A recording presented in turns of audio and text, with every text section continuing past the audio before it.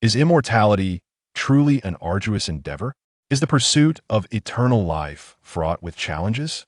Though I am a eunuch, I possess the potential for eternal existence. All it requires is to endure until the end of time. A searing pain jolted Yi Chung from his unconscious state. "Where am I?" he murmured, struggling to open his heavy eyelids, revealing a dimly lit and blurred surroundings. He recalled sharing a late-night meal with colleagues at a bustling food stall when an intense beam of light suddenly engulfed him. Amidst the chaos of a violent impact and piercing screams, he felt himself being propelled into the air, and then darkness enveloped him.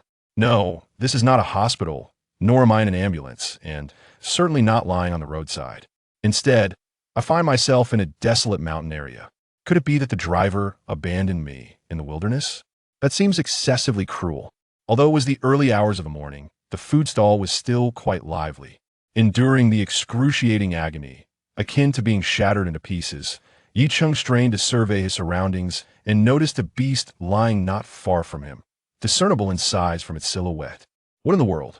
Suddenly, a piercing headache gripped him as a torrent of memories surged forth, plunging him back into unconsciousness. When he regained consciousness, he beheld two unusual moons, one golden, the other silver, illuminating the earth in a resplendent halo of light. Yi Chung stared in a daze, his heart roiling with tumultuous emotions. He had inexplicably traversed into another realm, reborn into a new existence, and his current identity was utterly absurd. A guard eunuch in the royal residence of the kingdom of Qian. A sense of profound despair enveloped him. In his previous life, while working in a factory, a tragic accident had rendered him injured, leading to complications that would supposedly affect his ability to reproduce. Consequently, he had remained single into his 30s. He had hoped that this rebirth would elevate him to the pinnacle of life. Yet fate dealt him a harsher hand, had become a eunuch, deprived of his very essence. Isn't it said that those who traverse realms possess golden fingers or systems of some sort? My wish is simple, to be transformed into a normal person. Yi Cheng's greatest aspiration in his former life was to heal his body and lead a conventional life with a spouse and children. With hopeful anticipation, he began to contemplate his circumstances. However, after much deliberation, there was no sign of any golden fingers or systems. Rather, his body grew increasingly frail, and his consciousness began to fade. It appears that the tales of web literature are nothing but deceptions. Perhaps it is better to perish than to endure a life of suffering in a broken body. Yi Cheng chuckled bitterly to himself. Just as he teetered on the brink of death, a peculiar golden fruit materialized in his mind. The fruit bore intricate and elaborate patterns upon its surface. At that moment, it seemed as though this golden fruit had been activated, emanating a gentle golden glow that enveloped the air. In an instant, Yi Cheng felt a warm sensation coursing through his entire being. His previously hazy consciousness began to sharpen. To his astonishment, he witnessed his grievously wounded body mending itself at an astonishing pace. Simultaneously, he became aware of the information regarding this golden fruit. The fruit of immortality, one among the 3,000 fruits of the Tao, birthed from the primordial chaos, grants the bearer eternal life, unchanging beauty, and endless longevity. Provided one is not slain in the immediate moment, both body and consciousness can be restored thereafter. Yi Cheng was utterly astonished. Is this truly my golden finger? The world of web literature does not deceive me. Indeed, traversers enjoy certain privileges. Wait, a sudden realization struck him. Could his younger brother also be restored? If such grievous wounds can be healed, then the mere regeneration of severed limbs should be a trivial matter. At that moment, the radiance of the fruit of immortality within his mind receded, becoming obscured. His body was completely restored, a profound sense of comfort enveloping him. He hastily touched his body, only for his expression to freeze once more. Why? Why has it not returned? His countenance twisted with a grimace. Clearly, the fruit of immortality could mend even the gravest injuries as long as life remained. He was immortal. Unless a possibility dawned upon him. The fruit of immortality perceives his eunuch body as normal. In the process of restoration, it failed to incorporate the lost younger brother into the repair. Can I not command this fruit of immortality to restore my brother? With a surge of determination, Yi Cheng endeavored to communicate with the hidden fruit within his mind. However, after a prolonged attempt, he relinquished his efforts. How could this be? Yi Cheng furrowed his brow.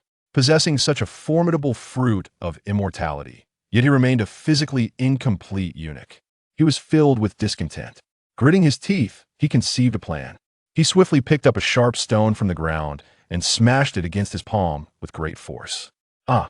A piercing scream erupted, and his hand bled profusely, the pain rendering his face pale. In the next instant, the concealed fruit of immortality re-emerged, emanating a faint golden glow in his mind. The wounds on his hand began to heal rapidly. Seizing the opportunity presented by the fruit of immortality's emergence, Yi Cheng attempted to establish communication. Yet, the fruit remained unyielding after mending his hand. It once again fell into silence. It seems this approach is futile. Yi Cheng sighed internally, resigning himself to the reality. Inflicting harm upon oneself was excessively painful.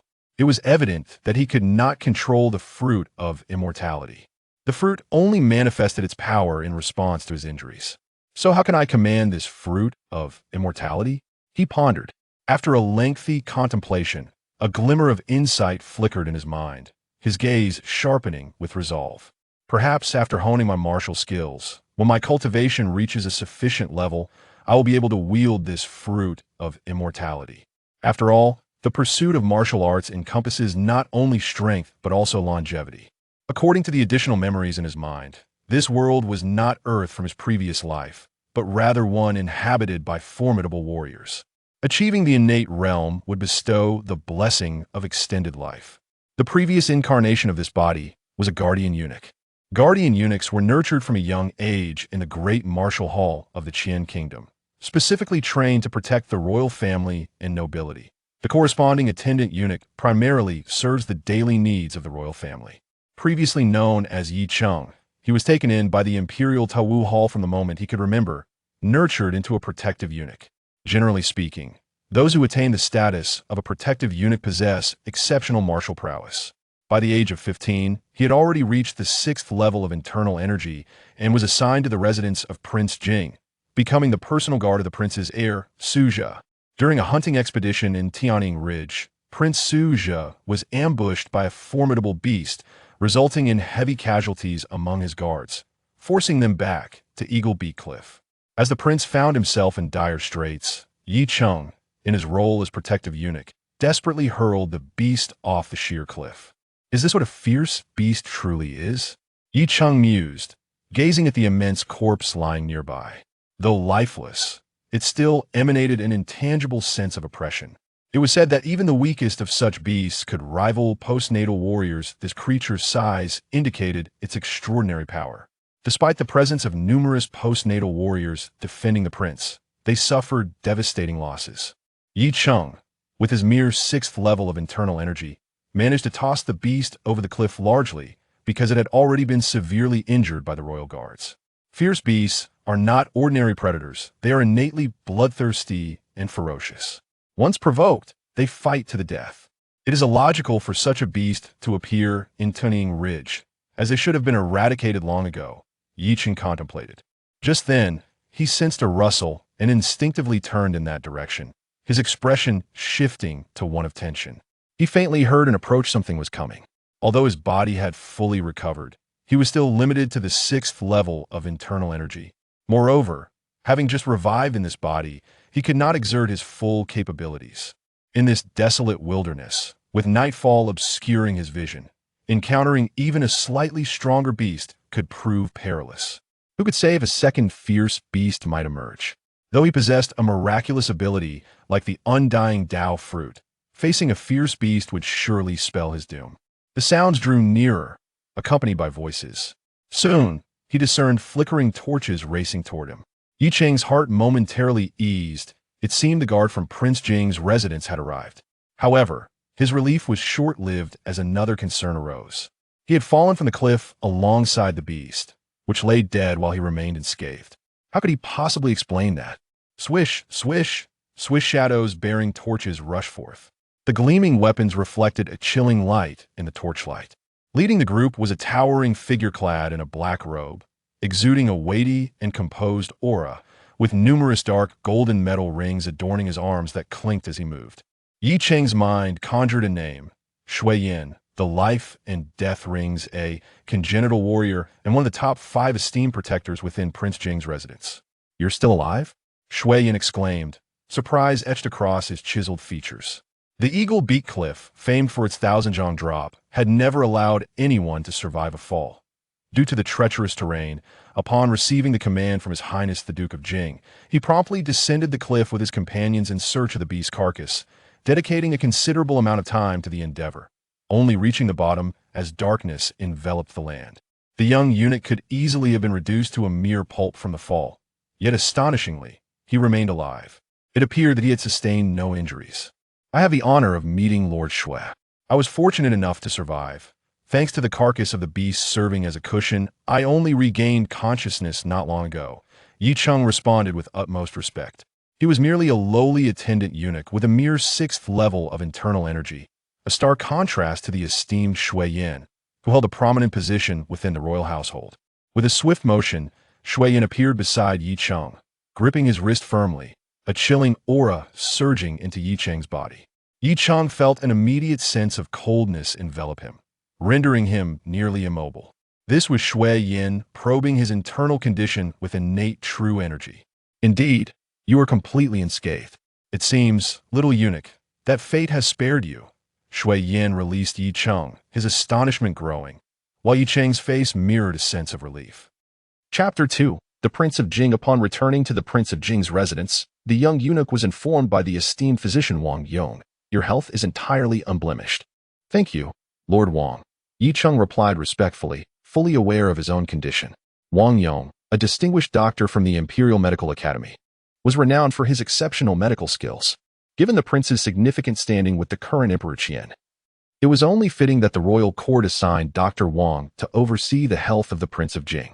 In the dead of night, the esteemed 5th-rank physician personally attended to a mere guard eunuch, a clear indication of the prince's command. This attention was undoubtedly linked to Yi Cheng's predecessor, who had valiantly saved the heir, Suja. Otherwise, a lowly guard eunuch would hardly warrant the presence of such a prominent physician. Once the doctor departed, Yi Cheng could finally breathe a sigh of relief. The challenges within the royal residence appeared manageable. Having earned merit, even if he were not to be reintegrated into the court's favor, his status within the prince's household should improve.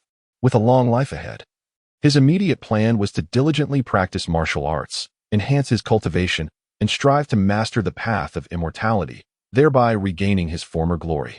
In the prince's residence, he intended to maintain a low profile.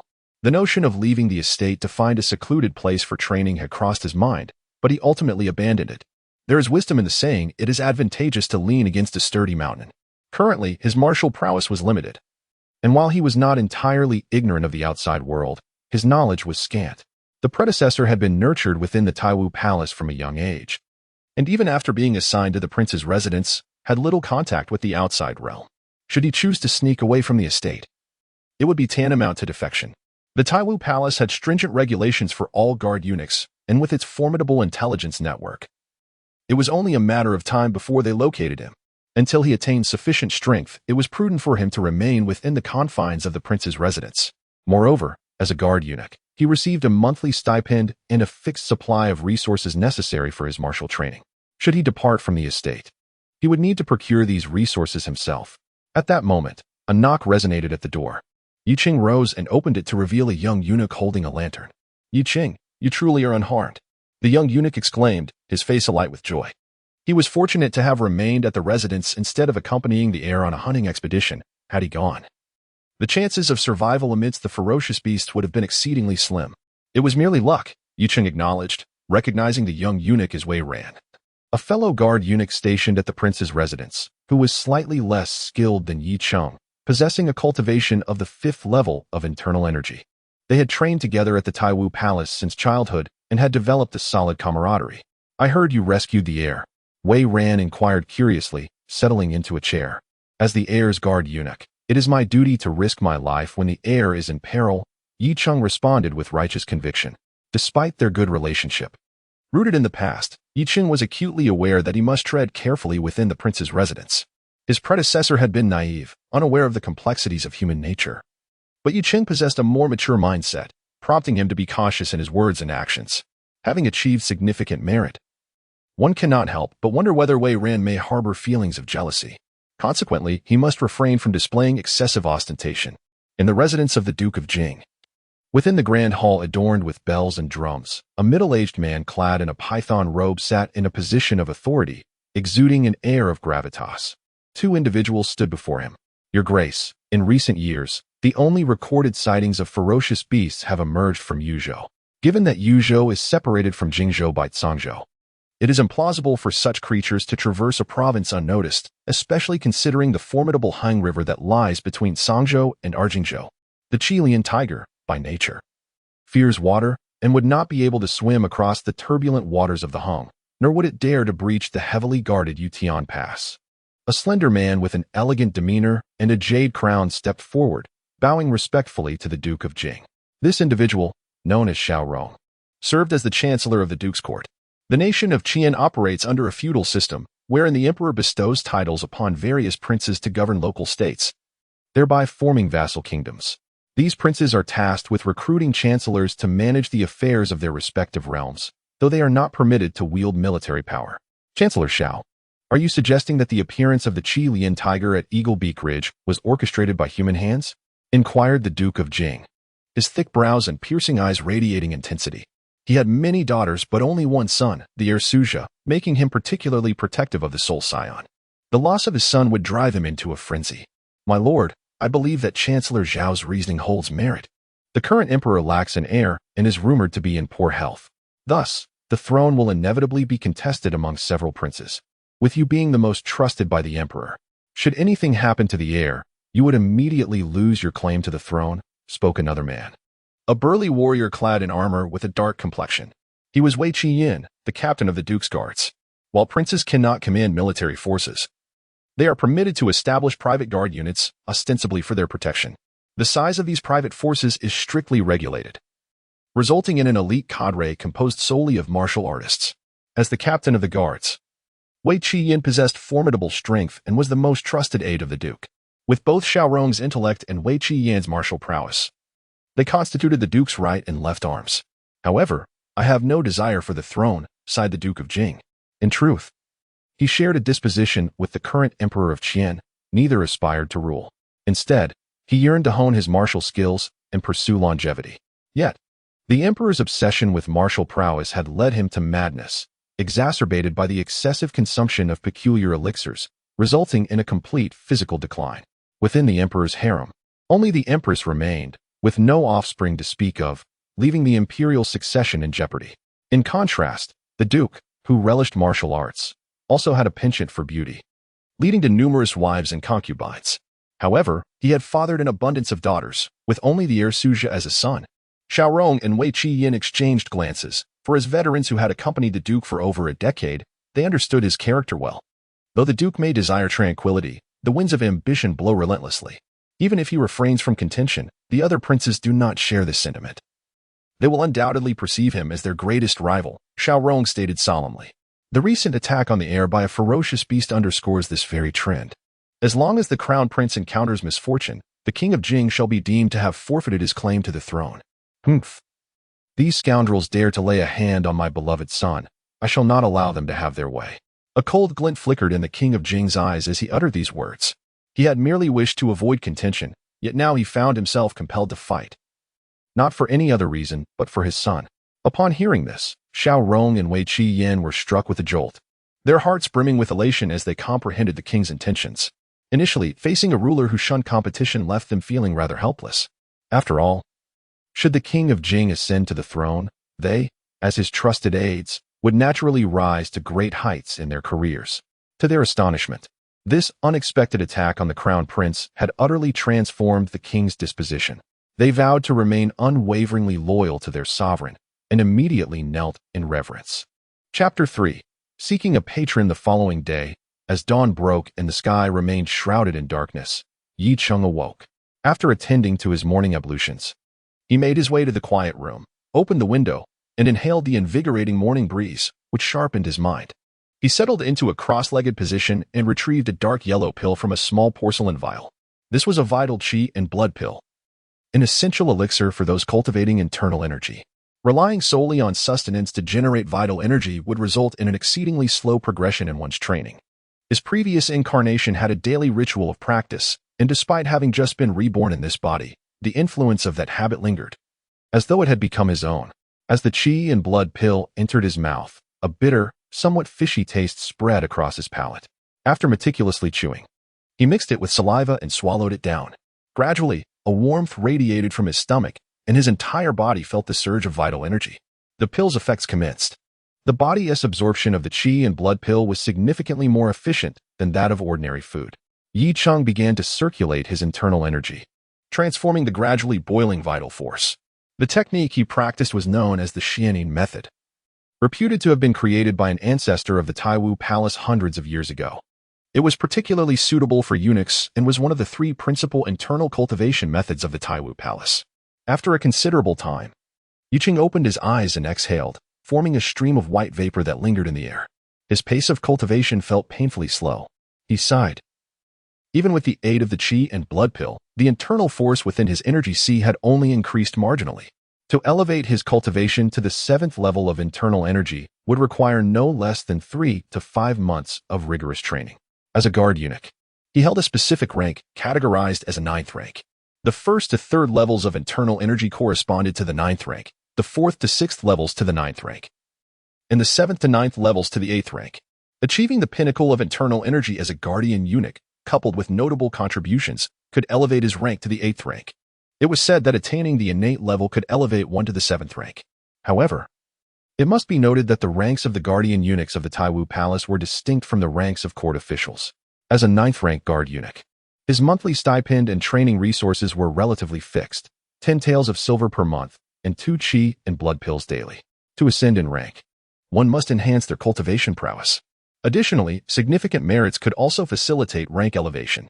Although I possess a long lifespan and could eventually reach the pinnacle of mastery through relentless training, my identity as a guard eunuch inevitably complicates my ability to practice in peace, as I might be summoned at any moment for perilous missions by the prince's residence. Yi Cheng contemplated within. To ensure his own safety, the most prudent course of action was to enhance his cultivation. Only by attaining a certain level of strength could he extricate himself from the prince's residence, liberating himself from the Taiwu Palace's constraints and achieving freedom. In the Qingniu courtyard, a gathering of over 30 eunuchs convened, all serving as guard eunuchs for the prince's residence. Yu Qi was among them. In truth, the number of guard eunuchs at the prince's residence exceeded this count, for a considerable number had likely perished the previous day. The guard force of the Prince Jing's residence is composed of 4 distinct factions. The first faction consists of trusted eunuch guards, the majority of whom serve directly beside the heir. Yesterday, they suffered significant losses in an encounter with a ferocious beast. The second faction comprises female warriors, typically trained personally by the prince's household, dedicated to safeguarding the royal women. The third faction is the Hall of Offerings, comprising skilled martial artists recruited from the pugilistic world. The fourth faction consists of private soldiers. The events of yesterday are already known to all. Fortunately, the heir was blessed with great fortune and emerged unscathed. Otherwise, we would be remiss in our duties and unable to absolve ourselves of the blame. An elderly eunuch clad in a red robe spoke out. He was Zhao Inglian, the chief eunuch of the prince's residence, whose profound cultivation had earned him a place among the esteemed third-rank eunuch guards, permitted to don the red robe. Xiao Qingzi, Zhao said, suddenly directing his gentle gaze toward Yu Cheng. Present. Yi Cheng responded promptly. The prince has decreed that Xiao Qingzi, loyal to his duty and instrumental in saving his master, is to be promoted to a third-rank eunuch guard.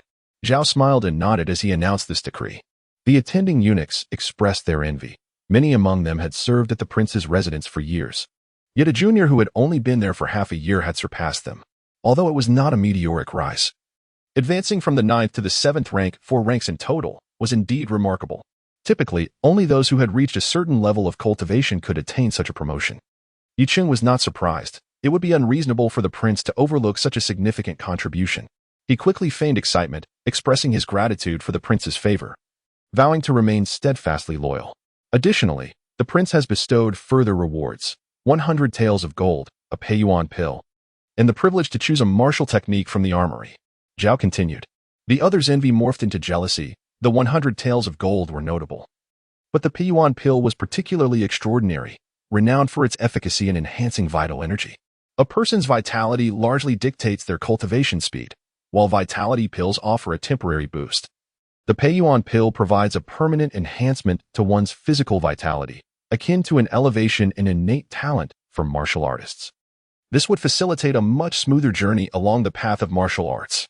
Let not others harbor envy or jealousy. This recognition is well deserved by Xiao Qingzi. Now, let us conclude today's gathering, Zhao declared, waving his hand. Xiao Qingzi, please stay. He turned to Yi Cheng, and once the other eunuchs had dispersed, he led Yi Cheng to a secluded courtyard. Xiao Qingzi, this is a reward from the prince. As for your choice of martial technique, feel free to visit the armory at your convenience. Someone will escort you inside. Zhao placed a box before Yi Cheng and opened the lid, revealing a gold ingot and a jade vial. It was evident that the vial contained the coveted Piyuan pill. Yi Cheng retrieved the jade vial from the box and respectfully addressed Chief Steward Zhao, saying, Esteemed Chief Steward, your tireless efforts and remarkable achievements deserve this humble offering of gold from me.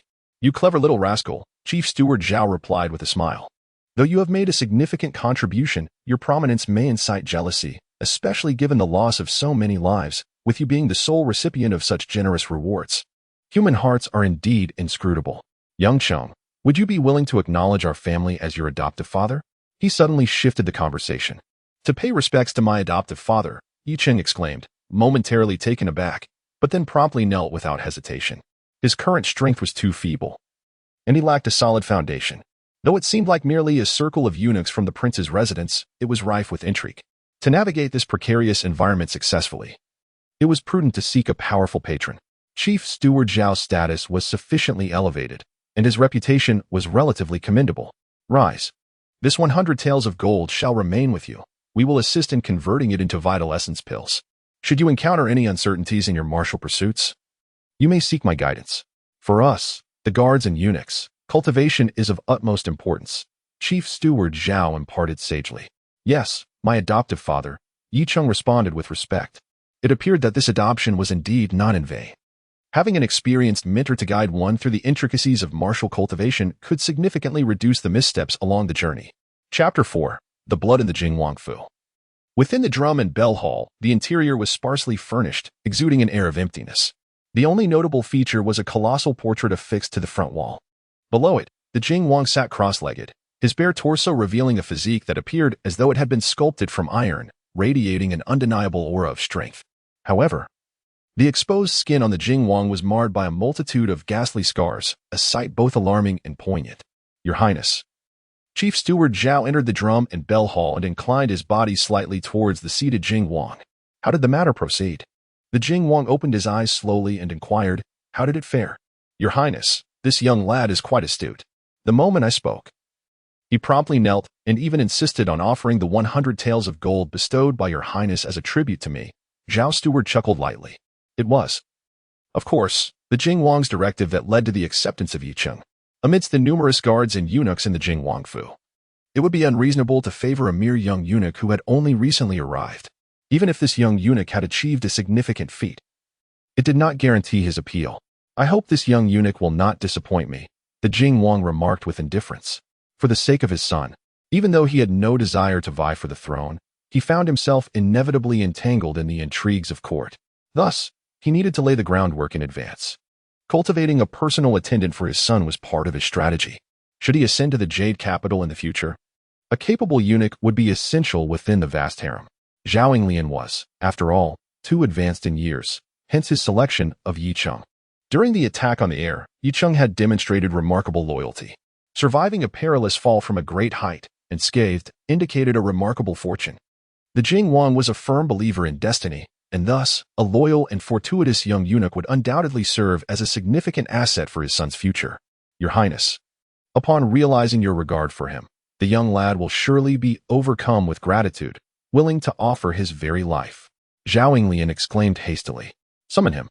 The Jingwang said with a smile, suddenly issuing a sharp command. Instantly, a middle-aged eunuch clad in blue robes entered, carrying a long box, taking careful, measured steps. Your Highness, shall we practice again today? Zhao Yinglian's expression shifted with concern, aware of the contents of the long box. Rest assured, my injuries have fully healed. The Jing Wang replied with a calm demeanor. With a firm exertion of his waist, he stood upright. The Jing Wang's towering stature, coupled with his formidable physique, imparted an imposing presence. Very well, Zhao Yinglian, resigned, approached the blue-robed middle-aged eunuch and retrieved a slender, pale purple cane from the long box, roughly the thickness of a thumb. This was no ordinary cane. It was crafted from ziki wood, steeped in a special secret potion. Its resilience was extraordinary, impervious to breakage even under immense force. The specially designed ziki wood cane was an instrument of punishment exclusive to the imperial court of the Qian kingdom. It was said that those subjected to its lash would endure excruciating pain, unable to withstand even the strongest of innate warriors. The wood itself contained substances that amplified sensations of pain, and combined with the various secret potions infused within, it became even more fearsome. Let us commence. King Jing took a deep breath and slowly closed his eyes. Yet, his well-defined muscles emitted a faint resonance, as if the sound of flowing rivers and seas emanated from within. It was the blood boiling with intensity. Zhao Yinglian inhaled deeply, approached King Jing, and suddenly lashed out with the purple-spirited thorny whip, producing a sharp crack that echoed as it struck fiercely against the king's back. In an instant, a bloody whip mark appeared. Despite King Jing's formidable cultivation and willpower, his face contorted in agony, and a low, suppressed howl of pain escaped his throat. Again, he growled. Zhao Yinglian struck once more, leaving a series of whip marks upon him 2, 5, 10. By the time the 17th mark was inflicted, King Jing, amidst excruciating cries, faltered, his head drooping as he knelt on one knee. Beads of sweat, as large as mung beans, rolled down his forehead, soaking the ground, while the sweat combined with the blood seeping from the whip marks rendered him a ghastly figure. The grotesque whip marks were shocking. Your Highness. Zhao Yinglian's heart trembled as she softly called out. King Jing slowly lifted his head. His previously labored and heavy breathing seemed to ease considerably. Yet, a strange smile emerged on his twisted face. Only through extreme suffering can one stimulate the transformation of the spirit, this sensation, truly exquisite. Upon hearing this, Zhao Yinglian fell silent. She understood that the reason the prince chose to endure this purgatorial punishment was singular, to touch the realm of innate masters. Transitioning from acquired to innate was a formidable challenge, and achieving mastery was even more daunting. Those who attain the status of innate masters not only require prodigious talent, but also an unwavering and resolute spirit. News of Yi Cheng's acknowledgement of Zhao the steward as his godfather had somehow spread. The gazes of numerous guards and eunuchs towards Yi Cheng were not merely envious, but now tinged with a layer of reverence. Everyone was aware that aligning oneself with the influential Zhao the steward would elevate Yi Cheng's standing in the prince's residence, promising an immeasurable future. Even Wei Ran, who had previously been close to him, became more reserved, no longer as casual as before. However, Yi Cheng remained unfazed. The most crucial task at hand was to diligently cultivate and enhance his strength. Zhao the steward, with profound cultivation and vast knowledge, simplified every query through his explanations, greatly benefiting Yi Cheng. Furthermore, Zhao the steward had exchanged the 100 taels of gold for a supply of vital essence pills, significantly enriching Yi Cheng's training resources. Consequently, his progress and cultivation accelerated beyond expectations. He would soon be ready to challenge the 7th level of inner breath. Yi Cheng had been in this world for nearly half a month and had grown accustomed to life within the prince's residence, everything proceeding smoothly.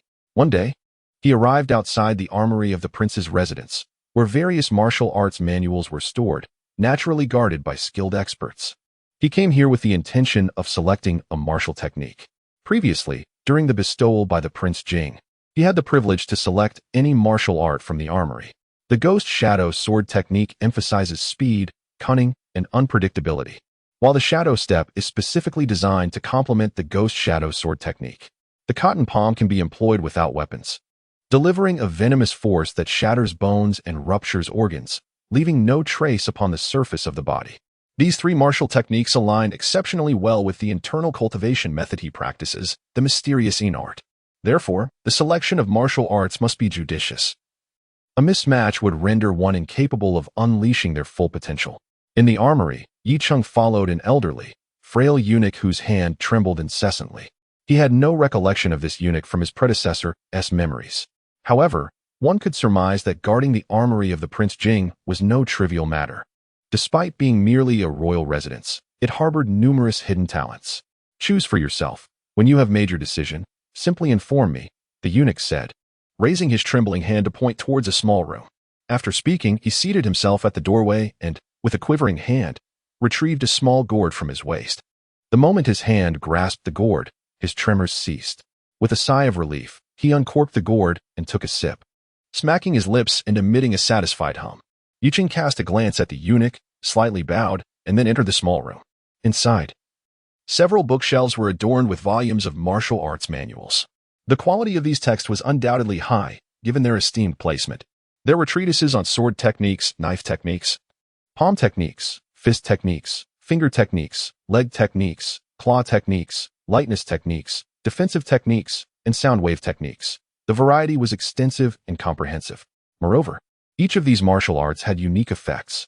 Ordinary martial arts typically provided only basic enhancements, such as increased speed, strength, defense, and penetration. However, high-grade martial arts offered something more profound. He casually picked up a manual on the wave-stacking palm. This technique not only amplified attack power, but also possessed a special effect known as the wave-stacking force. Like waves, it cascades in succession. When multiple layers of this force are combined, they create a terrifying resonance that generates a palm strike far exceeding the original might. It is said that the highest mastery can stack up to 9 layers. However, this palm technique requires a stable and harmonious internal energy. Extremes will inevitably lead to self-harm during its execution. Unfortunately, the mysterious art he practiced leaned towards the extreme. After a thorough examination, Yicheng sighed inwardly, realizing that the majority of martial arts were ill-suited for him, albeit they were all high-grade. Few were compatible with his abilities. Suddenly, his gaze fell upon a bookshelf in the far corner. This shelf contained only a few manuals, most of which were incomplete. With ample time at hand, he decided to inspect them and discovered one martial art that was particularly suited for him, boasting a commendable grade. Regrettably, it was missing several crucial pages. Consequently, the difficulty of cultivation would be compounded, posing significant risks. Thus, after a moment of contemplation, he chose to forego it. What is that? Suddenly, Yicheng stood on tiptoe, striving to glimpse the topmost shelf of the bookcase where a solitary tome lay. Intrigued, he carefully retrieved the book. Its cover was withered and somewhat damaged. Blood Resolution was the title inscribed upon it. With utmost caution, Yicheng began to peruse its contents. Although the cover bore the marks of age and wear, it was not missing any pages. Upon reading the introduction on the first page, his eyes sparkled with excitement. This technique, Blood Resolution, was less a martial skill than a secret art. Through a unique method, it promised to liberate the body's vital energy, significantly enhancing inner strength within a brief period. However, employing it would result in severe after-effects, depleting vital energy and damaging one's foundation, rendering recovery exceedingly difficult. This secret art seemed tailor-made for him. Yicheng felt an exhilarating rush. Possessing the fruit of immortality, he could swiftly recover from even the gravest injuries, provided he did not perish instantly. Even should he employ Blood Resolution, he would suffer no lasting repercussions, as the fruit of immortality would restore him without delay. He could seamlessly integrate this secret art into his repertoire of martial skills. Moreover, he discerned an even more crucial application within this technique. The cultivation of any inner power involves transforming the body's vital energy into true qi. Once the body's vital energy is depleted to a certain extent, it triggers a self-protective response, inhibiting further cultivation unless one consumes restorative pills. For this reason, Yicheng found it impossible to exploit the fruit of immortality to cheat his way through cultivation. He could not deliberately exhaust his vital energy through excessive training to activate the fruit's potential. However, with Blood Resolution, how exponentially could his cultivation speed increase? Yicheng's gaze became radiant and luminous. Chapter 5, The Crown Prince Suja Master's Son. I have decided on this book, Yicheng declared, clutching the tome on Blood Resolution as he exited the small chamber. This one? It is perilous to use, with severe after-effects. Have you thought this through? The elderly eunuch rose unsteadily from the ground, casting a glance at the manual in Yicheng's hands, his aged visage revealing a hint of astonishment. Master son, I have considered it carefully. I choose this. Yicheng nodded resolutely. Very well. Proceed to the adjacent room and transcribe it. It must be retained. The eunuch gestured with his trembling hand. Understood. Master Sunday. Yicheng promptly nodded and entered the neighboring chamber, which contained desks, chairs, writing instruments, and blank scrolls. After more than an hour, Yicheng emerged from the armory, clutching the copied Blood Resolution manual. Upon returning to his quarters, He eagerly delved into the study of the text. By nightfall, Yi Cheng had mastered the esoteric art of blood resolution. With swift motions, his fingers danced across numerous acupoints on his body, as if activating a hidden switch. In that moment, he felt his body swell with a painful pressure, a crimson hue surfacing upon his skin, and even the pupils of his eyes turned a vivid red. The blood resolution was complete. A torrent of blood, fat, trace elements, and more coursed through his body's unique circulation, transforming into vital energy. This energy, under the operation of the Xianin technique, was then converted into inner strength. In a remarkably brief period, his inner strength surged exponentially, reaching a staggering threefold increase before the frenzied transformation began to slow. At this point, his body felt as if it were being drained. Simultaneously, the immense inner strength, now uncontrollable, surged through his meridians, wreaking havoc throughout his system.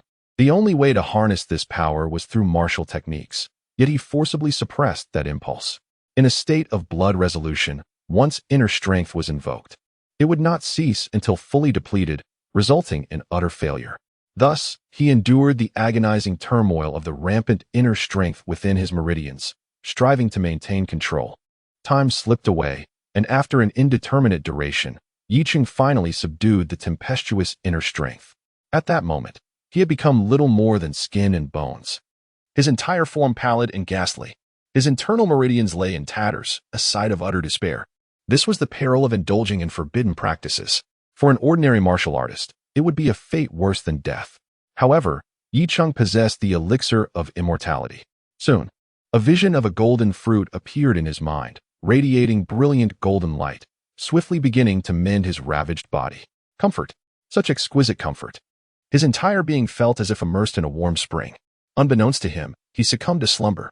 The immense effort to control the rampant inner strength had taken a significant toll on his mental faculties. When Yi Cheng finally awoke, dawn had broken. He hurriedly sensed the state of his body, finding it restored entirely.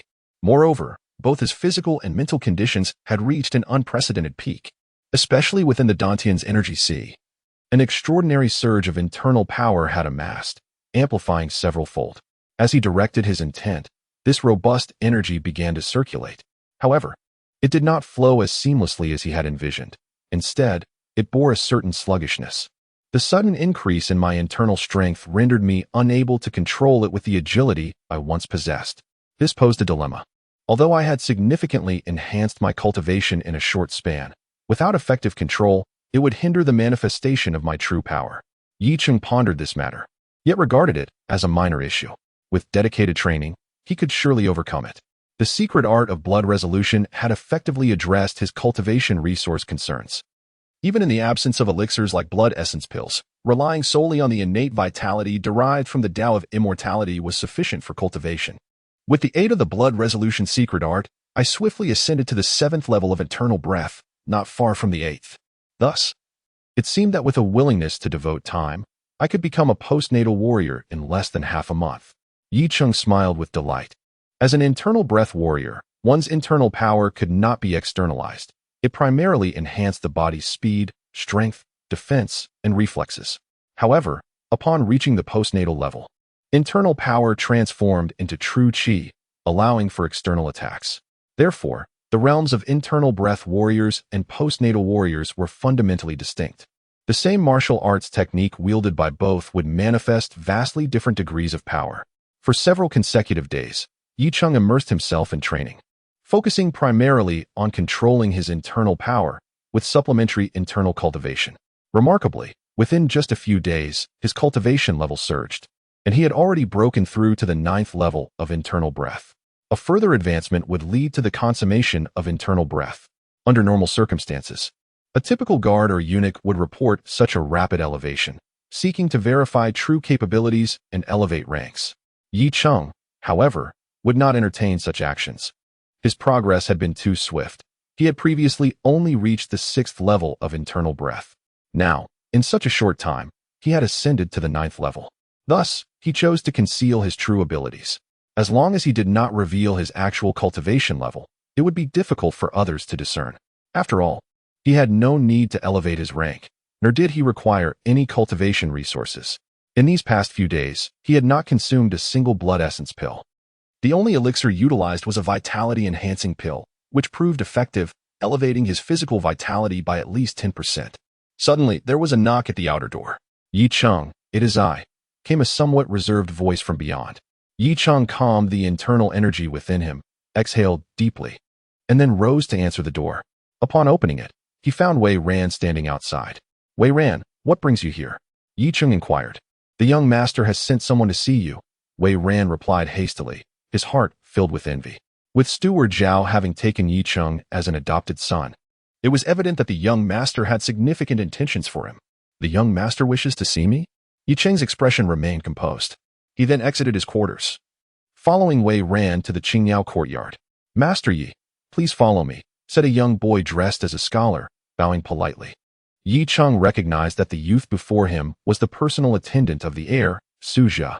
Those who served closely with Su Jia, including his personal attendants, eunuchs, maids, and guards, were all trusted confidants, meticulously selected. The residence of the king of Jing was vast and grand, sprawling over extensive grounds with fortified gates, layered entrances, and deep courtyards. Even though Yi Cheng had been in the Jing royal residence for 6 months, he remained unfamiliar with its intricate layout. Without a guide, he could easily lose his way. Navigating through the numerous corridors and winding paths, the two arrived at an exceptionally opulent courtyard. Faint sounds of silk and bamboo instruments wafted out from within. Upon entering the courtyard, they found themselves before a palace-like structure. However, the buildings within the royal residence could not be constructed in the style of a palace nor be named as such. They merely bore a resemblance, maintaining distinct architectural differences. "Yuanqi Hall, my lord, Master Yi has arrived," the young attendant announced respectfully as he entered the hall, addressing the elegantly robed youth reclining on a soft couch. Within the main hall, a beautiful dancer gracefully performed, while several musicians knelt nearby, playing their instruments. "Your subordinate, Yi Cheng, pays his respects to the heir." Yi Cheng bowed his head and bent at the waist, greeting Su Jia, the heir, at the front of the hall. In the kingdom of Qian, aside from formal audiences in the court, it was generally unnecessary for rulers and their subjects to perform the act of kneeling. As a guard and eunuch, Yi Cheng held an official rank and was recognized as a formal eunuch, maintaining a subordinate relationship with the king of Jing. "So you are Yi Cheng?" Upon seeing Yi Cheng, Su Jia, who had been reclining on the couch, waved his hand, prompting the dancer and musicians to withdraw hastily. "I never expected that the one who saved my life would be such a young eunuch." Su Jia rose from the couch and approached Yi Cheng. The last hunting expedition, during which he had encountered a ferocious beast, had terrified him, and it was only recently that he had regained his composure. "Your subordinate dares not take credit. I merely fulfilled my duty. Had it not been for the other guards who fought valiantly to injure the beast, I would not have had the opportunity." Yi Cheng replied humbly. "The contributions of others have their own measure, but you, at a critical moment, saved my life, which is a significant achievement. Although my father has already granted you rewards, I, too, wish to reward you." Su Jia patted Yi Cheng on the shoulder with a smile. "From now on, you shall accompany me." "Thank you, my lord." Yi Cheng's face lit up with joy, though internally he felt quite helpless. Despite the promising prospect of being by the heiress' side, which could be seen as a tentative step into the core circle of the Jing royal residence, his aspirations lay elsewhere. He yearned to cultivate an obscurity, free from excessive constraints and distractions. Yet he was aware that the chief steward had taken him as an adopted son, likely at the behest of the king of Jing. He could not fathom why the king would place such importance on a seemingly inconspicuous eunuch, though he had performed a great service. It seemed unlikely that it was the sole reason for this attention. However, he recognized his current weakness and the lack of qualifications to refuse such an opportunity. He could only proceed step by step, striving to enhance his strength, so that even if he were to become embroiled in perilous situations in the future, he would possess the capability to extricate himself, thus avoiding becoming a mere pawn in someone else's game. Since the advent of an extended lifespan, Yi Cheng has increasingly yearned for freedom. Chapter 6. The refinement of divine essence upon becoming the esteemed guardian eunuch of the heir apparent. Yi Cheng relocated from his previous abode to the Pear Garden. This residence, where the heir, Su Jia, dwells, is quite expansive, boasting numerous courtyards, both large and small. The living conditions here are significantly superior to those of his former quarters. Though the courtyards may not be particularly vast, they are well equipped, ensuring a remarkably comfortable existence. In the ensuing days, the heir remained indoors, providing Yi Cheng ample opportunity for cultivation. Occasionally, he sought the counsel of Zhao Yinglian regarding various aspects of his training. He even subtly probed into the intricacies of transforming internal energy into true qi, aspiring to ascend to the postnatal level. His cultivation had successfully reached the pinnacle of internal energy, and now he contemplated the breakthrough to the postnatal realm. The conversion of internal force into true qi is a complex endeavor fraught with challenges and risks, especially without guidance. A minor miscalculation could lead to uncontrollable surges, potentially injuring one's meridians. However, Yicheng harbored no such concerns. Even should he fail in his breakthrough, the essence of immortality would swiftly restore him. While others might find a single failure to be insurmountable, he possessed the unique advantage of countless opportunities for rebirth. It had been 5 days since his arrival at the Pear Garden. Early one morning, a close attendant of the heir approached to inform Yicheng that the heir would be venturing out today. As the guardian eunuch, Yicheng was obliged to accompany him. He promptly took his position outside the Yanxi Hall, where he found other guards already awaiting. Among them was Shui Yin, the ring of life and death, whom Yicheng had encountered previously. This innate martial artist held a prestigious position as a top attendant in the Jing Wangfu. On this occasion, he too would serve as a protector during the heir's outing. Typically, innate martial artists do not serve as guards for the heir, as their status in the Qian kingdom places them among the elite.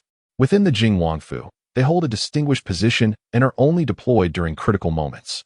The last time the heir faced a ferocious beast attack, the strength of his guards had escalated significantly, with over a dozen postnatal level protectors. This formidable assembly of guardians was nothing to be taken lightly. Individuals like Yicheng, a practitioner of internal energy, were merely supplementary. After waiting for over half an hour, Suja finally emerged from the Yanxi Hall, adorned in an opulent, flowing robe complemented by a golden crown and jade belt, exuding luxury and nobility. He was followed by a young scholar and several handmaidens, all of whom possessed striking beauty, some holding precious swords, while others carried incense burners. Witnessing this spectacle, Yicheng, despite having prior knowledge of such splendor, could not help but marvel at the extravagance. "Senior Shui, I appreciate your assistance this time," Suja said, bowing courteously to Shui Yin. "It is my duty to serve the heir," Shui Yin promptly replied, maintaining the necessary respect despite his status as an innate martial artist and a revered attendant of the Jing Wangfu. Upon departing the Jing Wangfu, Suja boarded a lavishly decorated carriage with Yicheng and the other guards surrounding it. A mere 10 minutes later, the carriage arrived at the banks of the Qinghe River, located to the west of Donglin City. The river itself was quite broad, flowing gracefully through the heart of Donglin City.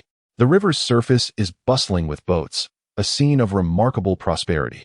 The waterways of Jingzhou are intricately interwoven, with numerous rivers and 3 major lakes.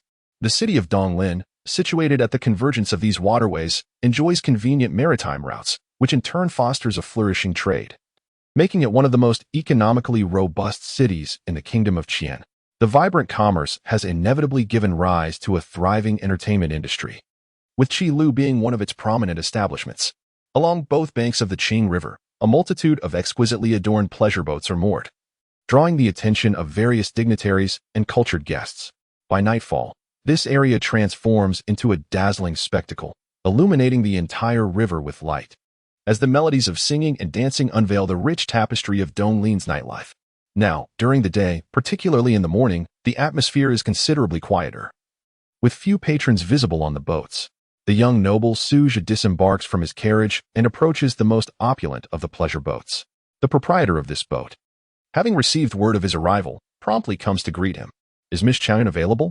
Suja inquires. "Young master, Miss Chowan is indeed here, but..." The proprietor hesitates. "Please inform her that I have reached a conclusion, one that will certainly satisfy her," Suja insists eagerly. Yicheng stands a short distance behind him, taken aback by Suja's demeanor, which is markedly different from his usual conduct within the royal estate.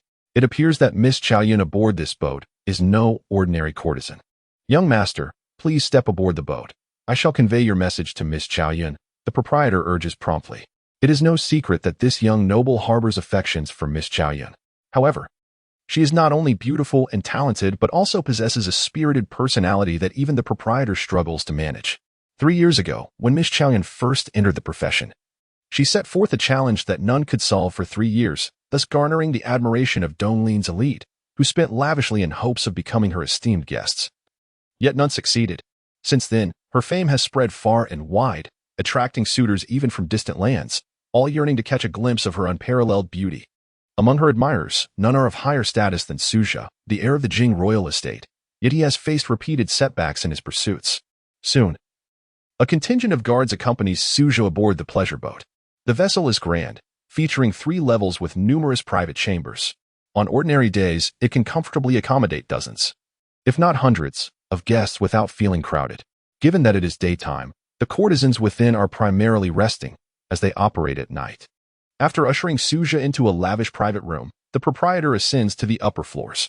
Before long, he returns with a troubled expression and states, "Young master, Miss Chaoyan has requested that you write your answer on paper." "Young master, must it be such a bother for a mere courtesan? Allow me to bring her out," interjects Shui Yin, sitting nearby. "Your esteemed status requires more than mere words to arrange a meeting with a renowned courtesan," the standing proprietor thinks to himself, startled. She is well informed. The man in the black robe is a formidable innate master. If he were to take action, she would be powerless to intervene. Although the owner of this pleasure boat possesses a substantial background, who in Donglin City, or even the vast Jingzhou, could rival the grandeur of the Jing Wangfu? "Senior Shui, we cannot breach the established protocols," remarked the heir, Suja, shaking his head. He then retrieved a piece of paper from his bosom and handed it over. Shui Yin fell silent thereafter. The Yuan master took the paper and ascended the stairs once more. Upon descending, he shook his head. The heir's expression turned to one of disappointment, realizing that the answer still failed to satisfy Miss Chaoyan. Thus, Suja remained seated on the pleasure boat for over an hour before finally departing. As he left, he courteously informed the Yuan master, "Please convey to Miss Chaoyan that I shall return with a better answer next time." Upon returning to the Wangfu, Yiqing found himself momentarily unburdened. He was somewhat perplexed by the heir's intentions, being left to sit for over an hour, yet he showed no signs of irritation. Did Miss Chaoyan truly possess such an allure? However, he harbored no curiosity regarding her. As a eunuch, such musings seemed futile. Another half-month passed, during which the heir visited the pleasure boat twice, with the same outcome each time. Yiqing finally grasped the truth. The heir was undoubtedly infatuated. Surrounded by beautiful maidservants, he remained enamored with a renowned courtesan, persisting in his pursuit despite never having met her. He had attempted to break through to the postnatal realm once, but alas, he failed, resulting in a violent surge of internal energy that severed his meridians. Fortunately, the elixir of immortality restored his body. Otherwise, he would have been rendered utterly incapacitated. Today, Yiqing prepared to once again challenge the postnatal realm. The transformation of internal energy into true qi requires 2 essential conditions. The first is that internal energy must reach its limit. The second is a harmonious resonance between mental consciousness and internal energy, both of which are indispensable. The latter, particularly, is of utmost importance. True qi differs from internal energy in that it can exist externally, serving as an extension from within the body to the outside world. Thus, internal energy must be integrated with mental power. How is this integration achieved? Naturally, it involves establishing a unique resonance between mental consciousness and internal energy. The last failure stemmed from an inadequately established resonance, which resulted in mental damage and uncontrolled internal energy. Time seemed to stretch endlessly as Yiqing's internal energy, operating at its zenith, spiraled out of control once again. With a sudden cry, Yiqing clasped his head, veins bulging on his forehead as he emitted a low, suppressed growl. This was the intense headache brought on by mental strain. After what felt like an eternity, he opened his eyes, exhaling deeply. The elixir of immortality had repaired both his mind and body, yet a satisfied smile graced his face. The reason for his failure this time was, in fact, intentional. After his previous breakthrough failed, the elixir restored his damaged spirit. He unexpectedly discovered that his mental faculties had become somewhat solidified, allowing him greater ease in controlling his internal energy. Was this not a form of alternative spirit cultivation? The postnatal realm pertains to the spirit. He surmises that the subsequent martial arts levels must inevitably involve the cultivation of the mind. Given this fortuitous opportunity to refine his spirit in advance, he would certainly not allow it to slip away. As for postponing his entry into the postnatal tier, it is of little consequence. However, the method of spirit cultivation he is undertaking is indeed excruciating. It surpasses the mere physical agony in its unbearable nature. Yet, for the sake of a smoother journey and martial practice ahead, enduring a measure of suffering is undeniably necessary. Chapter 7. The master contained his entire wealth, several dozen taels of silver, and a large bottle of qi blood pills. Although he did not require these pills for his cultivation, they served as a form of currency, more valuable than gold or silver. Yiqing sat cross-legged, effortlessly manipulating the inner strength within his dantian with his will. Thus, he resolved to formally break through to the post-heaven realm today. With over 60 experiences behind him, the breakthrough was assured, leaving no room for doubt. His wealth of experience was unparalleled, had it not been for his previous focus on refining his spirit. He would have achieved this breakthrough long ago. Time passed, and finally, a peculiar stream of energy emerged within Yicheng's dantian. While the inner strength felt somewhat ethereal, this stream of energy was strikingly tangible. As the first breath of true energy was born, more of his inner strength rapidly transformed into strands of true energy. The entire process of breaking through unfolded effortlessly, as if it were the most natural occurrence. Ultimately, all his inner strength was converted into true energy. This true energy, less than half a foot long and as thick as a chopstick, resembled a twisting vortex, perpetually swirling within his dantian. He had reached the post-heaven realm. Yicheng opened his eyes, a smile gracing his lips. He had become a minor expert in this realm. Suddenly, he spread his palm, and with a flick of his will, a swirling mass of energy coalesced between his hands, emitting a series of swift sounds. Indeed, this was true energy, capable of launching external attacks. He felt a wondrous connection with this mass of true energy, a bond forged through the infusion of his mental strength. Without warning, he unleashed the true energy with a swift motion of his palm, utilizing the technique of soft palm.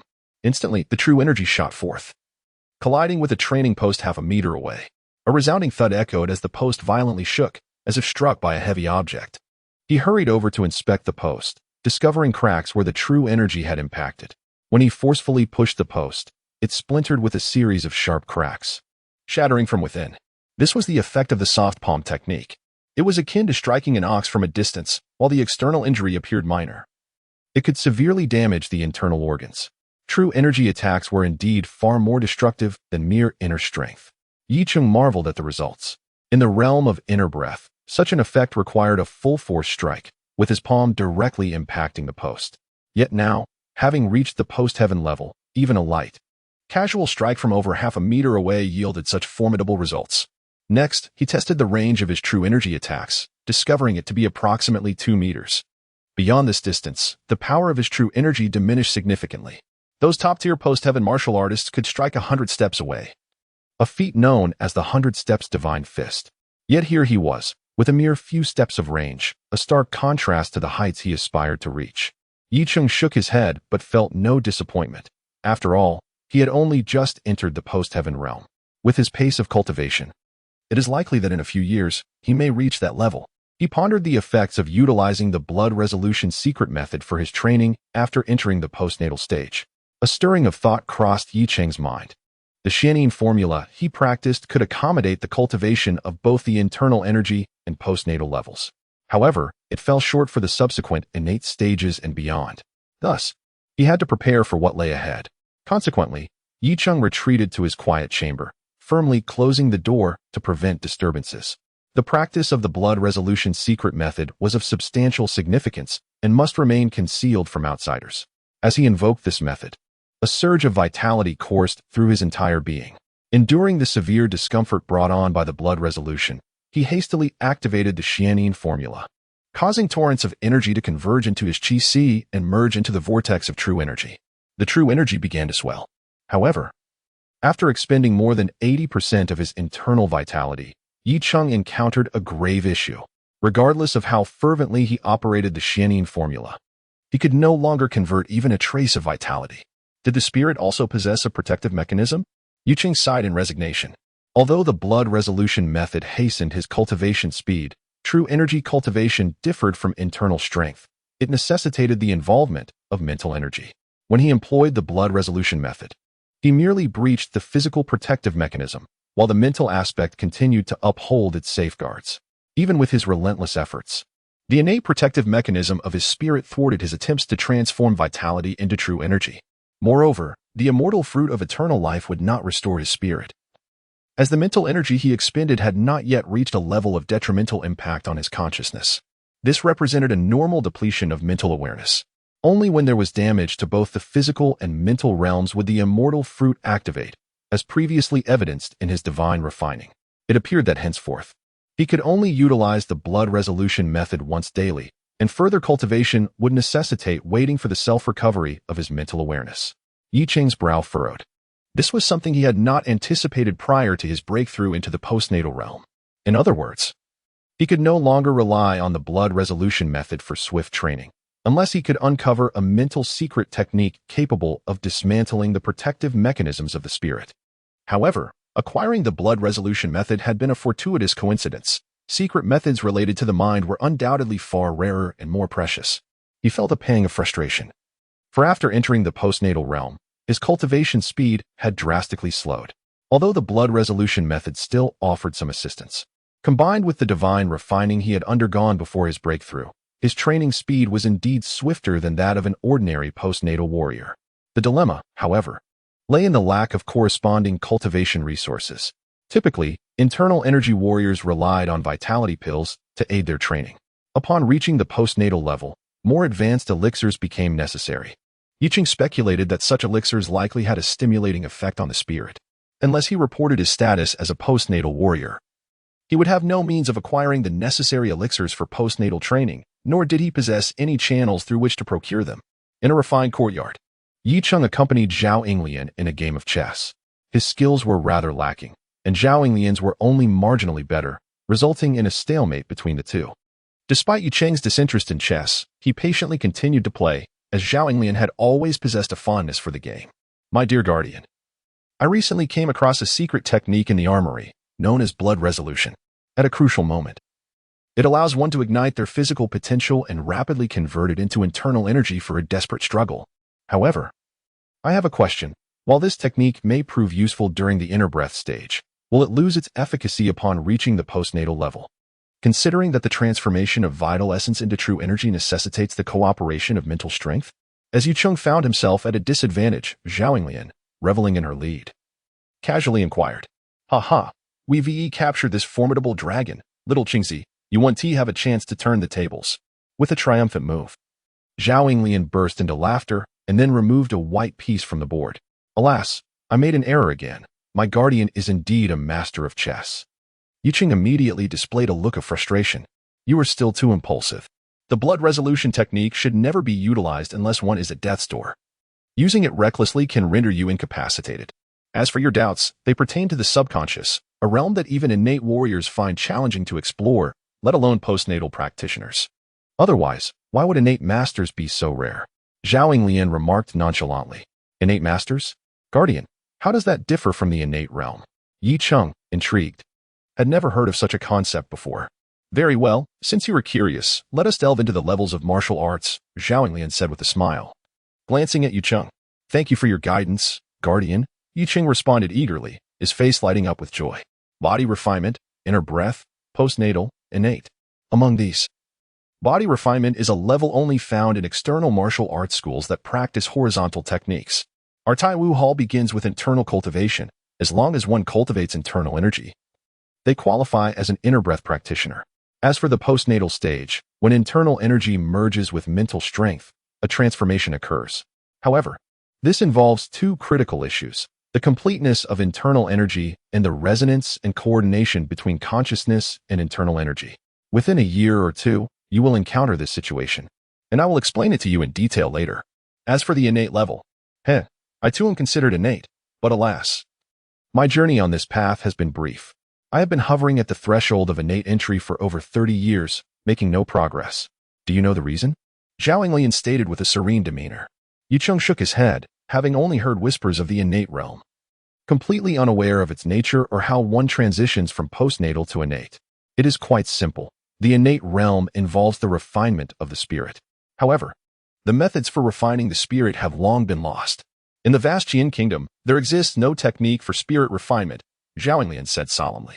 Yicheng's heart trembled at this revelation. No method for spirit refinement? How can this be? He had assumed that such techniques were rare treasures. Yet surely formidable factions like Tai Wu Hall and the Jing Wangfu would possess them. Without the method of refining the spirit, one cannot strengthen their mental awareness, nor elevate their innate cultivation, and thus remain perpetually stagnant at the entry level of innate mastery. Throughout the ages, the sages of martial arts have sought alternative paths and ultimately discovered the means to transcend into the realm of the Grandmaster. Zhao Yinglian continued, stating that every Grandmaster is an exceptionally talented individual who, in the absence of a spirit-refining method, comprehends the essence of martial intent, using it to unearth the subconscious and fortify mental awareness, thereby advancing their innate cultivation. Consequently, in our Qian nation, while the number of innate martial artists is not insignificant, the grandmasters are exceedingly rare. Uncle, does that mean all innate martial artists possess similar strength? Yuqing inquired, astonished. How could that be possible? Strength is determined not only by cultivation but also by weaponry, martial techniques, and combat experience. To put it this way, the top 10 innate masters on the Qian nation's golden list can effortlessly eliminate those who do not make the list.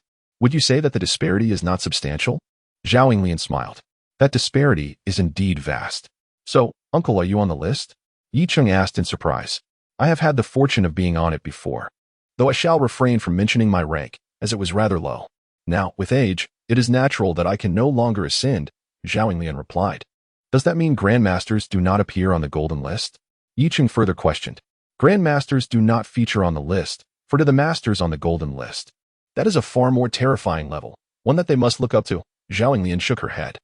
She had once followed the old prince and had the privilege of encountering a grandmaster. Only by experiencing such power could one truly understand the reverence owed to grandmasters. All right. Let us conclude our discussion here for today, Xiao Qingzi. Do not aspire too high too quickly. The reason we share this with you is merely to convey that the path of martial arts is arduous and lengthy, with each challenge more formidable than the last. What you must do is remain grounded, taking one step at a time, Zhao Yinglian cautioned, observing Yi Cheng's expression filled with yearning. Uncle, I will keep this in mind. Yi Cheng promptly replied.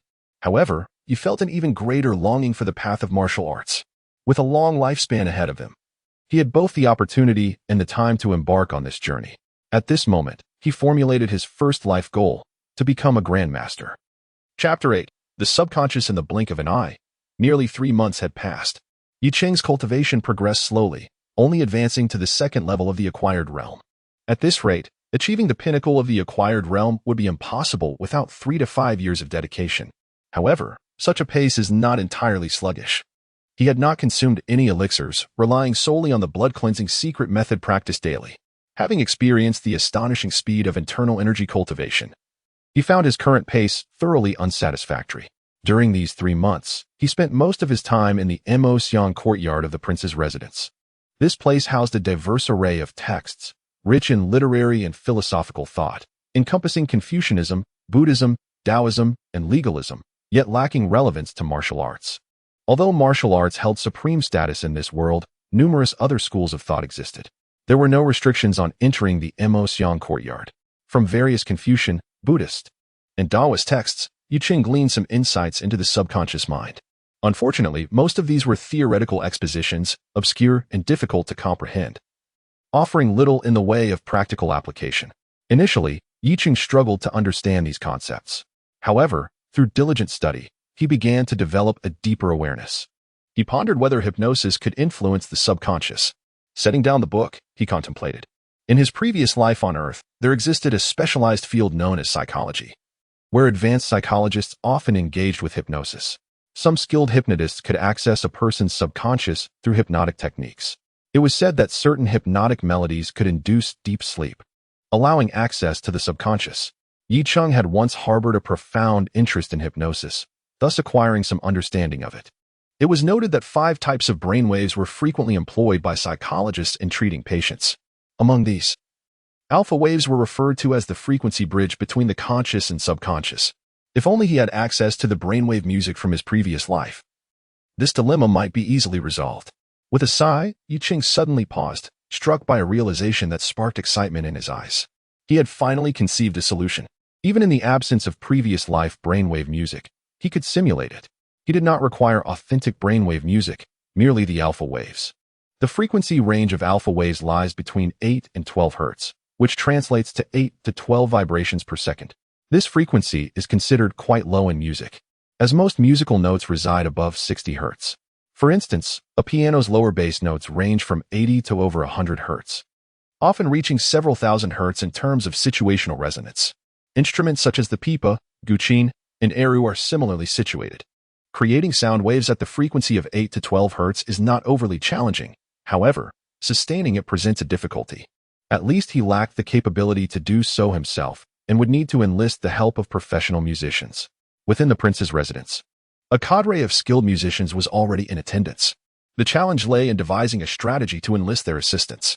As Yicheng exited the Emotion courtyard, he fortuitously encountered a young man clad in loose-fitting white garments, exuding an air of serene elegance. Yicheng immediately recognized that the individual before him was a musician from the Duke Jing's residence, though he could not recall the person's specific name. In this realm, the status of a musician was rather lowly. As Yicheng stepped out, the young musician hastily stepped aside, standing against the wall. Yicheng was clad in the green attire of a eunuch adorned with an embroidered eagle pattern, a privilege reserved for those of the 7th rank and above. The colors of the eunuch's garments, gray, green, blue, red, and purple, indicated their respective ranks.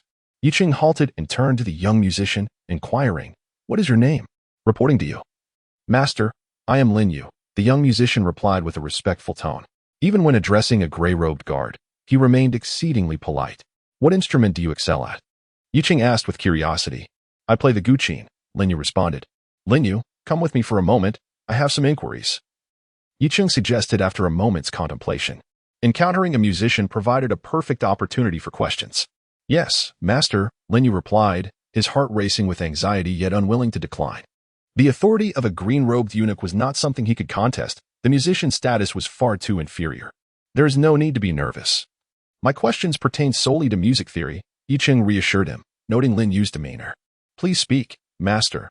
I shall answer without reservation," Lin Yu quickly responded. Yicheng then succinctly explained the matter at hand. After pondering for a brief moment, Lin Yu remarked, "Master, it is indeed feasible to achieve that with the guqin. However, the resulting melody may be rather unpleasant to the ears. The human auditory system has certain adaptive ranges for sound frequencies. Both excessively high and low frequencies are unsuitable. Although the concept of frequency does not exist in this world, as a music expert, Lin Yu is well versed in the subject. Coming from a lineage of musicians, he had been immersed in music from a young age, displaying remarkable talent in the field. As long as it can be done, that suffices. If you have the time, please come and perform for me. I shall provide appropriate remuneration." Yicheng nodded in agreement. "Master, that is unnecessary. I have time. Perhaps I could fetch the guqin now and play for you," Lin Yu immediately offered. "That would be splendid," Yicheng smiled in response. If it proved beneficial, he might frequently seek the musician's assistance. Once Lin Yu returned with the guqin, Yicheng observed as he meticulously adjusted the instrument. It was evident that the musician treasured his guqin, handling it with utmost care during the tuning process. Before long, Lin Yu announced, "Master, I have tuned the instrument." "Lin Yu, please play freely using the frequency I mentioned," Yicheng instructed. "Of course, master," Lin Yu nodded eagerly. He then assumed his seated posture, his slender fingers delicately caressing the strings. Yicheng initially presumed that such low-frequency playing would result in an unappealing sound.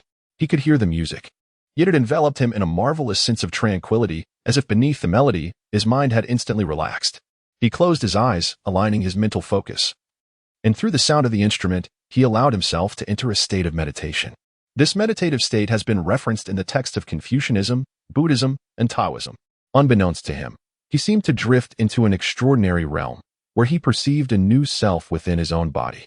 Suddenly, Yicheng emerged from his meditative state, feeling an unparalleled sense of comfort, akin to having enjoyed a restful slumber. However, he had genuinely sensed his subconscious prior to this. The human consciousness is divided into two parts: the conscious mind, which pertains to thoughts in a waking state, and the subconscious. If one were to liken consciousness to an iceberg, the conscious mind would be merely the tip.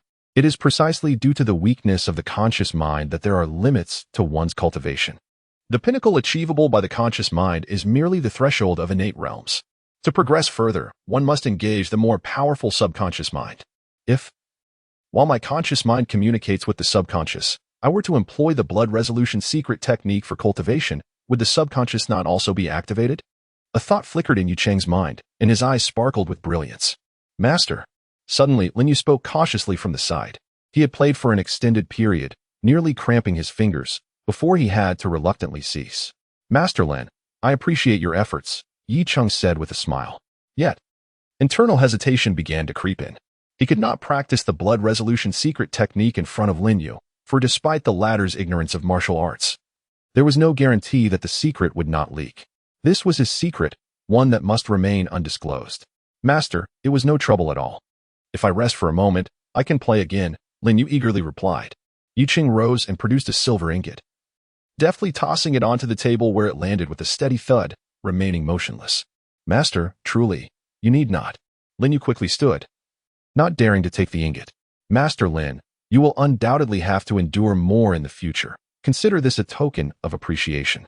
Please accept it. Yiqing said with a light chuckle. Thank you, Master. Lin Yu, though reluctant, had no choice but to accept it. However, he couldn't fathom why this esteemed individual favored such low-frequency melodies. Yet, he dared not inquire further. Perhaps this master had particularly unique tastes. As Lin Yu departed, Yicheng casually remarked, Master Lin, please refrain from speaking of this matter to others. Understood. Lin Yu replied with a slight bow before carefully cradling the Qishuan Qin and exiting. Yiqing gazed at Lin Yu's retreating figure, his eyes shimmering with excitement. He had unexpectedly discovered a solution to a monumental challenge that had perplexed countless innate warriors of the Qian kingdom. Of course, this was not solely his achievement. It stemmed from the knowledge acquired in his previous life on Earth. Indeed, science embodies the foremost productive force. Even in this world where martial prowess reigns supreme, it can still play a significant role. Chapter 9. The Sword Master. A few days later, the musician Lin Yu returned to Yicheng's residence. The 7-string zither had been finely tuned. Your Excellency, I have completed the tuning, Lin Yu respectfully announced. Opposite him, a curtain concealed the interior, preventing any view of the situation within. Commence. The voice of Yicheng echoed from behind the curtain. This was the solution he had devised. It may seem peculiar, yet it was the most prudent course he could conceive. As long as he exercised caution, Lin Yu would likely be unable to discern what lay beyond the curtain. Yes, Your Excellency, Lin Yu replied, settling into his seat. Soon, the soothing and tranquil melodies of the zither began to resonate. The curtain dampened the sound's transmission to some extent. Yicheng, with eyes closed, entered a meditative state. Over the past few days, he had diligently studied meditation, seeking the most effective means to attain a profound state of focus. Prior to Lin Yu's arrival, he had already employed the blood release secret technique once. This time, he aimed to ascertain whether he could continue cultivating the Xianyin technique after exhausting his mental energy. By communicating with his subconscious mind while utilizing the blood release secret technique. As he descended into meditation, the blood release secret technique unfurled within him, surging his vital energy throughout his body. With abundant experience in this area, he adeptly managed the side effects brought on by the technique.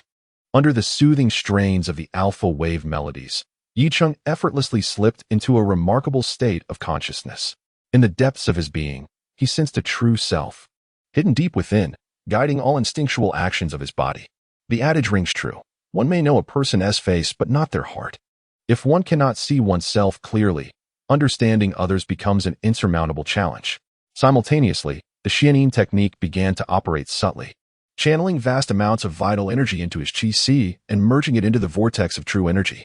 Threads of true energy emerged, fortifying the vortex. A surge of joy welled within Yicheng. It worked. By utilizing the alpha waves to connect with his subconscious, he had dismantled the protective mechanisms of his mind and resumed his cultivation. This indicated that he could now advance his training at an accelerated pace. Time seemed to elapse unnoticed until Yicheng abruptly emerged from his meditative state. In the next moment, he felt a wave of drowsiness wash over him. His thoughts dulled, and a haze of disorientation clouding his mind. He quickly realized that the intense expenditure of mental energy following his subconscious communication had taken its toll. Furthermore, his body felt remarkably weak, having employed the blood release secret technique. This time, he had truly suffered dual injuries, both physical and mental. Fortunately, he possessed the fruit of immortality. Soon, a brilliant golden light blossomed in his mind, enveloping him in a sensation akin to soaking in a hot spring, exquisite comfort that was utterly intoxicating. After a brief interval, Yicheng had fully recovered, feeling invigorated and entirely at ease. All previous negative effects on his mind and body had dissipated entirely. As he sensed the condition of the true energy vortex within his qi, he found it even more efficient than during his usual cultivation sessions. A radiant smile spread across his face. He had succeeded. Even if one practices just once more each day, it equates to an increase in cultivation speed by more than double. What if one were to practice 3, 4, or even 5 times a day? Just imagine the rapid progress one could achieve. Alas, this method of cultivation necessitates the accompaniment of Lin Yu's melodies, which is rather cumbersome. Lin Yu is not his subordinate nor his servant. it is unreasonable to expect him to accompany him daily for piano practice. Over time, this arrangement would inevitably lead to unnecessary complications. It seems a strategy must be devised, preferably to keep Lin Yu close at hand. Yi Cheng narrowed his eyes. That day, Yi Cheng had Lin Yu play intermittently several times. The effects of practicing a few extra times each day were remarkable. His cultivation progressed swiftly. Within a month, he estimated he would be able to break through to the third level of the acquired stage. This rate of cultivation was several times faster than before. If he could have a few musicians to play alpha tones for him daily, he believed that within 6 months, he would undoubtedly reach the consummate stage of the acquired realm. That night, within the brightly lit Yinxian Hall, the young master, Su Zhou of the Tianjin sect, known as Yun Xiaoyao, made his appearance in the Xianglan Pavilion, reportedly solving a conundrum posed by Miss Chaoyun. A young servant in a green robe knelt before Su Zhou, delivering the recent news. What? Su Zhou's expression changed dramatically. The Tianjin sect is based in Suzhou. What business does Yun Xiaoyao have in our Jingzhou, specifically in Donglan City? The name of Yun Xiaoyao is renowned far and wide. He entered the Tianjin sect at the tender age of 15, having been merely a bookish youth before that. Yet he excelled in the scholarly examinations, earning accolades from the esteemed scholar Xie Mingyang. However, just as he was about to participate in the imperial examination, he suddenly abandoned his studies to pursue martial arts, becoming a disciple of the Tianjin sect. Remarkably, within just a few years, he ascended to the position of the sect's foremost swordsman. The title of swordsman is tantamount to being the future leader of the Tianjin sect. It is said that he possesses an extraordinary natural talent for the sword, and with time, he is destined to become a master of the sword path. Let us go to Xianglan Pavilion, Su Zhou commanded with a wave of his hand. A blue-robed eunuch standing nearby hastily interjected, "This is Donglan City, the territory of our Jing royal residence. Could it be that we fear an assassination attempt on the young master?" Su Zhou scoffed coldly. Ultimately, he departed from the Jing royal residence in a carriage, heading toward the banks of the Qinghe River. As it was nighttime, the number of guards surrounding him had notably increased. In addition to the innate master Shui Yan, the chief eunuch Zhao Yinglian accompanied him closely. There was no choice. The safety of young master Su Zhou was of paramount importance. However, with 2 innate warriors as protectors, his safety should not be a significant concern. Yi Cheng, serving as a protective eunuch, was also included in the entourage. Although he was merely a filler, he was nonetheless required to accompany Su Zhou whenever he ventured out. The banks of the Qinghe River at night were a world apart from the daytime. The area was brilliantly illuminated and bustling with activity. Moored along the river were splendid pleasure boats, adorned with countless red lanterns, from which various melodies resonated. The proprietor of the fragrant boat, Yuan, was taken aback by the unprecedented evening visit of the heir, Su Zhou. An unsettling anxiety began to gnaw at her heart. "Is Miss Chaoyun available?" inquired the composed heir, Su Zhou. "Your Grace, please do not put me in a difficult position," Yuan spoke cautiously. The likes of the Jing Wangfu and the Tianjin men were beyond her means to offend. Despite the Tianjin men being a prominent martial arts sect in Suzhou, located 1,000 miles from Jingzhou, its influence was undeniably significant. The sect's elder was a master of the sword, and any such master commanded respect, even from the imperial court of the Qin kingdom, with a status nearly akin to that of a prince. Moreover, Jinzi Yun Xiaoyao was the direct disciple of this sword master. In terms of noble standing, he was not easily eclipsed by the heir, Su Zhou. Should a conflict arise between these 2 illustrious figures, it would surely spell disaster for her boat. Chapter 10. The Emperor of Dryness. Upon observing the demeanor of the Master Yuan, Su Zhou let out a cold snort and immediately ascended the stairs. "My lord." Master Yuan's expression shifted slightly, yet he dared not obstruct him. Soon, surrounded by guards, Su Zhou arrived at the pinnacle of the building, the 3rd floor. Just as he reached there, a man and a woman emerged from a room. The sight of them ignited a surge of anger within Su Zhou. The woman was none other than Miss Chaoyun, whom he had pursued ardently for 2 years. Dressed in white, adorned with minimal makeup, she exuded an ethereal grace akin to an orchid in a secluded valley. Su Zhou had glimpsed her several times before, always sensing a poignant sadness emanating from her. Yet at this moment, she beamed with a radiant smile, a genuine joy that seemed to bloom from her very soul. A pang of anguish struck Su Zhou's heart. He felt as though this enchanting girl had entirely slipped away from him. He could not fathom why, as the esteemed son of the Prince of Jing, he could not win her affections, constantly met with evasive challenges instead. "Yun Xiaoyao?" Su Zhou's gaze fell upon the young man walking beside Miss Chaoyun, clad in scholarly attire. He possessed an air of refined elegance, albeit with a sword slung over his back and a fierce glint in his eyes. "Oh, it is the esteemed son of Suja. What guidance do you seek?" Yun Xiaoao remarked with a slight smile upon noticing Suja. "Why do you, as a distinguished disciple of the Heavenly Sword sect, abandon your station in Shuzhou to unexpectedly visit my Jing Wangfu without prior notice? What is your intent?" Suja's tone was frigid as he scrutinized Yun Xiaoao. "To redeem Miss Chowan, perhaps?" Suja's expression shifted dramatically, and he quickly turned to face Miss Chowan. I have met the esteemed son," she responded with a respectful bow, "and I am grateful for your affection over the past 2 years. However, that challenge was specifically devised for Yunlang. So, all of this was merely my one-sided wishful thinking?" Suja replied, suppressing his fury, his voice icy. He felt like a fool entangled in a web of deception for 2 years, oblivious to the truth. The atmosphere grew tense, charged with unspoken hostility. Quietly, a sword-bearing man with a violet face appeared beside Yun Xiaoyao. His eyes, half open, flickered with a subtle brilliance. Upon seeing him, Suja's guards, Shui Yin and Zhao Yinglian, both innate martial artists, grew increasingly apprehensive. As a disciple of the Heavenly Sword sect, he was undoubtedly accompanied by formidable protectors. Yi Qing, still on the 2nd floor, had yet to ascend to the 3rd. However, he sensed an overwhelming pressure in the air, a prickling sensation enveloping his skin. Observing the tense expressions of the guards around him, he realized that there were indeed top-tier experts present from the Heavenly Sword sect. Given the anxiety displayed by both Elder Shui and Manager Zhao, it was evident that a formidable innate master was in Yun Xiaoyao's company. Yi Qing contemplated the situation. Faced with such formidable opponents, his own cultivation of mere postnatal 2nd level was insignificant. Thus, he resolved to distance himself should conflict arise. If one can merely manage to procure soy sauce, then let it be so. When affairs become insurmountable, it is best to retreat. He possesses an endless lifespan and has no desire to assume the role of a guardian, especially not to sacrifice himself for Suja's sake. As for Suja, the young master, the intricacies of this tale shall be elaborated by Yun.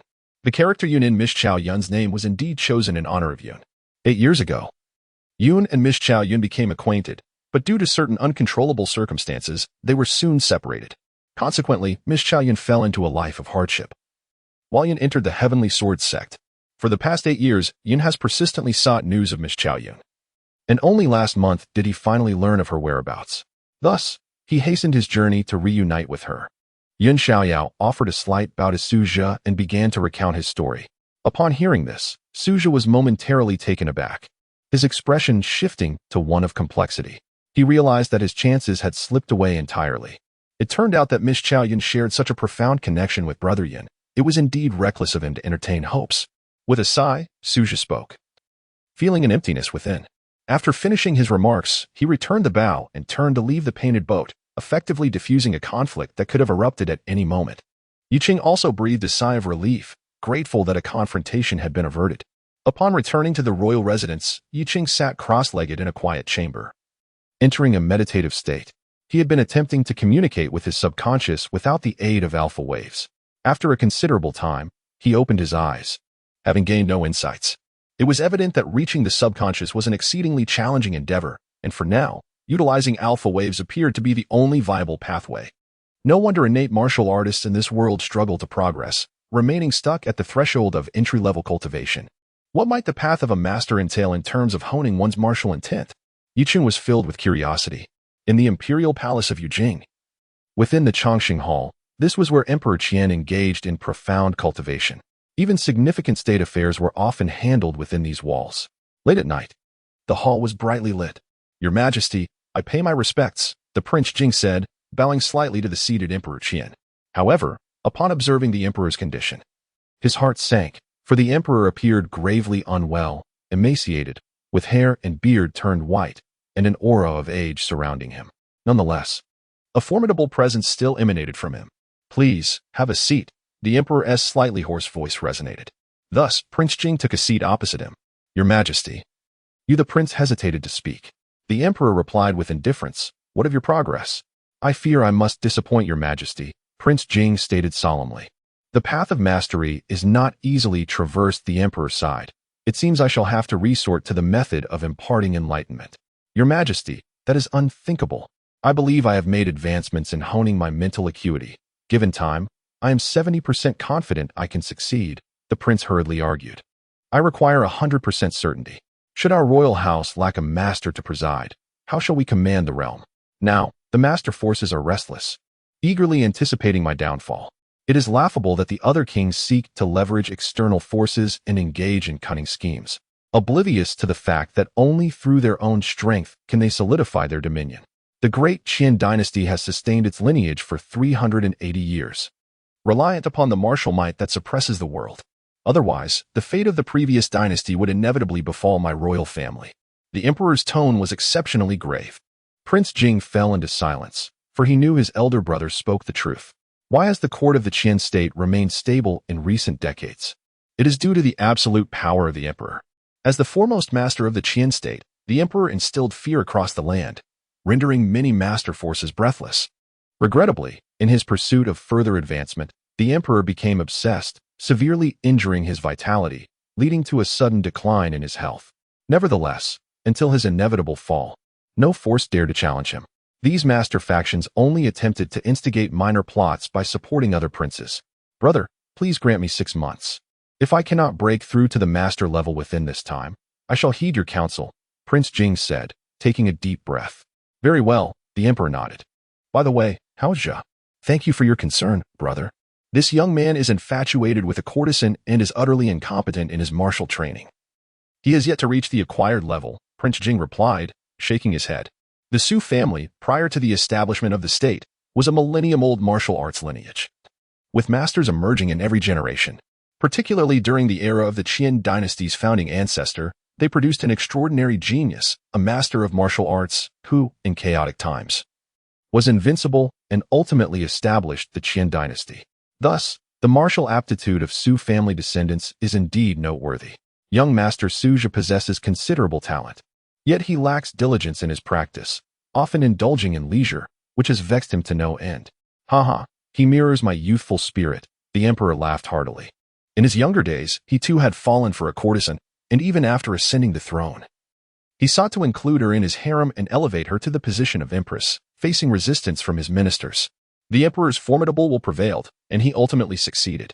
Alas, the empress soon fell ill and passed away, leading to the shocking poison case that gripped the Qin state. It was rumored she succumbed to poison techniques. That incident claimed countless lives, resulting in the replacement of half the ministers in the court. Subsequently, the emperor never appointed another empress or concubines, relocating to the newly constructed Chongqing Palace, dedicating his primary focus to martial cultivation, which left him without heirs. Chapter 11. The 18 chimes. Ever since the esteemed Lady Chao Yun was taken away by the sword master Yun Xiaoyao of the Tianjin sect, the young master Suzhou appeared to have transformed into a different person, indulging in wine and revelry, embracing a life of decadence. Yicheng found himself in a state of discontent, for the musician Lin Yu was preoccupied with performing at the Yanqi Hall, leaving no time to play the alpha notes for him. Consequently, Yicheng's cultivation progress had once again slowed. However, he felt powerless to remedy the situation unless he sought musicians outside the Wangfu, which posed even greater risks. One evening, in a bout of boredom, Yicheng was perusing a Buddhist scripture. He needed to cultivate only once a day, leaving him with an abundance of free time. To his surprise, Lin Yu arrived. There was little choice. The young master Suzhou demanded music and dance, which made their lives as musicians quite arduous. It's fine, the young master's affairs take precedence. Yicheng waved dismissively. Your Excellency, if you merely desire to hear that particular melody, I might have a solution, Lin Yu said hesitantly. He was genuinely curious, as the seemingly soothing sounds of the zither, when listened to over extended periods, could become quite unbearable and affect one's mental state. Yet this gentleman insisted on listening daily, even repeating the melodies countless times, seemingly deriving great pleasure from it. Oh, what solution do you propose? Yicheng inquired eagerly. Your Excellency, my ancestors once crafted a device known as the 18 chimes. This device can be adjusted to produce the various frequencies you mentioned. Since my childhood, I have utilized the 18 chimes to refine my musical ear, allowing me to discern any frequency upon hearing it, Lin Yu explained hurriedly. If you require it, I can arrange for it to be delivered. Lin Yu, I had no idea such an instrument existed. I would greatly appreciate your assistance, Yicheng replied, intrigued and nodding in agreement. 2 days later, Lin Yu's family indeed delivered the 18 chimes. After being inspected by the guards at the Wangfu, The device was permitted entry and brought to Yi Cheng's residence. Upon examining the 18 chimes, he noted that it resembled an inverted bronze bell, towering nearly 2 meters high, with an estimated diameter of around 1 meter. What lay within remained a mystery to him. He decided to wait for Lin Yu's arrival for further guidance, as he was unfamiliar with its operation and feared causing damage. In the evening, Lin Yu arrived. Through his explanations, Yi Cheng gained some understanding of the 18 chimes, discovering that it held considerable complexity within. Individuals entered from the top, and the interior was quite spacious, yet the walls of the bell were adorned with numerous copper nails. Remarkably, these copper nails were detachable. Your Excellency, these copper nails are used to control the frequencies, Lin Yu explained. He then exerted considerable effort to remove the nails one by one. As he dismantled them, hollow spaces began to reveal themselves. After some time, he had removed at least half of the copper nails. He then secured the cover of the top entrance tightly. The structure of this cover was intricate, featuring a mechanism akin to a spring. Esteemed Elder, this is the sound-making mechanism. In order to isolate the interference from external noise, the operation of this device relies solely on the individual within, Lin Yu articulated. Yi Cheng gazed in astonishment. The structure of this 18-bell apparatus was indeed quite intricate. The ingenuity required for Lin's ancestors to design such a contraption was nothing short of genius. Once Lin Yu activated the mechanism, a small hammer-like object gently struck a specific point on the side of the 18-bell. A dull and slow sound resonated. The two individuals inside the bell felt an involuntary shiver run down their spines, a profound sensation that struck at the very core of their being. Esteemed Elder, it requires some adjustment. The frequency is slightly too high, Lin Yu remarked after hearing the sound. Yi Cheng, however, was unable to discern the difference, as he lacked sensitivity to sound. Lin Yu then repositioned the copper nail, completing the final adjustments. Yi Cheng closed his eyes, attempting to enter a meditative state.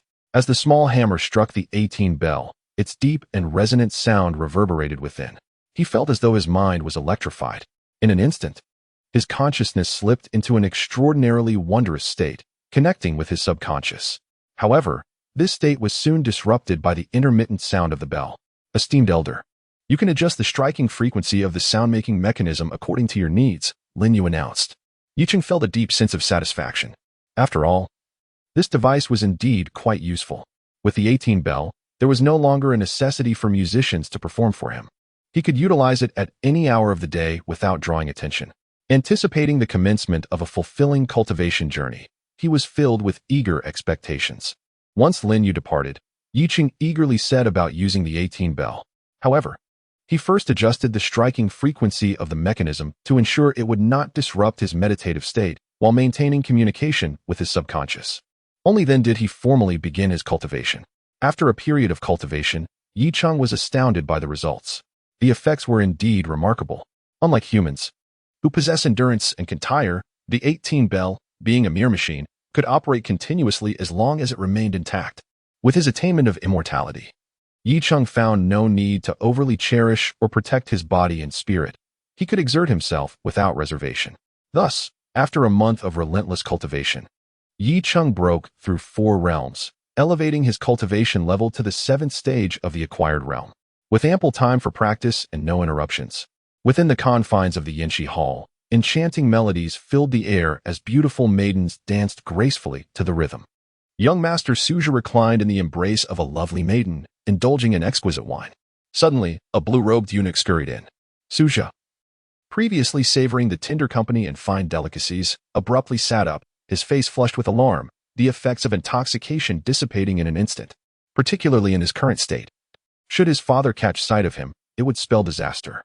Quickly, prepare a remedy for my hangover and arrange for my ablutions, Suja commanded without delay.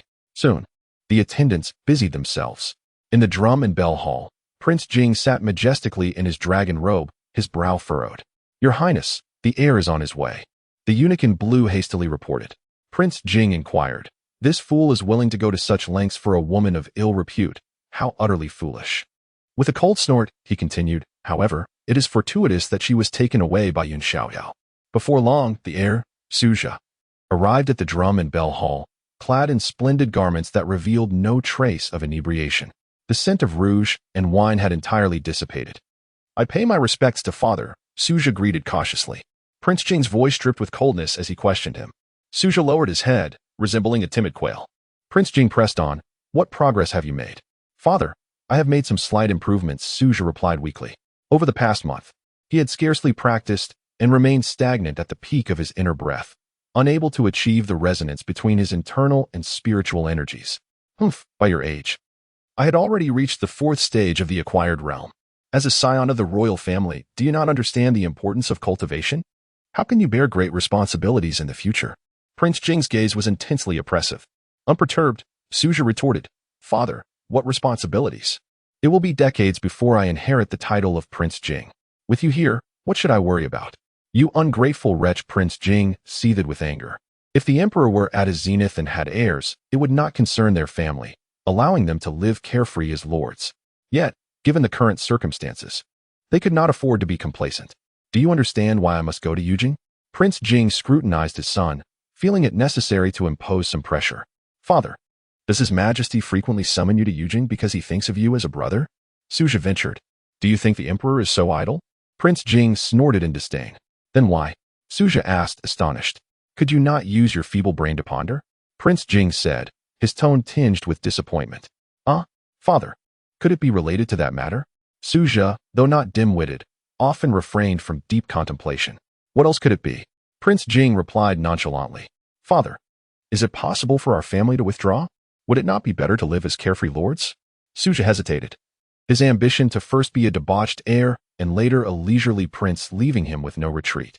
Prince Jing shook his head, and instantly, Suja's expression soured. He knew all too well the perils of vying for the throne. Chapter 12. The Ambush in the Dead of Night.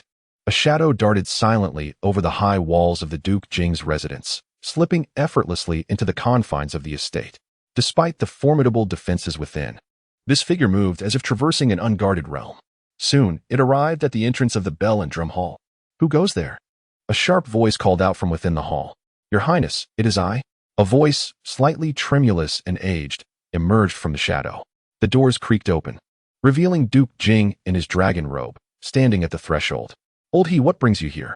Duke Jing's voice quivered upon recognizing the shadow, which was none other than He Tsung Hai, the esteemed head of the Taiwu Hall, who had served the Qian dynasty for over a century. He was an elder among the eunuchs and one of the innate masters of the realm. It was exceedingly rare for him to leave the imperial city, let alone the palace, and now he stood before Duke Jing in the dead of night, stirring a sense of foreboding within him. His Majesty's health has suddenly deteriorated. I have come to escort you and your family back to the capital, the old eunuch sighed heavily. But the last time I saw my brother, he appeared to be in good health. Duke Jing exclaimed, astonished. Although he had anticipated such a possibility, the revelation still struck him with shock. The implications of the emperor's sudden demise were catastrophic, a thought too dreadful to contemplate, especially since he had yet to attain the mastery required to stabilize the situation. Someone has poisoned His Majesty, the old eunuch spoke in a grave tone. Duke Jing could not suppress a sharp intake of breath. This indicated that there were those who could not wait to act. Their intentions are clear, the old eunuch continued. Duke Jing understood the implication. Those who dared to poison the emperor would certainly make every effort to thwart their entry into the capital. Then I shall make arrangements at once to prepare for our departure to the capital, Duke Jing resolved, taking a deep breath. In the quiet chamber, within the span of 18 chimes, Yi Cheng sat cross-legged, enveloped by the resonant echoes of rhythmic strikes. He entered a meditative state through the alpha sound waves, connecting with his subconscious. After more than a month of cultivation, he had reached the pinnacle of the acquired realm. The next step was the innate level, however. He lacked the inner power techniques required for such advancement and could only focus on honing his martial skills.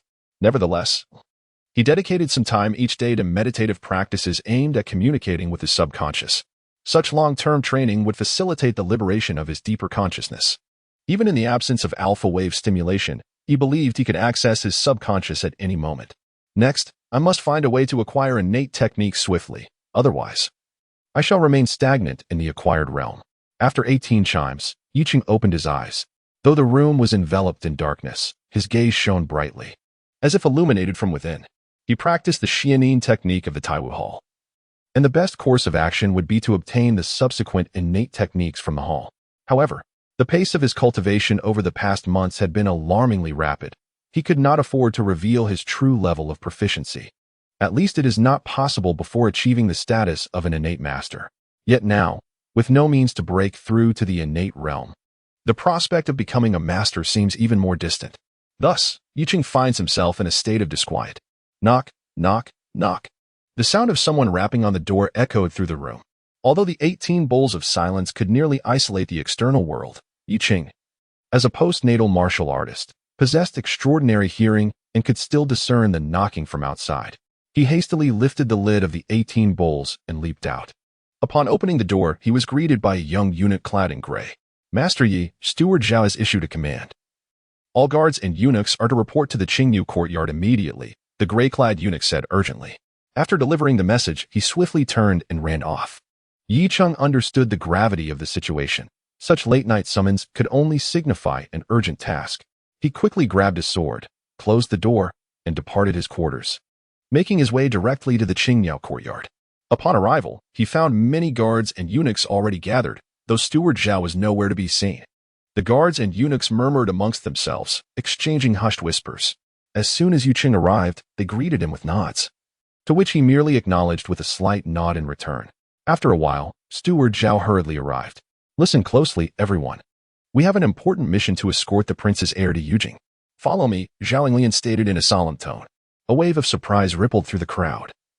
The sudden journey to Yujing surely indicated the occurrence of significant events.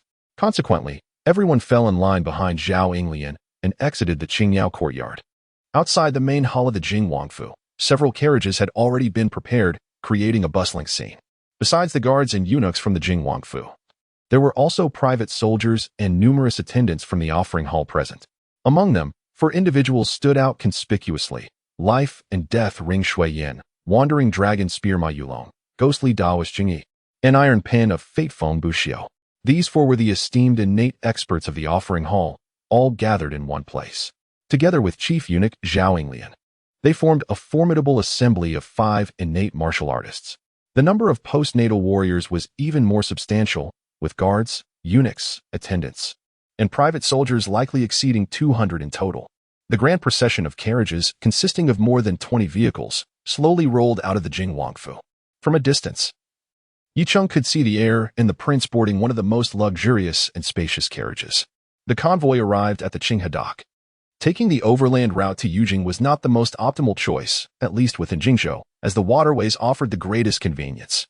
Despite the late hour, the dock was ablaze with light, with 3 large cargo ships moored, resembling colossal beasts resting upon the river's surface. All carriages were directly loaded onto the ships. These cargo vessels appeared exceptional, as Yicheng noted the presence of crossbows mounted on them, indicating their potential use as warships. After more than half an hour, the boarding process was completed. Accompanied by the sound of a signal, the 3 large cargo ships gradually set sail, departing the dock and drifting downstream. As dawn broke, Yicheng stood on the 3rd deck of the ship, gazing at the picturesque mountains and clear waters on either side, marveling at the breathtaking scenery. This marked the first occasion since his arrival in this foreign realm that he departed from Donglin City. Suddenly, a figure appeared beside him. It was the steward, Zhao Lian. Be cautious, my dear child, he urged as he patted Yicheng on the shoulder before walking away. A wave of confusion washed over Yicheng. What did Zhao mean by that? Could it be that the journey to Yujing with the Prince of Jing was fraught with peril? On the 3rd night, beneath a sparse canopy of stars, the world was enveloped in a golden glow. 3 grand boats had already exited the Jingzhou region, surrounded by towering mountains that cast ominous shadows. Distant roars from wild beasts echoed hauntingly, sending chills down one's spine. Ahead, the waterway narrowed, and the current grew turbulent. The cliffs on either side loomed menacingly. At that moment, Yicheng sat cross-legged in meditation, attempting to connect with his subconscious. Alas, without the alpha sound, this endeavor proved exceedingly challenging. The 18 bowls remained at the prince's residence, rendering him unable to commune with his inner self. Suddenly, a shrill alarm pierced the night, jolting Yicheng from his reverie. He glanced skyward, only to witness a multitude of fire arrows streaking down like meteors from the cliffs, aimed directly at the 3 boats below. In a swift motion, he drew his sword and deflected one of the arrows that had come perilously close. It landed nearby, still ablaze. Countless arrows rained down upon the vessels, igniting numerous spots on their decks. Concurrently, thick iron chains emerged across the river, obstructing their path. The foremost boat, unable to control its momentum, collided violently with the chains, resulting in a fierce jolt that rocked the vessel, coupled with the raging waters. The boat lost all semblance of control and careened against the cliffside. Though the vessel remained intact, it sustained significant damage, and its occupants were thrown about chaotically. The subsequent two boats, positioned at a safer distance, managed to slow their pace and come to a halt. Yet, an unrelenting barrage of arrows continued to rain down, rendering them perfect targets. Ordinary servants rushed to douse the flames, while other guards prepared for battle. A commanding voice rang out from the second boat, where both the heir and the Prince of Jing resided, and where Yi Cheng found himself. Among the 5 innate martial artists, 3 were aboard this vessel, while the other 2 boats each had but one to oversee them. In an instant, many servants emerged from the cabins, carrying buckets of water to extinguish the fires, while guards, eunuchs, and private soldiers drew their weapons to defend against the descending arrows, bracing themselves for the impending conflict. Some unfortunate souls, struck by arrows, fell to the ground, crying out in agony. This was Yu Cheng's first encounter with an adversary, shrouded in darkness, unaware of the enemy's true nature, and his heart raced with apprehension. Suddenly, dark figures emerged from the ship's railing, akin to specters of the depths, brandishing gleaming weapons as they leaped onto the deck. Numerous shadows also darted across the iron chains spanning the river. On the cliffs flanking the river, shadows, resembling nocturnal owls, swooped down towards the ship. Instantly, a brutal melee erupted aboard the 3 vessels. A piercing shriek rang out, and brilliant sword light surged forth, tearing apart a corner of the ship, sending fragments flying. Song Qiong's sword. Su Fei, how dare you assault the ship fleet of the Prince of Jing? Roared Shui Yan, his fury palpable.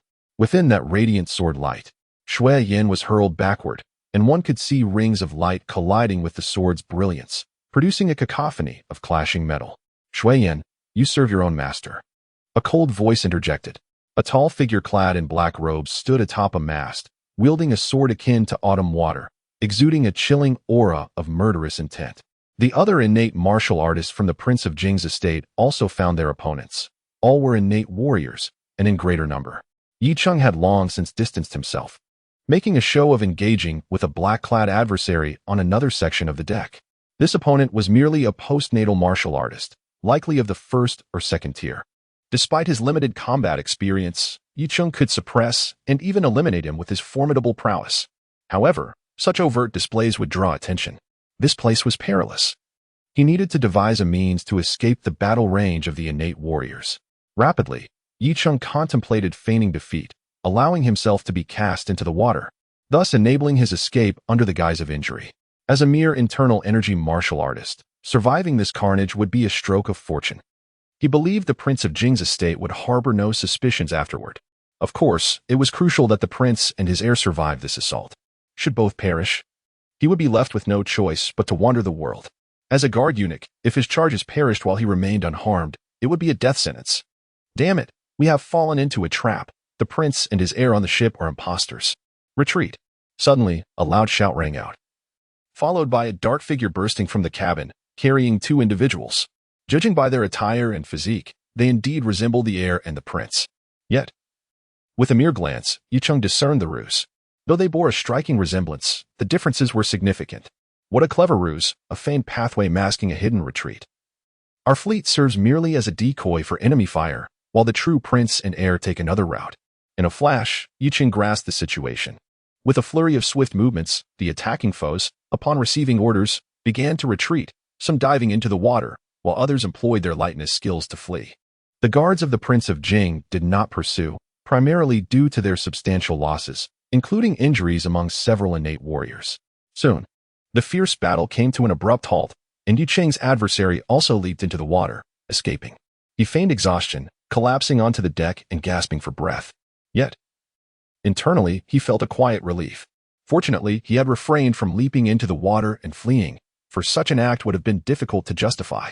Suddenly, a figure landed beside Yu Cheng. It was Zhao Lian. A handprint marred his chest, blood seeping through, and his aged visage appeared alarmingly pallid. As long as he was unharmed, Zhao Lian's worries dissipated. In the chaos of the recent skirmish, even he, a congenital martial artist, had been unable to attend to anyone else, let alone Yu Cheng. Father, Yu Cheng exclaimed upon witnessing Zhao Lian's injury, hastily rising to his feet. I am unharmed. Merely struck by a powerful blow from the Bloodhand's great diamond palm, Zhao Lian replied, shaking his head. But what of the prince in the air? Yu Cheng could not contain his concern. Do not fret. By now, the prince and the heir should have already arrived in Yujing, Zhao Yinglian said with a light chuckle. As long as they reach Yujing before the opposing factions can react, the situation will largely be settled. Once the prince ascends to the throne, the entire Jing royal household shall rise to prominence. Chapter 13. Entering the capital, Jade Capital. The Imperial Palace, Eternal Life Hall. 3 figures, shrouded in darkness, navigated through numerous sentinels to arrive here.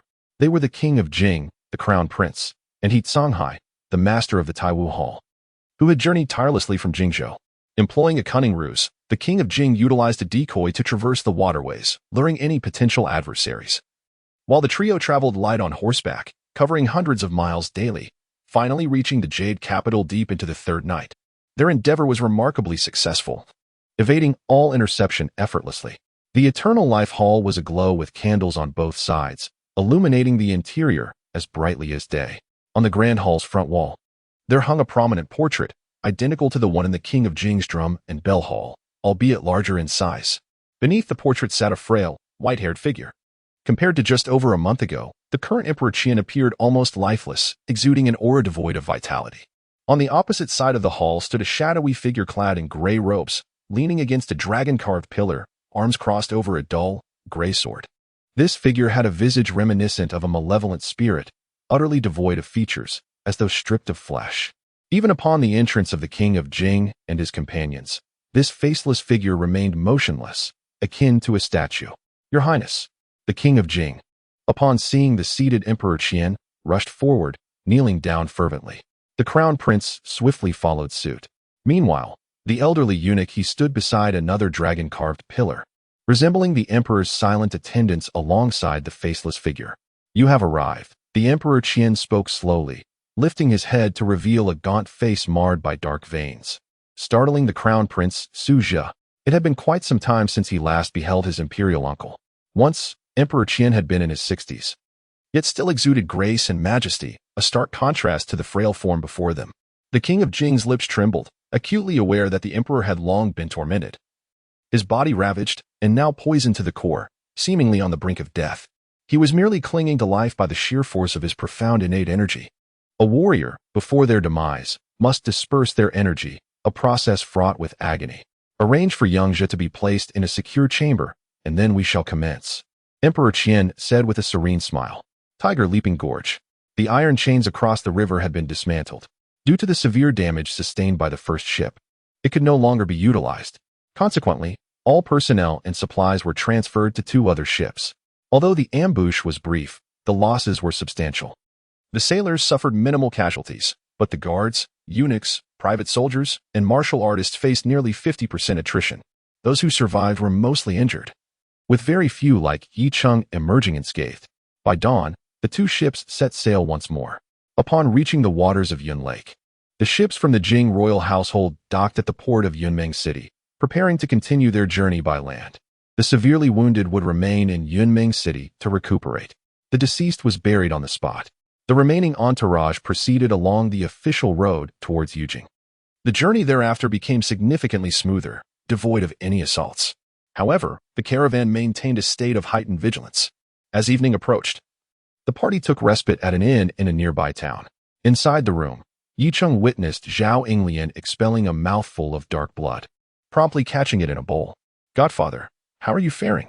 Yi Cheng inquired, noticing the renewed color in Zhao Yinglian's cheeks. The stagnated energy has nearly been cleared. I am not in grave danger, Zhao Yinglian reflected.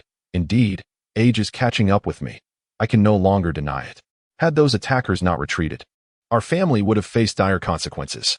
Despite the accumulation of age bestowing greater strength and combat experience, the deterioration of bodily functions adversely affects the utilization of internal energy, hindering the true prowess of martial techniques. In battles of equivalent prowess, this presents a significant disadvantage. Innate martial artists fare somewhat better, benefiting from longevity, which slows the aging process. However, for those relying on cultivated energy, advancing years lead to a severe decline in strength. Godfather, may I pose a question? Yi Cheng could not restrain himself from asking. What question? Zhao Yinglian inquired with a smile. What is the true reason behind the prince and heir's entry into the capital? Yi Cheng articulated the curiosity that occupied his mind. The previous ambush on the fleet evidently targeted the king and the heir, indicating that their arrival in the capital must pertain to matters of great significance. He wished to avoid entering the capital ignorant of the situation, risking his life in the process. "Ha ha, I knew you would be unable to contain your curiosity," Zhao Lian chuckled lightly. "I could not speak of it before. But now, it is no longer a secret. If all goes well, the prince is set to become the new emperor of our great Qian nation." Yiqing involuntarily gasped in astonishment. This was not merely significant, it was earth-shattering. Historically, the struggle for the throne has been fiercely intense, often brutal and bloody. The recent ambush on the fleet underscored the perils involved. Rest assured, the prince has likely reached Yujing already through a cunning strategy, provided no unforeseen complications arise. Victory should favor him, Zhao Lian reassured. Yet, he harbored his own uncertainties. Although the advantage lay with the king, the potential for unforeseen events lingered ominously.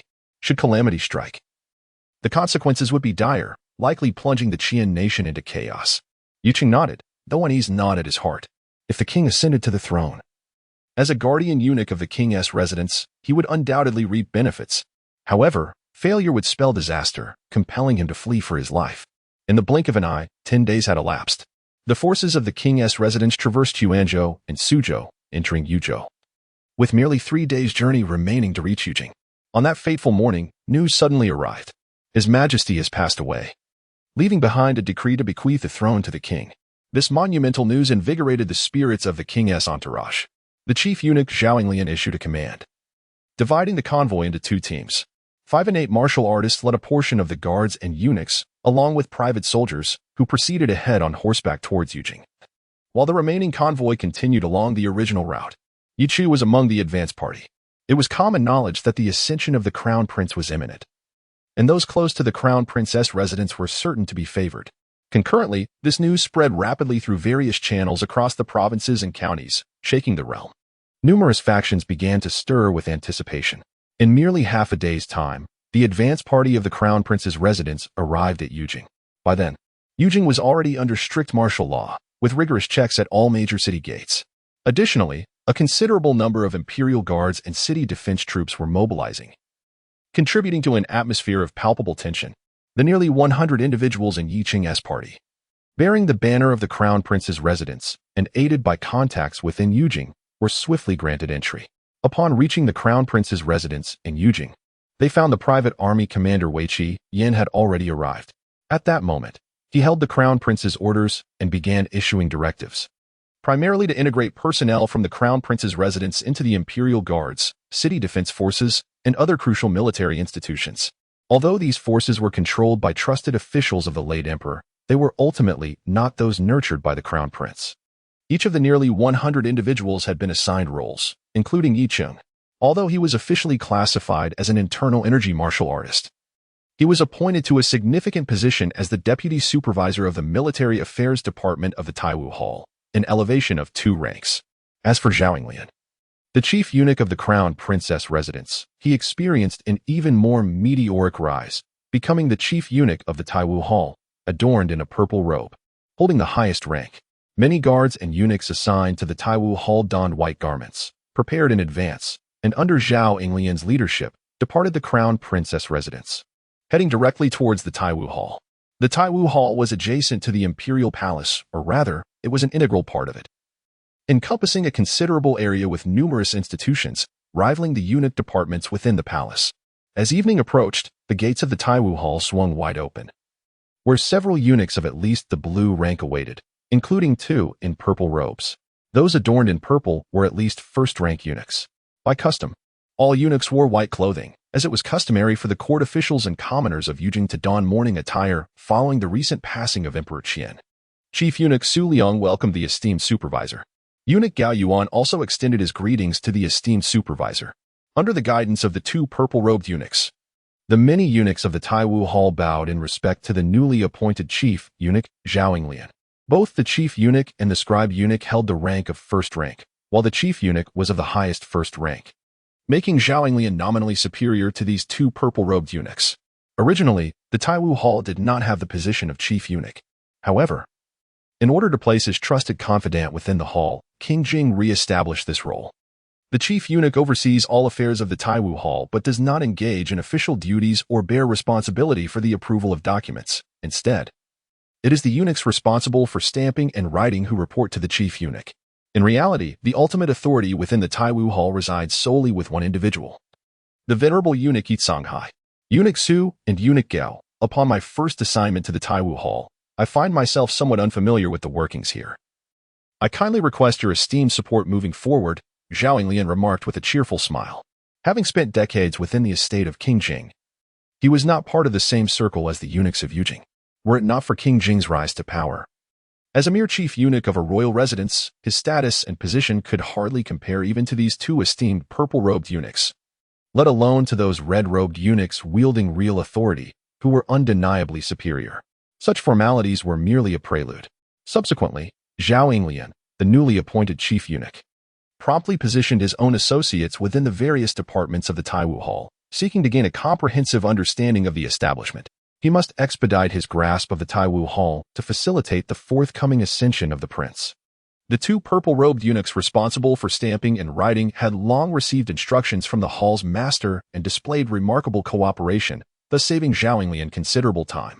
At this moment, Yucha followed the two blue-robed eunuchs to the military command department. Chapter 14. Rebellion. The primary duty of the armament department is the management of weaponry. Serving as a logistical institution of the Taiwu Hall, the department is staffed by over 20 eunuchs, with the highest ranking being the chief eunuch, holding the third rank, distinguished by a red robe. Following him are the supervising eunuch, holding the fourth rank, the eunuch secretary, and the eunuch of the department, all of whom are of the fourth rank as well. The deputy eunuchs on either side hold the fifth rank. Yicheng serves as the deputy eunuch, with the principal responsibility of overseeing the 13 weapon workshops under the armament department. This position is notably powerful and lucrative. Accompanying Yicheng are two eunuchs clad in blue, Lu Jin, the supervising eunuch, and He Su, the eunuch secretary. Despite their higher ranks, they treat Yicheng with utmost respect, for he is a trusted confidant of the future Emperor Qian, a status they cannot rival, and his prospects are undoubtedly bright. Prior to Yicheng's arrival, they had discreetly gathered information about the new deputy eunuch. He is merely 18 years of age, lacking even the foundational martial prowess. Yet he occupies the significant role of deputy eunuch, indicating his esteemed position as a guard within the King Jing's residence. Esteemed eunuch. Here are the relevant documents concerning the 6 weapon workshops under the armament department. One of them states, gesturing to a rack in a side hall where silk bags containing files are neatly arranged, each labeled with pertinent information. Aren't there 13? Yi Cheng inquires with curiosity. There are 13 workshops listed here. The other 7 are currently under the purview of Deputy Eunuch Lin. Lu Jin replies with a light laugh. As Yu Qing casually picks up a silk bag and extracts a stack of documents, he begins to peruse the financial records regarding the workshops, including income and expenditures, material procurement, and the number of craftsmen. Lu Eunuch, He Eunuch, please attend to your matters. I shall review these documents for now, Yi Cheng states after a brief inspection. Looking up from the papers, should you require anything, please send one of your junior eunuchs to summon us. Lu Jin nods in agreement. Once Lu Jin and He Su depart, Yi Cheng settles into a nearby chair. Shortly thereafter, a young eunuch enters, bearing tea and an assortment of fruits and pastries. Master, please enjoy at your leisure, the young eunuch respectfully announces as he sets down the offerings. What is your name? Yi Cheng asks. Noticing that this young eunuch appears to be 2 or 3 years his junior, likely the most junior in the Taiwu Hall. I am called Li Rang. You may refer to me as Xiao Rang, the young eunuch replies hastily. Yi Cheng smiles and gestures for Xiao Rang to withdraw, resuming his examination of the documents. A tinge of regret crosses his mind as he reflects, if only this were the transmission department, the chances of encountering innate martial techniques would be significantly higher.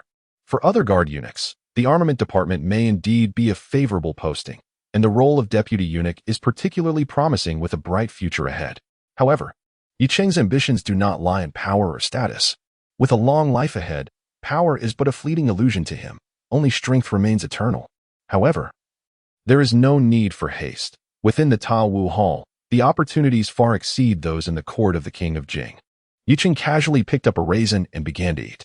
Over the next few days, he perused the information from 6 armament workshops and personally visited each one to ascertain the particulars. As the deputy supervisor of the military affairs department, he could not afford to be idle. At the very least, he must maintain a semblance of diligence. Moreover, he found himself unable to engage in cultivation at this time. With the ascension of the King of Jing imminent, It was imperative for him, as a guardian eunuch of the royal household, to play a significant role. Meanwhile, the funeral arrangements for Emperor Qian were proceeding in an orderly fashion, while preparations for the coronation of the king of Jing were also underway. Yet, beneath the surface, the realm of Qian was rife with turbulence. Following this, the rulers of Liangzhou, Weizhou, Hangzhou, Qizhou, and the 18 other kings rallied together to form a coalition against the king of Jing. Chaos ensued throughout the country. Some princes from various states supported the king of Jing and traveled to Yujing to attend the emperor's funeral.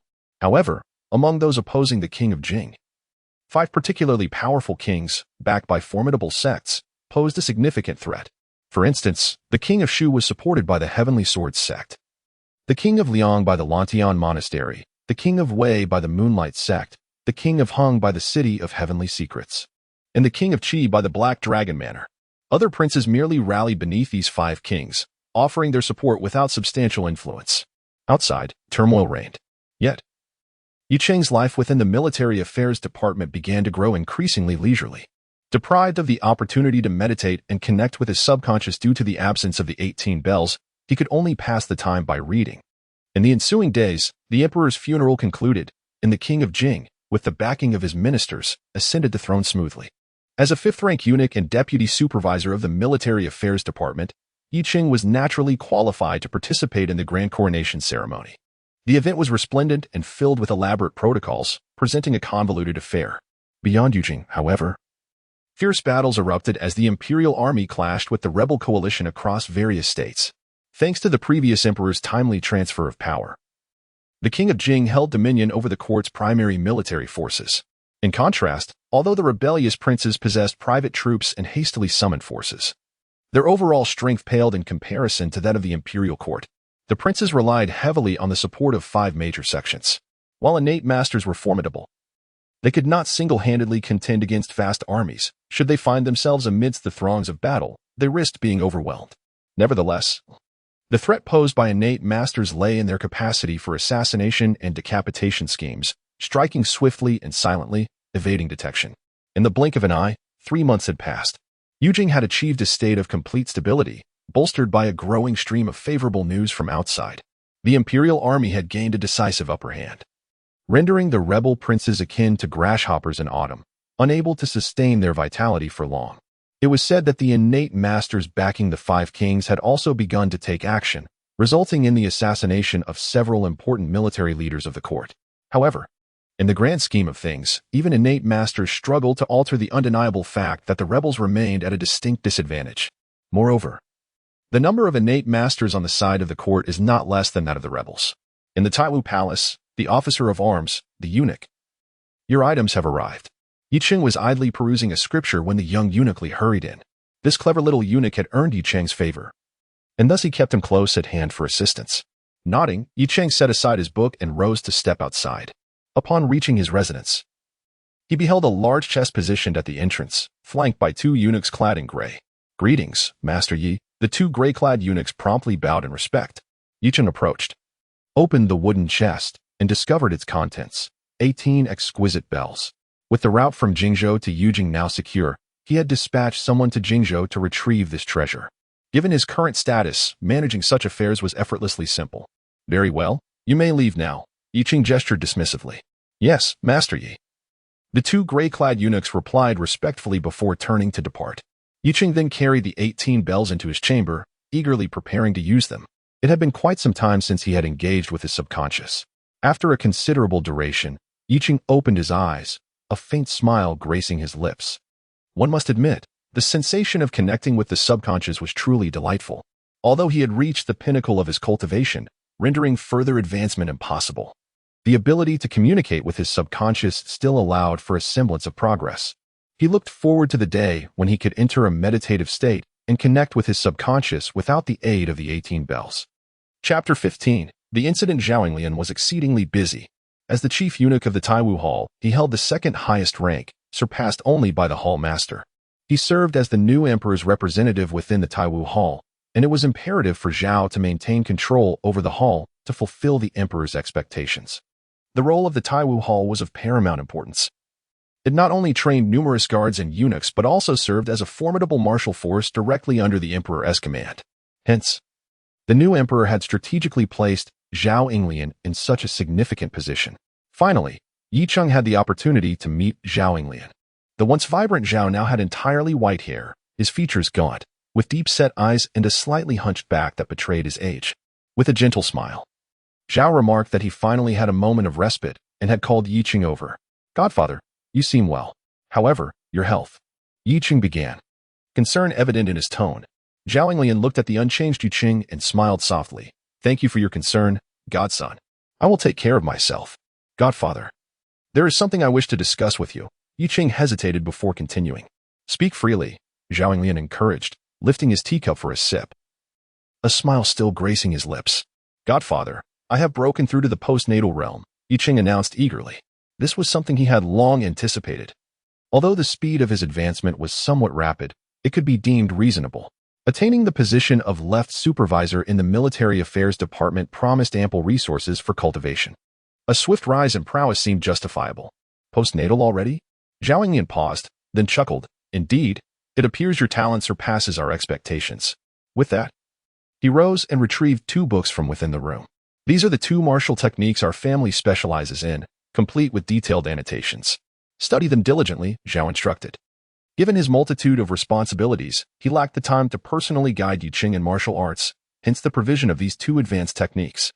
"Thank you, Godfather," Yi Cheng replied, taking the manuals and perusing them intently. The first technique, Cold Shadow Palm, was a palm technique that emitted true energy imbued with a chilling essence, usable by both postnatal and innate practitioners.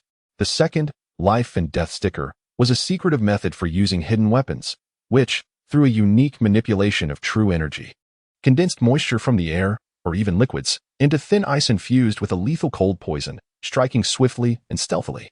Upon finishing his examination, a smile of joy illuminated Yi Cheng's face. These were indeed 2 high-tier martial techniques. Techniques possessing attributes like coldness were rare and precious. Moreover, the Cold Shadow Palm and Life and Death Sticker complemented each other, making them even more extraordinary. Zhao Yinglian granting such techniques to Yi Cheng was a rare privilege. However, Zhao Yinglian cautioned, the cultivation of such techniques cannot be rushed. It must be approached with patience, lest one incur harm. "Godfather, I will be mindful," Yi Cheng replied earnestly. Suddenly, Zhao Yinglian spoke again. Yi Cheng hesitated for a moment, his heart reluctant to venture into the Eastern Palace, preferring the freedom afforded by remaining in the military command. Yet, he understood that with his godfather's insistence, he had little choice in the matter. He acquiesced to his godfather's commands. "Very well, I shall await your notification," Zhao Yinglian replied with a nod. Her concern for Yi Cheng's future was not unfounded, as the emperor had previously broached the subject as well. "Godfather, Yi Cheng recalled another matter of importance, struggling to articulate his thoughts. "Speak plainly. There is no need for such hesitation in front of us," Zhao Yinglian chided, casting a sharp glance at him. "Yes, Godfather, I seek a foundational martial art," Yi Cheng quickly responded. Once he departed from the Taiwu Palace and entered the Eastern Palace, his chances of encountering such a martial art would diminish significantly. It was inconceivable for him to remain stagnant at the post-heavenly level indefinitely. The duration of his confinement was uncertain. In the Eastern Palace, unless he awaited the ascension of the Crown Prince, the eunuchs there would have little opportunity for rapid advancement. One ruler, one courtier. The same applies to eunuchs. A foundational martial art? You have just entered the post-heavenly level. Do not harbor any illusions about such things for the next decade. Zhao Yinglian could not help but chuckle. It had taken her a full 10 years to attain the consummate post-heavenly realm after reaching the post-heavenly level herself. Moreover, the rules of Taiwu Palace dictated that without achieving the post-heavenly perfection, one could not access foundational martial arts. Do you understand why? Zhao Yinglian asked with a serious demeanor. Yi Cheng shook his head. Because foundational martial arts can indeed be practiced earlier, and the training speed can surpass that of post-heavenly arts. However, the probability of breaking through to the foundational realm after reaching post-heavenly perfection becomes exceedingly slim, Zhao Yinglian explained gravely. Godfather, why is that? Logically, shouldn't higher-level martial arts have a lower breakthrough difficulty? Yi Cheng inquired, perplexed. It is said to relate to spiritual refinement. Foundational martial arts prematurely deplete one's mental potential, resulting in insufficient spiritual resources during the final breakthrough to the foundational realm, Zhao Yinglian elucidated. Thank you for clarifying, Godfather. Yi Cheng suddenly comprehended that his hopes of obtaining foundational martial arts prematurely were dashed. unless he claimed to have reached post-heavenly perfection now. But that would trigger a cascade of unpredictable consequences. It appeared he would have to devise an alternative strategy. Yuqing sighed inwardly. For him to relinquish the pursuit of foundational martial arts for a decade was simply unacceptable. Though his lifespan was boundless, 10 years meant little to him. He still did not wish to squander that time. Who could predict what might transpire over the next decade? Without foundational cultivation, how could he ensure his own safety? Furthermore, as he was to enter the Eastern Palace, sufficient strength for self-preservation was all the more essential. Half a month later, Yuqing finally received the notification to transfer from the Taiwu Palace's military command to the Eastern Palace, where he would serve as a close guard eunuch, retaining his rank of 5th grade. On the day of his departure from the military command, even Yan He, the chief eunuch, came to bid him farewell in person. It is well known that Yuqing has entered the Eastern Palace, a move that signifies a gilded future. Once the future crown prince ascends the throne, his prospects will soar to unprecedented heights. Concurrently, within the court, the ministers are urging the new emperor to appoint a crown prince at the earliest opportunity. Thus, the new emperor acquiesced, as this is the established protocol. The crown prince is the foundation of the nation. Without him, the stability of the court is jeopardized. Moreover, the rebellious princes are nearing their limits. At such a juncture, establishing a crown prince will further consolidate the governance and stabilize the hearts of the populace. The heir, Susha, has yet to be declared crown prince or reside within the Eastern Palace, yet arrangements for the palace staff have already been meticulously organized. The palace maids and eunuchs are all in position. Yuqing, serving as a close guard eunuch, has a straightforward task: to ensure the safety of the crown prince once he assumes control of the Eastern Palace. Other matters are not his concern. The Eastern Palace is vast, and as a close guard eunuch, he has his own separate quarters. He promptly relocated his 18 chimes there. As night deepened, tranquility enveloped the Eastern Palace. The bustling eunuchs and palace maids of the day had retreated to rest. Beneath the flickering candlelight, Yuqing diligently studied a manual. Engrossed in the intricacies of the cold shadow palm, the martial art of life and death ties poses even greater challenges for novices. Mastering the cold shadow palm first would simplify the subsequent practice of life and death ties. It is evident that the detailed annotations in this manual were penned specifically for Yuqing by Zhao Yinglian. With one hand grasping the manual, he practiced with the other, channeling his internal energy along the meridian pathways prescribed by the cold shadow palm. The human body's meridians possess unique properties. As the energy traverses them, various transformations occur. These transformations carry significant risks. Recklessly directing energy through certain meridians can yield dire consequences. Thus, martial arts have emerged, each discipline meticulously refined through countless trials. Suddenly, a surge of palm energy erupted, slicing through the air and producing a faint, piercing whistle. Yet, Yuqing felt an uncomfortable sensation akin to freezing at the sites where his energy flowed. The hand he had just wielded now felt somewhat numb and stiff. Indeed, the challenges of such advanced martial arts are considerable, accompanied by substantial risks. Fortunately, he need not worry about damaging his body. Yuqing reflected on this. Merely experimenting with the cold shadow palm had led to signs of meridian damage, indicating his control over the energy was still quite rudimentary. Had it not been for Zhao Yinglian's annotations, the dangers would have been far greater. In a fleeting moment, a flash of golden light illuminated his mind. Swiftly repairing the damage caused by the cold shadow palm, Yuqing glanced out the window, where only a faint golden glow illuminated the night, while the silver moon, symbolizing tranquility, remained concealed behind the clouds. It was time to enter a state of meditation and practice. Yuqing exhaled deeply. As he was in the Eastern Palace, he decided against using the 18 chimes during the day, opting instead to focus on meditation and subconscious communication in the deep of night. Just then, a sharp whistle echoed faintly from the distance. Yuqing's expression momentarily froze, instinctively wanting to leap out of the window. However, in the next instant, he swiftly halted his movement, taking a deep breath and gazing intently into the distance. That direction must be the nurturing spirit palace, the imperial chamber of the new emperor. After the ascension of the Jingwang, he chose to reside in the nurturing spirit palace rather than the Changsheng palace like his predecessor. The increasingly frequent and intense shrieks echoing through the air seemed to arise from clashes of vital energy, and Yuqing realized that something grave was indeed amiss at the nurturing spirit palace. Chapter 16: The Assassination of the Yangshan Hall. As the imperial chamber of the emperor, it is heavily guarded and tightly secured, regarded as the safest place in the entire realm of Qian. At this moment, however, 5 shadowy figures silently traversed the numerous sentinels of the palace, entering the Yangshan Hall.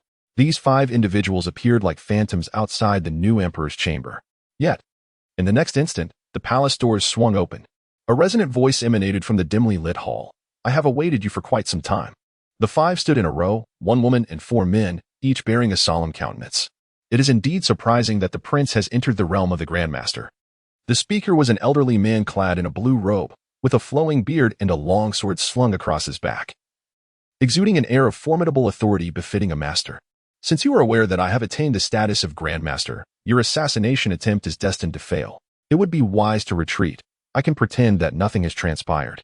The voice of the new emperor resonated with profound significance. "Amitba, since we have come this far, we must at least make an attempt. To leave now would only invite ridicule upon ourselves," said a frail, emaciated old monk in black robes, uttering a chant before suddenly stepping forward.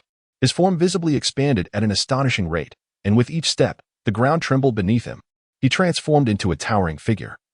Over 2 meters tall, his muscles bulging and his skin exuding a faint golden glow, reminiscent of an enraged Vidra. His once loose black monk's robe was now taut against his form. In the next moment, he lunged forward like a golden cannonball, crashing into the hall. Boom! In an instant, a swirl of black light erupted within the hall, colliding with the golden light of the old monk.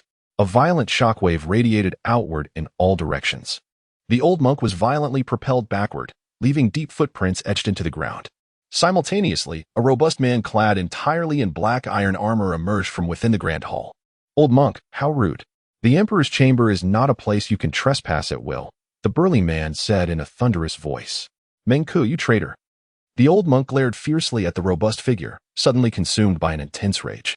This Mengku had once been the most exceptional disciple of the Lanta Temple, and his personal apprentice, but later he had secretly practiced the Black Chaluo Sutra, which transformed his character and led him to slaughter many masters within the temple. Despite the old monk's relentless pursuit, Mengku managed to evade capture. Ultimately, he became the foremost general under the Qian Emperor, earning the title of Demon General. In a certain sense, Mengku had become a disgrace to the Lanta Temple, a target for all to condemn. Unfortunately, hope was elusive. For Mengku had also attained the status of an innate Grandmaster. Time is of the essence, let us act. A middle-aged woman adorned in a resplendent red palace gown commanded sharply. This woman was Lian Hongshuang, the matriarch of the Yueqing sect. Renowned as the only innate female Grandmaster in the Qian realm, famously known as the Crimson Jade Azura. It is said that in her youth, she was beset by love's tribulations, leading her to annihilate her husband's entire family, severing her ties to love, and ultimately achieving the status of an innate Grandmaster. Like a signal, the 5 innate Grandmasters, including the venerable elder in the green robe from the Heavenly Sword sect and the old monk in black from the Landa Temple, sprang into action. At this moment, 3 figures burst forth from the darkened hall: the new emperor, the master of the Taiwu Palace, and the Faceless One. Alongside the demon General Mengku, they collided with the 5 innate Grandmasters. Were it ordinary innate warriors engaged in battle, the force of their energy would surely unleash a catastrophic eruption, obliterating everything in their path. However, these 9 innate Grandmasters had reached the pinnacle of mastery over their innate true Qi, with scarcely any energy leaking out. All their might was concentrated in their strikes. Only the piercing shrieks of high-velocity attacks rent the darkness, resonating through the air. The 9 figures flickered like phantoms, colliding at breakneck speed, sometimes upon the ground, sometimes aloft in the air. With the addition of one more invading Grandmaster, the new emperor, as the target of their assault, found himself under intense scrutiny. Beset by 2 innate Grandmasters, his situation was fraught with peril. The commotion from the Yinshan Hall had already alerted the palace guards and eunuchs, with the imperial troops stationed outside the inner court hastily gathering nearby. Yet, the ordinary guards and eunuchs, along with the imperial troops, did not approach the Yinshan Hall. The new emperor had issued directives well in advance. Only a score of innate warriors stood vigil around the hall, anxiously observing the fierce battle among the 9 Grandmasters. Both innate and acquired martial artists could sense the terrifying, suffocating pressure emanating from the clash of innate Grandmasters. Even though this oppressive force was not directed at them, it was inescapable. The closer one drew, the greater the pressure felt. The gathered innate warriors were acutely aware of this. Despite their utmost efforts to withstand the onslaught of innate martial intent and maintain their mental clarity, visions of illusion continued to arise, rendering concentration nearly impossible. At this moment, the palace guards and eunuchs from the East Palace had also been mobilized, arriving near the Yinchen Hall. Yichu was among them, reluctant to be there. For the danger was palpable. Those daring enough to infiltrate the palace to assassinate the emperor were undoubtedly top-tier warriors. Was this truly the nature of combat among innate grandmasters? Yi Cheng raised his gaze towards the direction of the Yinchen Hall. Only flashes of light, explosions, roars, and piercing shrieks assaulted his senses, sending chills down his spine. Occasionally, he seemed to glimpse a resplendent sword light soaring into the heavens, as if to pierce the firmament, or a colossal, crystalline hand descending to shatter the earth, or a towering, wrathful golden Buddha ripping through the darkness, illuminating the world, accompanied by a grand, resonant chant in his ears. Such phenomena led him to question whether he was experiencing hallucinations. Yet, upon closer inspection, there were none of these wonders. He had once witnessed the battles between innate warriors firsthand. While the destructive force was immense, with energy sweeping through to annihilate everything, it had never induced such a psychological oppression, nor had it ever conjured illusions. Yi Cheng furrowed his brow.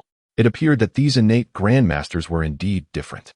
If he were to face such mental oppression in battle, inducing hallucinations, would there even be a need to fight? He suddenly comprehended the disparity between an ordinary innate martial artist and a master. At that moment, Yi Cheng's mind wavered as he felt an invisible mental pressure sweep over him, followed by an unprecedented illusion. It was a vast sea of raging flames, spreading like the fury of an inferno, consuming everything in its path.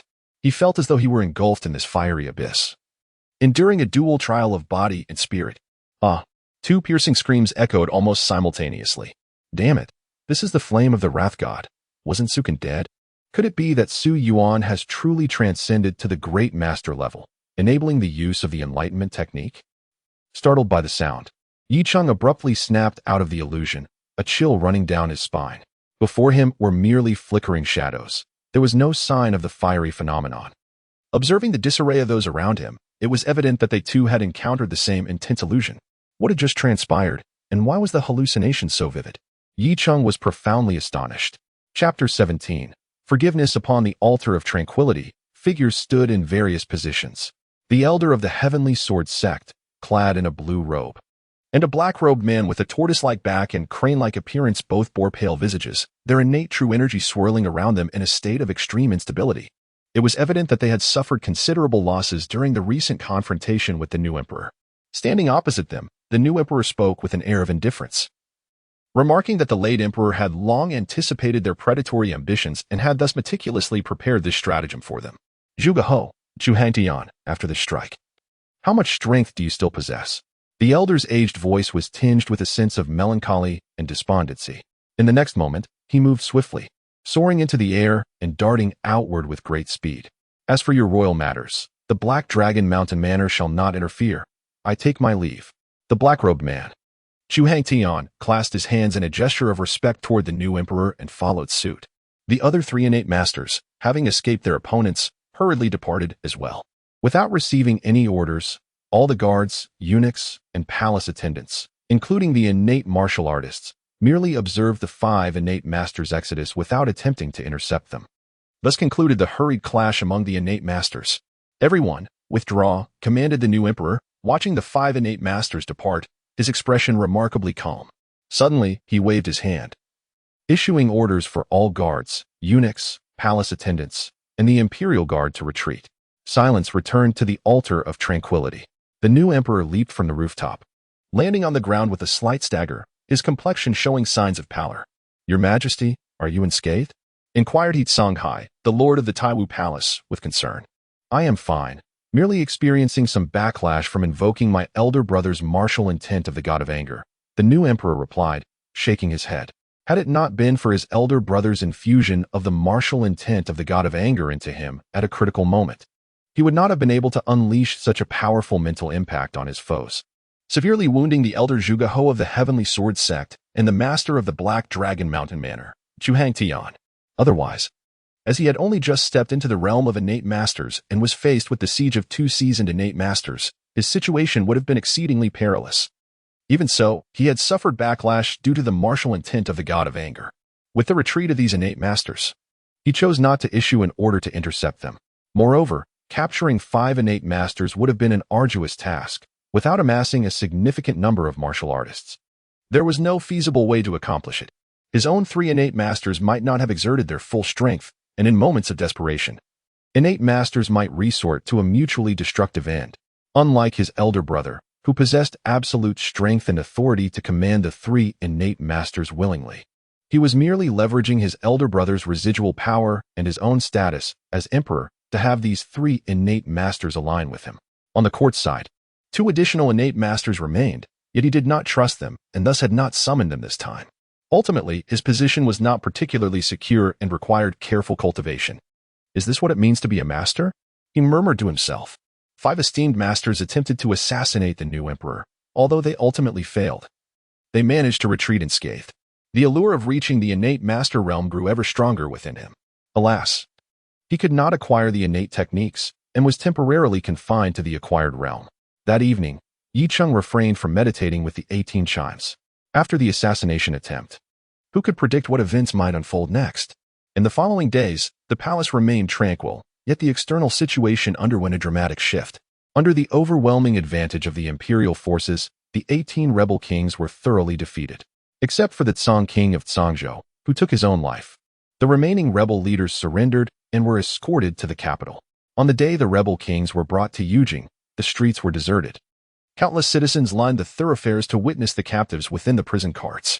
At Qianhe Gate, the main entrance to the imperial city, the newly crowned emperor donned a dragon robe and stood at the gate. The rebel kings, confined within several prison carts, gazed at the emperor with complex emotions. The emperor approached the first cart, where the Wei king, Suhi, was held. Despite his captivity, the nobleman maintained an air of composure. Brother, it has been over 4 years since we last met. I never anticipated our reunion would occur under such circumstances, the emperor remarked. To the victor belong the spoils. Do as you wish, replied the Wei king with a cold smile. Following the failure of the 5 masters' assassination, the fate of these rebel kings had already been sealed. Brother, had our elder brother been in power, none of you would have survived, the emperor sighed, shaking his head. The Wei king paused, perplexed by the emperor's words. In truth, if the late emperor were still alive, even with 10 times their courage, they would not have dared to rebel directly. Suddenly, with a wave of his hand, the emperor conjured a flash of light, and the prison cart containing the Wei king and the 11 other kings shattered, along with the chains binding their necks, wrists, and ankles. Your Majesty, what is the meaning of this? The Wei king inquired, his gaze fixed intently on the emperor as he spoke in a low voice. Suhi, the Wei king, Su Shi, the Hung king, Su Pei, the Liang king, Su Chun, the Qi king, Su Tang, the Shu king, and the other 12 kings have committed treasonous acts of the gravest nature. Yet, considering our blood ties, I grant you a pardon from death, relocating you to Yujing, where you shall never depart, and your throne shall be succeeded by the heirs of your respective houses, declared the emperor without further elaboration. Behind him, a eunuch clad in red emerged, producing the imperial edict to read aloud. The 11 kings were utterly astonished upon hearing the proclamation. The emperor had actually pardoned them? He had not even stripped them of their thrones, allowing their heirs to inherit them, although they were to be relocated to Yujing for life. The punishment paled in comparison to their treasonous crimes. My lords, do not forget to express your gratitude. The high-pitched voice of the red-robed eunuch resounded, regaining their composure. The Wei king, Suhi, and the others promptly knelt. To escape death and retain their thrones was a fortune beyond measure. Their hearts brimmed with no resistance whatsoever. Had the late emperor still been alive, not only would their lives have been forfeit, but their very families might have been eradicated. One could only say that the new emperor was exceedingly merciful. How could it be that His Majesty did not execute those rebel kings? Within the Eastern Palace, Yicheng learned of the news from other eunuchs. Truly, His Majesty is benevolent. Indeed, such a grave act of treason warrants the extermination of 3 clans. Yet His Majesty has only administered a light punishment to the princes. A ruler as compassionate as His Majesty is indeed a rarity in this world. Hearing the whispered discussions among the palace maids and eunuchs, Yicheng felt a deep sense of perplexity. The actions of Prince Jing could either be attributed to excessive mercy or concealed motives. Lacking a thorough understanding of Prince Jing's character and possessing limited information, he found himself unable to form a judgment. Regardless, with the rebellion of the traitorous king concluded and peace restored to the realm, it could be considered a significant blessing. Yicheng mused. Next, he needed to contemplate how to acquire the innate cultivation techniques. Chapter 18. the favored one on the 10th day of the 10th month in the first year of Shund. It was deemed auspicious for elevation, crowning, sacrificial rites, and alliances. On this day, the heir apparent, Su Zhe, was formally proclaimed as the crown prince of the Qian kingdom during a grand elevation ceremony, taking his place in the Eastern Palace. The Eastern Palace was anything but ordinary. It sprawled over a considerable area, equipped with a comprehensive institution, akin to a miniature court. This establishment had been meticulously prepared by successive emperors for the cultivation of the crown prince. The core institution, the Zhanshifu, bore a prominent sign. And throughout the day, numerous officials from the Eastern Palace conducted their affairs within its walls. Following his assumption of the Eastern Palace, the crown prince convened his inaugural meeting there, attended by the crown prince's grand tutor, the left and right Zhanshi, the court officials, vice Zhanshi, and various palace officials from both sides. Many of the Eastern Palace officials concurrently held esteemed positions among the nobility. Yuqing stood idly in the side hall, eyes closed, seeking solace. As one of the close attendants, his duty was to remain by the crown prince's side, ever vigilant in protection. For other guards, this was a highly coveted position with a promising future, yet Yicheng preferred to remain in a quieter, less prominent department for personal cultivation. He momentarily lamented his transfer from the Taiwu Hall's military division, yet deep down, he knew he would make the same choice again if given the chance. After more than an hour, the meeting finally concluded. The crown prince, Su Zhe, accompanied an elderly gentleman with white hair and a distinguished robe, who walked with a slight tremor. "Your Highness, I shall come tomorrow to elucidate the fundamental processes of governance," the elder remarked. "I am most grateful for your guidance." "Esteemed teacher," responded Crown Prince Su Zhe promptly. Yuqing cast a glance at the elder, recognizing him as the crown prince's grand tutor, Wang Jiuzheng, who was tasked with imparting governance philosophies and experiences to the crown prince. Despite his slight tremor, his advanced age was evident. A distinguished scholar, Wang was a renowned Confucian in the Qian kingdom, having served 3 emperors as a minister and twice as prime minister, holding a venerable status in the scholarly community. He had been summoned by Emperor Qian to serve as the crown prince's tutor. Once Wang Jiuzheng departed, Crown Prince Su Zhe let out a sigh of relief. In his previous life as a young lord, he had enjoyed absolute freedom, unencumbered by responsibilities. However, now he found himself bound by numerous regulations. Even in leaving the Eastern Palace, the prospect of learning governance from a rigid, old scholar was a source of considerable discomfort for him. Suddenly, he glanced around and spotted Yucheng. "Little Chang, what is your current level of cultivation?" he inquired with a smile. "Your Highness, this humble servant is at the post-heaven realm," Yicheng replied, taken aback by the crown prince's interest, and promptly bowed his head. "Oh, I recall you were at the 6th level of internal breath before. How did you manage to break through to the post-heaven realm so swiftly?" Crown Prince Su Zhe expressed his astonishment. "It was merely a stroke of fortune, Your Highness," Yicheng replied respectfully. "That is quite commendable. Come, let us engage in a friendly contest of martial skills," suggested Crown Prince Su Zhe eagerly. "This humble servant cannot," Yicheng stammered, quickly adding, "If I were to injure Your Highness, it would be a grave offense. Do you truly believe you can prevail against me, a mere prince?" Prince Su Zhe glared, his voice laced with authority. "If you dare to hold back, I shall punish you for your disrespect." "Yes, Your Highness," Yicheng replied, feeling a profound sense of resignation. As the adage goes, serving a ruler is akin to accompanying a tiger. Though it offers great opportunities, it equally entails significant risks. Encountering a capricious master often leads to a myriad of troublesome predicaments. Yicheng followed Prince Su Zhe to the martial arena, where the prince donned a fitted outfit, stretching his limbs in preparation. He then addressed Yicheng. "I shall not show mercy. You must be cautious." With that, he swiftly moved, his feet barely touching the ground, his hands forming claws as he unleashed a sharp, whistling strike aimed at Yicheng's chest. This seemingly simple claw held myriad transformations within, and the energy swirling around it tore through the air with ferocity. For a practitioner who had yet to cultivate protective energy, even the slightest contact could result in grievous injury. Yicheng, though unfamiliar with the prince's techniques, possessed the mastery of a consummate practitioner at the pinnacle of postnatal cultivation. From this elevated vantage point, he could easily discern the prince's prowess. However, surrounded by other guards and eunuchs, many of whom were innate martial artists, he had to exercise extreme caution to conceal his true capabilities from prying eyes. Fortunately, his months of meditation and mental conditioning had sharpened his subconscious, granting him an edge over ordinary innate warriors. As a result, His manipulation of energy was remarkably refined. As the duel progressed, Yiqing maintained a facade of a novice at postnatal cultivation, executing his moves with authenticity. After a series of exchanges, he found himself pushed back by a powerful blow, stumbling several paces before half-kneeling on the ground. Eventually, Prince Suzhou, drained of energy, collapsed onto the ground. How exhilarating! The prince exclaimed, reveling in the moment. Little chum, your combat experience is commendable, though your techniques leave something to be desired. Did Chief Xiao not provide you with superior skills? Suddenly, Yiqing felt the prince's keen observation. But he remained oblivious to the effort Yicheng had exerted to disguise his true abilities. Even the innate warriors surrounding them were mostly unaware, nearly sensing that Yicheng had held back. It was quite normal to restrain oneself in the presence of royalty. After all, who would risk injuring the prince? Your Highness, my godfather has bestowed 2 martial techniques upon me, but they are exceedingly profound. I have yet to fully comprehend them, and thus did not dare to employ them. Yicheng replied hastily. At that moment, a palace maid approached, carrying a jade tray adorned with a gold-edged jade bottle. Prince Suzhou poured 2 pills from the bottle, their aromatic scent filling the air. Casually, he tossed one to Yicheng.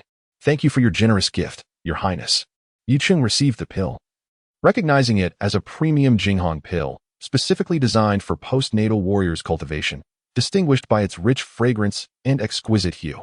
However, the quality of elixirs typically employed by ordinary martial artists pales in comparison to this exceptional rainbow essence pill. Not only is its efficacy superior, but it also contains fewer impurities, significantly reducing the development of drug resistance in practitioners.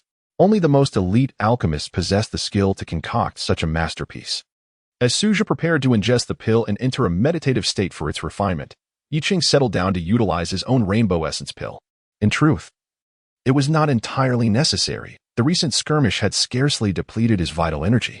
Yicheng consistently managed to narrowly evade defeat. Thus, half a year slipped by, and Yicheng still had not acquired any innate martial arts techniques. One day, Crown Prince Suzhou unexpectedly summoned Yicheng to his chamber, with no one else present. Xiao Qingzi, I have an important task to entrust to you, the Crown Prince stated earnestly. Your Highness, please give your orders. I shall exert myself to the utmost. Yicheng responded promptly. He was genuinely vexed by Suzhou's incessant challenges, which greatly encroached upon his leisure time. Naturally, this also incited envy among the other guards, eunuchs, and maidservants surrounding the crown prince. It was evident to all that Suzhou held Yicheng in high esteem, making him a favored companion in the royal court. Chapter 19. The task in the small town. The mission at hand was shrouded in utmost secrecy. Any breach of confidentiality would invoke severe consequences from the prince. The crown prince, Suzhou, bore a grave expression. Rest assured, Your Highness, I shall guard this secret with my life, Yicheng hastily assured, though a flicker of anxiety stirred within him. Would this mission involve some clandestine court intrigue? Once the task was complete, would the prince silence him permanently? To serve a prince is akin to walking alongside a tiger. The risks are considerable, he pondered. Do not fret, Yicheng. As long as you diligently serve me, I shall ensure you are amply rewarded, Suzhou reassured, sensing that his earlier solemnity had inadvertently heightened Yicheng's apprehension. I am prepared to brave any danger for your highness, Yicheng vowed without a moment's hesitation. However, he mused that if the risks were indeed too great, perhaps he should find a way to escape. Yicheng, I knew I had not misjudged you. In a few days, devise a means to leave the palace and make your way to Suzhou, Suzhou said, patting Yicheng on the shoulder with palpable delight. He then lowered his voice and began to convey the specifics of the mission. Yicheng was taken aback. Leaving the palace for Suzhou? Suddenly, a thought struck him. Was it not the young lady, Xiaoyun, who had been taken by the swordmaster of the Heavenly Sword Sect? And the Heavenly Sword Sect was indeed a prominent martial arts faction in Suzhou. Could it be that the prince had not yet forgotten about Xiaoyun? What enchantment did she possess that had captivated the crown prince's thoughts to this day? Was it merely her innocent beauty, her delicate charm, her graceful figure, or her fair complexion? Upon meeting her, he had felt no stirrings within. Ahem. Yes, Your Highness, Yicheng replied, unflinchingly accepting the task. After all, it was merely to gather information in Suzhou. The assignment seemed rather straightforward. Until now, he had not had the opportunity to explore the world's diverse customs and cultures. With the turmoil subsiding and societal order gradually restoring, if he were to venture out, he would exercise caution and discretion. Coupled with his impending attainment of consummate mastery, he believed he would be relatively safe. The crown prince presented a box before Yicheng. Upon opening it, Yi Cheng discovered 10 silver ingots and some gold leaves. Each ingot weighed 10 taels, totaling 100 taels. The gold leaves were estimated to be worth around 20 to 30 taels. Additionally, there was a vial of elixirs. Upon uncorking it, a rich herbal fragrance wafted forth. It was the exquisite essence rainbow pill, with at least several dozen contained within. In terms of value, this pill far surpassed mere gold and silver. Though it held little use for Yi Cheng personally, it was nonetheless a tangible currency, easily convertible to gold or silver. "Thank you for your generous gift, Your Highness," Yi Cheng said, cradling the box with both hands in a respectful manner. "Remember, you must not disclose what I have instructed you," Suja cautioned. "Rest assured, Your Highness, I shall take my leave now," Yi Cheng replied before departing with the box in hand. In the room, Suja rose and approached a wall, pulling a string that caused a painting to swiftly descend. The artwork depicted a woman, remarkably lifelike. It was none other than the portrait of the young lady, Chao Yun. Suja gazed at the image, lost in reverie. He faintly recalled 6 years prior, during his studies at the Lonkai Academy in Songzhou, when he first encountered a girl who captured his heart. From that moment, he often skipped classes to secretly observe her, until one day, she vanished from his sight. Later, he learned that her family had suffered a devastating misfortune, falling victim to a government confiscation. He relentlessly sought her whereabouts, utilizing the resources of the Prince Jing's residence. Years later, he encountered her once more aboard a painting boat at Xianglan Pavilion. The girl had matured, yet had fallen into a life of hardship. He had hoped to finally stand before her, but an unforeseen dilemma shattered his dreams. "As long as you are well in Suzhou, I shall be at ease." A gentle smile graced Suja's face. He dispatched Yi Cheng to Suzhou to inquire about Chao Yun's circumstances, a final flicker of hope within him. A few days later, Yi Cheng found a reason to secure permission to leave the palace. As he walked the bustling streets of Yujing, filled with the sounds of clattering carts and lively voices, the atmosphere was vibrant and prosperous. This was not his first departure from the palace. Previously, while serving in the Taiwu Hall's military affairs, he had undertaken inspections of several weapon workshops located outside the palace. However, those visits had been official duties, leaving him no time to explore Yujing. This time, tasked by the crown prince, he deemed it essential to take in the sights of Yujing, especially since the mission was not pressing. The journey to Suzhou spanned 2,000 to 3,000 kilometers, and even with relentless travel, it would take at least a week. After 3 days, Yi Cheng thoroughly explored Yujing. The culture of pleasure houses here was remarkably developed, and the famous Red Lantern Street stood as a striking feature of Yujing City. Were it not for his limitations, he would have certainly indulged in a visit. He also discreetly inquired about real estate prices. A house in a decent location would set one back several hundred taels of silver. He envisioned establishing a residence in Yujing, for remaining in the palace for eternity was unfeasible. As he aged, he would plan his exit from the palace, seeking a more carefree existence outside. On the 4th day, Yi Cheng hired an expensive carriage and departed Yujing, traveling along the broad official road towards Suzhou. This journey would take him through several states, and given the long distance, he was determined not to compromise on comfort. The coachman, a suntanned middle-aged man named Xin Desheng, appeared honest and simple, with excellent driving skills. A martial artist of sorts, he had trained in external styles but achieved little, eventually turning to carriage driving, gaining extensive experience on the roads. Though Xin Desheng seemed straightforward, he was quite the chatterbox, scarcely pausing for breath since leaving Yujing. Yi Cheng was unperturbed, finding amusement in the tales of peculiar occurrences and the varied customs of different regions. "Young Master Yi, given your distinguished background, why do you not have any attendants accompanying you?" The coachman, Xin Desheng, inquired. "I have traveled this route to Suzhou twice before. It was manageable in the past, but with the recent conclusion of hostilities just a few months ago, there are still scattered remnants of rogue soldiers in some areas. Old Shun, if it is perilous, how can you still venture forth?" Yi Cheng lifted the curtain, and a wave of heat enveloped him. As dust swirled along the road outside, although autumn had already arrived, the temperature remained uncomfortably high. It was reported that several provinces were experiencing severe drought, and the region where Yujing was located had not seen rain for nearly 3 months. "You see, young master, I have no choice. Without taking some risks, how can I earn a living? I have a family to feed, with mouths to satisfy," Xin Desheng replied with a hint of resignation. "The previous conflict had brought about a lull in business, and I endured several months of hardship at home. As winter approaches, I must earn as much as possible before the harsh season arrives. Otherwise, it will be a bleak winter indeed." Yi Cheng understood that this was the stark reality of those at the lower rungs of society, a truth that transcended any world. He lowered the curtain, effectively blocking the oppressive heat from entering. Inside the carriage, the temperature was several degrees cooler. A wooden basin beside him contained ice cubes, which helped to lower the carriage's warmth. Upon the ice rested some fruit, a luxury in such sweltering heat, affordable only to the affluent. Having had little opportunity to indulge during his time in the palace, Yi Cheng decided not to deprive himself now that he was out. He casually picked up a slice of watermelon and began to savor its sweetness and refreshing taste, which offered a delightful contrast to the stifling atmosphere of the carriage. Midway through, he suddenly reached for another piece and extended it through the curtain. "Old Shin, here is one for you." "Oh, young Master Yi, as a mere coachman, how could I possibly accept your generosity? If I offer it, you shall take it." "Thank you, young master." Shin Desheng gratefully accepted the chilled watermelon slice and took a bite. As the icy juice filled his belly, he felt an immediate sense of relief from the heat. Chapter 20. An unexpected journey. The journey from Yujing to Suzhou is long and fraught with diverse landscapes and cultures.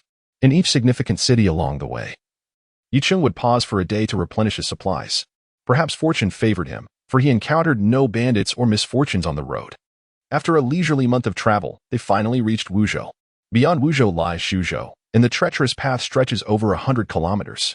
More than 2,000 years ago, Suzhou was regarded as a remote land, isolated from the outside world. During that era, the dominant power, the Daxia Kingdom, sought to conquer the Moxiga Kingdom and chose to circumvent the vast desert by heading towards Suzhou. The formidable Hintian mountain range served as a natural barrier, rendering the terrain perilous and steep, with its highest peaks nearly insurmountable for birds and beasts alike. The Emperor of Daxia summoned 1,000,000 laborers and dedicated a decade to carve out this treacherous path through the Hintian Mountains, thereby establishing a link between Suzhou and the outside realm, integrating it into the Daxia dominion. The temperature had dropped significantly, daytime highs barely reached the teens, and nights grew even colder. The coachman, Shin Desheng, donned thicker garments, while Yi Cheng remained clad in his light attire. With his cultivation, he perhaps feared heat but was certainly impervious to the cold. Suddenly, Shin Desheng halted the two horses tethered to the carriage, bringing their bumpy journey to an abrupt stop. As they ventured further west, the roads became increasingly narrow and uneven. Despite Shin Desheng's exceptional driving skills, the jolting of the carriage was unavoidable. Prior to their departure from Luqing, he had meticulously repaired the carriage, knowing the challenges of the treacherous path ahead. Any malfunction would pose significant difficulties. "Young Master Yi, the road ahead is blocked," Shin Desheng announced. Yi Cheng lifted the curtain and peered forward, observing groups of merchants and travelers congregating by the roadside. "Allow me to inquire about the situation," Shin Desheng said, leaping from the carriage and swiftly making his way forward with a sturdy staff in hand. "Young Master Yi, I have learned that the road is obstructed due to the local martial arts sect, the Yingshan sect, conducting their affairs." Shin Desheng reported back with the information he had gathered. "Do you know when they will allow passage?" Yi Cheng inquired. "I do not know. They say we must await notification," Shin Desheng replied, shaking his head. Yi Cheng furrowed his brow, displeased that the Yingshan sect was so domineering as to block the road. Nevertheless, he preferred to avoid unnecessary conflict and resolved to wait patiently. When traveling, it is wise to remain discreet and cautious. "Old Shin, do you know the background of this Yingshan sect?" Yi Cheng asked. "Young Master Yi, I do possess some knowledge. It is said that the Yingshan sect is a prominent force in Wuzhou. While they lack innate masters, they do have top-tier acquired martial artists." Shin Desheng explained promptly. Though not a true martial artist himself, he was well informed in this realm, largely due to his profession. "No innate masters?" Upon hearing this, Yi Cheng felt somewhat reassured. Yet, he was oblivious to the fact that his perspective was skewed by his experiences within the imperial court, where he had been exposed to a much higher echelon of martial prowess. In the realm of the common folk, for someone like Shin Desheng, the existence of an innate martial artist is already a grand notion, let alone that of a postnatal warrior. As for those of congenital prowess, they are deemed the pinnacle of strength, lofty figures indeed, and a master now that is the very embodiment of myth. After waiting for over half an hour, the road remained choked with congestion, and an increasing throng of people gathered behind. After all, it was a provincial thoroughfare, frequented by numerous merchant caravans and travelers. Although murmurs of discontent circulated privately, no one dared confront the Yingshan sect over the blockade. At that moment, a voice filled with sorrow and indignation echoed from the front. "Li Mubai, in your quest to seize my innate martial arts, your Yingshan sect has slaughtered 78 members of the Yang family. Today, even if I must perish, I will unveil the truth, ensuring that your Inshan sect shall know no peace." Accompanied by a piercing sound slicing through the air, two figures hurtled forth from a distance, one pursuing the other. The lead figure appeared unsteady, swaying precariously. A few unfortunate bystanders on the road were caught in the crossfire, struck by the unleashed force, resulting in either grievous injury or death. Chaos erupted as many scrambled to evade the oncoming tumult. Innate martial arts? Over the past months, Yicheng had been somewhat obsessed with acquiring such techniques. The mere mention of them ignited a spark of interest in his eyes. However, he managed to restrain himself. The situation was unclear, and the truth of the matter remained uncertain. Old Shen had claimed that the Inshan sect lacked innate warriors, yet he, a mere cart driver with no martial prowess, could only rely on hearsay, which was often unreliable. Even when faced with a top-tier postnatal warrior, Yicheng did not believe he held any advantage. His cultivation had reached the consummate level of postnatal mastery, yet his practical combat experience was nearly non-existent. Moreover, the Inshan sect boasted a multitude of martial artists. In a one-on-one confrontation, he would undoubtedly find himself at a considerable disadvantage. It was prudent to observe the unfolding events before making any reckless decisions. Suddenly, with a sharp rush of energy, the figure at the forefront could not evade the impending danger, tumbling forward and colliding with a heavily laden ox cart. The cart crumpled under the impact, spilling its contents across the ground. Startled, the ox bolted, further exacerbating the disarray. The injured figure attempted to rise, but, gravely wounded, faltered and collapsed, blood spilling from his mouth. "Yang Zhanqian, are you not aware of the adage that a man bears the weight of his treasures? An innate martial art is far beyond the humble Yang family's ability to safeguard. Hand it over to the Inshan sect, and in due time, it shall empower us to possess innate warriors of unrivaled strength. As for the rest, you need not concern yourself." The pursuer who had landed on the ground was an elder clad in black robes, with prominent cheekbones and sunken eyes, exuding an aura of malevolence. In his hand, he wielded a sword. The malevolent energy radiating from him seemed to solidify the very air around. The atmosphere fell into a heavy silence, punctuated only by the elder's deliberate footsteps and the wounded man's labored breathing, which echoed like the wind through an empty chamber. With a swift flick of his sword, the elder unleashed a surge of sword energy that shot forth with deadly precision. Injured, Yang Zhanqian executed a roll, narrowly evading a lethal sword chi. Yet a relentless flurry of sword energies swiftly sealed off all avenues of escape. In an instant, several crimson holes appeared in his limbs. Ultimately, the elder in the black robe unleashed his longsword, piercing straight through Yang Zhanqian's throat. With a resounding thud, he collapsed to the ground, his eyes wide open in fury, gazing skyward as if to convey his unwillingness and wrath to the heavens. The black-robed elder approached, withdrew his sword, and after a thorough search of Yang Zhanqian's body, produced a small metallic box.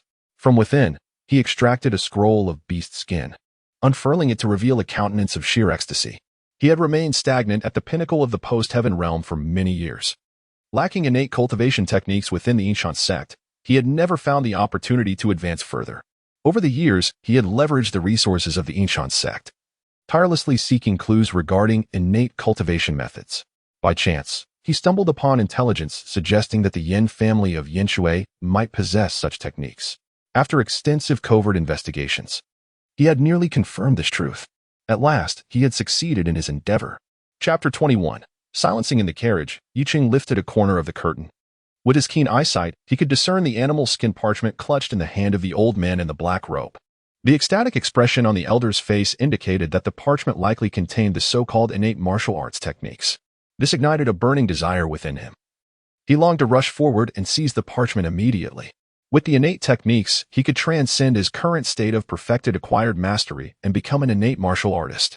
Yet, Yicheng, being inherently cautious, refrained from acting. He was acutely aware that he stood little chance against the black-robed elder. Attempting to steal the techniques could cost him his life, a loss too great to bear. He possessed a long lifespan. If he could temper his impatience, opportunities to acquire the innate techniques would inevitably arise. Even if it meant waiting an additional decade, he could eventually obtain the techniques from the Taiwu Hall. The black-robed elder solemnly placed the parchment into a metal box, which he then tucked into his bosom. His cold, calculating gaze swept over the surrounding travelers. "Those who have overheard what they should not have, consider yourselves unfortunate," he declared suddenly. "Eliminate them all, leave no one alive. For the top-tier powers, Innate martial arts techniques were the very foundation of their existence and would never be divulged. A martial arts faction devoid of such techniques would be severely hampered in its development, forever stifled in its potential for advancement. There were countless martial arts factions akin to the Yinshan sect scattered across the numerous provinces of the Qian kingdom. In Wuzhou alone, there were no less than 10, several of which were even more formidable than the Yinshan sect. Should word of the Yinshan sect acquiring the innate techniques leak out, it would undoubtedly lead to a plethora of troubles. Thus, the Yinshan sect had meticulously plotted for over 2 years to obtain the innate techniques from the Yang family, all to avoid attracting the attention of rival factions. Consequently, the merchants and travelers along this thoroughfare could not be spared. Although the aftermath would be troublesome, it was far more manageable than the potential fallout from the revelation of the innate techniques. With his command, figures emerged from the surrounding woods, charging towards the merchants on the official road with murderous intent. The travelers soon realized the Yinshan sect intended to silence them. Some hurriedly fled. Others knelt in desperate pleas for mercy, while a few fought back with all their might. The scene erupted into chaos, filled with anguished screams. "Young Master Yi, we're doomed. We're finished." Shen Deshang trembled in fear, his face pale as he stammered. Although this caravan was not devoid of martial artists, most were merely inner energy practitioners, with true acquired martial artists being exceedingly rare. Encountering a powerful sect like the Yinshan was akin to being lambs led to slaughter. What madness is this? Yu Chu was momentarily taken aback. To prevent the innate techniques from becoming public knowledge, they resorted to murder. How many people were on this road? At least 200 or 300, by his estimate. He quickly grasped his sword, secured his bundle to his waist, and, in a swift motion, dashed out, seizing Shen Deshang's arm with one hand as he fled towards the nearby woods. In such dire circumstances, direct confrontation was not an option. Taking advantage of the chaos to escape was the only viable strategy. The reason for bringing Shen Deshang along was not only due to the fact that he was hired by him, but also because he required a guide. As he was unfamiliar with the terrain and somewhat directionally challenged, he feared that venturing into the woods might lead him astray, which would pose significant difficulties. As Yi Cheng and Shen Deshang fled, they were swiftly pursued by a martial artist from the Yinshan sect. Yi Cheng did not run too fast, primarily out of concern of being targeted by the mysterious elder in black. Once they entered the forest, Yi Cheng felt a slight sense of safety.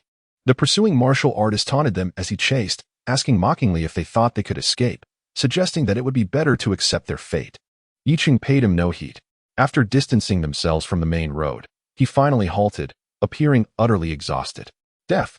The Yinshan martial artist grinned wickedly, leaping into the air, his sword gleaming like stars, aimed to strike at Yi Cheng's throat.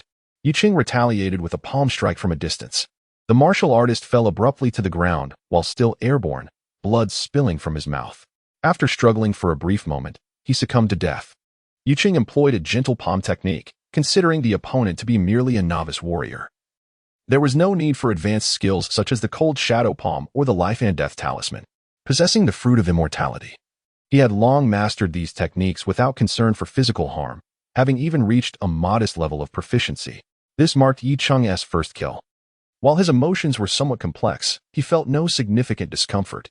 Without hesitation, he lifted Shen Deshang once more, employing his agility to navigate deeper into the dense forest. It was certain that the Yinshan sect would pursue him once they realized what had transpired. After a considerable time, Yi Cheng finally stopped, confronted by a cliff ahead. He had traversed without regard for direction, solely focused on distancing himself from the main road and the Yinshan sect. Shen Deshang felt as though he had just awakened from a dream. Being carried by Yi Cheng had felt akin to flying. At that moment, he realized that his employer was an immensely powerful martial artist. "Thank you for saving my life, young master," Shen Deshang stammered. Had it not been for Yi Cheng's swift action, he would likely have fallen victim to the Yinshan sect. "Old Shen, can you discern our current location?" Yi Cheng inquired. "Young master, based on the geography, we are in a gorge, likely Fufeng Gorge, approximately 7 or 8 li from the main road," Shen Deshang replied, calming his anxious heart and assessing their surroundings before arriving at this conclusion. "If we head in that direction for about 20 li, we should reach Xiangshui town, from where we can take another route to Qiongtianxiandao, allowing us to evade the Yinshan sect's pursuit. However, we have lost our carriage." He lamented, feeling a pang of loss, for the carriage was essential for his livelihood. Although the horses were not of exceptional quality, they were worth several dozen taels of silver, and the carriage itself would cost no less than 50 or 60 taels. The loss of the carriage is inconsequential as long as we are unharmed. Once we reach Yuancheng, I shall procure another carriage, Yicheng responded, shaking his head. Indeed, a tinge of regret lingered within him for having missed the opportunity to acquire a primordial martial art. In the depths of the forest, the black-cloaked elder, with a grim expression, was examining the corpse of the disciple from the ancient sect. Imbued with a palm strike to the chest, the exterior bore no marks. Yet the internal organs were shattered. Such formidable force could only belong to a practitioner of at least the third stage of postnatal martial arts. He had not anticipated that amidst the merchants, there lurked a formidable expert. His voice was chilling, rife with murderous intent. Behind him stood a dozen disciples. Their prowess not to be underestimated, each at least a postnatal warrior. Master, such a formidable individual cannot be an insignificant figure. Should he escape, the repercussions would be exceedingly detrimental to our ancient sect, spoke a man with a prominent mustache, his tone grave. I am willing to pursue and eliminate this individual. He boasted of his cultivation at the 8th stage of postnatal martial arts, believing he could effortlessly subdue the escaping master. No need for that. I shall take matters into my own hands. You are to manage the aftermath, ensuring no potential threats remain, the black-cloaked elder replied, shaking his head. He was a man of utmost caution, aware of the gravity of the situation, and would not allow any missteps. Only by personally pursuing the target could he find peace of mind. Understood, master. The mustached man promptly acquiesced, instructing others to remove the corpse from the forest. Meanwhile, the black-cloaked elder swiftly ventured deeper into the woods. Chapter 22. Confrontation in the dense forest, where trees stood tall and paths were obscured. Yicheng and Shindishang circled around before discovering a narrow passage leading down the Fufeng Gorge. After nearly 2 hours of arduous trekking, the sun had already dipped below the horizon, and the temperature plummeted further, accompanied by the chilling night breeze that enveloped them in an icy embrace. While Yicheng, with his profound cultivation, remained relatively unbothered, Shindishang, having traversed such a long distance, was in dire straits, battling hunger and cold. In their hasty escape, Yicheng had managed to carry a small bundle, leaving behind other belongings, including clothing and provisions, on the cart. Old Shun, hold this in your mouth, Yicheng instructed, retrieving a vial from his pack and pouring out a qi blood pill, extending it towards Shindishang. Shindishang's eyes widened in astonishment upon recognizing the pill. This was indeed a qi blood pill, worth at least 1 or 2 taels of silver. The adage wealth in letters, strength in arms held true. Without sufficient funds, pursuing martial arts became an arduous task, as even a qi blood pill was beyond the reach of many. Young master, this pill is too precious for me, he protested. Aware that he was not even an inner breath martial artist, making the consumption of such a pill seem extravagant. Can you continue on like this? Yicheng inquired. Understanding the implication behind Yicheng's words, Shindishang silently accepted the pill and placed it in his mouth. As the slightly bitter taste mingled with his saliva and slid down his throat, a warmth blossomed in his stomach, gradually spreading throughout his body. Previously fatigued and cold, he suddenly felt invigorated. Let us press on, Yicheng urged. With his strength somewhat restored, Shindishang moved with renewed vigor. The two navigated through the thicket, occasionally startling wildlife. It appeared that they would not escape the forest before nightfall. Yicheng glanced up at the darkening sky. Once night fell, their progress would be hindered, as they would be unable to discern their direction. A slight miscalculation could lead them to miss the town of Xiangshui. They needed to find a secure cave to spend the night, for the deep mountains were home to many ferocious beasts. He could already hear ominous roars echoing from afar. Only his formidable skills and considerable cultivation afforded him the audacity to remain calm. Otherwise, an ordinary person would be quaking in fear at the prospect of encountering a predator. Just as Yicheng was about to speak, he suddenly perked up, his expression shifting as he halted abruptly. Noticing Yicheng's sudden stop, Shindishang was about to inquire but caught sight of Yicheng's serious demeanor and his gesture to remain silent. Thus, he refrained from speaking and instead gazed in the direction Yicheng was focused on, yet he saw and heard nothing. However, he understood that Yicheng, as a highly skilled martial artist, must have sensed something amiss. With his acute hearing, Yicheng faintly detected something approaching from behind. Although the noise abruptly ceased, an unsettling feeling crept over him. Could it be that the Yinshan sect had caught up with them? Without hesitation, Yicheng unfastened the bundle strapped to his waist and tossed it to Shindishang, gripping his sword tightly, with his other hand poised to draw the blade at a moment's notice. As time passed, the subtle sound of footsteps finally emerged. accompanied by a rustling of branches. A shadow cloaked in black stepped forth. The evening sun had set, and the dense trees cast a dim light upon the forest. However, Yi Cheng possessed keen eyesight and promptly recognized the identity of the figure in black. A slight relaxation washed over him as he sensed that it was only this black-clad elder from the Yinshan sect pursuing him.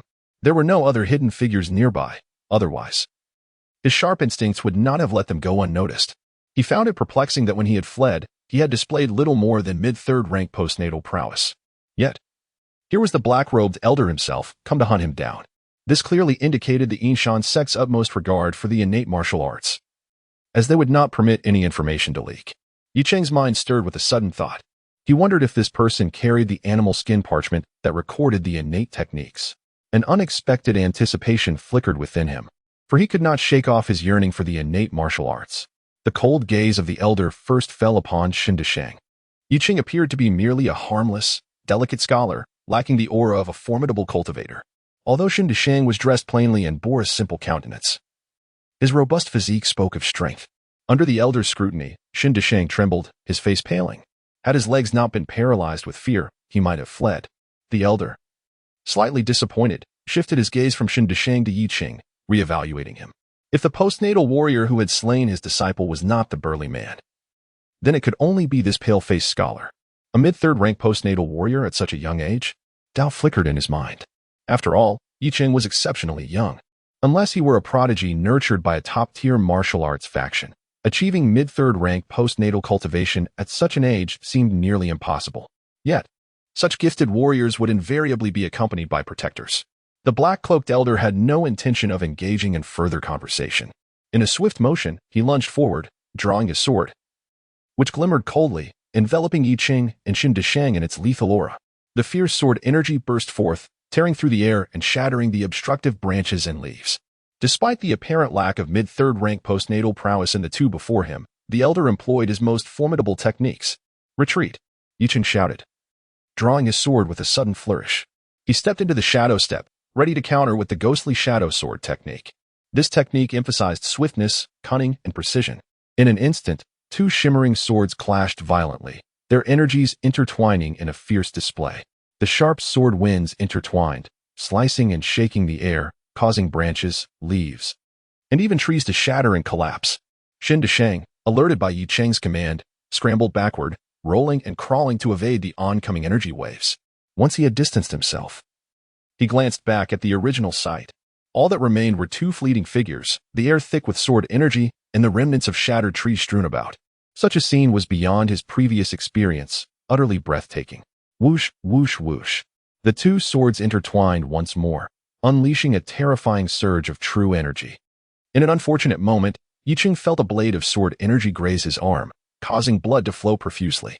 This marked his first injury in battle. A searing pain coursed through him, rendering one arm numb. This was the consequence of the black-clad elder's true energy characteristics. With a sudden retreat, Yi Cheng leapt onto a bare tree branch. As a flash of golden light illuminated his mind, the bleeding wound miraculously healed. Yet, the tattered fabric still bore stains of crimson, concealing the truth from any onlooker. To the black-clad elder's eyes, Yi Cheng was already wounded. At such a tender age, you have achieved the pinnacle of postnatal cultivation. Alas, your battle experience is somewhat lacking. Regardless of your identity, whoever harms a member of the Yinshan sect shall not survive. The elder intoned ominously. Initially, he had presumed the pale-faced scholar was merely at the third level of postnatal cultivation, but after their fierce exchange, he realized that Yi Cheng's prowess was on par with his own, lacking only in combat experience. Earlier, he had seized upon a slight flaw in Yi Cheng's swordplay, delivering a strike that incapacitated the young man's arm. With the sword energy penetrating his body, that arm would be rendered useless for the time being. However, such a young master of postnatal perfection undoubtedly had an extraordinary background, though uncertain of which force he represented. The absence of an innate level protector by his side indicated that this individual must not be allowed to leave alive. Otherwise, the Yinshan sect would face utter destruction. The elder understood well the terror of offending innate forces. A single innate warrior could obliterate the Yinshan sect without mercy. In this brutal world, there was no room for compassion or hesitation. The Yinshan sect had extinguished the Yang family for the sake of innate techniques and ruthlessly slaughtered hundreds of innocent merchants. The force backing this young man would not hesitate to annihilate the Yinshan sect in retribution. Chapter 23. The outside world is too dangerous. The old man in the black robe gazed at Yi, who stood perched upon a tree branch. With a swift motion of his foot, he soared into the air like an owl, his sword vibrating in his grasp as he gathered his true energy, transforming it into a dazzling sword aura that extended over a foot in length. As the sword aura erupted, the very air seemed to be cleaved, hurtling towards Yi with lethal intent. This was the signature sword technique of the Ancient sect, the returning void sword technique, comprising 3 formidable strikes, each a definitive killing move. Given the old man's cultivation level, he could only unleash the first 2 strikes, the void-cleaving sword and the heavy void sword. The final strike could only be executed with a deeper understanding of the sword path or by attaining a higher level of innate mastery. In that moment, he unleashed the void-cleaving sword. Yi's expression grew grave as he sensed the terrifying power of the sword aura. Relying solely on his cultivation and the phantom sword technique, he knew he could not withstand it. Under equal cultivation levels, the disparities in martial skills, comprehension of martial arts, and practical experience could significantly widen the gap in strength. Yi's combat experience was already inferior to that of the old man, and his grasp of martial arts was even less formidable. Thus, he had no choice but to depend on his martial skill level and the extraordinary longevity bestowed by the path of immortality. With this in mind, Yi trembled his sword, propelling it through the air. Simultaneously, he circulated his true energy, following a specific meridian pathway, and suddenly raised his palm, unleashing an intangible chill that permeated the surroundings. With a forceful thrust, the radiant sword aura surged forward with unstoppable momentum, racing toward Yi. Just as the sword aura approached him, he swung his palm towards it. An invisible shadow of a frigid palm materialized, countering the penetrating assault of the sword aura. Accompanied by a wave of icy energy, both the sword aura and the palm shadow disintegrated. What is this? The old man in the black robe narrowed his eyes. With his level of insight, he recognized that Yi's palm technique was extraordinary, undoubtedly belonging to a very advanced martial skill. Otherwise, it would have been impossible to shatter his void-cleaving sword. Such a young individual possessed remarkable cultivation and had mastered a highly sophisticated palm technique. It was inconceivable that he was not from a top-tier power. This youth cannot be spared. A murderous intent swirled in the old man's gaze as he unleashed another wave of sword energy, one strike after another. Even with his formidable cultivation, continuously executing the void-cleaving sword drained a tremendous amount of energy. Yi leaped from the tree, evading the sword's deadly edge, repeatedly striking with his palms, sending icy shadows swirling around him to collide with the relentless sword shadows. Swish, swish, swish. Yi exposed yet another flaw, suffering a wound to his shoulder. In this moment, he found himself increasingly flustered. The old man in the black robe was also facing difficulties. Yi's cold shadows contained chilling energy that caused the old man's body to feel as if it were being invaded by frost. Furthermore, the continuous execution of the void-cleaving sword had severely depleted his true energy. My true energy is waning, but this brat's energy is draining even faster. He cannot hold on much longer. A sinister killing intent flickered in the old man's eyes. The moment to end this pale-faced scholar was drawing near. He nearly pushed his agility to the limits, moving like a shadow in the dim light, swiftly flickering and shifting around Yi. Encircled by a multitude of sword shadows that exuded an aura of death, Yi's vital energy was rapidly depleting. Although he had reached the pinnacle of postnatal mastery, he was still no match for the black-robed elder, a martial artist who had refined his energy over decades. At that moment, Yi sensed the lethal intent embedded within the elder's sword technique, reaching its zenith. He knew the elder's final deadly strike was imminent. Yet he too had prepared his own counter. In the next instant, he unleashed his blood release. A torrent of vitality transformed into vital energy, swiftly restoring his nearly exhausted reserves, surging forth as if to rupture the meridians within his body. Die. The black-robed elder's rapidly flickering form suddenly halted, and his long sword thrust forward, becoming inexplicably heavy, slow yet imposing with immense pressure. A dazzling sword aura materialized. No, it was not a single sword strike. Rather, it was 2. The twin sword auras intertwined in a spiral formation, representing the second sword of the 3 swords of the void, the elder's true trump card. Under this strike, many top-tier postnatal warriors had perished. Yi raised his hand and unleashed a palm strike, the icy shadow of his palm flickering, colliding with the overlapping sword auras. With a violent clash, Yi was propelled backward uncontrollably, the fearsome sword energy closing in upon him. At that moment, his injured left arm, which had hung limply, suddenly lifted. As his thumb and index finger rubbed together, a thin layer of ice crystals coalesced, translucent and exquisite, yet imbued with a chilling intent. The black-robed elder witnessed this and widened his eyes in disbelief. Wasn't that arm rendered useless? Moreover, his sword and sword energy were halted by Yi Cheng's icy palm, unable to advance. Whoosh! With a faint, sharp whistle, Yi Cheng flicked his fingers, unleashing a shard of thin ice that shot forth like lightning. So swift was it that even the black-robed elder, upon seeing it, could not evade in time. A sense of death loomed over him, and he could not comprehend how this young man, clearly injured and nearly devoid of vital energy, could perform such astonishing techniques. Thud.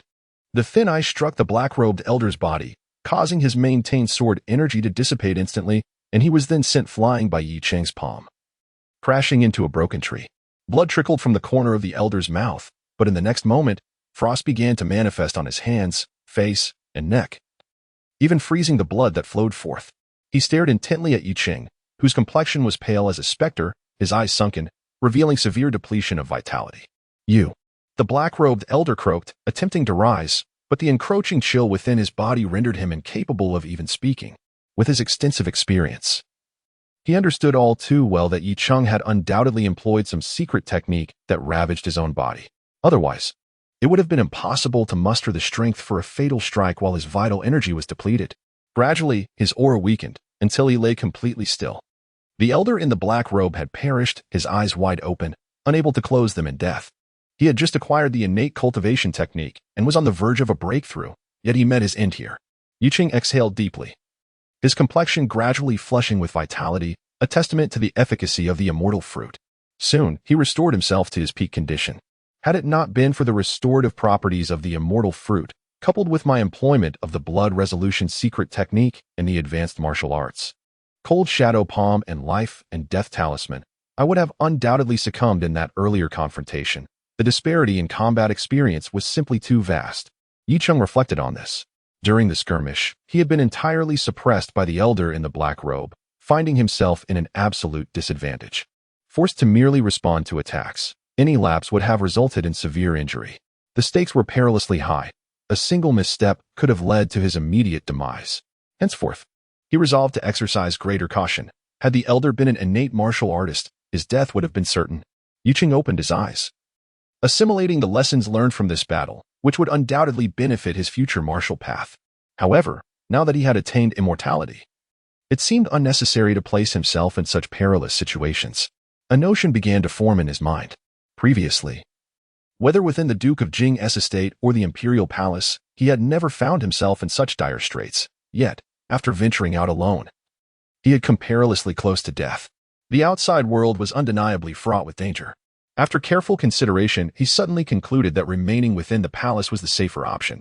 Even if he achieved the status of an innate martial artist, there were still masters above him. The innate cultivation technique. Yi Cheng recalled the technique possessed by the elder in the black robe and hurriedly approached, hoping that the innate cultivation method still resided with him rather than having been handed over to others of the Eunuch sect. Chapter 24. Shadow Fox. After searching the corpse of the cloaked elder, Yi Cheng managed to procure several items. The metallic box was indeed carried by the elder, who evidently did not trust the other members of the Eunuch sect with it. To his surprise, Shen Deshang had not fled. Old Shen, Yi Cheng called out as he tucked the metallic box and other belongings into his cloak, rising to his feet. Upon hearing his name, Shen Deshang was filled with excitement. He had dared to approach only after a lull in the commotion. In this remote forest, under the cover of night, he had been hesitant to venture forth. The scene before him was astonishing. Trees within a radius of several dozen meters had been razed to the ground, scattered with broken branches and shattered trunks. Young Master Yi, did you win? Shen Deshang rushed over, his face alight with surprise upon seeing the figure lying beneath the fallen trees.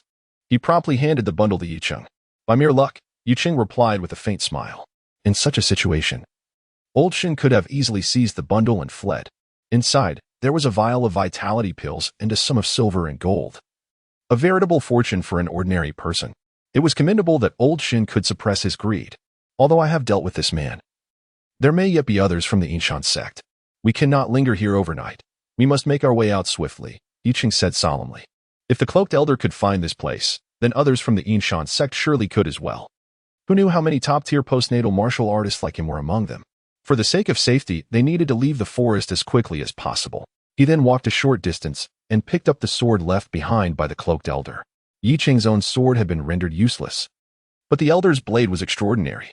Despite the fierce battle just fought, it bore no signs of wear or damage. With a flick of his finger, it emitted a clear, ringing sound, confirming that it was indeed a treasured sword. Shadow Fox, Yi Cheng noted as he spotted 2 inscriptions on the hilt, undoubtedly the name of the sword. After locating the scabbard, he sheathed the blade, deciding that the Shadow Fox would be his sword from this moment forth. A fine sword could unleash greater power. His previous sword had been merely an ordinary weapon. In terms of material and craftsmanship, it paled in comparison to this custom-forged treasure. Let us depart. Generally, swords can be traced back to their origins. Although the ancient sect was not a formidable martial power, it was prudent to exercise caution. Careful navigation ensures a long voyage. Having recently acquired innate techniques, and having slain a perfected postnatal martial artist from the ancient sect, it was likely that the sect would go to great lengths to seek revenge upon receiving the news. Traveling by night was much slower than during the day, but fortunately, the dual moons of gold and silver illuminated their path. As long as they remained vigilant, they would be able to navigate safely. On one occasion, Xin Desheng stumbled while walking, nearly falling into a pit concealed by underbrush. Fortunately, Yi Cheng reacted swiftly, grasping Xin Desheng's shoulder and pulling him back to safety. They traversed the dense forest until dawn, finally emerging onto a hillside where the vegetation was considerably sparser. In the distance, a faint outline of a town became discernible, visible only to Yi Cheng's keen eyesight, while Xin Desheng struggled to see. Having walked throughout the night, Xin Desheng was utterly exhausted. Despite having qi replenishing pills to restore his vitality, the weariness of his mind was inescapable. As an ordinary person, the anxiety and fear, compounded by the long night's journey, left him thoroughly fatigued. He collapsed onto the ground, his legs feeling as though they were laden with lead. Incapable of moving any further, "Old Xin, let us take a break. We'll head to the town once it's light," Yi Cheng suggested. To his surprise, as soon as Xin Desheng sat down against a tree, he fell into a deep slumber, snoring softly. Yi Cheng shook his head, settling into a cross-legged position, closing his eyes in an attempt to enter a meditative state. After a considerable time, he opened his eyes, a hint of disappointment crossing his face as he realized he was still unable to connect with his subconscious. At this moment, the sky brightened, and the sun began to rise. The town was now clearly visible in the distance. Yi Cheng stood and kicked Xin Desheng's leg gently. "Old Xin, it's time to go." Xin Desheng blinked in confusion, and upon seeing Yi Cheng, all traces of sleep vanished. He quickly scrambled to his feet, exclaiming, "Ah, young master. How long have I slept? I hope I didn't waste any time." "No, we're heading to the town now," Yi Cheng replied. The two made their way down to the town. Once they arrived, their status as outsiders was quite apparent. Yi Cheng's clothes were tattered and stained with blood, drawing curious glances from the townsfolk. The town was not particularly large, and while there was an inn, it was modest and lacked comfort. Yi Cheng intended to rest and recuperate, especially for Xin Desheng, who had borne the brunt of their ordeal. They needed to purchase a horse-drawn carriage, assuming one could be found in the town. After taking a hot shower, Yi Cheng felt revitalized. He was quite particular about cleanliness, seldom skipping a day without bathing. Furthermore, he had bought 2 new outfits from a clothing shop in the town, as he could no longer wear his soiled and tattered garments. Although the new attire did not fit perfectly, there was no time for tailoring. He would make do. In the room, Yi Cheng sat cross-legged on the bed. Before him lay several items he had retrieved from the black-robed elder: a small metal box, some silver scraps, and a stack of silver notes, amounting to approximately 400 or 500 taels. It was not surprising for him to carry such a sum. Martial artists often incurred high expenses and were accustomed to handling large amounts of money. Given the black-robed elder's high status within the ancient sect, possessing such a bounty was entirely normal. Additionally, there were 4 types of elixirs: a vial of qi supplement pill, a vial of internal recovery pill, a vial of jade continuation powder, and a vial of golden rooster detox pill. The qi supplement pill is a remedy utilized by martial artists in their later stages, akin to the essence rainbow pill, though it lacks its superior efficacy. The internal recovery pill serves to heal internal injuries, while the jade continuation powder is designed for external wounds. The golden rooster detox pill, as its name suggests, is employed for detoxification. It can neutralize most poisons unless they are of an extraordinarily lethal nature. These categories of elixirs are indispensable for martial practitioners. However, Yi Cheng is an exception. possessing the fruit of immortality, rendering him unnecessary of such healing and detoxifying remedies. He placed the silver notes and elixirs into his satchel, inhaling deeply as his gaze settled upon a metallic small box. Inside lay the innate cultivation method, pivotal to his potential ascension as an innate martial artist ahead of time. Without hesitation, he reached forth to open the box, revealing a neatly folded parchment made from beast hide. Although termed beast hide, it was remarkably delicate and exquisite, clearly having undergone meticulous refinement, soft as silk to the touch. Yicheng unfolded the parchment, which was approximately the size of 2 A4 sheets. It was densely inscribed with various characters, interspersed with an abstract illustration at its center. Overall, it resembled a triangular eyeball, exuding an eerie, sinister, and cold-blooded aura. The title of this innate cultivation method was Five Will True Sutra. Chapter 25, Spiritual Objects. Yicheng meticulously examined the contents of the Five Will True Scripture. After a considerable time, he exhaled deeply, revealing a contemplative expression. The parchment indeed contained a record of an innate martial art, which required the practitioner to visualize the rather abstract diagram of the 5 eyes while using their mental consciousness. By invoking the essence of the 5 wheels, one could mobilize the 5 energies within their body, transforming them into a 5 chi cauldron. This cauldron would then absorb the spiritual energy of the surrounding world, blending it with one's own mental true energy to forge a singular elixir of innate true energy. It appeared deceptively simple, yet the process was exceedingly intricate. Every minute detail must be executed flawlessly, otherwise, all efforts would be in vain. The consequences could range from severed meridians, rendering one incapacitated, to a catastrophic mental collapse, resulting in immediate death. The risks associated with breaking through to the innate realm far surpassed those of the acquired realm. The scripture indicated that the breakthrough process necessitated the use of spiritual objects to significantly enhance the likelihood of success. Relying solely on the ambient spiritual energy, especially in locations with insufficient vitality, would inevitably lead to failure. Yicheng frowned slightly. He had never encountered any spiritual objects. After all, the innate level belonged to a highly advanced domain of martial arts, and without reaching a certain level of cultivation, one would remain outside the relevant circles, making it exceedingly difficult to acquire pertinent information. It seemed that breaking through to the innate realm would not be a straightforward endeavor. Thorough preparation would be essential. Yicheng sighed. Given that the innate realm represented the pinnacle of martial prowess, it would indeed be strange if the breakthrough were easy. His greatest advantage lay in his resilience to injury.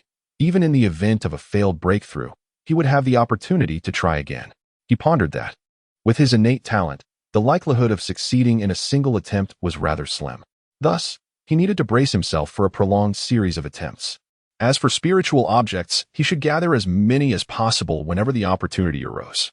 The pressing question remained, what exactly were these spiritual objects? After resting in Xianshui town for a day, Yicheng and Xin Desheng procured another carriage the following day. It was somewhat dilapidated, and the sole horse pulling it was an old steed, resulting in a rather sluggish pace. Once they entered the treacherous path of Cheongtian, their speed diminished even further. Young master, ahead lies Tianmen Valley, a perilous area. A few years ago, I passed through here while accompanying a merchant convoy, and we encountered a bandit stronghold that charged a toll, Xin Desheng remarked. The carriage had traversed the treacherous path for nearly half a month. The mountain road was rugged and narrow, with many sharp turns. In certain places, it was particularly steep, often with a precipice on one side and a deep chasm on the other, allowing only a single carriage to pass, rendering it exceedingly dangerous. Fortunately, Xin Desheng's driving skills were commendable, and no mishaps had occurred. To collect tolls along this treacherous path, they must be no ordinary mountain bandits, Yicheng observed. Indeed, I have heard rumors that this bandit stronghold may have connections to the Sword Pavilion army, as Tianmen Valley is less than 100 miles from Sword Pavilion Pass. Xin Desheng replied. The Sword Pavilion Pass served as the primary gateway into Shuzhou, renowned for its formidable defenses, where one warrior could hold the pass against 1,000. The Sword Pavilion army was the garrison stationed at Sword Pavilion Pass, safeguarding the territory of the Qian Kingdom. Initially, it was presumed that traversing through Tianmen Valley might pose some difficulties, yet unexpectedly, the passage proved to be rather smooth. Each of the 2 travelers paid a toll of 1 or 2 taels of silver and were allowed to pass through the valley without any inspection from the bandit guards stationed there. It was surprising to find that the outlaws upheld their own regulations, remarked Yicheng with a smile. Young master, paying 1 or 2 taels for the toll is rather steep. If we were part of a merchant convoy, A mere 3 to 5 coins would suffice, noted Shang. Feeling somewhat pained at the expenditure of 2 taels, Yicheng chuckled lightly and chose not to comment further. Several days later, the carriage reached the perilous Jianji Pass. There was little to admire there, as it was characterized by its treacherous cliffs, aptly described by the phrase "one man guards the pass against 1,000." Just a few dozen miles from Ming City, the carriage unexpectedly suffered a broken axle. Given the dilapidated state of the vehicle, it was remarkable that it had endured until now without breaking down along the treacherous path. They had no choice but to abandon the carriage. Yicheng mounted an old horse while Shang assumed the role of a servant leading the horse, slowly making their way toward Ming City. By evening, the two found refuge for the night in a dilapidated, abandoned temple. After a flurry of activity, Shang presented Yicheng with a roasted wild chicken, perfectly browned, along with a pot of porridge he had prepared. The chicken had been hunted by Yicheng along the way, serving as a fitting dinner. Throughout their journey, Yicheng had often foraged for game, and Shang, a diligent horseman, not only drove the carriage but also cooked and grilled, ensuring that their meals were not particularly lacking. As Yicheng savored the porridge and the wild fowl, a sudden sound of pattering raindrops echoed from outside. It had begun to rain, and quite suddenly. Due to the temple's dilapidated state, leaks began to appear in several areas. Shang hastily exited the temple to retrieve a small bundle of dry grass left outside, intended for the old horse. "Young master, what a downpour! I wonder if it will soak this temple through," he remarked upon returning. "You should find some bricks to create a resting place for yourself." Yicheng responded slowly after finishing the last spoonful of porridge. He did not require rest, only a moment to meditate. "Understood," Shang replied, prioritizing his task over his meal. He began searching for bricks to construct a makeshift resting spot. He fashioned a smaller area for Yicheng, ensuring that even if the ground became damp, there would be a dry place for him to rest. After completing his task, he finally prepared to sit down for his own meal. At that moment, the sound of hooves echoed from outside, approaching steadily. Someone was riding through the rain, and from the sound, it was evident that there was more than one rider. Suddenly, the hoofbeats came to a halt, likely drawn to the light emanating from the temple. Shang, having kindled 2 fires, knew that the glow would be visible to anyone outside. As he heard the commotion, he felt a wave of apprehension wash over him. Although they had left the treacherous path behind, anyone daring enough to ride through the rain at night could not be an ordinary person. However, he was aware that young Master Yi was a formidable expert, remaining calm enough to sit down. Before long, accompanied by the sound of soft footsteps, several figures entered, 2 men and a woman, all armed with swords and exuding a vigorous aura, clearly martial artists. Though their levels of cultivation remained indeterminate until they demonstrated their prowess. "2 of you, we have come in to take refuge from the rain. We hope we are not intruding," the foremost among them, sporting a full beard and exuding a robust demeanor, said as he clasped his hands in a gesture of courtesy towards Yicheng and Shang. His gaze, however, lingered momentarily on the Yin Fox, sword resting beside Yicheng. "Not at all," Yicheng replied with a shake of his head. Soon, the trio settled by a nearby fire after entering, the dilapidated temple having partially collapsed, leaving only a small room somewhat intact, albeit cramped. All 4 were soaked to the bone, yet after a brief while, steam began to rise from them. Yicheng maintained his usual composure, though internally he was somewhat astonished. These individuals possessed considerable cultivation. Only those who had reached the postnatal stage of martial arts could emanate true energy strong enough to evaporate the moisture from their clothes. Thus, it was evident that they were all postnatal warriors. The atmosphere within the ruined temple was eerily quiet, with neither party engaging in conversation, each respecting the other's space. After approximately half an hour, the rain outside finally ceased. Suddenly, the bearded man rose to his feet, startling Shang, who had been on the verge of dozing off. While Yicheng continued to meditate, seemingly indifferent to the outside world, the other 2 companions of the bearded man promptly followed his lead and stood as well. "Apologies for the intrusion. We shall take our leave," the bearded man said, bowing slightly towards the still-closed eyes of Yicheng before turning to exit. The 3 departed the temple and stepped into the darkness.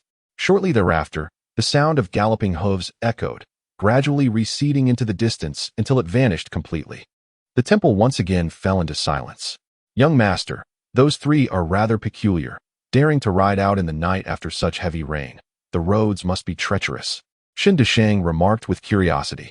"Perhaps they have pressing matters to attend to," Yicheng replied nonchalantly, closing his eyes once more. Regardless of who they were or what urgent affairs they had, it was of no concern to him. On the rainy night, beneath the dual brilliance of a golden and a silver moon, the air felt particularly clear. 3 spirited steeds raced along the path. Brother Hong, I can't shake the feeling that the young master in the temple is quite extraordinary, one of the men in front remarked gravely. Indeed, he is remarkable. Did you notice his sword? Although somewhat concealed, I could still recognize it. It must be the Fox sword, Brother Hong replied, his tone serious. He had encountered that sword before, making him somewhat familiar with it. The woman in green gasped in astonishment. Brother Hong, the bearded man reiterated. Before long, the 3 riders vanished into the night, their hoofbeats echoing faintly from the darkness. Chapter 26. Recklessness in Shu Prefecture, within the jurisdiction of Beishan County, lies the esteemed sect of Tianjiamen, a name that resonates throughout the land. Here, while one might remain oblivious to the identity of the emperor of the Qian kingdom, the existence of Tianjiamen is universally acknowledged. The impending nuptials of the sword heir of Tianjiamen have already spread like wildfire across Shu Prefecture, prompting numerous factions to send their representatives to partake in the celebration. As a master-level force, Tianjiamen reigns as the true overlord of martial arts in Shu Prefecture, with many martial factions reliant upon its favor for their survival. My lord, this inn claims to be fully booked, announced Shen Desheng, emerging from the establishment. Since this inn won't suffice, let us seek a suitable lodging elsewhere, Yi Qing replied. The inns in Beishan County were brimming with guests, and due to their late arrival, they found themselves without a room. Upon entering Shu Prefecture, Yi Qing had learned of the sword heir's imminent marriage, prompting him to hasten to Beishan County. His mission was to gather intelligence regarding the maiden, Chao Yun, who was to be the bride of the sword heir, Yun Xiaoyao. However, it was prudent to ensure he obtained reliable information about the bride. Tianjiamen had been reticent about divulging details concerning the identity of the bride. After some effort, Yi Qing and Shen Desheng finally secured accommodations at a humble lodging house. Unlike the inns, this establishment primarily catered to itinerant merchants and travelers of modest means. While the lodging fees were reasonable, the conditions were markedly inferior, with even communal sleeping arrangements available. Yi Qing and Shen Desheng were not relegated to a communal space. Yet their room was far from comfortable. Shen Desheng replaced the tattered bedding with that which he had brought along, then hurriedly tidied the room, rendering it somewhat more presentable. My lord, I have made the necessary arrangements, Shen Desheng reported. Yi Qing nodded lightly and settled onto the bed in a meditative posture. You stay outside and ensure that I am not disturbed. Yes, my lord. Once Shen Desheng exited, Yi Qing retrieved the piece of animal hide parchment, scrutinizing it intently. Although he lacked spiritual artifacts, the parchment suggested that the world was suffused with ambient spiritual energy, contingent merely upon its concentration. He resolved to attempt to harness this energy from the cosmos, testing the effects of the innate techniques of the 5 wheels true scripture. Even if the endeavor proved fruitless, there might be other benefits to glean. For him, the worst-case scenario would be an inability to break through, and he felt little apprehension regarding any potential physical or mental strain. After a prolonged period of contemplation, Yi Qing etched the patterns from the parchment into his memory and gradually closed his eyes. He envisioned the 5-eye wheel diagram, a task he accomplished with relative ease. The subsequent step involved channeling the essence of the 5 wheels within his body. What, then, is the true essence of the 5 wheels? It pertains to the vital energies of the internal organs, which hold a unique connection to the eyes. Through the visualization of the 5-eye wheel diagram, one draws forth the spleen's energy via the flesh wheel, the heart's energy via the blood wheel, the lungs' energy via the air wheel, the liver's energy via the wind wheel, and the kidney's energy via the water wheel. The 5 energies possess a nature inclined towards the primordial, forging an internal cauldron capable of absorbing the spiritual energies of heaven and earth. In an instant, Yi Qing felt a stirring within his internal organs, and upon introspection, 5 distinct colors of energy began to rise. Guided by the 5-eye wheel diagram, these energies gradually coalesced into an ethereal, multicolored cauldron resembling an eye. Under Yi Qing's conscious control, his bodily vitality, profound true energy, and mental force were infused into this illusory cauldron. But what about the spiritual energy of heaven and earth? The 5-element cauldron within Yi Qing trembled slightly, pulsating like a heart, as if yearning to absorb something extraordinary. Finally, a flicker of peculiar spiritual light seemed to project from the void, descending into the 5-element cauldron. As this light entered, the cauldron appeared to be stimulated tremendously, its trembling intensifying. Yi Qing's body quaked violently in response, for the 5-element cauldron was on the verge of losing control. Was this the spiritual energy of heaven and earth? Alas, it was far too meager to satisfy the cauldron's demands, and Yi Cheng sighed inwardly. In the next moment, the cauldron's rhythm reached its zenith before it erupted violently. The energies dispersed, and he felt an excruciating pain in his internal organs, as if they were being torn apart. His mental force shattered, and the true energy spiraled out of control. The surging energy rampaged through his meridians, severing them in its wake. More terrifyingly, this rampant energy surged towards his brain. At that moment, he finally comprehended why a failed breakthrough at the innate realm could render the brain into a gelatinous state. Under the assault of this uncontrollable energy, it was a wonder that his brain did not succumb to mush. He absolutely could not allow the true energy to invade his brain. Otherwise, he would undoubtedly perish. Even the elixir of immortality would be of no salvation. He had acted too recklessly this time. Without spiritual artifacts, forcing a breakthrough was perilously foolish. As a roar erupted from his swollen throat, Yi Cheng opened his eyes, striving to control a thread of manageable true energy. He raised his hand and pointed towards an acupoint on his cervical spine. With the infusion of true energy, the meridian connecting his brain to his body was severed. The uncontrollable surge of energy was immediately halted at his neck. Yet, his arm fell limp, for he had completely lost control over his body. He could no longer even perceive it. In other words, he had become akin to a vegetable, with movement limited to above his neck. "Young master." Outside, Shen Desheng heard Yi Cheng's roar and immediately called out from the door. "I am fine," Yi Cheng replied, enduring the agonizing pain in his head. Though his voice sounded strange, Shen Desheng did not enter, assuming that Yi Cheng was merely in the midst of cultivation. At that moment, the elixir of immortality finally materialized in Yi Cheng's mind, accompanied by resplendent golden light illuminating every part of his being. His previously ravaged body began to visibly heal at an astonishing rate. In less than 2 breaths, his body and spirit were wholly restored to their former state. He exhaled deeply. Had he not promptly severed the meridian at his cervical spine, even with the elixir of immortality, he would have surely met his demise. Indeed, those who do not court death shall not perish. Henceforth, one must drive with greater caution, eschewing reckless behavior. Nevertheless, this experience has not been devoid of merit. Yi Cheng's eyes sparkled with brilliance, for he sensed a subtle yet extraordinary transformation in his spiritual energy. When he closed his eyes, he could faintly perceive the scattered ethereal lights permeating the universe, albeit with a certain obscurity, as though shrouded in mist. He was aware that he had not yet transcended to the innate realm. His sensitivity to the spiritual essence of the world remained tenuous at best. It was no wonder that a spiritual artifact was necessary for such a breakthrough, as the celestial spiritual energy felt exceedingly insubstantial. Yi Cheng shook his head, realizing that to truly ascend to the innate realm, a spiritual artifact was imperative. Yet, even in the face of this unsuccessful breakthrough, he perceived an opportunity for growth. With diligent training, he could enhance his spiritual sensitivity to the celestial energies, and he anticipated that once he obtained a spiritual artifact, the process of transcendence would become considerably more facile. Yi Cheng contemplated this, acknowledging that while the agony from a failed breakthrough was indeed terrifying, he was unwilling to forfeit this chance for development. Chapter 27. Return to the capital. Today, the city of Beishan has transformed into a bustling spectacle, for it marks the auspicious day of the grand wedding of the esteemed Jianzi Yun Xiaoao from the Tianjin sect. Crowds of onlookers line the streets, eager to witness the festivities. The procession of the wedding party stretches impressively, extending several hundred meters in length. Dressed in uniform attire, the disciples of the Tianjin sect form the welcoming entourage. "Young Master Yi, the bridal procession is approaching," exclaimed Shen Desheng, who was perched excitedly by the window of an upstairs tavern, pointing below with fervor. Amidst the long line of celebrants, a splendid bridal palanquin, adorned in vibrant red, glided gracefully forward.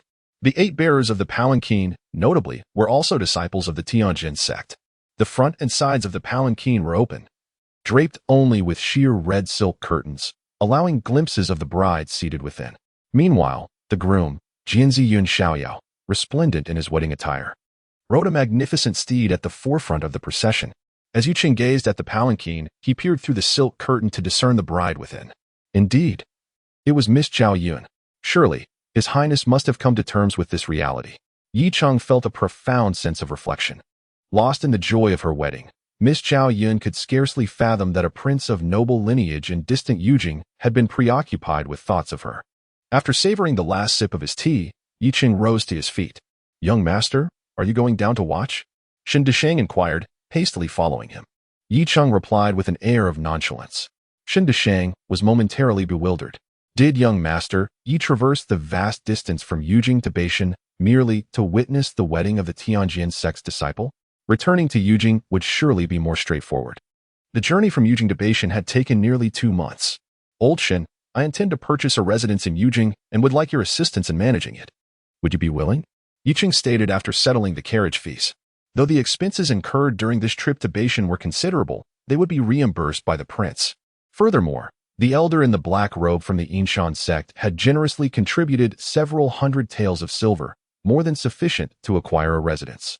Indeed, it would be a waste to let his wealth sit idle. Investing in property was far more prudent. Given his position in the Eastern Palace, he seldom had the opportunity to leave, necessitating someone reliable to manage his estate. Finding another person could be troublesome and unreliable. "Young master, I am willing," Shen Desheng replied without hesitation.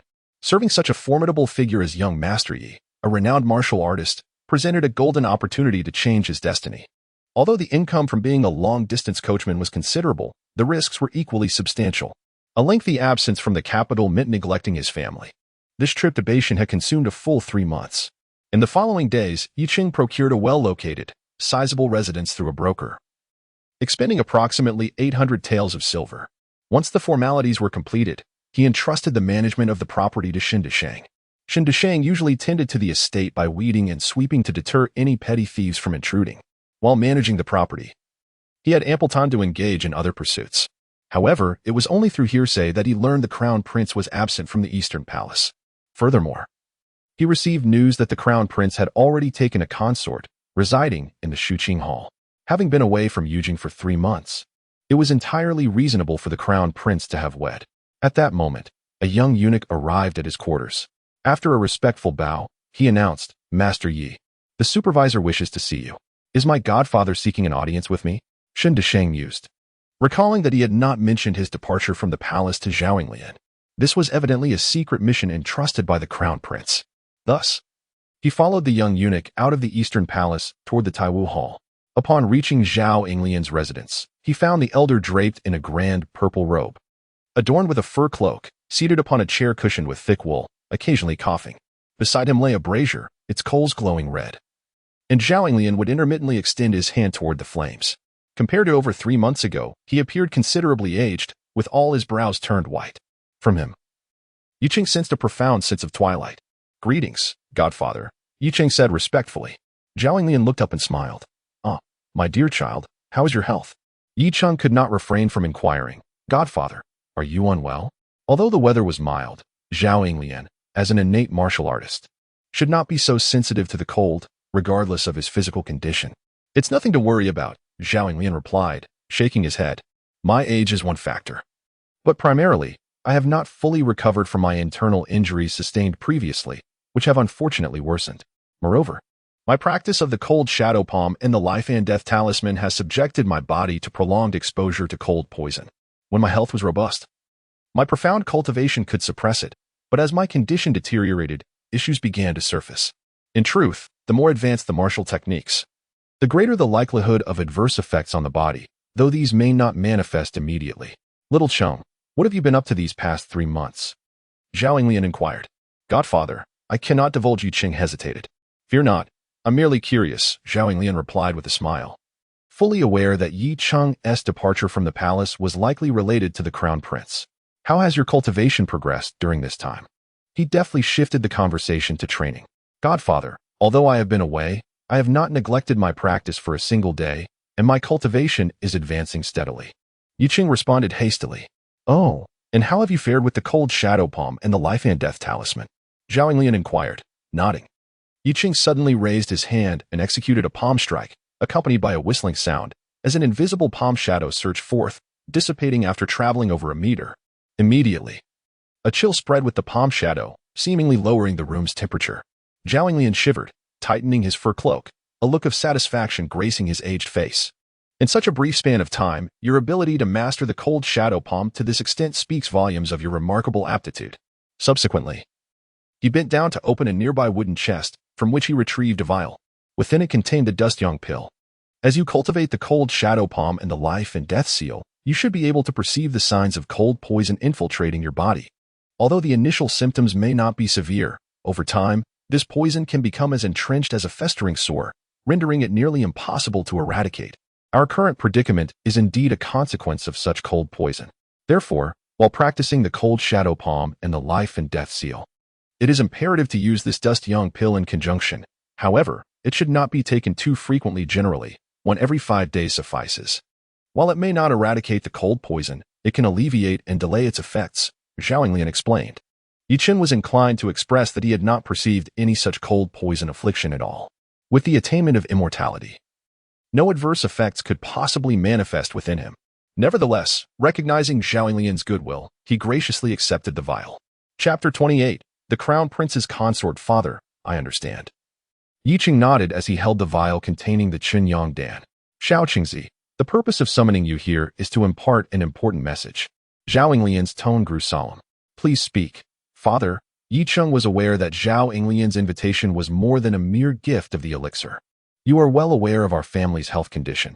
It is likely that I shall not live for another 2 years. Thus, I cannot protect you for long. Life within the palace is 100 times more brutal than at the Jingwang residence, with countless individuals vying for power. You must tread carefully in the Eastern Palace. A single misstep could lead you to an abyss. Zhao Englian spoke in a low voice. I shall remember your words. Yi Cheng felt a surge of emotion at Zhao Englian's intent. When he had initially taken Zhao Englian as his godfather, it was merely a strategic move, a means to secure a strong backing. To claim sincerity would be disingenuous. However, since Zhao Englian had accepted him as a godson, he had provided care in numerous aspects. After exchanging a few more words, Yi Cheng finally seized the opportunity to inquire about spiritual materials. Xiao Qingzi, why do you ask about this? Spiritual materials are only beneficial to those who are on the verge of breaking through to the innate realm or to innate masters, Zhao Englian said in surprise. Father, I have heard whispers of spiritual materials while outside the palace, which piqued my curiosity, Yi Cheng replied. Let me explain simply. Spiritual materials are typically natural entities that absorb the essence of heaven and earth, primarily comprising various plants. Occasionally, one might encounter rare natural minerals, and there are even exceptionally unique artifacts.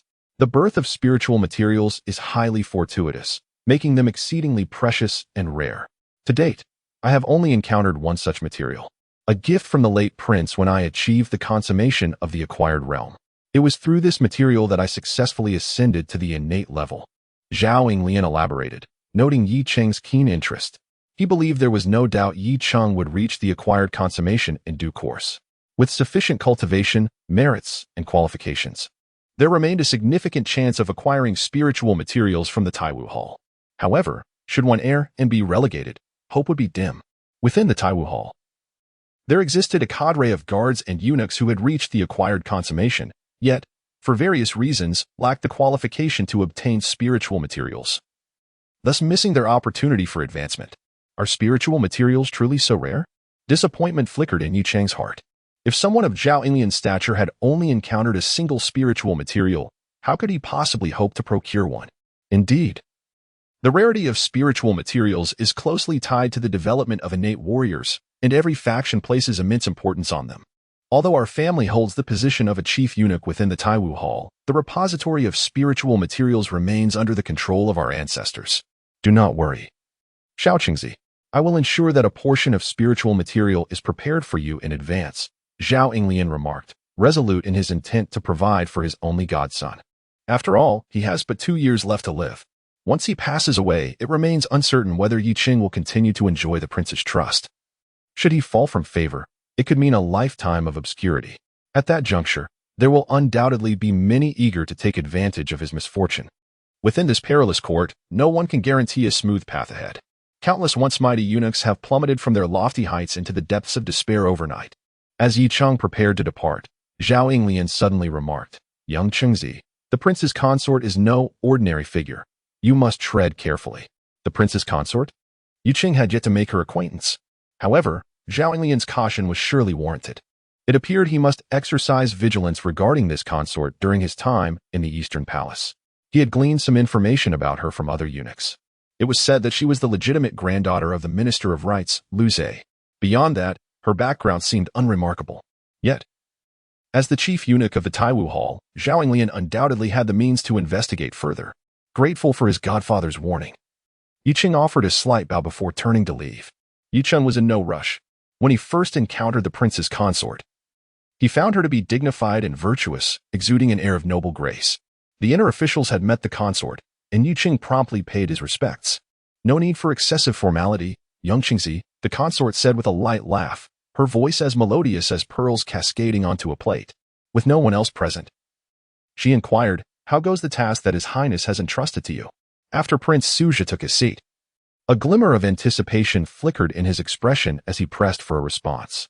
"Reporting to Your Highness, upon arriving in Shuzhou, Ba Mountain County, I fortuitously encountered the grand wedding of the swordmaster from the Tianjin sect." Yiqing dared not conceal the truth and spoke swiftly. "Understood. You may leave," Prince Suzhi said, his demeanor darkening slightly as he waved his hand. "Yes," Yiqing replied, quickly bowing before exiting the inner palace. In the following days, Yiqing's life settled into a tranquil rhythm, with the prince remaining indoors. Yicheng continued his meditation practice with the 18 Zhuan bells, delving into the depths of his subconscious. He noticed that the ambient spiritual energy within the palace seemed to surpass that of other locations. Following his initial failed breakthrough, his spiritual awareness underwent some transformation, allowing him to perceive the existence of spiritual energy. After several attempts, the evolution of his consciousness became increasingly pronounced, and his sensitivity to spiritual energy grew clearer. However, the agony of these failed breakthroughs was excruciating. Despite his resolute will, he hesitated to attempt them frequently, each decision arriving only after substantial inner conflict. The spiritual energy was mostly sparse and thin. Occasionally, he encountered pockets of slightly denser energy, yet they could not compare to the palace's abundance. Nevertheless, the ethereal spiritual energy present within the palace remained woefully inadequate. Within his chamber, surrounded by the 18 Zhuan bells, Yiqing opened his eyes, a sense of gratitude for life illuminating his expression. This was the predominant feeling he experienced after each failed breakthrough. The torment of failure was indeed harrowing. Alas, if only I possessed a spiritual artifact, I would not have to endure such suffering. Yiqing sighed, contemplating such anguish, and realizing that he must endure it for possibly several more years. He felt a shiver run down his spine. The path of martial arts truly proved to be exceedingly arduous, with each step fraught with challenges. Initially, he believed that acquiring the innate techniques would lead to the opening of the gates of destiny. However, he was unprepared for the necessity of spiritual artifacts. The following morning, just after Yicheng had finished his breakfast, a maid approached him. He recognized her as someone in the service of the crown princess. "Lord Yi, the crown princess summons you," she announced. The maid possessed striking features, yet her demeanor was somewhat frigid, and her piercing gaze bore an air of arrogance as she regarded Yicheng. "The crown princess wishes to see me?" Yicheng pondered the reasons behind this summons. Could it be that the crown princess was aware of his departure from the palace? That seemed unlikely. Perhaps it was merely a routine matter for her. As the matriarch of the Eastern Palace, it would be quite normal for the crown princess to familiarize herself with every eunuch and maidservant within her domain. With a hint of curiosity, he followed the maid to the Shuqing Hall. Chapter 29, 2 years within the confines of the Shuqing Palace. The internal minister paid respects to the crown princess. Yicheng, seated before her, bowed gracefully. "Your Highness, I have heard that Eunuch Yi once saved the crown prince's life." The crown princess, with her exquisite features and regal demeanor, exuded an air of unattainability. "Esteemed crown princess, it is only natural for the internal minister to serve the crown prince. I do not seek to claim credit," Yicheng replied, adopting a humble posture. "Very well. You possess a clear understanding," the crown princess remarked, her demeanor suggesting that she wielded considerable authority. Although she was the matriarch of the Eastern Palace, her actions indicated a tendency to exert influence over the crown prince. This hinted at her potentially formidable nature. In contrast, Crown Prince Suzhu exhibited a more placid character, leaving one to wonder if he could navigate the complexities of his formidable consort in the future. "Your Highness, I merely sought leave from His Highness for some trivial matters." Yicheng interjected, caught between the crown prince and the crown princess, feeling somewhat constrained. In such a predicament, he recognized that expressing any dissatisfaction could lead to dire consequences with the crown princess. Her expression remained composed as she addressed Yicheng. "Eunuch Yi, if there is nothing else, you may withdraw." She then instructed her attendant, Xiao Huan, present Eunuch Yi with a vial of essence rainbow pill for his cultivation. Swiftly, The attendant retrieved a small vial and handed it to Yi Cheng. "Thank you for your generous gift, Your Highness," he responded, taken aback by the crown princess's magnanimity. After accepting the vial, Yi Cheng took his leave. Soon, the chamber was left with just the crown princess and her attendant. Xiao Huan spoke. "Xiao Huan, remember? This is the Eastern Palace, not the former Lu residence. While your words may be permissible in my presence, they are not so outside these walls. Eunuch, he is unwaveringly loyal and greatly esteemed by the crown prince. Moreover, he is the godson of the esteemed Grand Eunuch Xiaolinglian. You must show him due respect in the future. Do you understand?" The crown princess spoke with an air of tranquility. "Your Highness, I understand," Xiao Huan replied eagerly.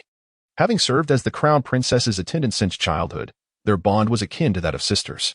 Now, as she accompanied the crown princess into the palace, she might also find herself in service to the crown prince. It was entirely plausible that, once the crown prince ascended to the throne, she would be elevated to the status of a consort. As time passed, 2 years slipped away. Yi Cheng's existence within the Eastern Palace could only be described as uneventful. Each day, he engaged in meditation using the 18 bell chime, seeking to connect with his subconscious. His persistent dedication bore fruit, allowing him to briefly enter a meditative state even without the chime, though the experience remained hazy and fleeting. Moreover, attempting to engage with his subconscious without the aid of the 18 bell chimes' alpha sound seemed to impose a significant strain on his mental faculties, often resulting in excruciating headaches. Fortunately, the elixir of immortality provided restorative properties. Regardless, he had achieved a measure of success, which he considered the greatest reward. Henceforth, even without the 18 bell chime, he could attempt to meditate and connect with his subconscious. The chime, while potent, was an impractical burden to carry constantly. Perhaps it is the nature of habit. His frequency of cultivation has notably increased, from once every 10 days to now every 3 days. Practicing the innate techniques, while not immediately enhancing his power, has refined his spirit to an extraordinary clarity, allowing him to perceive the wandering spiritual energy of the universe with remarkable acuity. He has also discovered that each time he absorbs the ethereal energy, it does not dissipate but rather integrates into his body, gradually improving his physical condition. Over the course of 2 years, he can distinctly feel that his muscles, skin, and organs have significantly strengthened compared to 2 years prior. According to his understanding, during the utilization of spiritual objects, the vast amounts of energy absorbed not only transform true energy into innate true energy but also fortify the body, which is a principal reason for the longevity afforded to innate warriors. In these 2 years, his foster father Xiaolinglian's health has deteriorated further. Even in summer, he requires to wear thick clothing. Yi Cheng frequently visits Zhao Yinglian, who subtly conveys a sense of preparing for the inevitable. In the spirit nurturing hall, there is only one purple-robed elderly eunuch in attendance. This individual is Su Hong, the chief eunuch of the Palace of Rites. The Palace of Rites is part of the attendant eunuch system, where most eunuchs do not practice martial arts, though some guard eunuchs transition to attendants due to a perceived lack of hope in the martial path. Su Heng, originally a guard eunuch from the Taiwu Palace, was of mediocre talent and eventually became an attendant. Fortuitously, the prince he served ascended to the throne, allowing him to rise dramatically in status as the chief eunuch of the Palace of Rites. Although his power does not rival that of Zhao Yinglian, the chief eunuch of the Taiwu Palace, he remains one of the most distinguished attendants. At this moment, Su Heng entered, tiptoeing gently and bowing as he spoke softly. "Your Majesty, the chief eunuch of the Taiwu Palace, Zhao Yinglian, seeks an audience." "Let him in," commanded the Emperor Qian, who, after savoring a piece of cake, took a sip of tea. Since ascending to the throne, his aura of authority has intensified, yet he has also acquired an abundance of white hair. At his current age, which should be one of prime vigor, he, as an innate master, should not be so grizzled. However, the white hair is not a result of his own martial comprehension, but rather a consequence of the previous emperor's forceful importation, which in a sense depletes his potential. Consequently, the signs of physical aging have inevitably manifested prematurely, with a series of shuffling footsteps echoing. A frail, white-haired Zhao Yinglian soon entered the hall. "The inner minister pays his respects to your Majesty." Zhao Yinglian knelt directly before the imperial desk. "Zhao, there is no need for such formality between us. Rise," the Emperor Qian said gently, regarding the kneeling Zhao Yinglian with warmth. As an elder who had served him over the past 3 years since coming from the princess residence, Zhao Yinglian had accomplished many significant tasks, thus earning the emperor's particular esteem, still addressing him by his title from the princess court. "Your Majesty, the inner minister is aging. and my health deteriorates day by day. I fear my days are numbered. I humbly request permission to resign from my post as chief eunuch of the Taiwu Palace and retire from court life. Zhao Yinglian did not rise, but instead humbly beseeched. Your Majesty, I implore you. Granted, the Qian Emperor replied, observing the emaciated figure of Zhao Yinglian with a mixture of emotions. Thank you, Your Majesty, for your benevolence. Zhao Yinglian expressed her gratitude. Chief Steward Zhao, you have assisted me diligently. Your efforts are commendable. Do you have any requests? The Qian Emperor inquired. The inner minister had no other desires, only pleading for Your Majesty to bestow upon her a spiritual artifact. Zhao Yinglian spoke hastily. The Qian Emperor was taken aback, clearly unprepared for such a request from Zhao Yinglian. Given her physical condition, even possessing a spiritual artifact would be futile, as the capacity of an innate martial artist's body to absorb spiritual energy is limited, reportedly connected to the subconscious. Suddenly, a thought struck him, and he comprehended the underlying reason. Very well. I shall additionally grant you a residence within the Tianyuan prefecture to serve as your sanctuary in your later years. The Qian Emperor declared. Thank you, Your Majesty. Zhao Yinglian prostrated herself on the ground, overwhelmed with gratitude. Chapter 30. Retirement from the Eastern Palace. In the tranquil setting of Shuqing Palace, Yicheng languidly observed the Crown Prince Suzhia, who was playfully engaging with the young royal grandson not far away. The little prince had already reached the tender age of 1, capable of taking his first steps. Since the birth of a son, the Crown Prince had seemingly transformed into a devoted father, devoting the majority of his time to nurturing the child, embodying the very essence of paternal affection. Even Emperor Qian had begun to visit the Eastern Palace with increasing frequency, for the little prince was destined to be the recipient of boundless adoration. At that moment, a delicate and melodious voice resonated from beyond the palace doors. The Crown Prince promptly cradled the young royal in his arms and, alongside the Crown Princess, made his way to the entrance. Yi Cheng and the other guards, eunuchs, attendants, and maidservants quickly took their positions, standing respectfully to welcome the arrival. Before long, a stately lady adorned in imperial attire entered, flanked by numerous eunuchs and maidservants. We pay our respects to Her Majesty. The Crown Prince and Crown Princess greeted her with reverence. Grandmother, the young prince chimed in with a sweet, innocent voice. Dear grandson. The Empress approached, gently lifting the young prince from the Crown Prince's arms and affectionately stroking his small face, her expression radiant with joy. Although the Empress was not the biological mother of the Crown Prince, she had raised him since childhood, nurturing a bond akin to that of a mother and son. After exchanging a few pleasantries, the Crown Prince rose and addressed her. Mother, I must attend to affairs at Qianyuan Pavilion, so I shall take my leave. Go ahead.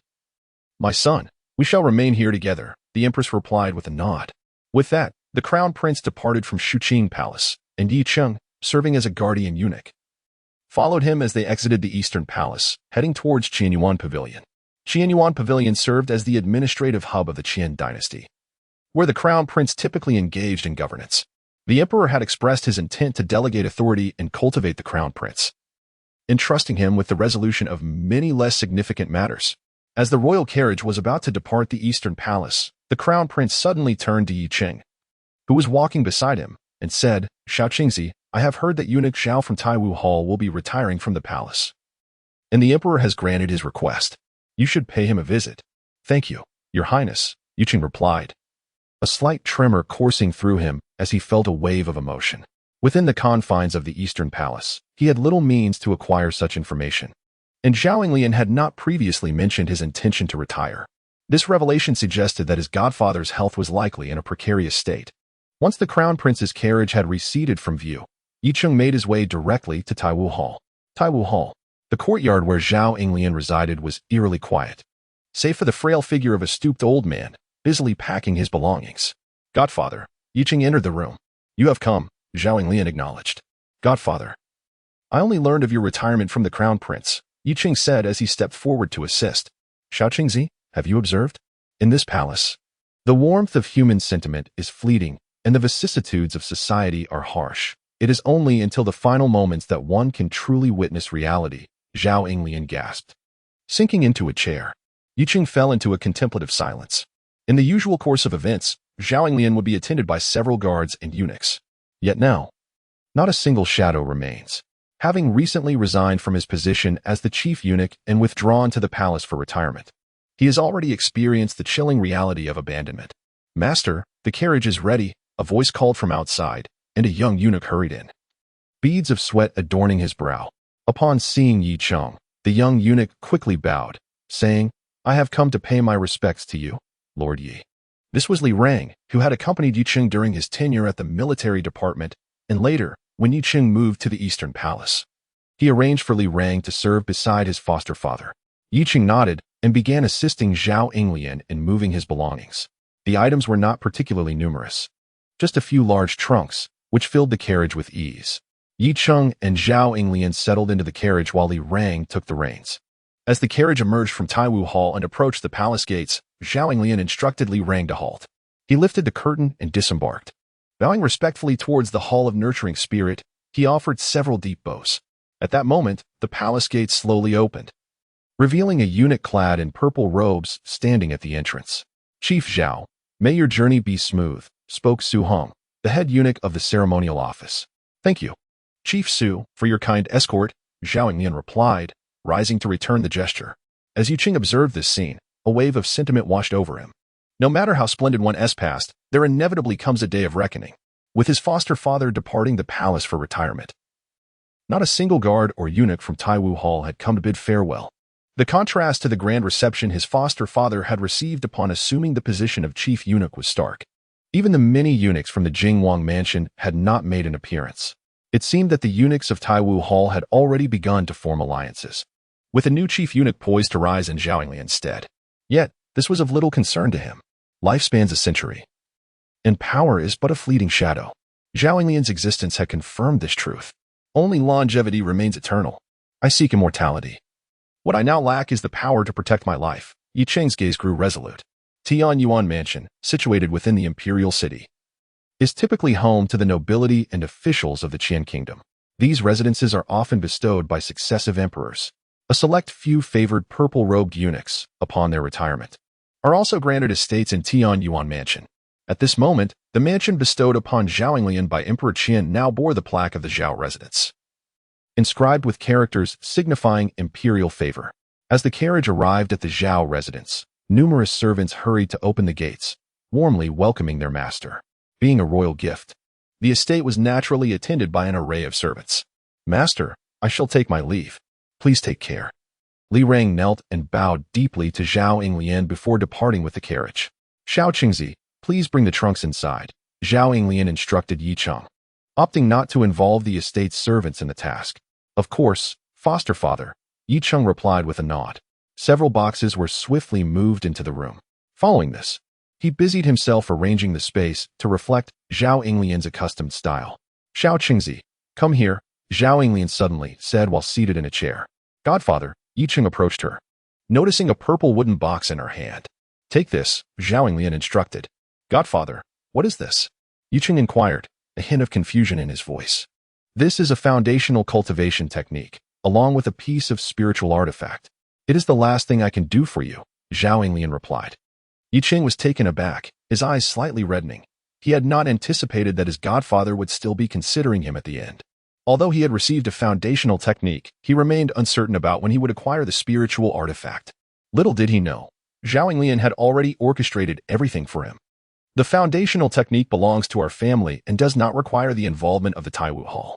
It contains all the insights and experiences necessary for breaking through to the innate stage. However, you must not open it until you reach the peak of the acquired stage. Furthermore, once you become an innate warrior, ensure you register at the Taiwu Hall. As for the spiritual artifact, it is something our family requested from His Majesty. When the time comes for your breakthrough, be cautious. It is best to seek out the drunken old eunuch. We have already spoken with him, and as long as he is alive, he will lend you assistance." Zhao Yinglian coughed a few times before continuing. "Godfather," Yi Cheng knelt down, his eyes glistening with moisture. He knew well who the drunken old eunuch was, the one who once guarded the armory of the Jingwang's residence, now holding innate cultivation. After entering the palace, he served as the chief eunuch in the Heavenly Book Pavilion, a position deemed insignificant. It was said that he had chosen this role due to his advanced age. "Xiao Qingzi, we do not ask for much in return. When I am gone, remember to burn more paper money for me," Zhao Yinglian added. "Godfather, please take care of yourself. I will visit often," Yi Cheng replied, respectfully bowing his head as he accepted the wooden box.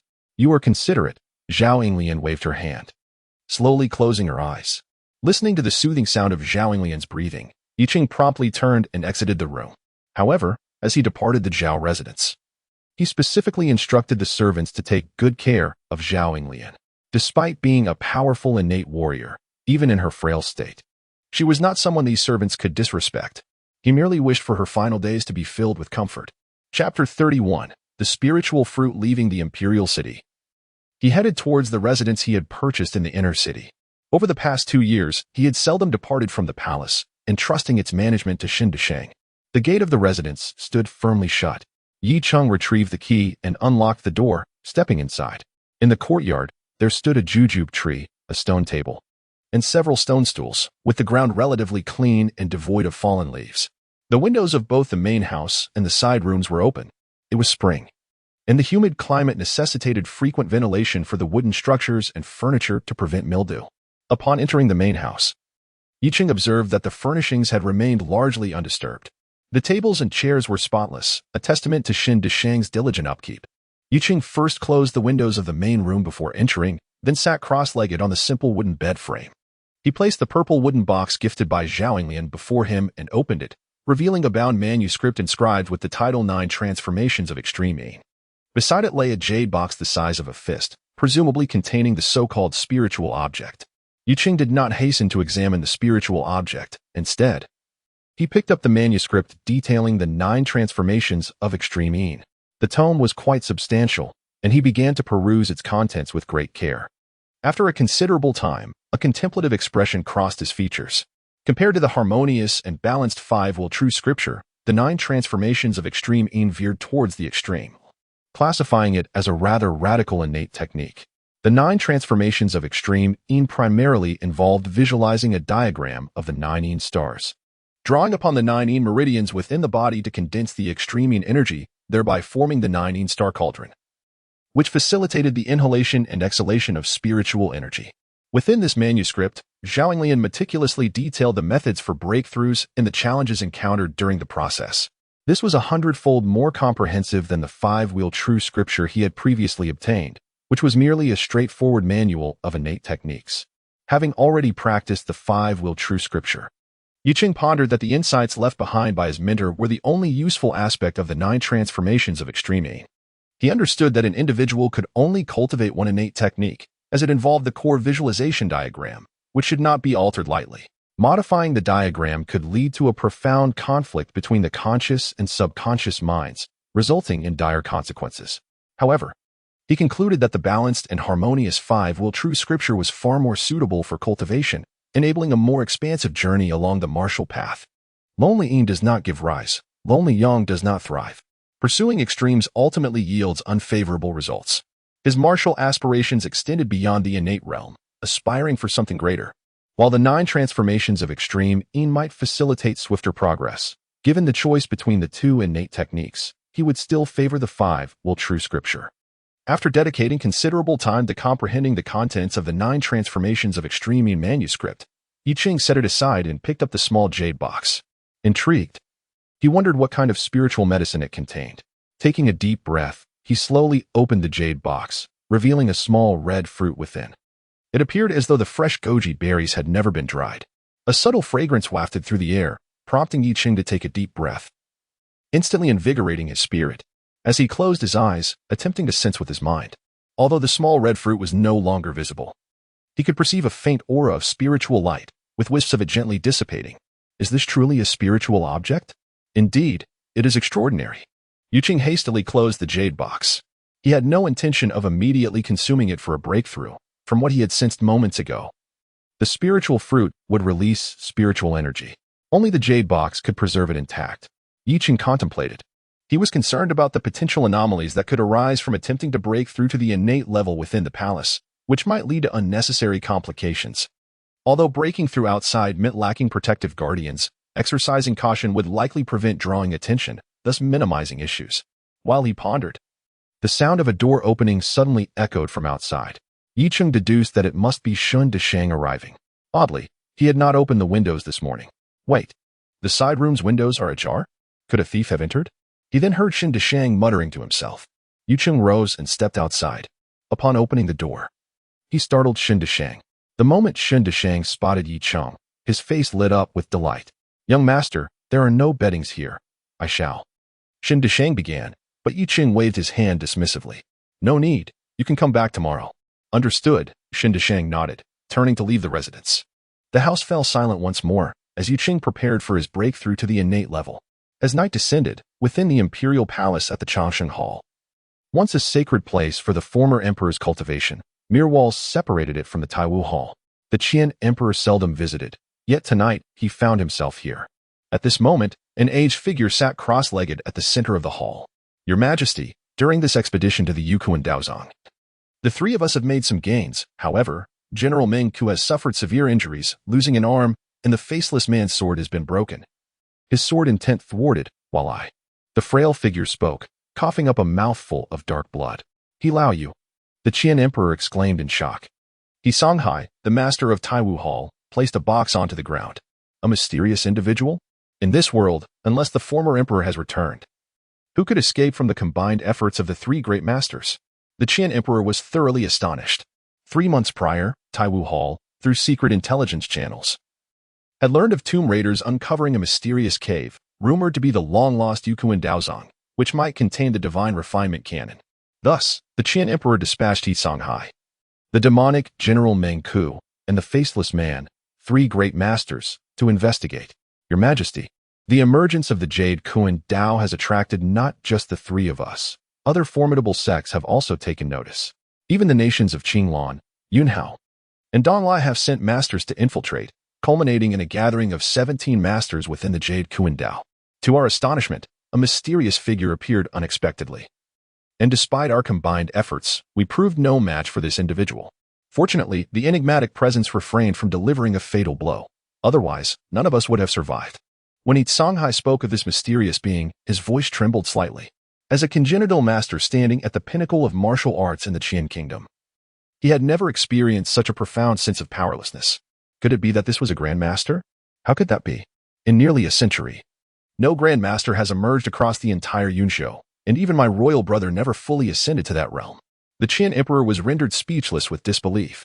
17 congenital masters. What an astonishing assembly. United, they could obliterate a nation. Yet, they were vanquished by a mysterious figure. Chapter 032.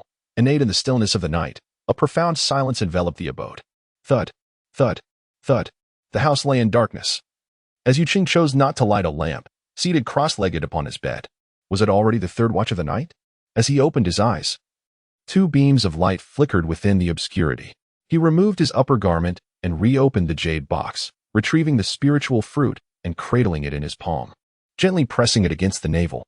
Both the 5 wheels true scripture and the 9 transformations of extreme Yin technique allude to the navel as the optimal point for absorbing spiritual energy. In the womb, a fetus exists in a state of innate purity, drawing nourishment and energy through the umbilical cord connected to the mother. This is precisely why Yi Cheng chose not to ingest the spiritual fruit directly. Oral consumption represents a postnatal method of energy replenishment, misaligned with the innate, which could impede the absorption of spiritual energy and result in wastage. In an instant, Yi Cheng envisioned the 5-eyed will diagram in his mind, prompting the primordial energies of his 5 internal organs to surge, transforming into a fantastical cauldron of 5 colors and 5 energies.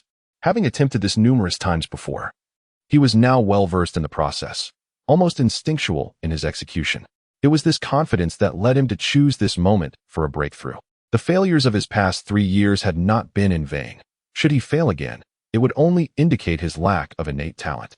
As the 5-colored cauldron took form, a torrent of blood vitality, true energy, and spiritual strength flowed into it, while a cool, pure essence streamed into his navel.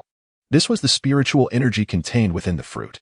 Yi Cheng's consciousness detected an extraordinary channel linking the illusory cauldron within him to the spiritual fruit, continuously drawing in strands of spiritual energy. Indeed, the richness of the spiritual energy in the fruit was remarkable. Once he sensed the spiritual energy entering the illusory cauldron and mingling with the blood vitality, true energy, and spiritual strength, a peculiar reaction began to unfold. As time passed, an increasing amount of spiritual energy was absorbed, causing the cauldron to simmer with vibrant colors, yet the final melding seemed to be just shy of completion. The harmonious convergence of blood vitality, true energy, spiritual strength, and spiritual energy required a delicate balance, demanding exquisite mental control. Yicheng understood this well. The spiritual energy was paramount, and even the slightest deficiency could lead to failure. Under his perception, the spiritual light represented by the fruit at his navel dimmed considerably. It had been nearly depleted of 90% of its spiritual energy. After a while, the vibrant colors within the five-colored cauldron reached a fever pitch, as if on the verge of bursting. If the melding could not be completed, the only outcome would be the collapse of the cauldron and failure of the breakthrough. Though he possessed the longevity of the immortal Tao fruit, alleviating concerns of severe repercussions from failure, the loss was one he could ill afford. This spiritual fruit had been procured by his adoptive father from the Qian Emperor. Obtaining another spiritual fruit would be exceedingly difficult in the near future, as the final trace of spiritual energy contained within the spiritual fruit was completely absorbed. The alchemical reaction remained stagnant, and the ethereal cauldron began to tremble precariously. Yicheng felt a sense of losing control. With this thought in mind, he unhesitatingly entered a meditative state, reaching out to his subconscious. Although he could only maintain this state for a brief period, he needed to harness his subconscious to enhance his mental control and harmonize the myriad energies within the cauldron. For others, this situation would signify a failure to break through. Yet Yichu was different. His extensive practice with the 18 bells had trained him in meditation and communication with his subconscious, granting him a profound understanding of it. Even without the 18 bells, he could still connect with his subconscious. The subconscious was immensely powerful. While the conscious mind may struggle to control the alchemical reaction within the ethereal cauldron, the subconscious could undoubtedly manage it. In an instant, Yicheng's consciousness seemed to enter a state of absolute calm, becoming extraordinarily potent. The once tumultuous cauldron was swiftly pacified by this wave of mental energy, and the blood, true qi, spiritual power, and even spiritual energy began to gradually harmonize. Just as Yicheng's meditative state was on the verge of interruption, all the radiance within the five-colored ethereal cauldron suddenly quaked and began to merge. An unusual energy emerged, imbued with 5 colors, clear and vibrant, like a chain reaction. This peculiar energy rapidly grew until the last traces of blood, true qi, spiritual energy, and mental power were transformed. Within the ethereal cauldron, only a singular 5-colored energy remained in constant motion, innate true qi, or perhaps more aptly termed, innate 5-wheeled true qi. This innate true qi circulated throughout his body, strengthening bones and muscles, cleansing organs, refining skin and membranes, unblocking meridians, and purifying the marrow. If the previous failures at breaking through had resulted in a subtle enhancement of the body by spiritual energy, this time marked a complete metamorphosis. As the innate true qi flowed through his cervical vertebrae and entered his brain domain, he felt his thoughts elevating, as if a special gateway had been unlocked. At that moment, his perception of the external world transcended the mere awareness of natural spiritual energy. He began to faintly sense everything around him. To his astonishment, an innate martial artist could indeed perceive the external world through their spirit. Yicheng marveled at this newfound ability. Akin to acquiring an additional set of eyes, an all-encompassing vision that afforded him a tremendous advantage in combat. Ordinary surprise attacks would prove nearly ineffective, as an innate martial artist could keenly sense everything within their spatial surroundings, though the range varied. After some exploration, Yicheng estimated his perceptual range to be approximately 10 feet. Beyond this distance, darkness enveloped him, devoid of any sensations. However, within a 3-foot radius, everything was strikingly clear. Is this what it means to be innate? Yicheng opened his eyes and extended his palm, conjuring a sphere of 5-colored radiance. Compared to mere true qi, this innate 5-wheeled true qi was significantly more powerful. Then, with a swift motion, he leaped from the bed to the ground, moving with astonishing speed. Suddenly, a faint, ethereal glow enveloped him, delicate and subdued. This was the protective aura, a manifestation achievable only by innate martial artists. Acquired warriors, however, were incapable of such a feat. Due to the inherent nature of true energy, it could solely be utilized for offensive purposes, dissipating once detached from the body. The notion of harnessing protective aura to safeguard oneself was utterly implausible. Subsequently, he channeled his innate true energy to execute several martial techniques he had mastered, each displaying a remarkable enhancement in power. Notably, the cold shadow palm and the life and death seal, both advanced techniques, experienced a qualitative leap. These skills could only be truly unleashed by innate martial artists. Particularly, the life and death seal, when performed at the innate level, allowed for mental control. causing the thin ice within the enemy's body to detonate upon impact, an impossibility for those at the acquired level. Chapter 033. Revelation. Yi Cheng resumed his seated position on the bed, closed his eyes, and began to circulate the Five-Will Sutra, attempting to continue his cultivation. After a considerable period, he opened his eyes and exhaled deeply. Indeed, it was futile. Through visualizing the 5 eyes wheel diagram and condensing the ethereal furnace of the 5 energies and 5 colors, he could continue to absorb the ambient spiritual energy from the world, yet this meager energy would soon dissipate. The minuscule spiritual energy absorbed after numerous failed breakthroughs was markedly different from the prior experiences. It did little to enhance his physical condition. It appeared that without the method of refining the spirit, it was genuinely impossible for a congenital martial artist to continue their cultivation and elevate their realm, Yi Cheng contemplated. At present, his congenital cultivation represented the utmost limit achievable by his conscious awareness. To advance further, he could only communicate with his subconscious. However, connecting with the subconscious required the art of spirit refinement. Without this method, such communication was mere fantasy, and striving to elevate his congenital realm would be an empty pursuit. Yet, among the congenital martial artists in this world, some had forged their own paths, attaining mastery through the comprehension of martial intent, thereby pushing their cultivation to new heights. What methods did they employ to grasp martial intent? Yi Cheng stroked his chin thoughtfully. For now, it seemed he had no opportunity to comprehend martial intent unless he reported to the Taiwu Hall that he had become a congenital martial artist. However, doing so would undoubtedly lead to complications. In just a few short years, he had transcended both the post-heaven and pre-heaven realms, and anyone would perceive there were secrets surrounding him. The method of condensing martial intent was not something he could dwell on for now.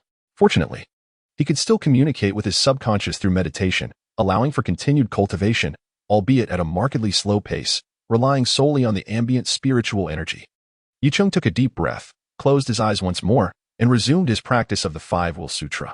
This time, he would enter a meditative state to connect with his subconscious. After a while, Yi Cheng opened his eyes, a faint smile gracing his face. It was indeed feasible. Regrettably, the ambient spiritual energy he managed to absorb was exceedingly scant. The effects of such cultivation were minimal at best. It would require years of practice to accumulate an amount equivalent to that derived from a single spiritual fruit. The yearning for spiritual objects within him grew increasingly intense. The Taiwu Hall undoubtedly possessed such treasures, yet his current strength rendered him incapable of acquiring them. The only recourse was to infiltrate the Taiwu Hall and devise a method to obtain these spiritual objects. Furthermore, the Taiwu Hall surely had channels for acquiring spiritual items. If he could gather relevant intelligence, could he not benefit from it? Yi Cheng pondered deeply. Currently, he served in the Eastern Palace, and transferring to the Taiwu Hall would present considerable challenges. With Zhao Yinglian no longer in the position of chief eunuch, even if he were to reach the Taiwu Hall, he would not secure a favorable position. It seemed he would have to devise another plan. Regrettably, the Qian Emperor was at the height of his reign, and it would be uncertain how many years it would take for the crown prince to ascend the throne. Perhaps he might remain a prince for several decades.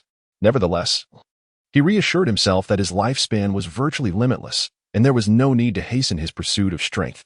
Excessive haste could lead to unforeseen complications. Yi Cheng let out a sigh, ultimately calming himself. The relationships within the palace were intricate, and the Taiwu Hall was filled with formidable experts. Above them sat innate masters. Having just entered the realm of the innate, his current strength was still inadequate. After all, innate warriors possess the ability to sense the fluctuations of their surroundings. If he were to lose control over his innate true energy, causing his aura to leak, it would undoubtedly reveal his cultivation level. Uncertain of how much time had passed, the sound of a door opening resonated from outside, followed closely by the voice of Shen Deshang. "Young master, I've brought you a bit of breakfast." Yi Cheng opened his eyes. The day had already brightened. Rising from his bed, he stepped out of his room and saw Shen Deshang diligently wiping the tables and chairs, with a food container set beside him. Upon noticing Yi Cheng's emergence, Shen Deshang promptly exited with a cloth in hand. After washing his hands, he opened the food container, revealing steaming white buns, fried dough sticks, pickled vegetables, and a bowl of soy milk, quite a sumptuous spread. "Young master, please enjoy your meal," Shen Deshang said. Yi Cheng nodded appreciatively. "You were thoughtful." With that, he began to eat at a leisurely pace. Once he had eaten his fill, Yi Cheng suddenly tossed down a silver ingot, stating, "Old Shun, I must take my leave." With that, he moved swiftly and had already exited the house. "Young master, Shang gazed at the silver ingot Yucheng had left behind and hurriedly chased after him, but Yucheng had vanished without a trace.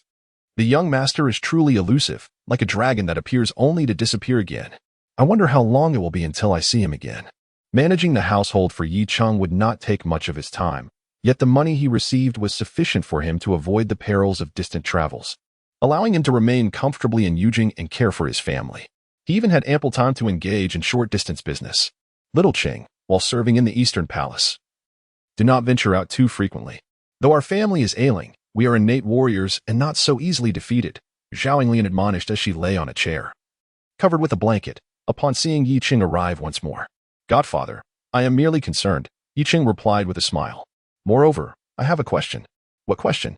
Is it regarding martial arts? Zhao Yinglian inquired. Godfather, it pertains to martial intent. Yi Qing began. Have you seen that book, The 9 Turns Extreme Yin Technique? No, we have not mentioned martial intent therein. Why do you ask? You are still in the postnatal stage. Such concepts are far beyond your current understanding, Zhao Yinglian said, her brow furrowing as she spoke in a solemn tone. When he had given Yi Qing the 9 Turns Extreme Yin Technique, he had worried that Yi Qing might succumb to temptation and examine the technique prematurely. Should he begin practicing innate techniques too soon, it could lead to his ruin. Godfather, there is something I have yet to share with you. Yi Qing shook his head. He then opened his palm, revealing a swirl of 5-colored radiance. Initially, he had not intended to inform Zhao Yinglian about his breakthrough into the innate realm. However, upon reflection, if he could grasp martial intent in advance and attain the status of an innate master, he would possess the means for self-preservation, enabling him to venture into the world without fear. The difficulty of acquiring spiritual materials would undoubtedly diminish significantly. Moreover, within his heart, he had already developed a sense of trust towards this godfather. After all, Zhao Yinglian had done enough for him. Had it been anyone else, he would never have dared to divulge such secrets. Is this innate true qi? Little Qingzi, you. Zhao Yinglian suddenly sat up, her eyes wide open, fixated on the 5-colored radiance emanating from Yi Qing's palm. Godfather, in truth, I have already attained the consummate stage of postnatal mastery, but due to the rapid progress, I dared not inform you. Please do not take offense. Yi Qing hurriedly replied. Haha, how could we blame you? This is indeed a momentous occasion. I never anticipated that you possess such extraordinary talent in martial arts. However, you have been exceedingly reckless. The endeavor to break through to the innate realm is fraught with peril. A slight misstep could lead to utter failure, leaving no room for regret. After a brief moment of astonishment, Zhao Yinglian's aged and withered visage revealed a glimmer of joy. When he himself broke through to the innate realm, it was under the protection of the old prince. In the presence of any faction with innate martial artists, the safeguarding provided would significantly diminish the likelihood of failure. He had not expected Yi Qing to be so audacious, attempting to breach the innate realm so casually. Thankfully, he succeeded. Had he failed, the consequences would have been unimaginable. Chapter 034, The 7 Injuries of Emotion. Father, the child had not contemplated much at the time, yet the process of breakthrough was remarkably smooth, and thus success was achieved. Yi Qing discerned the concern in Zhao Yinglian's tone and immediately responded, at your age, attaining the status of a congenital martial artist so swiftly heralds a promising future as a master. However, as the saying goes, a tree that stands out will be felled by the wind. Your innate talent is unparalleled. Moreover, since you did not register your achievement of the consummation of the acquired realm at the Taiwu Hall, your status as a congenital being must remain concealed for the time being. Otherwise, it will undoubtedly arouse suspicion from those above. If our family were still serving as a supervisor eunuch at the Taiwu Hall, we might have been able to cover for you, but that is no longer the case. Fortunately, we previously sought a spiritual herb from His Majesty on your behalf, which provides us with a valid reason. In a few years, once your position in the Eastern Palace is firmly established, you may reveal your congenital prowess without issue, and you shall undoubtedly gain His Majesty's favor. Thus, for these years, you must cultivate low profile and remain discreet. Zhao Yinglian began to contemplate Yi Qing's future. You are right, father. I have been thinking along the same lines. Yi Qing replied. Ah, little Qingzi, you should have informed me earlier. There was no need for you to endure in silence for so long, wasting precious time. With your astonishing talent, His Majesty would have surely prioritized your training. The master of the Taiwu Hall is already over 120 years old and likely has but a few years left. As long as you can comprehend the martial intent and achieve mastery, the position of the Taiwu Hall master will be within your grasp. However, I cannot blame you. Your cultivation speed is indeed extraordinary, and your prudence is commendable, Zhao Lian lamented. Father, I did not intend to keep this from you. Yi Cheng expressed with a hint of remorse. Haha, little Qingzi, the fact that you chose to confide in me today brings me great joy. It proves I have not misjudged your character. You are truly a person of great potential. You wish to learn how to comprehend martial intent, do you not? Let us engage in a thorough discussion, Zhao Lian said, his spirits lifted, seemingly overshadowing his physical pain and mental fatigue. It had been long since he had felt such happiness. Yuqing remained silent, listening intently. For now, Zhao Lian was his sole channel for acquiring information regarding martial intent. While he could continue practicing the five-will true scripture, the progress was excruciatingly slow. He felt the necessity to delve deeply into the comprehension of martial intent. The method of understanding martial intent is not particularly complex. It involves achieving a one-sided mental stimulation. As you know, without the method of refining the spirit, our conscious mind cannot communicate with the subconscious, thus rendering us incapable of harnessing the power of the subconscious, which in turn hinders further cultivation. However, our martial ancestors discovered that through special methods of mental stimulation, there is a certain probability of eliciting a portion of the subconscious. With prolonged stimulation, this part of the subconscious undergoes transformation, ultimately manifesting as martial intent. Yet, this mental stimulation is exceedingly extreme, and the process is exceptionally painful. Success leads to mastery, while failure may result in madness. Zhao Lian began to elaborate. Yi Cheng's heart trembled at the revelation. He had not anticipated that the comprehension of martial intent could be achieved through such an extreme approach. No wonder that mastery leads to enlightenment, while failure can drive one to madness. The significance of mental awareness cannot be overstated. Once compromised, it is not uncommon for one to experience a schism in consciousness.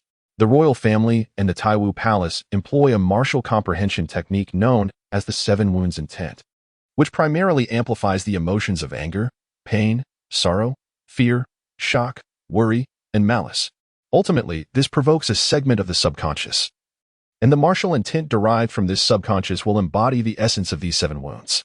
There exist other methods of martial comprehension, such as the heavenly sword intent from the prestigious Tianjin sect in Suzhou, where innate martial practitioners cultivate their own essence, blood, and vital energy to nourish their swords, allowing them to evoke their subconscious through their blades, transforming it into sword intent. Where the sword exists, the person lives. When the sword shatters, the person perishes. Zhao Lian continued speaking. Yi Cheng had come to understand the difficulty of grasping martial intent. It is no surprise that while there are countless innate martial practitioners in the world, those capable of comprehending martial intent are exceedingly rare. Foster father, over 2 years ago, 5 grandmasters entered the palace to assassinate His Majesty. I sensed a multitude of illusions at the scene. Was that the influence of martial intent?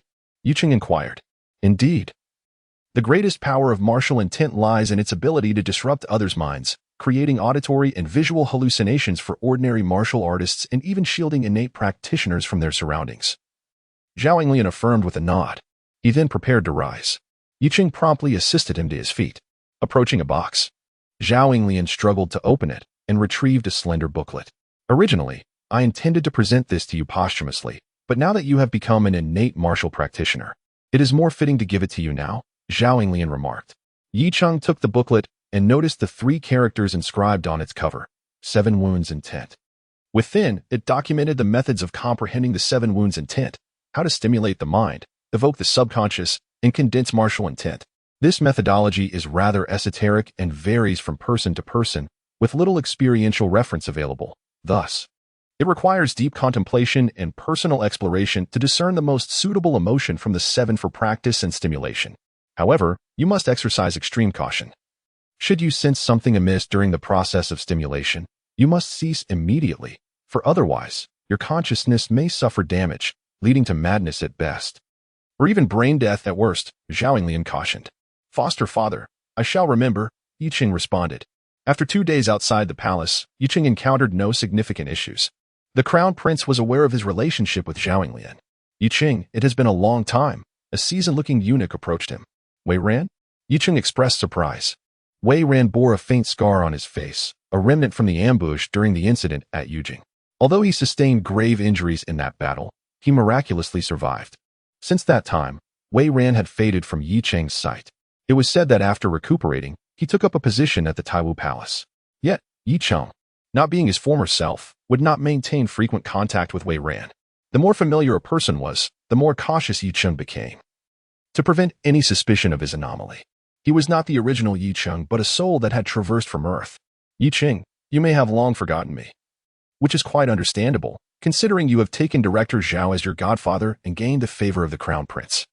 Wei Ran wore a smile that seemed to conceal deeper intentions, exuding an air of profound calculation, starkly contrasting with the Wei Ran of Yi Cheng's past recollections. Yi Cheng furrowed his brow, discerning the sarcastic undertone in Wei Ran's voice. You must be curious as to how I have the privilege to serve in the Eastern Palace.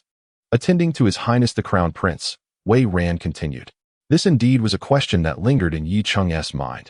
Not just anyone could gain entry into the Eastern Palace. Whether they were guards, eunuchs, or maidservants, each individual was meticulously chosen. Although Wei Ran hailed from the esteemed residence of the Jing Prince, affording him certain advantages, he had initially not been selected for the Eastern Palace, making his eventual entry all the more unexpected for Yi Cheng. Chapter 035. Worries Wei Ran. Your arrival at the Eastern Palace is undoubtedly a fortuitous event, Leaf City remarked with a smile. He held no interest in how Wei Ran managed to enter the Eastern Palace. Rather, he was perplexed by the evident animosity that Wei Ran seemed to harbor towards him. There existed no discord nor conflicting interests between them. Leaf City. You have rescued the Crown Prince, and since then, your path has been smooth sailing. You remain oblivious to the arduous journey of a humble guard like myself. Had it not been for my fortunate circumstances, I might have perished long ago. Wei Ran chuckled, though his smile was somewhat frigid and his gaze felt distant. Once upon a time, he had both envied and resented Leaf City, believing their friendship would lead to mutual support and better prospects. Yet, Leaf City had utterly distanced himself, treating Wei Ran as a stranger. This left Wei Ran bewildered and distressed. They had once shared a close bond at the Taiwu Hall, vowing to endure hardships together and rise in stature. Alas, Leaf City ultimately forsook him, planting a thorn in Wei Ran's heart, compelling him to ascend and confront Leaf City about his betrayal. Fortunately, fate smiled upon him when he encountered a benefactor in the form of the influential eunuch Gao Yuan at the Taiwu Hall. By a twist of fate, Gao Yuan adopted him as a godson. Although he was merely one among Gao Yuan's many godsons, this connection afforded him a foothold in the Taiwu Hall, accelerating his martial cultivation. Moreover, a greater surprise awaited him. With the departure of Zhao from the palace for retirement, the position of chief eunuch became vacant. Through the machinations of Gao Yuan, Wei Ran emerged victorious from fierce competition among several high-ranking eunuchs, securing the role of the new chief eunuch at the Taiwu Hall. Upon Gao Yuan's ascension to chief eunuch, his first act was to arrange for Wei Ran's entry into the Eastern Palace. Given Wei Ran's origins from the Jing Wangfu and Gao Yuan's endorsement, his admission into the Eastern Palace was a matter of course. Congratulations, Wei Ran. I have matters to attend to, so I shall take my leave, Leaf City stated, disinterested in engaging further with Wei Ran. They were not of the same world. Without waiting for Wei Ran to utter another word, he turned and departed. Wei Ran observed Leaf City's retreating figure, a cold smile gracing his lips. Leaf City. Do you believe the situation remains unchanged after Supervisor Zhao's retirement? Within these palace walls, without a solid backing, relying solely on the Crown Prince's favor will only lead you so far. Gao Yuan's intent in placing him within the Eastern Palace was to supplant Leaf City and become the Crown Prince's most trusted guard. Once the Crown Prince ascended the throne, not only would Wei Ran soar to great heights, but Gao Yuan's position at the Taiwu Hall would also be solidified. Returning to his quarters, Leaf City pondered Wei Ran's recent demeanor and tone, although he paid little heed to Wei Ran. Now that he had become a congenital martial artist, only the high-ranking eunuchs adorned in crimson could pose a threat to him. Nevertheless, the peculiar timing of Wei Ran's entrance into the Eastern Palace, following his adoptive father's retirement, suggested that unseen hands were at play. It is universally acknowledged that the East Palace holds immense significance. Within its confines, the guards, eunuchs, and maidservants undoubtedly bear the influence of various factions, both within and beyond the palace walls. Take, for instance, the former representative, the chief eunuch Zhao. However, with Zhao now retired from court life, he finds himself bereft of the support that once fortified his position. In the ruthless arena of courtly competition, lacking a patron makes one vulnerable to downfall. As the favored guardian of the Crown Prince, he is acutely aware of the many eyes that covet his role. Thus, he muses to himself that a more cautious approach is imperative. This, in fact, aligns with his strategy. As his adoptive father advised, he must now practice discretion, remaining low-key and unobtrusive. If he can endure these trying years, the path ahead will surely become smoother. His immediate objective is to enhance his innate abilities, ideally grasping the essence of martial intent. Once he attains mastery, the world will be at his feet. Yicheng possesses a clear vision of his future path. He retrieves a small booklet on the Seven Sorrows intent, poring over its contents with great care. While others might face considerable risks in comprehending martial intent, he is endowed with the fruit of immortality, ensuring that even if his subconscious falters, he can recover. The Seven Sorrows intent can stimulate the subconscious through both internal and external factors. He contemplates this notion. The internal aspect involves various fantasies conceived within the mind, while external stimuli invoke feelings of pain, sorrow, anger, and more. At its core, the Seven Sorrows intent is a form of mental meditation, allowing one to explore the inner world and thus uncover their truest self. Yet, this method of meditation does not facilitate communication with the subconscious. After a prolonged period, Yicheng closes his eyes, commencing meditation in accordance with the Seven Sorrows intent, introspecting to recognize his authentic self. In a state of reverie, an array of emotions surges within Yicheng: bitterness, sweetness, joy, anger, sorrow, fear, and astonishment, all manifesting vividly. He must identify the most pronounced of these emotions, amplifying it to stimulate his spirit, provoke the subconscious, and crystallize martial intent. It appears deceptively simple, yet it is fraught with difficulty. Otherwise, masters would be more numerous. Is the dominant emotion within me one of worry? Yicheng remains composed, meticulously sifting through his myriad feelings to pinpoint the most salient. As a time traveler reborn into this body, harboring the secret of immortality, he conceals beneath a tranquil facade a heart perpetually beset by anxiety. He fears that one day his secret may be revealed, leaving him to ponder his fate. Indeed, one is born of hardship and perishes in comfort. His sense of worry does not surprise him in the least. Since his rebirth in this body, he has grown exceedingly cautious, fearful of exposing any vulnerabilities that might invite trouble. This is a clear manifestation of profound insecurity. Bearing a colossal secret naturally engenders an internal source of worry. While the very environment of the imperial palace exacerbates his lack of security, this constitutes the external factor. Yicheng reflects upon this analysis, recognizing that he embodies both the internal and external sources of worry. At this moment, he comprehended that to grasp the essence of martial intent, he must harness the power of his melancholy emotions. Thus, he began to employ the method of 7 wounds, amplifying his sorrow through vivid imagination to stimulate his spirit. After a considerable time, Yicheng opened his eyes, realizing the inefficacy of this approach. The emotional amplification brought forth by his fantasies remained nebulous and challenging to control. Most crucially, his consciousness was remarkably lucid, preventing him from fully immersing himself in the experience. It was only by surrendering to the depths of sorrow that one could achieve a profound stimulation of the spirit. Yet, after magnifying his feelings of sorrow, Yicheng maintained an acute awareness, feeling as though he were merely an observer. This sensation was rather unusual. Could it be that I had begun to communicate with my subconscious? Yicheng furrowed his brow. According to the records in the 7 Wounds manual provided by Zhaoyinglian, this should not be the case. Perhaps the initial stimulation was too faint, yet it could still evoke a certain resonance. Over time, this resonance would grow stronger, ultimately leading to a state of deep immersion. Therefore, innate martial practitioners engaged in the comprehension of martial intent often possess exceedingly inscrutable personalities. He attempted several more times, but the sorrowful emotions continued to elude his spirit, rendering him increasingly composed. Wait, what if I directly connect with my subconscious and then apply the method of 7 wounds for stimulation? A spark of inspiration ignited within Yicheng. Although he understood that such an idea might entail risks, what did it matter? With the potential for immortality, even if he were to injure his subconscious, he could surely mend it. He had never shied away from experimentation on himself. Chapter 036. The Final Farewell. Yicheng promptly entered the confines of the 18 chimes. Although he possessed the ability to enter a meditative state and commune with his subconscious without the aid of this artifact, the duration of such a state was fleeting. As the vibrations of the 18 chimes resonated, a soothing sensation enveloped his heart, gradually guiding Yicheng into a meditative state, allowing him to connect with his subconscious. Subsequently, employing the method of the 7 sorrows, he magnified the worries within, stimulating the subconscious he had reached. After a considerable time, Yicheng opened his eyes, a look of surprise illuminating his face. Indeed, This approach proved effective, and the results were remarkably profound. The emotion of worry had directly permeated his subconscious. Even though he had exited the meditative state, the unease nestled within his heart lingered, refusing to dissipate. This sensation was rather uncomfortable, and he feared that prolonged engagement in this manner could lead to a profound melancholy. Yuqing sighed inwardly, acknowledging the arduous path of comprehending martial intent. In the blink of an eye, a month had elapsed.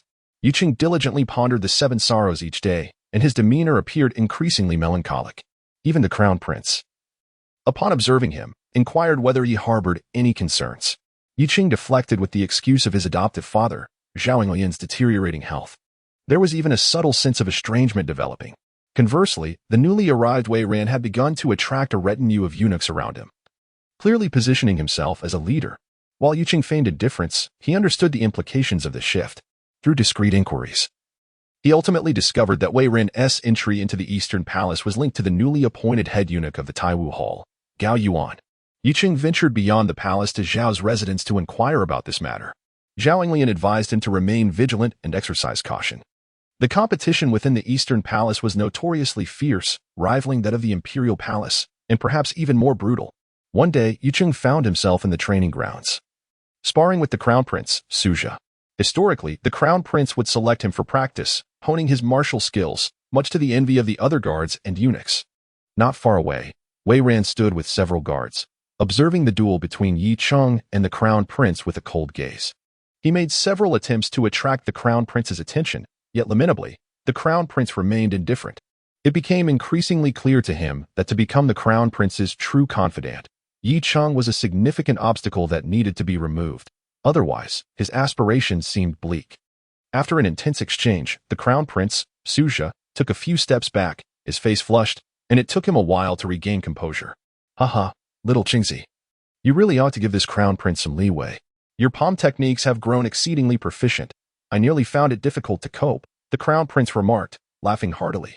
Though he claimed that Yi Cheng had not afforded him any advantage, he relished this dynamic, for it showcased his true prowess. The Crown Prince's rapid ascent left little room for complacency among the inner court. If they did not exert themselves, they risked facing a humiliating defeat. Yi Cheng replied with measured humility, to suppress his cultivation and prevent the 2 innate guards, who were ever present by the Crown Prince's side, from discerning his true capabilities. He exercised utmost caution in his conduct. Prince Suju accepted the towel handed to him by the maid. Wiping his face and body before taking 2 pills, one tossed to Yuqing and the other swallowed by himself, then settling into a meditative position. After receiving the pill, Yuqing, as was customary, prepared to ingest it, feigning a moment of recovery. Suddenly, a eunuch hurried over. Master Yi, there is a young eunuch outside the palace seeking you. He claims to be from the Taiwu Hall, the eunuch announced after bowing to the prince, who was recovering. Do you know what this is about? Yuqing inquired. He said that Chief Zhao requests your presence, the eunuch replied. Yuqing's expression shifted. Under normal circumstances, his adoptive father would not send someone to summon him. The sudden request filled him with an ominous premonition. Your Highness, an internal official wishes to step outside the palace, Yuqing promptly informed Prince Suja. Without opening his eyes, the prince responded, Go ahead. Thank you, Your Highness, Yuqing said, bowing deeply before turning to depart from the training grounds. Upon reaching the East Palace gates, Yuqing spotted the young eunuch anxiously waiting. Master Yi, Li Rang exclaimed with delight as soon as he saw Yuqing emerge. What else did my adoptive father say? Yuqing asked. The department to which the young eunuch belonged frequently conducted affairs outside the palace, thus allowing for easier passage in and out. Today, I was on duty at Taiwu Hall, and it was the master who sent someone to deliver the message. Li Rang quickly explained. Yuqing nodded, realizing he would only learn the full reason upon meeting Zhao Yinglian. With that, Li Rang turned to leave. Yi Cheng first took a slip of paper before departing the East Palace, heading towards the Xuanwu Gate of the Imperial Palace. Upon reaching the Zhao residence, he noticed that the servants appeared quite normal, which eased his anxiety. Once inside, Yi Cheng was taken aback to find Zhao Yinglian standing in the study, brush in hand, writing with vigor. Her complexion was rosy, and she radiated vitality, a stark contrast to her previous frailty. Yet, a heaviness settled in Yi Cheng's heart. You have arrived, Zhao Yinglian said, setting down her brush and looking at him with a gentle smile. Adoptive father, you? Yi Cheng's face was filled with concern. Life and death are the natural order of things. Who can escape it? Throughout my life, I have known humility, despair, and moments of glory. Compared to the vast multitude, I have lived without regret. What more could one desire? Zhao Yinglian's demeanor bore a newfound nonchalance. Yi Cheng fell silent, perhaps having undergone much. One could only truly let go after profound understanding. Zhao Yinglian gestured towards a neatly packed box. After I am gone, the contents within shall belong to you. As for the rest, let the household servants share them, for they have cared for me diligently these past months. Yi Cheng recognized that his adoptive father was beginning to make arrangements for the future. Alas, I shall not have the chance to see His Majesty again. Little Cheng. From now on, you must serve in my stead to repay the Emperor's kindness. Zhao Yinglian's eyes gradually dimmed with a fading light. She then knelt towards the direction of the palace's Yangshan Hall, prostrating herself completely, as motionless as a statue. Yi Cheng, however, felt a profound sorrow in his heart. With his perceptive abilities, he naturally understood that his godfather had already passed away. Farewell, my godfather, he murmured, kneeling down to bow his head before the lifeless body of Zhao Yinglian. The once mighty Grand Eunuch, who had wielded power within the Taiwu Hall and commanded respect in Yujing, had quietly departed this world within the confines of the Zhao residence. Only Yi Cheng remained to bid him farewell. That day, the once tranquil Zhao household erupted into a cacophony of activity. Servants scurried about, attending to various tasks. The Inner Court's Funeral Affairs Bureau, responsible for handling the affairs of eunuchs, promptly dispatched personnel to arrange Zhao Yinglian's funeral. As the sole godson of Zhao Yinglian, Yi Cheng naturally took upon himself the solemn duty of keeping vigil. Clad in white mourning attire, he stood beside the coffin in the mourning hall. Visitors from the palace came to pay their respects, including numerous high-ranking eunuchs. Their presence was not solely a testament to their regard for Zhao Yinglian, but rather a mandate from Emperor Qian, who had sent the chief eunuch of the palace rituals, Su Hong, to pay homage. Moreover, the emperor himself had penned a eulogy, which was displayed prominently in the mourning hall, a gesture illustrating the emperor's benevolence. With this eulogy in place, even the most prestigious eunuchs had no choice but to attend. Chapter 037, The Hidden Hand Within the Mourning Hall. The unexpected demise of this old fellow occurred right before our threshold. An elderly eunuch expressed his heartfelt sentiments. He was the inebriated eunuch, whom Yi Cheng had encountered once in the armory of the prince's residence. Today marked their second meeting. After 3 years, the eunuch appeared even more aged. Nevertheless, he still bore a wine gourd at his waist, and a faint scent of alcohol lingered around him. Yi Cheng respectfully bowed. Your godfather has mentioned you. Should any matters arise, feel free to seek our assistance. I assure you, as long as I draw breath, I shall honor my commitments. The eunuch remarked with a smile, casting a glance at Yi Cheng before turning to depart. Thank you, esteemed sir, Yi Cheng replied, hastily seeing him off. Although he had attained the innate realm and had no need for the eunuch's aid, he held a deep respect for him.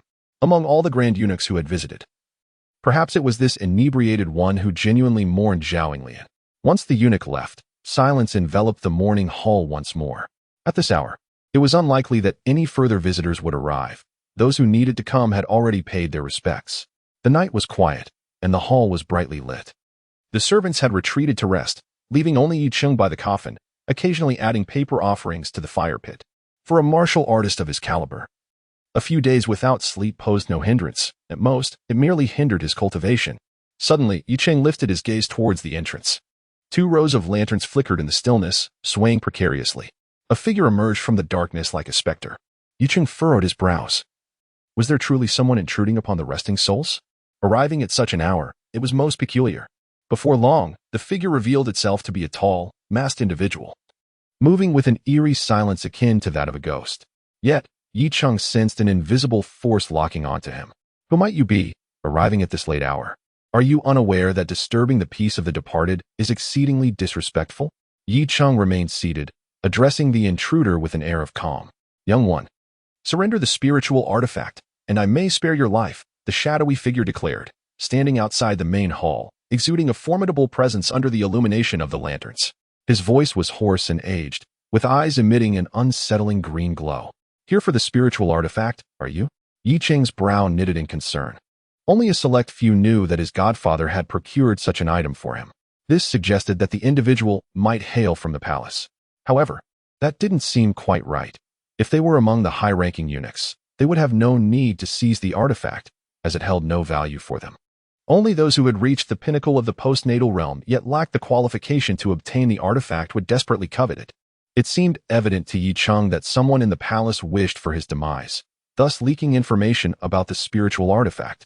A mere artifact was hardly worth the effort of those grand eunuchs. And what if I refuse? Yi Cheng inquired softly. Then it shall not be within your power to decide, the figure responded with a sinister laugh. A shadow emitted a sinister grin and suddenly moved like a nocturnal owl, pouncing into the morning hall towards Yi Cheng. With a swift grasp in midair, a torrent of true energy surged forth. Yet, in the next moment, his body halted in mid-flight, as an elegantly slender and pale hand had already seized his throat. Gurgling sounds escaped from the masked man's mouth, his eyes wide with terror. Despite his desperate struggles, Yi Cheng's innate true energy coiled around him like a serpentine spirit, penetrating his vital points and rendering him utterly defenseless. He could hardly fathom that this seemingly innocuous young eunuch was, in fact, an innate martial artist. What had happened to the notion of being merely an acquired-level practitioner? How could someone, having trained for barely over 2 years, achieve the status of an innate warrior? Even the most prodigious talents could not possibly traverse such a significant realm in a mere span of 2 years. Yi Cheng effortlessly dragged the masked man into the room, making nary a sound. Once inside, the man was unceremoniously cast onto the floor, and the veil covering his face was removed.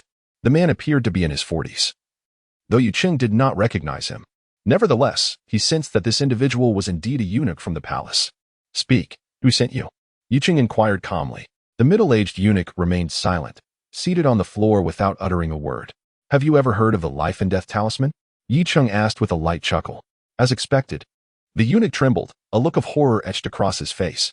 The life and death talisman was a renowned martial technique from the Taiwu Hall, albeit one with a daunting level of difficulty to master. It was said that this technique was created by an innate-level elderly eunuch in the hall for the purpose of interrogating prisoners. Based on the foundations of the cold shadow palm, once implanted within a person, it could be manipulated to render their existence a living nightmare.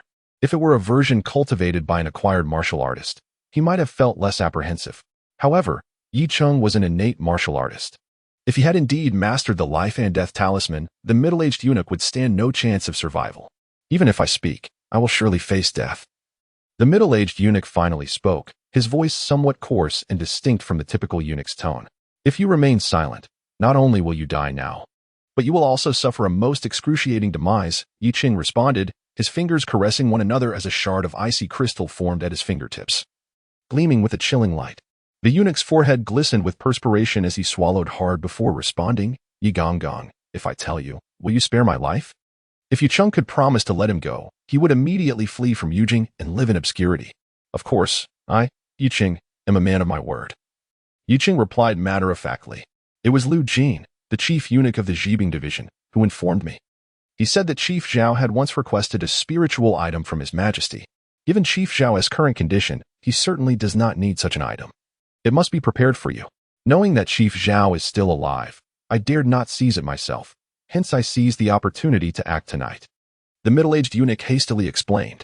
Although he had achieved great perfection in his acquired practice, he lacked the necessary connections in the palace and had previously erred, disqualifying him from receiving rewards of spiritual items.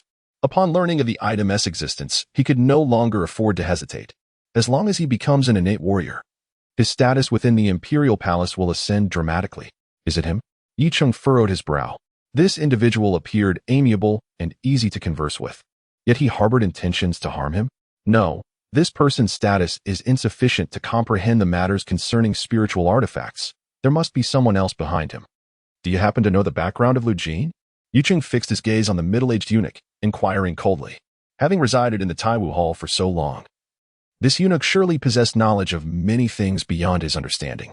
Master Yi, Lu Jin is the godson of the current chief eunuch of Taiwu Hall, Master Gao.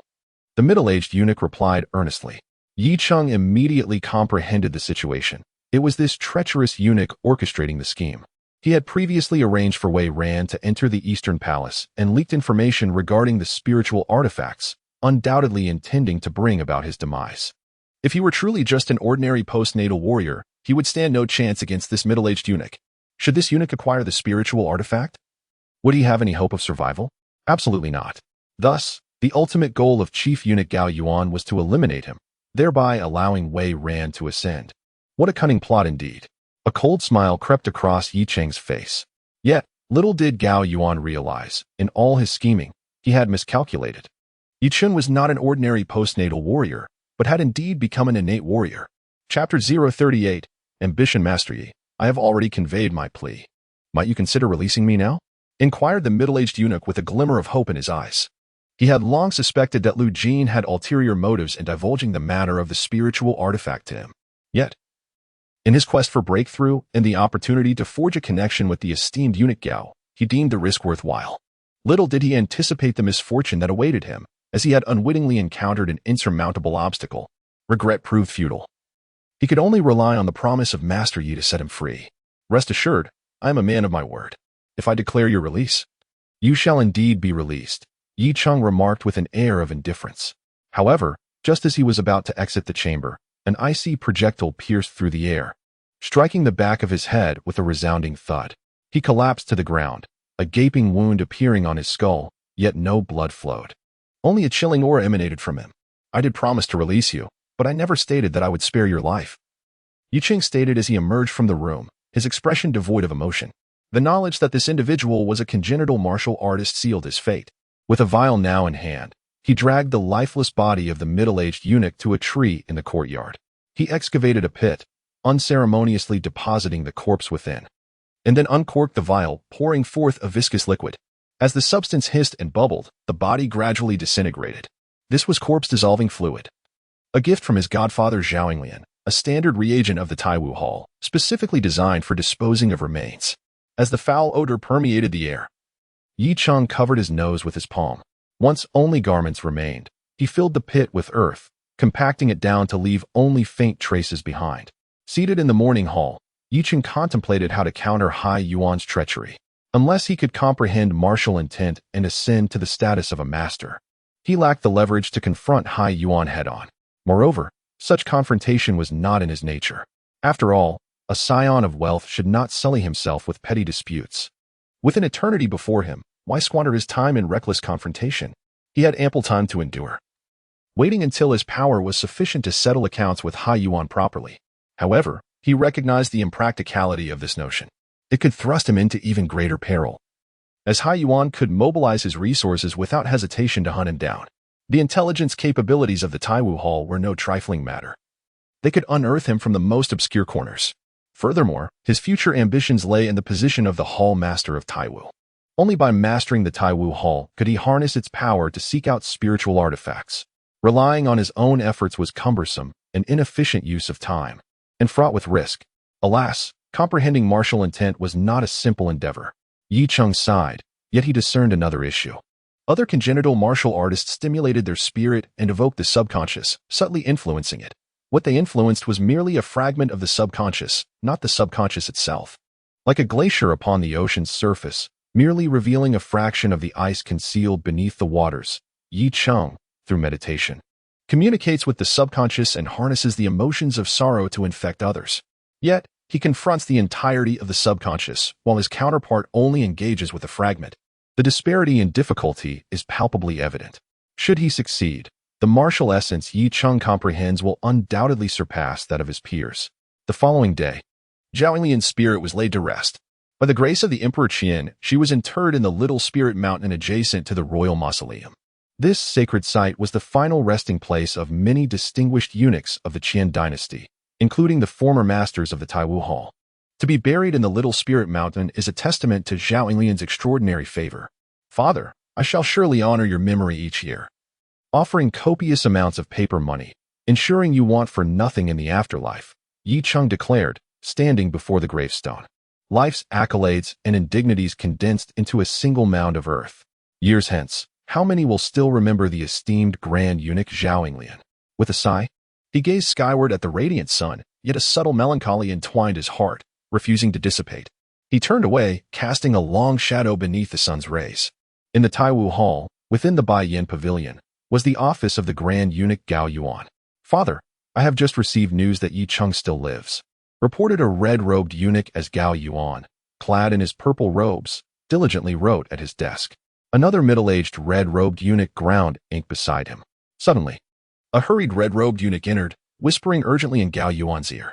Where's Nyesun? Gao Yuan inquired, furrowing his brow with concern. The red-robed eunuch replied gravely, Father, I suspect Nyesun, after seizing the spiritual artifact, did not eliminate Yiqing but fled from Yujing. With Zhao Yinglian deceased, it would be effortless for Nies soon, possessing perfected innate cultivation, to dispatch Yicheng. It seems he fears our family's retribution. Gao Yuan nodded. Indeed, we intended to assist him, but alas, his treachery has squandered our goodwill.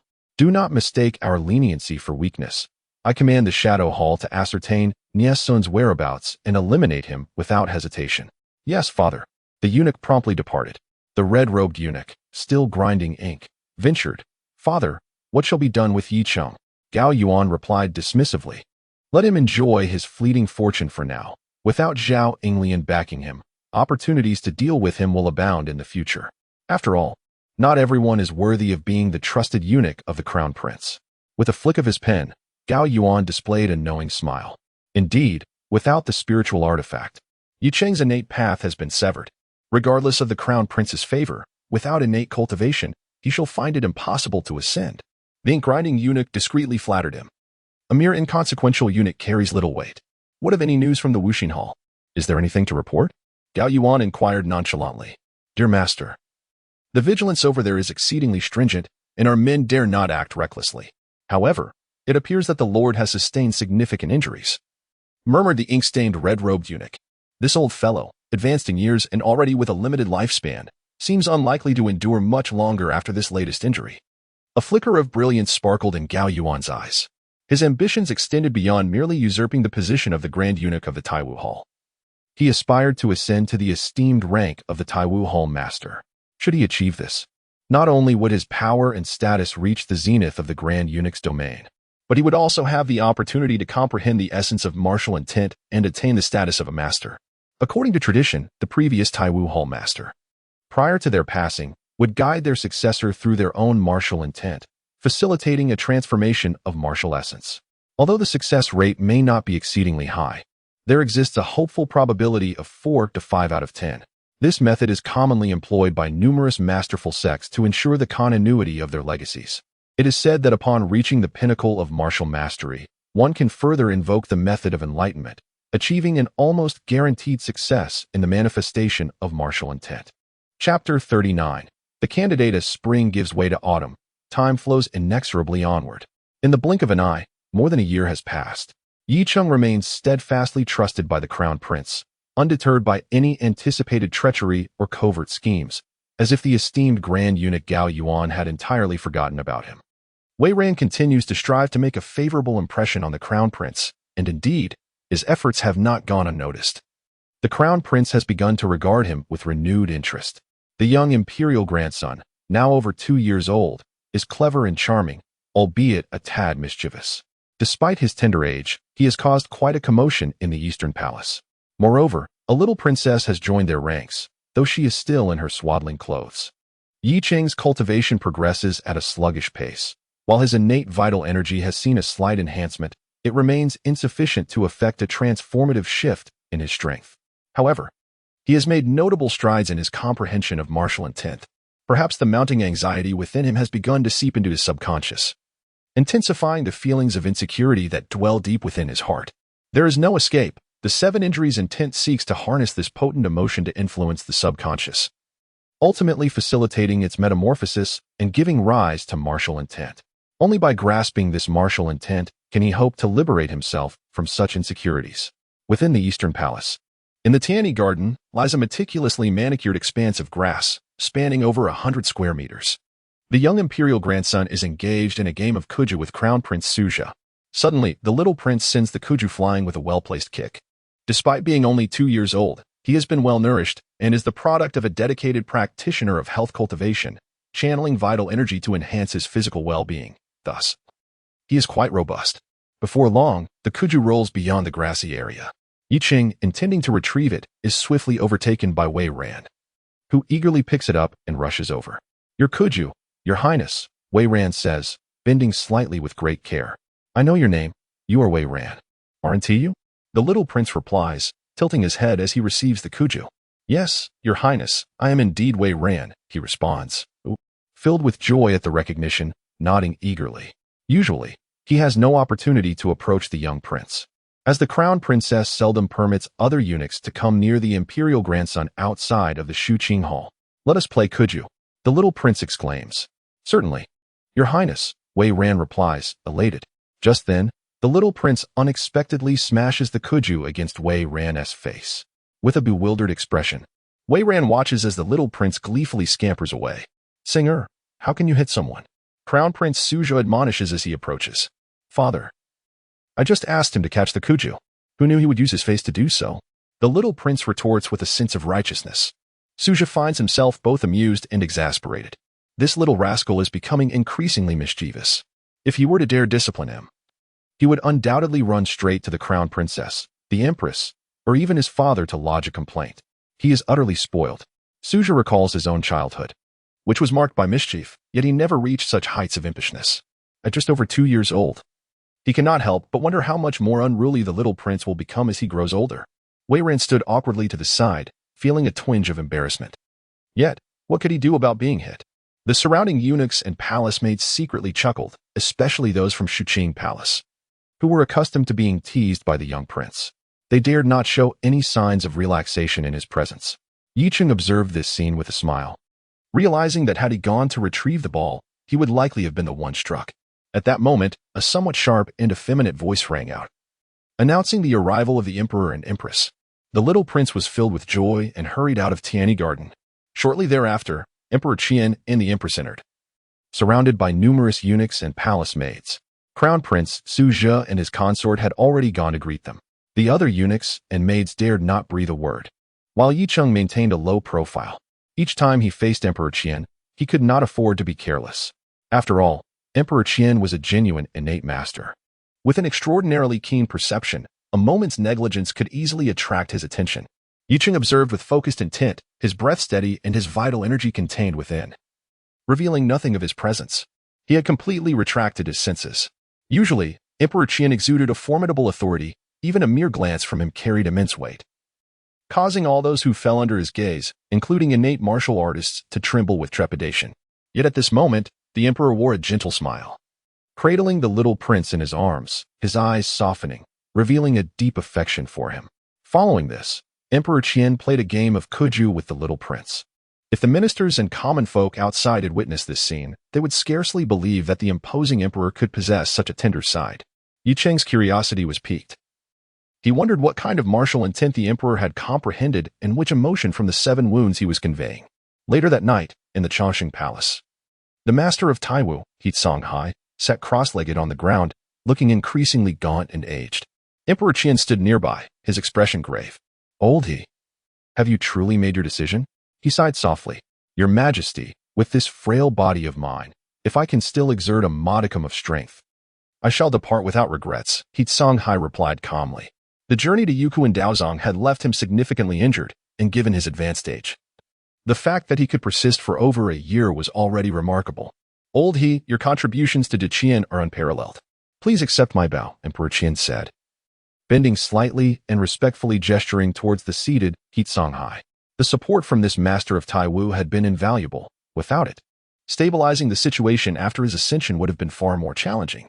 "Your Majesty, you must have someone in mind," Songhai said, his demeanor tranquil after receiving the emperor's bow. "Old he, I trust your judgment," Emperor Qian replied, bestowing the choice upon Songhai. Songhai has presided over the Taiwu Hall for no less than 70 years, possessing an unparalleled understanding of its inner workings. Had Zhao Yinglian still been alive and in good health, she would have been the ideal candidate. Alas, fate decreed otherwise, as he ascended to the throne unexpectedly. "Your Majesty, let us appoint Zheng Yin, the head eunuch of the transmission hall. He is a man of steady temperament, not easily swayed by the intrigues of power. Having attained the innate realm for over 2 decades, he stands on the threshold of comprehending martial intent. With a promising future ahead," Songhai proposed. As the master of Taiwu Hall, he had long been contemplating his successor. Every innate martial artist within Taiwu Hall fell under his scrutiny. However, his ultimate goal was to identify those seasoned innate warriors who were on the cusp of grasping martial intent. Only such candidates could potentially make significant strides in the evolution of martial intent before his demise. Even so, the odds of success were not particularly high. Achieving a mere 40 to 50% success rate would be commendable. Nevertheless, I shall draft an edict to elevate Zhang Yin to the position of Deputy Master of Taiwu Hall, declared Emperor Qin. The Deputy Master is typically designated as the successor to the Hall Master, ready to ascend upon the latter's passing. Thus, the future Master of Taiwu Hall has been determined. Chapter 040. The Secret Weapon House. An unexpected announcement reverberated throughout the Imperial Palace in the Taiwu Hall. The Emperor Qin unexpectedly decreed the appointment of the Chief Eunuch of the Transmission Hall, Zhang Yin, as the Deputy Master of the Taiwu Hall. Many within the palace were taken aback. The succession of the Taiwu Hall's master had always been shrouded in mystery, with numerous purple-robed eunuchs vying for the position in secret. Initially, the most favored candidate was the Chief Eunuch Gao Yuan. However, no one anticipated that the ultimate victor would be the Transmission Hall's Chief Eunuch, Zhang Yin. In an instant, the dynamics within the Taiwu Hall and the palace shifted dramatically. Within the Baiyin Pavilion of the Taiwu Hall, a group of foster sons fell silent. Their faces pale. Why not us? Gao Yuan's heart bled. The coveted position of Deputy Master was snatched away by Zhang Yin. This was not merely a title. It encompassed the precious evolution of the former Master's martial intent. He had missed an invaluable opportunity, one that would forever elude him, leaving him with no chance to comprehend the martial essence, making the title of Grandmaster a distant dream. The thought of Zhang Yin potentially grasping the martial essence and achieving Grandmaster status, thereby surpassing him, filled Gao Yuan with an overwhelming sense of resentment. He had never regarded Zhang Yin as a rival. After all, he was merely a lowly chief eunuch of the Transmission Hall, a mere red-robed figure. Yet, this seemingly inconsequential red-robed eunuch had seized his fortune, rendering all his efforts futile. What shall we do now, foster father? Inquired a red-robed eunuch cautiously. There's no hope left. Gao Yuan dejectedly sank into his chair. He dared not oppose the emperor's decree. He had no choice but to comply. After all his current power was granted by the emperor. In the Eastern Palace, Yi Qing was equally astonished upon receiving the news. He had previously worried that Chief Eunuch Gao Yuan would ascend as the next master of the Taiwu Hall, which would have further consolidated his immense power. At that moment, a knock resonated from outside the door. Yi Qing rose to answer it and found a eunuch attendant beside the Crown Prince waiting. Lord Yi, the Crown Prince requests your presence, the attendant announced. Thank you, Eunuch Ning. Yi Qing nodded and promptly followed the attendant to the Crown Prince's chambers. Little chum, I have a task to assign to you, Crown Prince Suja stated, seated in a chair, addressing the standing Yi Qing. Yi Qing was taken aback. A task? He recalled that over 3 years ago, the Crown Prince had sent him on a mission to gather information about Miss Zhao Yun in Shuzhou. Would this be another such endeavor? It had been years. Surely the child had grown beyond that. Yet the Crown Prince had not forgotten her? What are you thinking? Little Chun? Crown Prince Suja shot him a glare. Your Highness, I wasn't thinking of anything, Yi Qing hastily denied. This task is significant, and it is due to my trust in you that I entrust it to you. The Crown Prince spoke solemnly. Please, Your Highness, command me. I shall devote myself entirely to it. Yi Qing bowed respectfully. Indeed, I, the Crown Prince, shall establish the secret martial office, and I intend to appoint you as its inaugural head, Prince Suja declared. The secret martial office? Yi Qing's expression reflected curiosity, for he had never encountered this institution before. This organization is exclusive to the Crown Princes of the Eastern Palace. It is not surprising that you are unaware of it. Prior to this, I, too, was oblivious.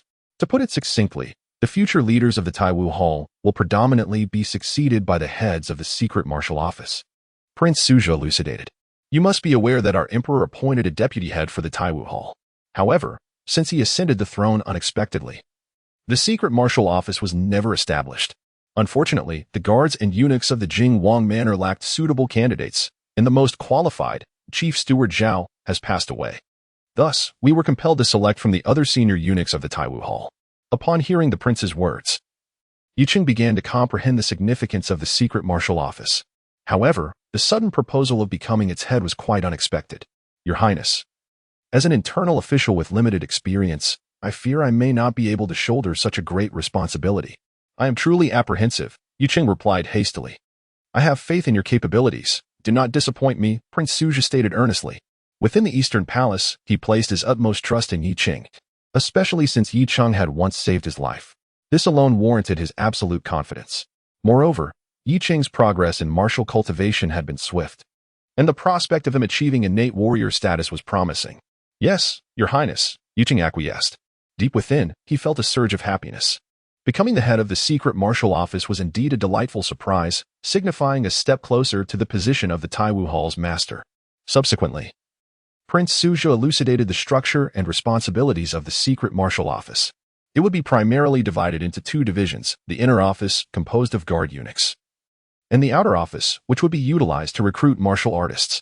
Essentially, the secret martial office is a martial force directly controlled by the crown prince, destined to play a pivotal role once he ascends the throne. Most high-ranking officials of the Imperial Guards and the Taiwu Hall as chief eunuchs would emerge from the ranks of the secret martial office. Furthermore, upon its establishment, the Internal Affairs Office would allocate a substantial amount of funds and resources for cultivation. Young Chong, among the guard eunuchs in our Eastern Palace, you may select freely. You may also choose from the Taiwu Hall's Martial Academy. As for the martial experts needed for the outer office, assistance will be provided. Of course, there is no need for haste. The establishment of the secret martial office is not an endeavor to be rushed, Prince Suja remarked. Your Highness, I understand. Yu Qing responded. That very afternoon, Prince Suja convened all the guard eunuchs and publicly appointed Yu Qi as the first head of the secret martial office. Most of the guards were unaware of the nature of this institution, but some seasoned officials were taken aback. Particularly, Wei Ran's expression shifted to one of profound dismay. Gao Yuan had brought him into the Eastern Palace with the ultimate aim of gaining the Crown Prince's trust, aspiring to become the head of the secret martial office after its establishment. However, now, the Crown Prince has directly appointed Yu Qing as the master of the Secret Martial Bureau, signifying that he has completely forfeited this qualification. After the Crown Prince, Suja completed the appointment. An attendant promptly presented a tray before Yi Cheng. Thank you, Your Highness. The inner minister shall vow to serve with unwavering loyalty.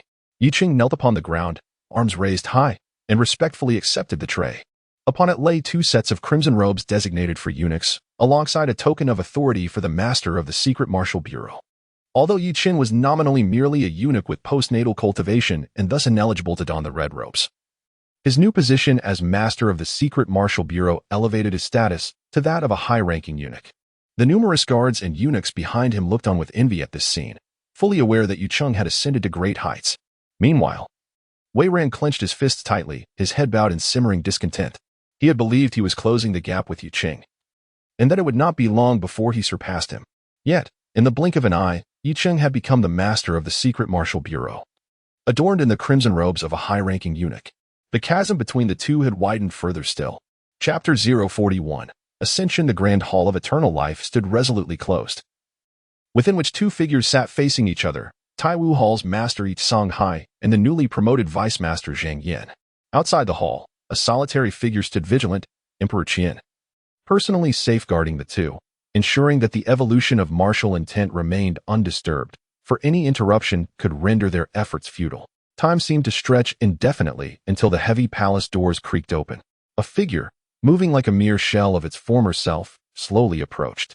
With a resounding thud, he collapsed at the feet of Emperor Qian, exclaiming, Your Majesty, the inner minister has failed in his breakthrough. Please bestow upon me your punishment. Zheng Yan's voice trembled with emotion, burdened by the weight of the old master's expectations. Regrettably, he had betrayed the old master's earnest intentions. Ah, such is fate. Do not blame yourself.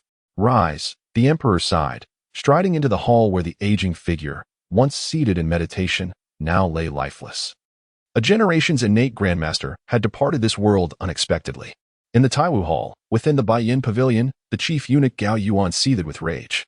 He had just learned that Crown Prince Suja had appointed Yu Qing as the head of the secret martial office, shattering his ambitions once more. First, he had lost the chance to ascend as the master of Taiwu Hall.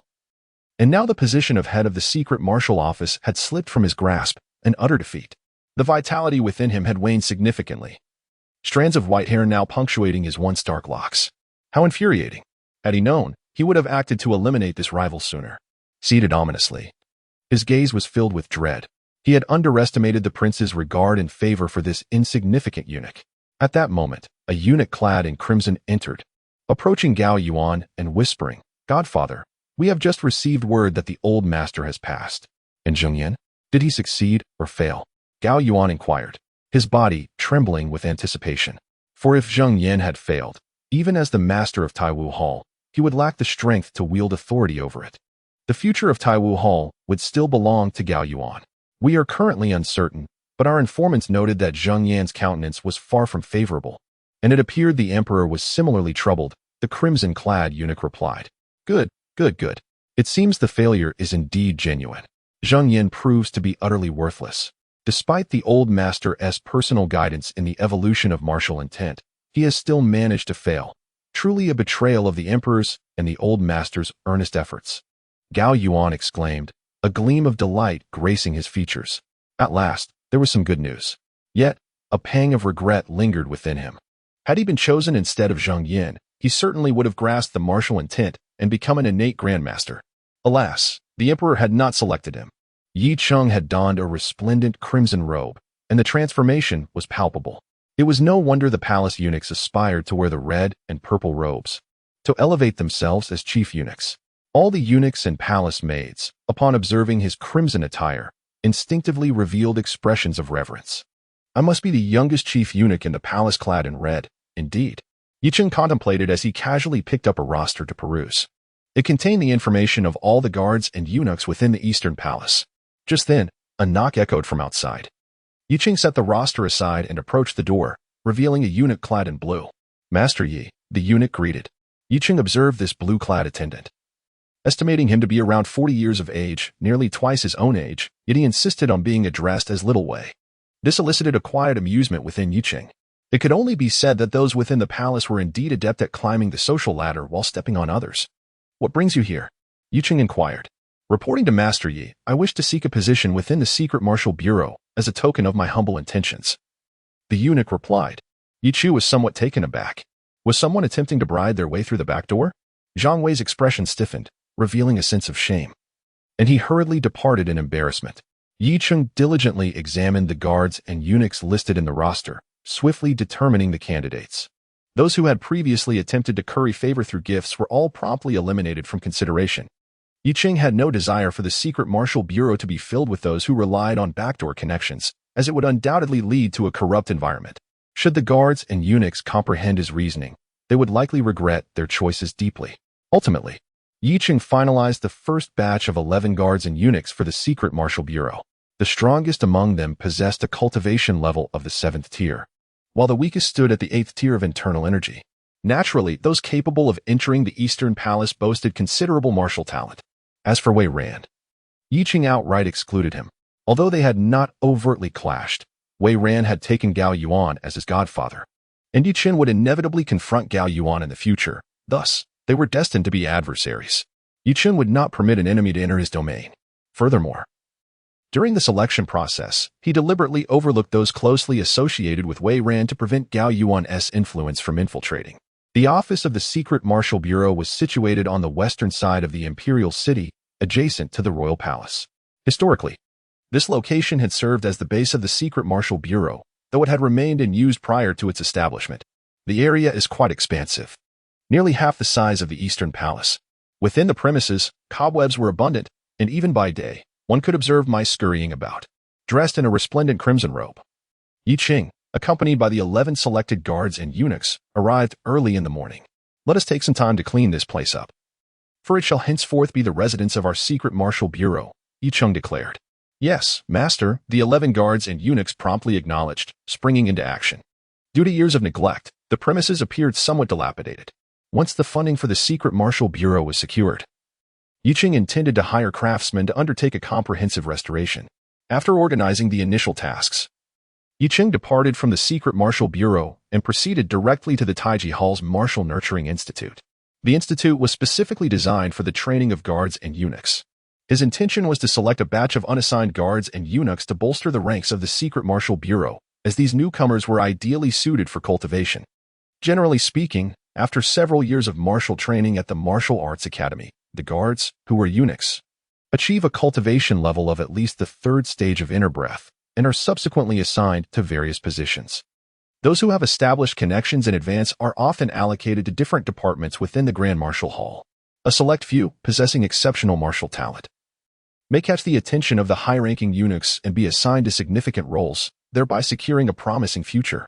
Conversely, those without connections find themselves assigned to various royal residences or dispatched to serve in distant jurisdictions.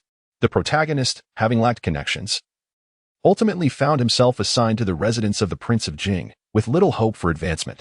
However, fate took an unexpected turn when the prince ascended to the throne, elevating those around him to newfound heights. Sometimes, destiny is indeed unfathomable. Chapter 042. The Black Ice Platform in the Taiwu Palace's Yuwu Academy. Yi Cheng donned a crimson robe. Despite his youth, he commanded respect from the eunuchs who dared not belittle him. After waiting for over 10 minutes, Xuexing, the chief eunuch of Yuwu Academy, finally graced the hall with his presence. Among the various institutions within the Taiwu Palace, Yuwu Academy held a significant position, and as the chief eunuch, Xuexing enjoyed a relatively high status among the red-robed eunuchs. Only a select few purple-robed eunuchs could surpass him in authority. Xuexing appeared to be in his 40s or 50s, with fair skin and a gentle demeanor that exuded an air of elegance, complemented by a beauty mark on his brow. Rumors had circulated within the palace about a remarkably young red-robed eunuch, and upon meeting Yi Gonggong, it was evident that he was indeed extraordinary. Xuexing smiled lightly, his mannerisms evoking a refreshing sense of spring. Thank you for your kind words, Eunuch Xue. I am truly unworthy of such praise. My current standing is solely due to the trust bestowed upon me by the Crown Prince. Otherwise, I would still be a nameless guardian eunuch. Yi Cheng replied with a respectful bow. To gain the Crown Prince's trust is a coveted achievement, Xuexing remarked, his tone imbued with genuine respect. Might I inquire as to the purpose of your visit, Yi Gonggong? Xuexing dared not underestimate the young red-robed eunuch. Recognizing the Crown Prince's significant regard for Yi Cheng, the presence of such a favored individual by the Crown Prince's side was not to be trifled with. Sir, the Secret Martial Office has recently established its presence and is in need of additional guardian eunuchs. Thus, I sought your assistance, Yi Cheng stated. That is easily arranged. Yi Gonggong, I shall retrieve the roster immediately. You may select whomever you wish, Xuexing responded, already prepared for such a request. Word of the Secret Martial Office's establishment had spread throughout the palace, and he anticipated their need for personnel. Typically, the allocation of personnel within the Taiwu Palace was managed by Xuexing, except for a few purple-robed eunuchs. However, Yi Cheng's unique position as the head of the Secret Martial Office, a confidant of the Crown Prince, set him apart entirely. In no time, Xuexing gestured, and a blue-clad eunuch approached, carrying a wooden chest. Yi Gonggong, all the pertinent information about the eligible apprentice guardian eunuchs is contained within this box, Xuexing announced. Thank you, Eunuch Xue, Yi Cheng replied with a nod, before opening the chest to reveal scrolls, each representing the identity information of an apprentice guardian eunuch. This information was classified, accessible only to high-ranking eunuchs. He casually picked one up and carefully unfurled it. The scroll detailed the individual's name, place of origin, background, martial aptitude, cultivation level, and general conduct, all meticulously documented. Yi Gonggong, take your time reviewing them. Should you find any suitable candidates, please inform me directly, Xuexing said. Certainly, Eunuch Xue. I understand you have other matters to attend to, so do not mind me, Yi Cheng acknowledged with a nod. Once Xuexing departed, Yi Cheng immersed himself in the scrolls, a task that consumed the better part of the day, with lunch taken within the confines of the hall. Have you made your choice, Master Yi? As dusk approached, Xuexing arrived once again. For this batch, I wish to claim them all, Yi Cheng declared. What? All of them? Xuexing was taken aback. Although this group consisted of merely dozens, claiming them all would leave no personnel for other departments. Indeed, it is challenging to assess their capabilities solely through documentation. Only by recruiting them all and conducting thorough evaluations can we select truly competent individuals for the Crown Prince. Yi Cheng asserted with noble conviction. Xuexing, astonished, found himself at a loss for words. With the Crown Prince's name invoked, he felt he could hardly refuse. Furthermore, Master Xue, should there be a next batch of guards and eunuchs assigned, I would appreciate your assistance in reserving them for me, Yi Cheng added. Xuexing was somewhat speechless. Are you intending to monopolize the Yuwu Academy?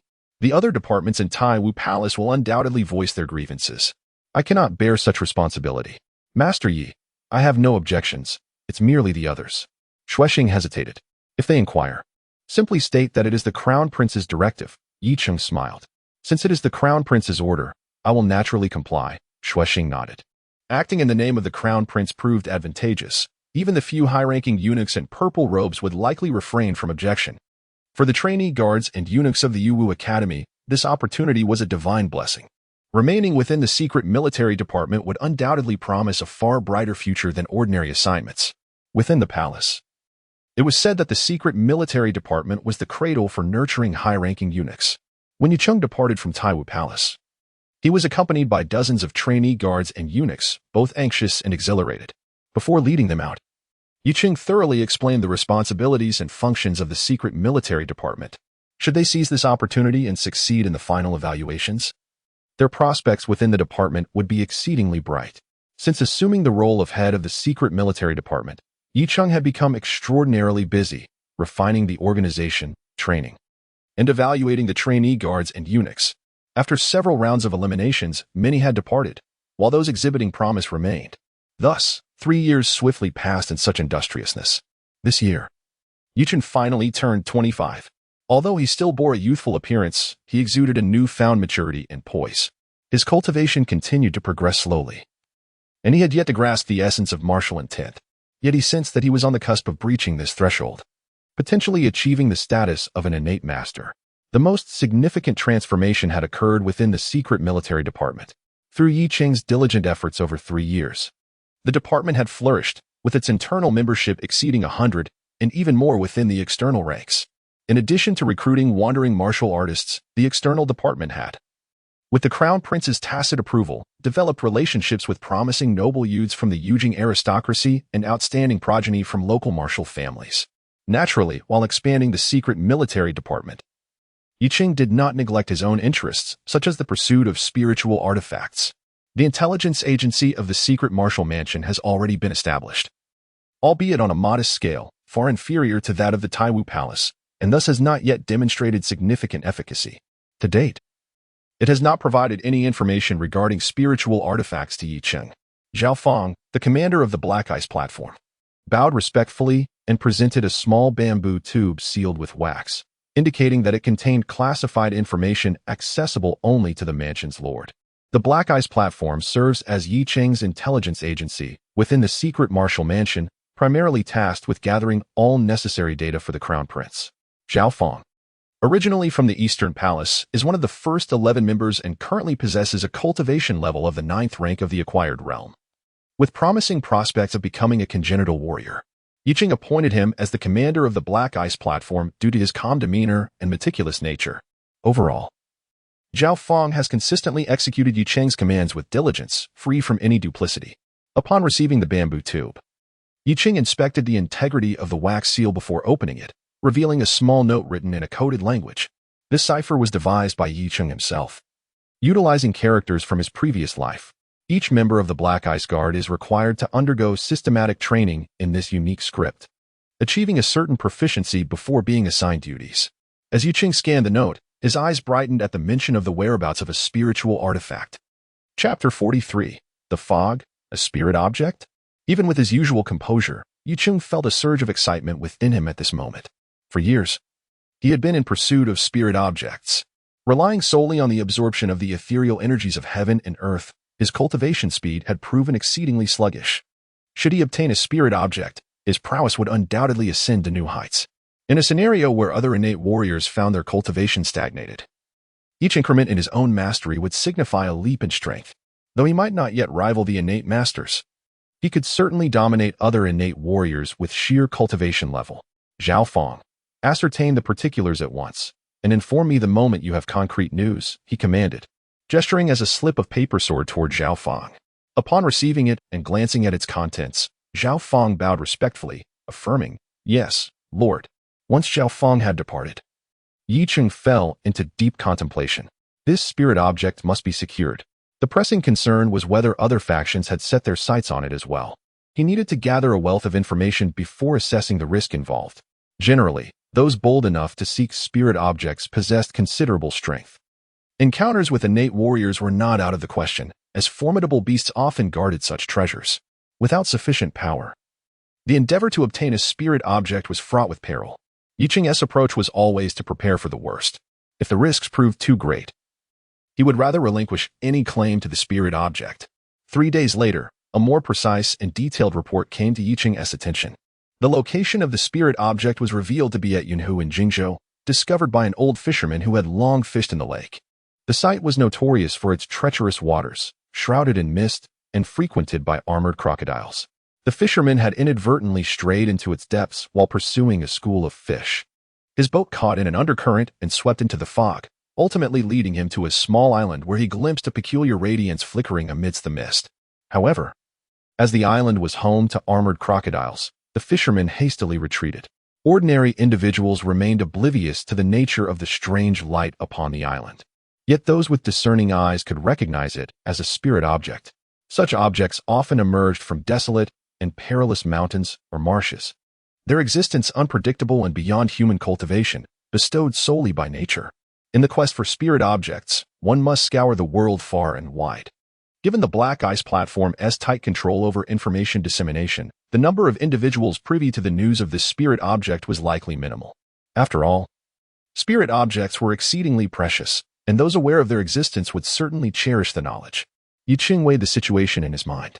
A spirit object lay within his grasp, beckoning him to claim it, and even with his patience, the allure was difficult to resist.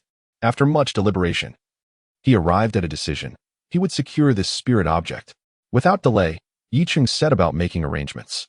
Coincidentally, there was an innate warrior of consummate perfection in Jingzhou who he needed to engage with, as he might potentially be developed into an external member of the secret martial house. Such warriors held significant value for recruitment.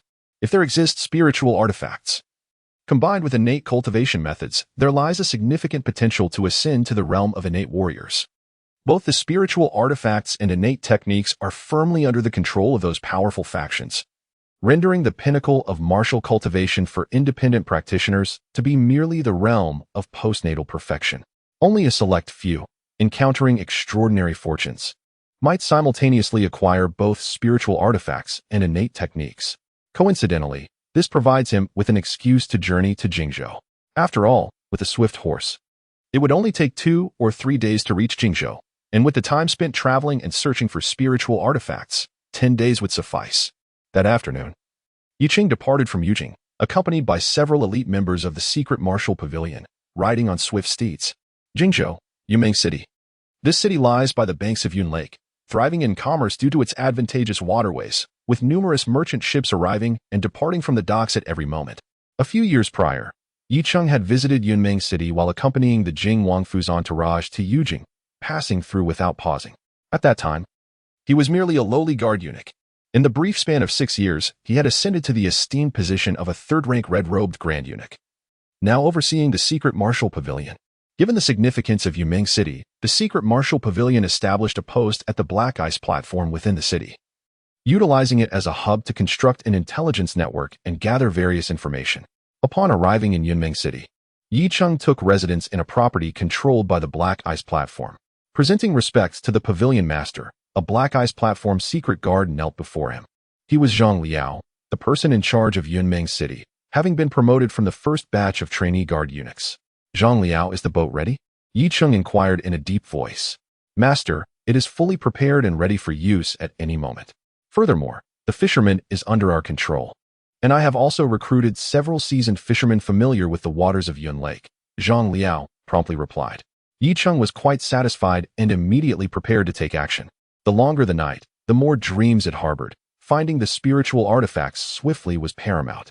Thus, the group departed from the residence, boarding the carriage that had long been prepared, and arrived at an abandoned dock where 3 fishing boats awaited. In the fog-laden region of Yun Lake, with treacherous currents and a myriad of reefs, larger vessels proved cumbersome and perilous upon encountering hidden reefs and undercurrents, while fishing boats, being agile and adaptable, were better suited for exploration in such complex environments. Everyone boarded the fishing boats, comprising not only Yicheng's entourage and the skilled members of the secret martial pavilion, but also the seasoned fishermen that Zhang Liao had procured, adept in navigating the waters of Yun Lake. On one of the fishing boats, Yicheng sat regally in a chair, adorned in a brocade robe, wearing a silver crown and a flowing cloak, exuding the aura of a distinguished noble. Standing behind him were Zhao Feng and several adept members of the secret martial pavilion.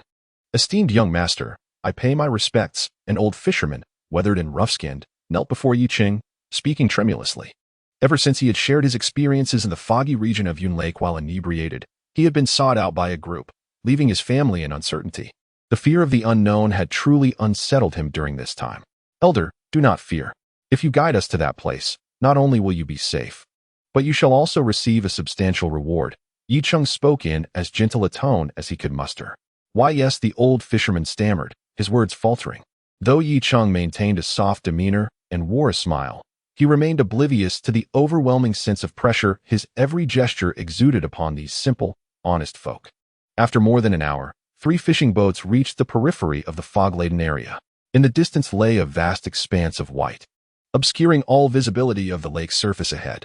The waters were anything but tranquil, with turbulent waves and swirling eddies in certain spots.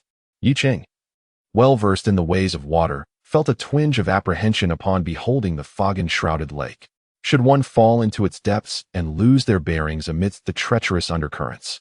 Even the most adept swimmer would find themselves facing mortal peril. It was only due to his immortal essence and innate cultivation that Yi Cheng dared to venture forth. The old fisherman spoke with utmost reverence. Yi Cheng nodded, preparing to issue the command to enter the foggy region when Zhao Feng, the leader of the Black Ice platform, whispered, "My lord, your esteemed life is invaluable. It would be prudent for your subordinates to enter instead."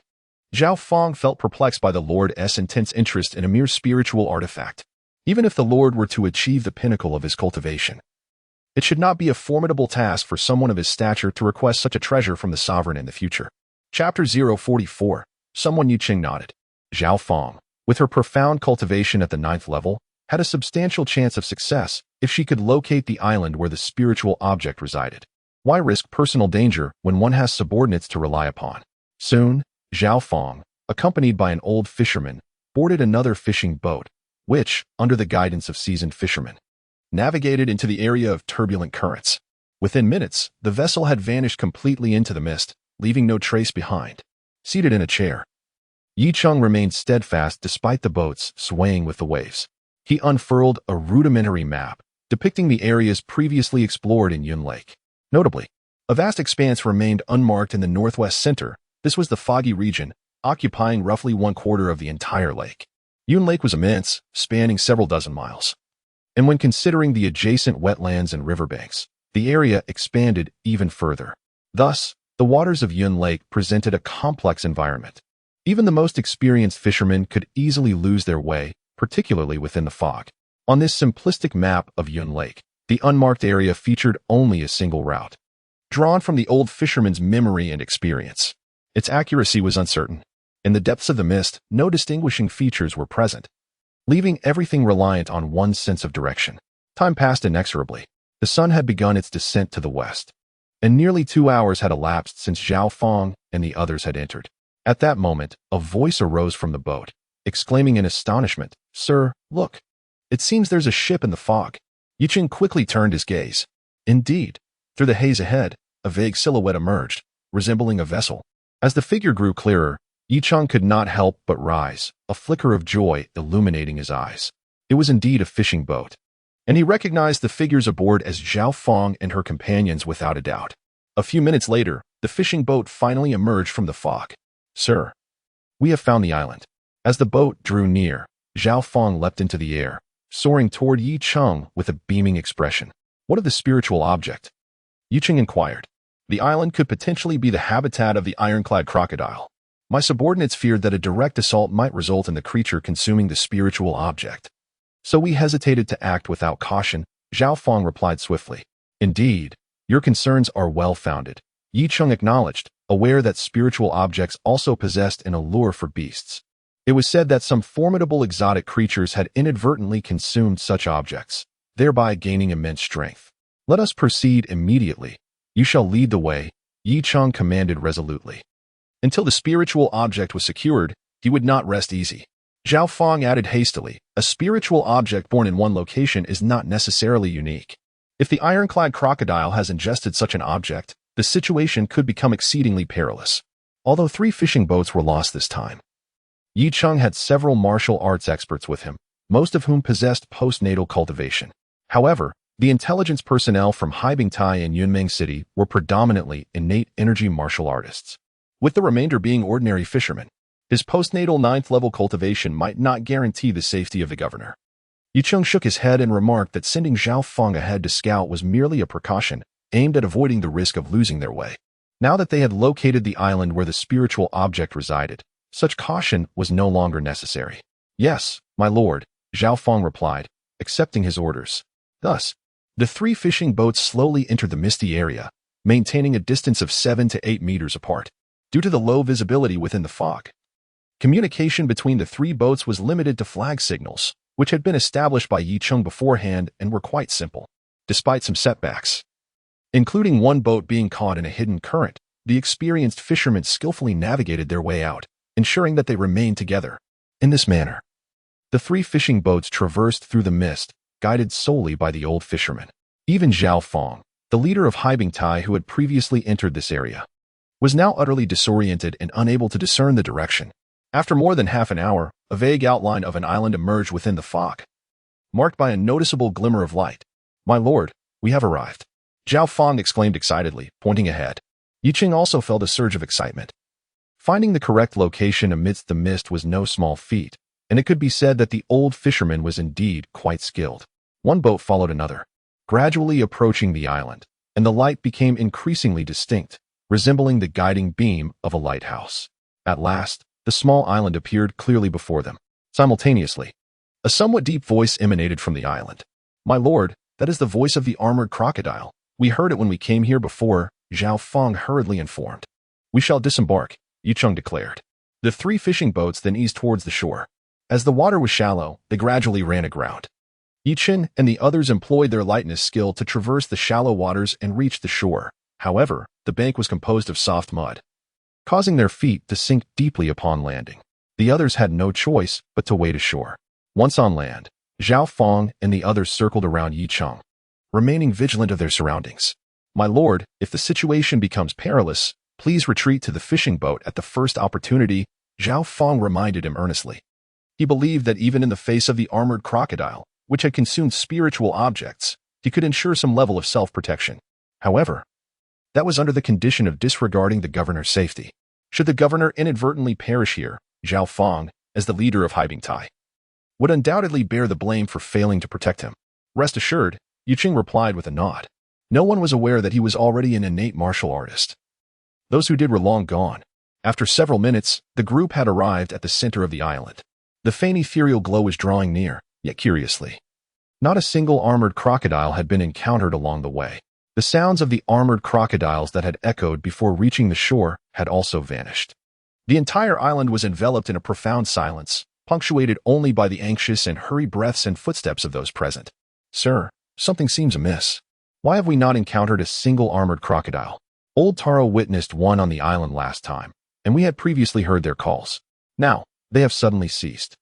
Could it be that someone has arrived before us, eliminating the armored crocodiles?" Zhao Fong could not help but express her concerns. Just as Yi Cheng was about to respond, his expression shifted, and he abruptly halted. At that moment, a figure emerged slowly from the mist ahead, producing a jarring sound akin to that of a duck. "Master Yi, we have been awaiting your arrival for quite some time here." Chapter 045. The Ghost Tiger. Yi Cheng observed the approaching figure, his innate vision allowing him to perceive details more clearly than others. He sensed an invisible, terrifying aura locking onto him, causing the hair on his body to stand on end, evoking an instinctual sense of danger. Innate. It was undoubtedly an innate being, judging by the title. This person appeared to be a eunuch from the palace. The presence of such an innate martial artist, particularly a eunuch, confronting him here was evidently a trap.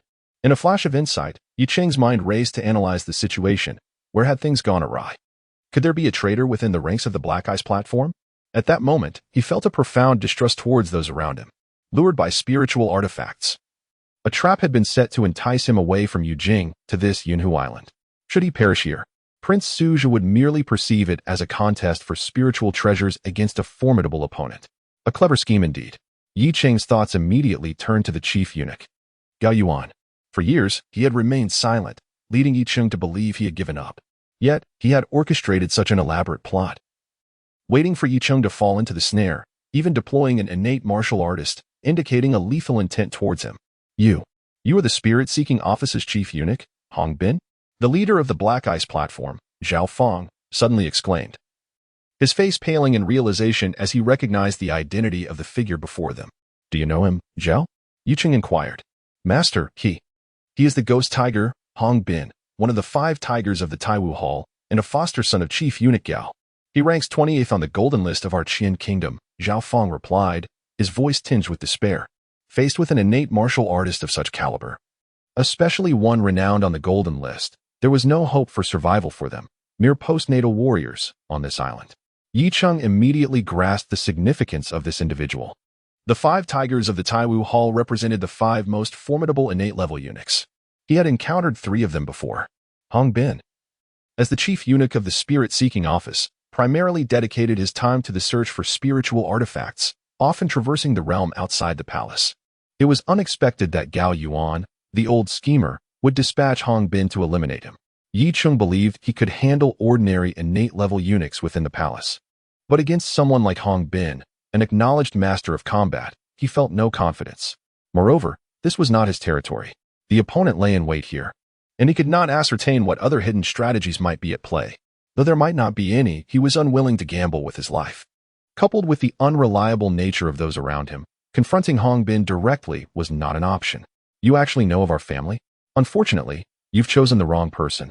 The figure shrouded in mist stepped forward, revealing a gaunt visage, with narrow eyes glinting with cunning and malice.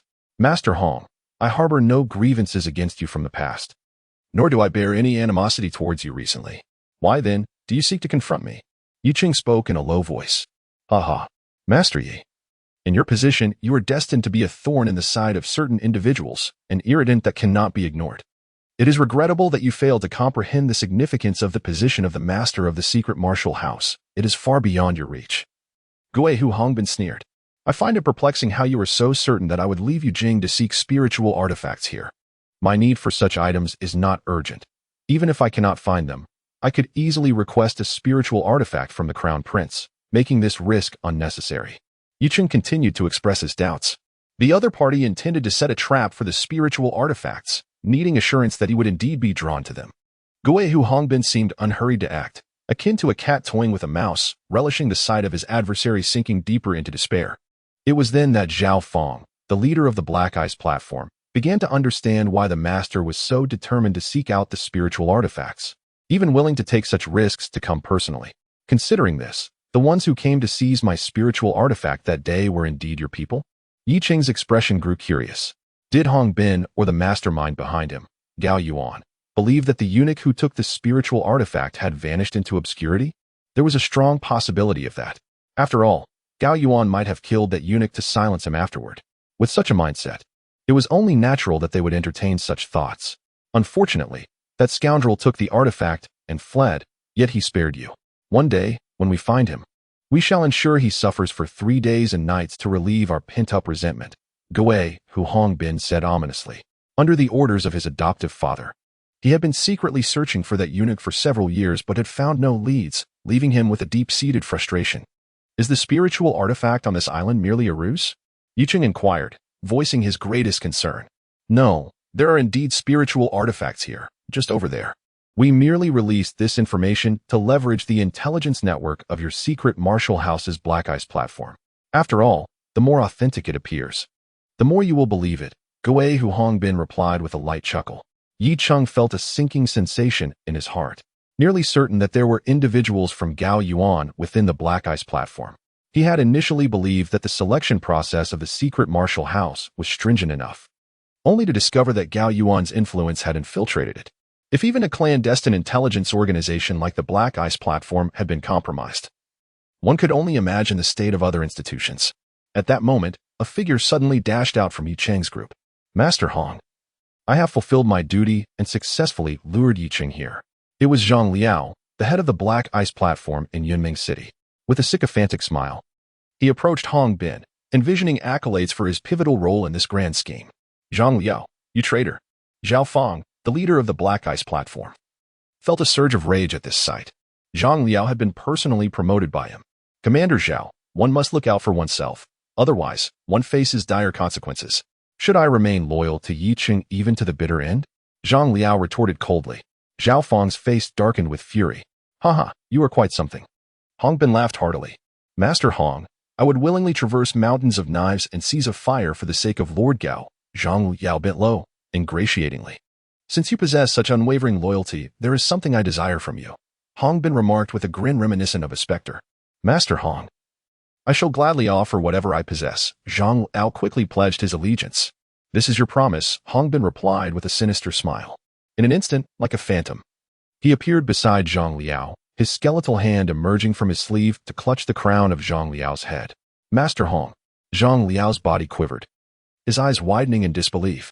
Yet, he could utter nothing further, only producing a gurgling sound from his throat. Zhang Liao crumpled to the ground, breathless, with 5 crimson holes marking his crown, the result of Hongbin's grip. Chapter 046. The tragic scene. The individuals brought by Yi Cheng felt a profound heaviness in their hearts upon witnessing the nonchalant manner in which the ghost tiger Hongbin had effortlessly eliminated Zhang Liao. If Zhang Liao, who was in service to him, could be dispatched so easily, what fate awaited the others? It was evident that Hongbin harbored intentions of silencing any potential witnesses. Even those who had previously clung to a sense of hope now recognized the futility of escape. The only option left was to fight desperately.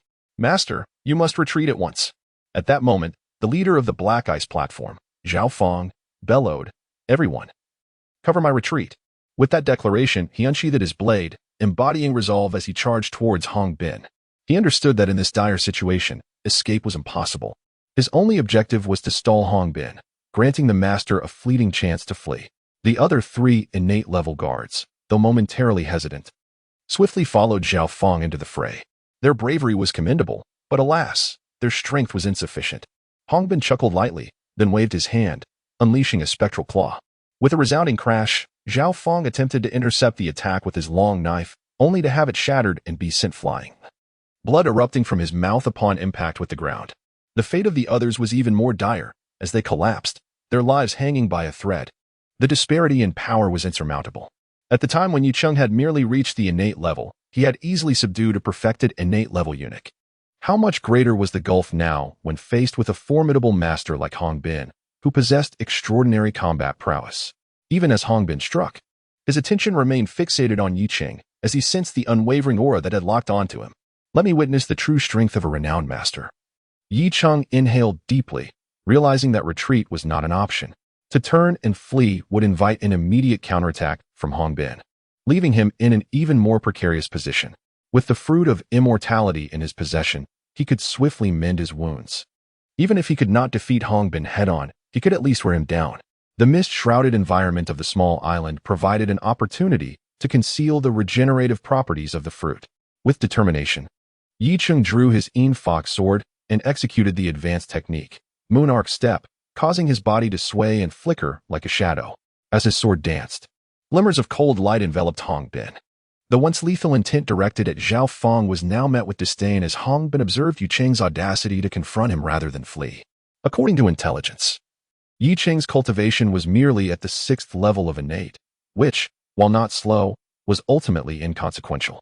Now, the youngest red-robed Grand Eunuch in the history of Yujing, the master of the secret martial arts division, was fated to perish beneath his blood-fiend Whitebone Claw. How pitiful, how unfortunate, how tragic. With a smile gracing his lips, Hongbin suddenly swiped his hand, the pale claws flashing with a piercing shriek, echoing like cries from the abyss. This blood-fiend Whitebone Claw was a high-level martial skill, rivaling the cold Shadow Palm, yet exceedingly difficult to master. The training process was intricate and required the essence of living beings at critical moments, rendering it a particularly sinister technique. In his view, this casual strike could easily dismantle Yi Cheng's sword technique and seize his very life. The fate of Yi Cheng was about to fall within his grasp. Yet, in the next moment, his eyes widened in disbelief. From the sword light that Yi Cheng unleashed, it resembled the brilliance of stars blooming, forming a net of sorts. In an instant, the claw shadows that Hongbin had struck out were torn apart by the sword net. Innate true energy? A look of incredulity crossed Hongbin's face. Yi Cheng was actually an innate martial artist. This was utterly beyond his expectations. According to the intelligence, he was clearly only a postnatal 6th level. How could he have become an innate martial artist? Moreover, Yi Cheng was merely in his 20s. While there have been innate martial artists of such youth in the realm of Qian, they are indeed exceedingly rare. However, he had no time to ponder further. Caught off guard by Yi Cheng, the fierce sword net enveloped him, causing the hairs on his body to stand on end, and a layer of protective energy erupted around him. Simultaneously, he forcefully stomped the ground, retreating while simultaneously unleashing a flurry of claw shadows that collided with Yi Cheng's sword light. The sharp clashes of energy resonated continuously yet refrained from scattering wildly. During the course of their attacks, the innate true energy, unless dispersed, would form an unceasing cycle, circulating both inside and outside their bodies. Yi Ching and Hong Bin exchanged blows for 100 or so moves in an instant, with sword light and claw shadows intertwining, and each collision harbored terrifying power. The two figures pursued and battled, swiftly disappearing into the mist. Zhao Feng and the others merely witnessed two shadows vanish at an astonishing speed, unable to comprehend the situation. Yet, disbelief was evident on their faces. The Lord was actually an innate martial artist? In the midst of the fog, Yi Ching and Hong Bin were locked in combat. Although Yi Ching initially caught Hong Bin off guard, as Hong Bin steadied himself, his claw techniques became impenetrable, and Yi Ching's swordsmanship surprisingly failed to breach his defensive circle, let alone reach his protective energy. Yi Ching, we indeed underestimated you. We did not anticipate that you had already become an innate martial artist. With such martial talent, you could rival the former emperor. Alas, your youth and lack of practical experience are your shortcomings. After fending off Yi Ching's relentless assaults, Hong Bin finally spoke. Yi Ching's heart sank. This indicated that Hong Bin had discerned his sword technique. Do you know how her name, the Ghost Tiger, came to be? It was earned through bloodshed. Though we share the innate level, there are vast differences within it, and our clan is precisely among the strongest of innate martial artists. With a hearty laugh, Ghost Tiger Hong Bin declared, "Today, I shall slay you, and our blood-sucking white bone claws will absorb another innate martial artist's essence, significantly enhancing our power." As he spoke, he let out a piercing cry, unleashing a wave of claw shadows with even greater ferocity. With a sudden thrust, Yi Ching's sword technique faltered, and Hong Bin seized the opportunity, tearing through the protective energy with a claw strike. Though the protective energy was formidable, it could not withstand Hong Bin's blood-sucking white bone claws. Yi Ching felt a twinge of discomfort. His perception allowed him to sense all changes within a radius of 10 feet, including Hong Bin's attacks. This underscores the significance of practical experience. In an instant, the protective aura surrounding Yi Ching was torn apart, leaving a deep claw mark upon his chest, blood gushing forth. Yet, within a moment, this wound had completely healed. However, Yi Ching found himself in a state of disarray. His combat experience was indeed woefully inadequate, particularly in engaging with warriors of equal caliber. Moments later, additional claw marks appeared on his body. Although they did not greatly affect him, he understood that this situation could not persist. His swordplay was utterly incapable of reaching Hong Bin. As time wore on, Hong Bin would inevitably notice the irregularities on his body, leading to complications. With this thought, Yi Ching steeled his resolve and unleashed the Ling Xiao flying sword technique, accompanied by a piercing shriek of the sword. The Yin Fox sword in his hand transformed into a dazzling beam of light, darting forth and narrowly grazing Hong Bin's ear before vanishing into the mist. Observing Yi Ching's abandonment of his weapon, Hong Bin realized that Yi Ching intended to employ a different, more formidable martial skill. However, given Yi Ching's youth, it was evident that he had not been in the innate realm for long. Advanced martial techniques are notoriously difficult to master. The path to proficiency is fraught with challenges. He doubted that Yi Ching could wield any significant power. Battling a novice in the innate realm held little interest for him. It was time to bring this encounter to a close. With a chilling gaze, Hong Bin's fingers glimmered with a faint blood-red light, a manifestation of his mastery of the blood fiend bone claw, poised to deliver a lethal strike to Yi Ching. Chapter 047. Counterattack. Yi Ching sensed the terrifying murderous intent emanating from Hong Bin. In an instant, he focused his thoughts, causing the innate true chi within him to swiftly alter its flow. A wave of frigid air rapidly spread through his body, and as he struck with one hand, his palm seemed to be sheathed in a layer of crystalline ice. A chilling aura enveloped the surroundings, akin to being trapped in the depths of winter. The cold shadow palm? Quite powerful, but regrettably, your execution is still immature. Hong Bin grinned wickedly. Boom. Yi Ching's azure palm collided with Hong Bin's crimson claws. The two torrents of formidable energy clashed, generating a fierce shockwave that dispersed the surrounding mist. Yi Ching stood resolute, unyielding in the face of a contest of power. For his cultivation far surpassed that of Hong Bin. After all, he had continued to refine his skills even after attaining innate mastery, albeit at a slower pace. However, Hong Bin wore a cunning smile.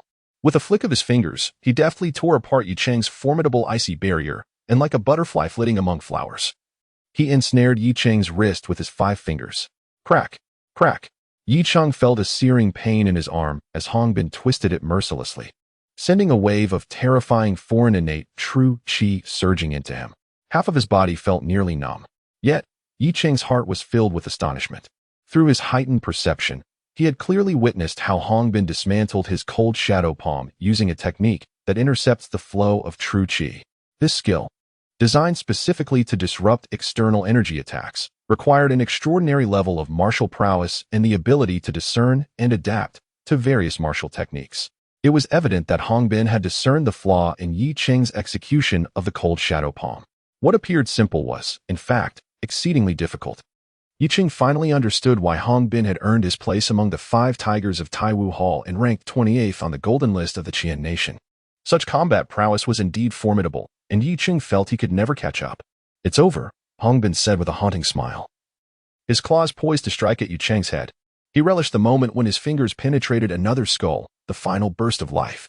But at that moment, Yi Cheng's arm, which should have been incapacitated, suddenly regained its strength, and the numbness that had plagued half of his body vanished entirely. Seizing the opportunity as Hongbin drew near, Yi Cheng roared, throwing his arms wide to tightly embrace Hongbin. Simultaneously, he unleashed a blast of icy energy. The life and death embrace. This was Yi Cheng's ultimate move. No one else would dare to undertake such a risk. Even if victorious, they would likely cripple their own arms in the process. Yet, with the fruit of immortality in his possession, Yi Cheng feared no injury. He could recover from even the gravest wounds. Puff!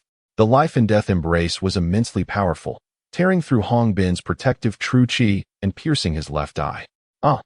Hongbin let out a piercing scream, his arm straining as his innate true qi erupted, sending Yi Cheng hurtling away, nearly tearing his own limbs apart in the process. After unleashing his final blow, Hongbin found himself kneeling on one knee, one eye a gaping wound yet devoid of blood, frozen by the chilling poison of the life and death talisman. With the remaining eye fixed intently on Yi Cheng, he emitted a low, beastly growl from his throat. Despite having rendered Yi Cheng's arm useless, leaving him nearly devoid of fighting capability under the onslaught of innate true energy, Hongbin had let down his guard. He never anticipated that Yi Cheng could deliver such a lethal strike in return. The icy essence of the life and death talisman had embedded itself deep within his left eye, sealing his fate. Yet, he felt a profound sense of unwillingness. After all, he had emerged victorious. Hong Gong Gong, wait patiently below. It won't be long before Gao Gong Gong comes to join you, Yi Cheng said, striding towards him, his own 2 previously incapacitated arms now restored. With a roar, Hongbin attempted to rise and charge at Yi Cheng, but in the next instant, a violent tremor coursed through his skull, his eyes rolled back. And with a resounding thud, he collapsed to the ground, breathless. Yi Cheng had detonated the life and death talisman planted within Hongbin's head. Realizing Hongbin was dead and sensing no hostility in the vicinity, Yi Cheng's taut nerves finally relaxed. He sat down heavily on the ground, overwhelmed by the ordeal. It had been an arduous struggle. Had it not been for the fruit of immortality, he would surely have perished. The combat prowess of such a practical, innate martial artist was truly terrifying. Nevertheless, the experience gained from this brutal confrontation was invaluable. Engaging in battles on the precipice of death was indeed the most effective way to enhance real combat experience. Though he would only resort to such measures as an absolute last resort, fearing for his own life. Just moments ago, Hongbin's bloodthirsty claws had nearly grasped his skull, an experience that had left him breathless with the sensation of impending death lingering heavily upon his heart. Taking a deep breath, Yi Cheng found himself unable to keep his eyes open, as the feeling of mortality clung to him stubbornly. Suddenly, a tremor coursed through him, as he faintly sensed a connection with his subconscious without the aid of meditation. At that moment, it seemed his subconscious was undergoing some peculiar transformation. Could it be that his martial intention was on the verge of forming? A smile broke upon Yi Cheng's face. The possibility felt tangible.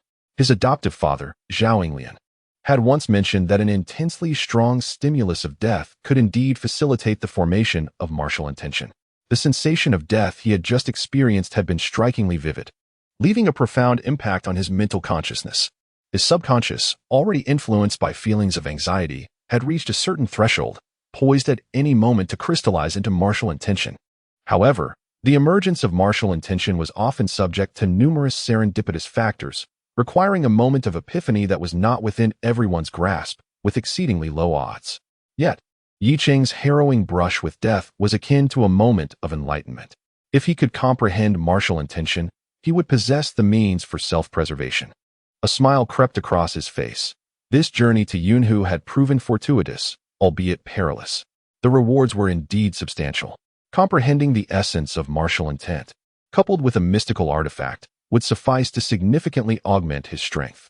In the preceding years, he navigated the palace with trepidation, fearing that a single misstep could lead to his utter demise. The psychological burden he bore was indeed immense. At that moment, the sound of footsteps echoed, prompting Yi Cheng to become immediately alert. Soon, several figures stealthily approached. Among them was Zhao Fong, the leader of the Black Ice platform, being supported by others, clearly gravely injured. Master, master. Zhao Fong and the others, upon seeing Yi Cheng seated on the ground, displayed faces of relief. The fact that their leader was still alive indicated a victorious outcome. Not far away, they observed a corpse lying face down, though the visage remained obscured. The attire suggested it belonged to the formidable Guihu Hong Bin. I'm unharmed. How is everyone else faring? Yi Cheng inquired.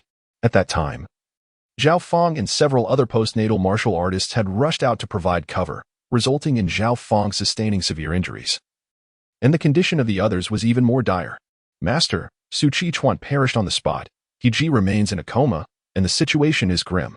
Liang Ji is slightly better, but he too is gravely wounded, Zhao Fong replied with a somber expression. Yi Cheng pondered for a moment before responding, Indeed, master. Zhao Fong promptly acknowledged the command. Yi Cheng glanced at Zhao Fong, although his life was not in jeopardy.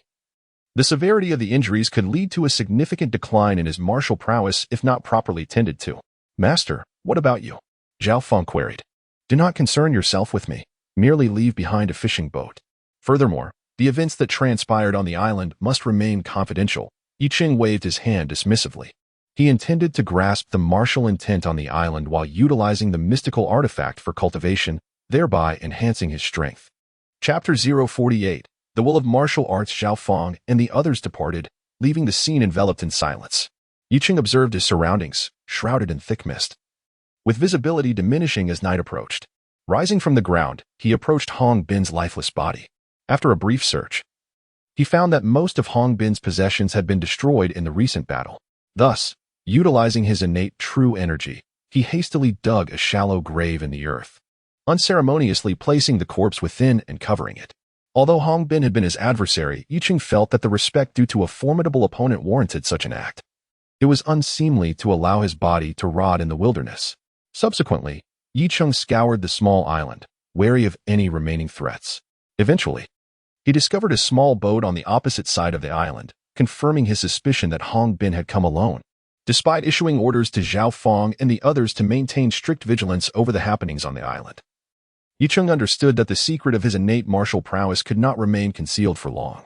He was acutely aware that once he comprehended the principles of mastery, he would have to take decisive action. He could not allow Gao Yuan to continue his reckless behavior, treating him as a mere soft target. At that moment, Yi Cheng's gaze was drawn toward a radiant light emerging from the depths of the mist. As the darkness faded, the source of the luminescence became increasingly discernible. He soared toward the source of the light.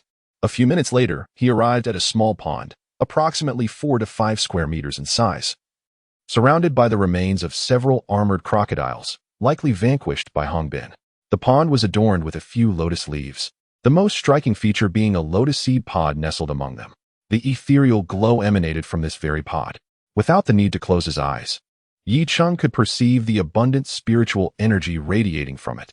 Not only was the pod itself brimming with vitality, but the ambient air also contained a richer concentration of spiritual essence compared to the outside world. This was the first time Yi Cheng had encountered a living spiritual entity. The process of harvesting such entities was notoriously intricate, requiring specialized jade vessels for storage. However, he intended to utilize it directly, thus sidestepping the complexities. A spark of excitement ignited in Yi Cheng's eyes. With a swift motion of his hand, he unleashed a surge of innate true energy that instantly severed the pod's stem, ensnaring it in his energy and drawing it into his grasp. As the pod was detached, the faint glow it had emitted gradually faded, rendering it an ordinary lotus seed pod. Yet, Yi Cheng could sense that it contained 9 lotus seeds, each imbued with spiritual energy. Although the potency of each seed paled in comparison to the spiritual fruits he had previously utilized, their combined essence undoubtedly exceeded twice that amount. Next, he sought a secure location to absorb the spiritual energy contained within these 9 seeds. After a brief interval, Yi Cheng reached the opposite side of the island. characterized by steep cliffs sculpted by the relentless caress of the lake's waters. Employing his innate true energy, he carved out a cavity within a recessed stone wall, sufficient to accommodate his form. Once completed, he settled into a meditative posture within the sanctuary. Cloaked in mist and shrouded by the night, coupled with his advantageous position, he was confident that even if someone were to land on the island, they would remain oblivious to his presence. Should any situation arise, he would be able to plunge into the lake at a moment's notice, rendering him virtually infallible. Yicheng, bare-chested, grasped 9 lotus seeds, pressing them against his navel. With closed eyes, he channeled the 5 wheels true scripture, beginning to absorb the spiritual energy contained within the seeds. Streams of ethereal energy, as smooth as water, entered his body, coalescing within the illusory cauldron of the 5 elements. In a meditative state, he communicated with his subconscious, simultaneously employing the blood resolution secret method. The surging vitality within him boiled, pouring into the illusory cauldron. Thus, strands of innate true energy gradually refined within the cauldron, fortifying Yicheng's innate cultivation. Time became indeterminate. And when the spiritual energy from the 9 lotus seeds was entirely consumed, the innate true energy in his dantians had grown nearly 3-fold. The speed of such cultivation was truly astonishing, akin to enduring a decade or 2 of arduous training. He sensed that if Hong Bin were still alive, with an absolute advantage in cultivation, he could easily crush him. Under the weight of absolute power, all techniques would prove futile. Although my practical experience is lacking, if I diligently enhance my innate true energy and elevate my cultivation to a sufficient height, I could overpower even innate grandmasters. Yicheng's eyes sparkled, as if he had discovered his path in martial arts. Relying on life and death struggles to gain practical experience was far too perilous. He would certainly not choose that route. The path most suited to him was to elevate his cultivation to an adequate height, to shatter all methods with sheer force. Spiritual substances. I require more spiritual substances. Yicheng's heart brimmed with intense yearning. It seemed that under the stimulation of this conviction, he shuddered, feeling the activities of his subconscious intensifying. It was as if an iceberg concealed beneath the surface of the sea had suddenly stirred, yearning to emerge. This was a manifestation of breaking free from constraints. Was martial intent finally about to be born? Excitement gleamed in Yicheng's eyes. For his subconscious to truly manifest was nearly impossible, at least given his current cultivation and mental realm. However, condensing martial intent would be sufficient. This martial intent would serve as a projection of his subconscious in the tangible world. Soon, Yicheng's mind began to churn violently, with a multitude of phantoms and auditory illusions surging forth, creating immense impact on his conscious awareness. This was the subconscious striving to manifest martial intent. Boom. An invisible wave of mental energy radiated from Yicheng's core, spreading in all directions. Yet, with no creatures nearby, there was no one to be affected by this mental wave. Is this my martial intent? With closed eyes, Yicheng felt a peculiar glow within his mind, intricately intertwined with his conscious awareness. This glow harbored a profound sense of worry. He had comprehended it through the sorrow of the 7 wounds intent.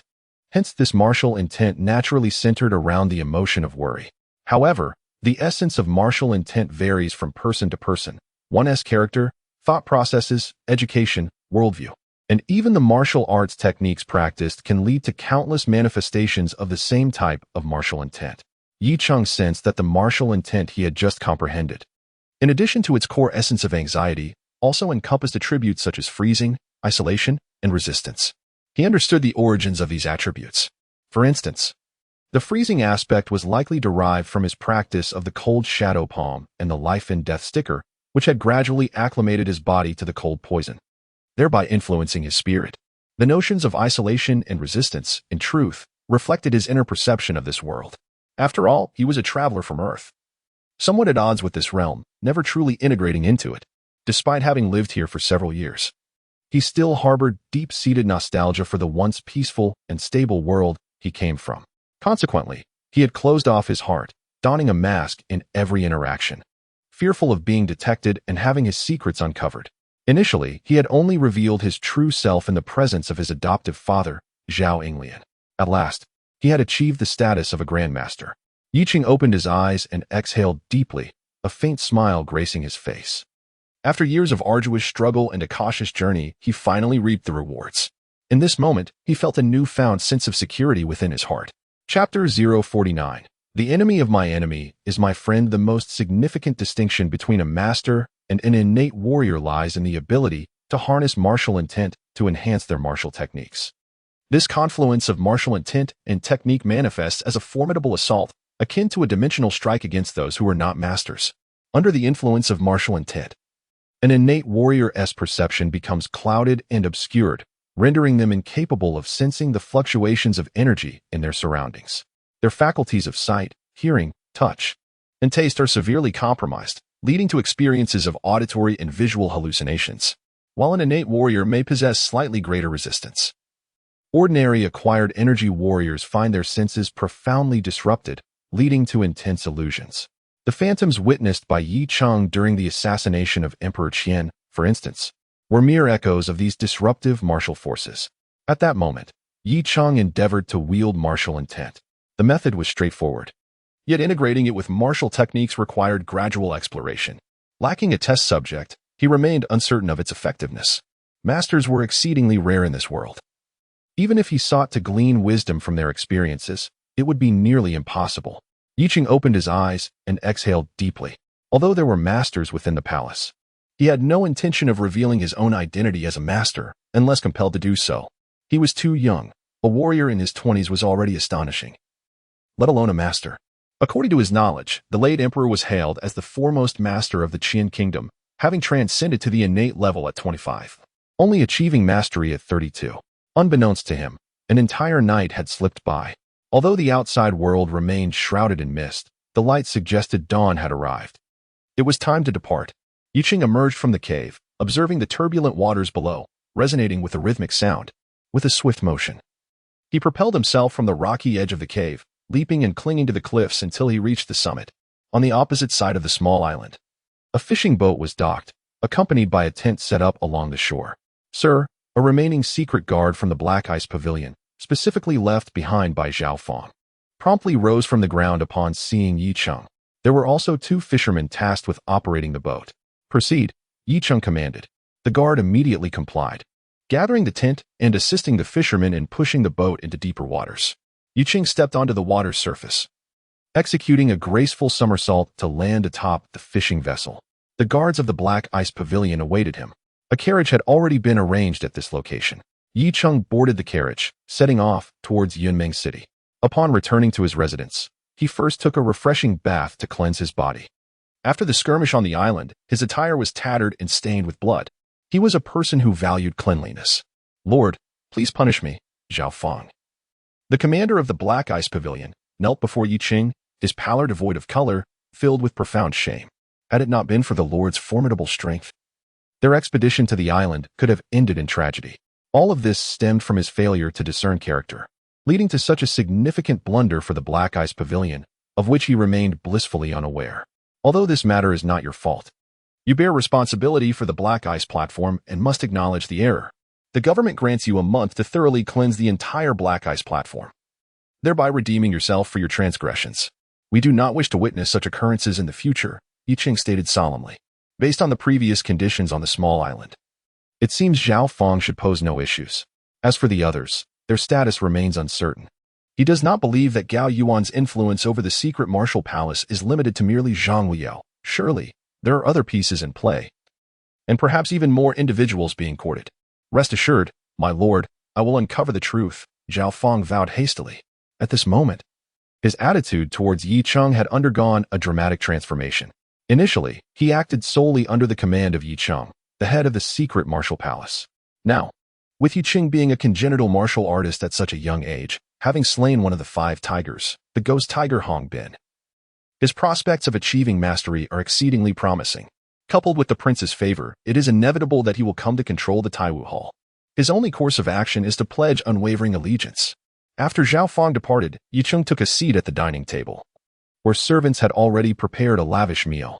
Unconcerned about the possibility of poison, he devoured the food voraciously. With the fruit of immortality, no poison could harm him. Once satiated, he felt a sense of relief. Enjoying the massage from a maid, Yi Cheng reclined in his chair, closing his eyes to contemplate. He pondered the potential reactions from the Taiwu Hall. In recent years, the Grand Eunuch Gao Yuan had basked in glory. Although there was a hall master, Zheng Yan, at the helm, Zheng's failure to grasp the martial intent rendered him devoid of absolute power. merely relying on his title as Hall Master. It was utterly impossible to suppress Gao Yuan. Originally, Zheng Yin was merely the head eunuch of the transmission hall, wielding significantly less influence than Gao Yuan within the Taiwu Hall. Even with the support of several grand eunuchs, his authority had diminished considerably in the face of recent struggles. Presently, Gao Yuan had ascended to the position of the foremost grand eunuch in the Taiwu Hall. Yi Qing contemplated how to deal with Gao Yuan. Simply killing him was not an option. After all, Gao Yuan was the grand eunuch, holding the esteemed rank of first class. To assassinate a first-class eunuch would amount to a blatant disregard for the imperial court, a slight against Emperor Qian. Though Yi Qing possessed the power of a master and some means of self-preservation, he did not feel invincible. Discretion and caution were imperative. The optimal strategy would be to first oust Gao Yuan from his position as Grand Eunuch, dragging him into a quagmire before proceeding with his elimination, thus aligning with Yi Qing's desire for retribution. Clearly, an opportunity to engage with Hall Master Zheng Yin must be sought. A glimmer of determination sparkled in Yi Qing's eyes. The enemy of my enemy is my friend. In the Taiwu Hall, at the Bayan Pavilion, Gao Yuan recalled the earlier reprimand delivered by Emperor Qian when he was summoned. Humph, Zheng Yin is truly incompetent, merely adept at reporting to His Majesty. Sipping his tea with a cold laugh, Gao Yuan mused, the more incapable Zheng Yin is, the more advantageous it is for my benefactor. I fear that His Majesty has long been exceedingly disappointed in him, remarked the bowing eunuch clad in red, flattering with his words. Such is the case, however. To persuade His Majesty to dismiss Lord Zheng Yin from his position as the master of the Taiwu Hall is no simple task. It seems that additional measures must be taken, spoke Gao Yuan in a low voice. His ambition had consistently been aimed at the master of the Taiwu Hall. Perhaps he would never achieve the exalted status of an innate master, yet occupying that pinnacle position, revered by all eunuchs, had become his fervent obsession. At that moment, a eunuch dressed in blue entered, presenting a bamboo tube before Gao Yuan. Godfather, a message from the carrier pigeons in Yunming City, Jingzhou. Upon hearing this, Gao Yuan's expression brightened with anticipation as he swiftly accepted the bamboo tube and hastily opened it. However, moments later, his countenance darkened considerably, and he slammed his hand upon the armrest of his chair. What trickery has Hong been up to? Godfather, what is the matter? The red-robed eunuch inquired. Noticing Gao Yuan's intense reaction, grinding his teeth, Gao Yuan responded, ever since Yi Qing became the master of the secret martial house, any attempts to harm him could no longer be executed in Yujing. Thus, he spent 3 years cultivating his informants within the secret martial house. After meticulous planning, he finally set a trap that could be deemed flawless. To ensure absolute success, he enlisted the personal involvement of Hong Bin, one of the 5 tigers of the Taiwu Hall. Chapter 050. A man and his donkey. Did Hong Bin not take action? The red-robed grand eunuch inquired, perplexed. I am uncertain. However, there have been no reports regarding Hong Bin thus far. Leaving the situation unclear, Gao Yuan replied, shaking his head. Logically, if Hong Bin were to intervene, success would be assured. Unless, of course, Yi Qing is under the protection of an innate martial artist, which is highly improbable. Furthermore, given Hong Bin's prowess as a top-tier expert, an ordinary innate martial artist would hardly stand a chance, nor could they shield Yi Qing effectively. Only another expert of the same caliber might pose a threat to Hong Bin. Within the entire Taiwu Palace, the individuals who can ascend the ranks are few. It is unlikely that one would be specifically assigned to guard Yi Qing, the lord of the secret martial mansion. The red-robed grand eunuch asked, what should we do? First, we must ascertain the facts before making any plans, Gao Yuan remarked, shaking his head. To send someone to intercept without clarity could lead to unforeseen complications. Send a message to Yunming City and get in touch with Hong Bin, Gao Yuan suddenly instructed the blue-robed eunuch. Yes, my lord, the blue-robed eunuch promptly complied. I hope no issues arise, Gao Yuan mused as he settled down, rubbing his temples. What he had initially considered a near certainty had now spiraled into a significant dilemma. As long as Yi Qing remained alive, he felt a persistent unease. In Yunming City, within a residence, Yi Qing was leisurely fishing with a rod. The estate boasted a sizable pond fed by the fresh waters of Yun Lake. The intricate waterways of Yunming City, connected to Yun Lake, allowed for easy navigation by small boats, earning the city its moniker as the Water City. Since arriving in this world, he had not experienced such tranquility in quite some time. A bucket beside him held a dozen fish of various sizes he had caught. Lord, the gentleman Jian Xian Yushan has arrived, a black-clad secret guard announced respectfully as he approached. Understood, Yi Qing nodded. At that moment, The fishing float on the water suddenly bobbed. With keen eyes and swift hands, Yicheng lifted the rod gently, feeling the line tighten as the rod bent into an arc. A catch. After a brief struggle, a lively blue carp weighing over a pound was reeled in. Yicheng tossed the rod aside and instructed the waiting maid, "Prepare a feast featuring the whole fish." "Yes, my lord," the maid replied. Once Yicheng departed, the maid began to tidy the area. In the parlor, a middle-aged man with a fine mustache, a handsome face, and an air of refinement sat in the guest seat, sipping tea, though he appeared rather constrained. He was there to pay respects to a notable figure from the Jade Capital Palace. Suddenly, the sound of footsteps echoed. The middle-aged man quickly set down his cup and stood. Shortly thereafter, a figure clad in a brocade robe and silver crown entered through the side door. He was remarkably young, yet his demeanor and authority evoked an overwhelming sense of pressure. Acting swiftly, the middle-aged man knelt down. "Commoner Yushan pays his respects to you, my lord." As Yicheng entered the parlor, he beheld the middle-aged man kneeling before him. Without a doubt, this individual is the renowned gentleman swordsman, Yushan, of Yumeng City. Merely by his appearance and demeanor, he exudes an air of rectitude, which explains his esteemed title. However, at this moment, he seeks to ally himself with the secret martial house. Yicheng understands the rationale behind this decision. It bears resemblance to the situation faced with the Einshur sect a few years prior. The Yu family possesses considerable influence within Yumeng City, yet they lack innate martial artists. Both innate techniques and spiritual artifacts are indispensable. Lacking either, one's cultivation is destined to plateau. Absent unforeseen circumstances, Yushan's progress in martial prowess would be hindered, making any further advancement exceedingly arduous without exceptional opportunities.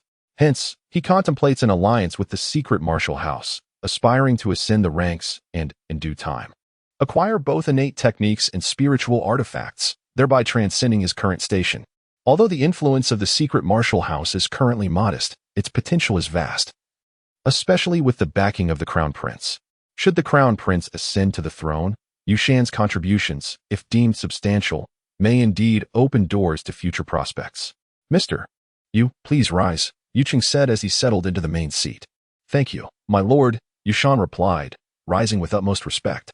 Internally, he was taken aback, for Yicheng appeared exceedingly youthful. Nevertheless, this only reinforced Yushan's conviction.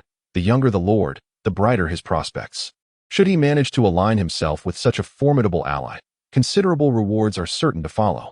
Following a brief exchange, Yushan knelt once more, pledging his loyalty to the Crown Prince and his dedication to serving the House Master, vowing to exhaust himself in service until death. Yicheng formally appointed Yushan as a fourth-rank martial master of the Outer Court Divine Eagle Hall in the secret martial house. While the ranks within the Outer Court do not correlate directly with the imperial hierarchy, there exists potential for rank conversion once the Crown Prince ascends. Moreover, Yushan is required to dispatch some elite family warriors to serve the secret martial house. With this, the Yu family has indelibly marked itself with the emblem of the secret martial house. In the parlance of the martial world, the Yu family has become a hound of the court. Once this news circulates, the illustrious reputation that Yushan has cultivated over 2 decades will be irrevocably tarnished. This journey from the capital has proven immensely fruitful, yielding 9 spiritual lotus seeds that, upon refinement, have significantly enhanced his innate cultivation. He has also gained insights into martial intent, achieving the status of a grandmaster, with his practical combat experience notably improved. Now, emboldened by his newfound strength, he believes himself capable of traversing the world at will, fully prepared for a potential ambush by Gao Yuan's men. A day later, Yicheng was merely half a day's journey from Yujing. With a sigh, he urged his steed into a gallop as he approached a narrow gorge, only to find a black donkey obstructing the path. He swiftly pulled to a halt.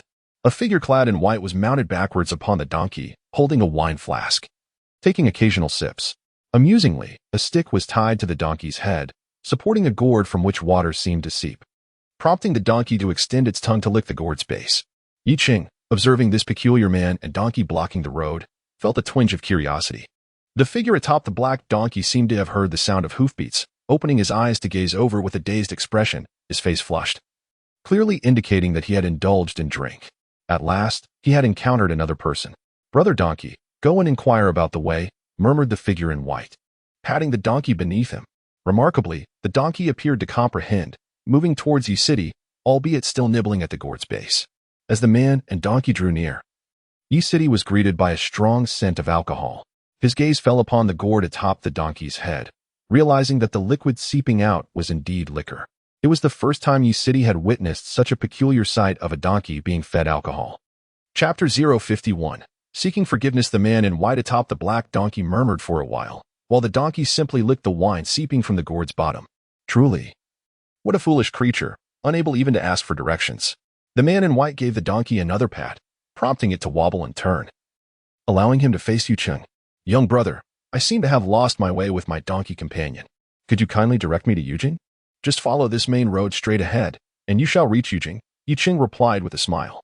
The man in white appeared to be in his 30s or 40s, rather unremarkable in appearance and quite inebriated.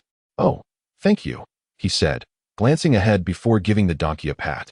Donkey brother, do you understand the way now? Let us hurry, we must not go astray again. Instantly, the black donkey brayed and began to wobble forward, licking the gourd's bottom as it went. However, it was heading in the wrong direction.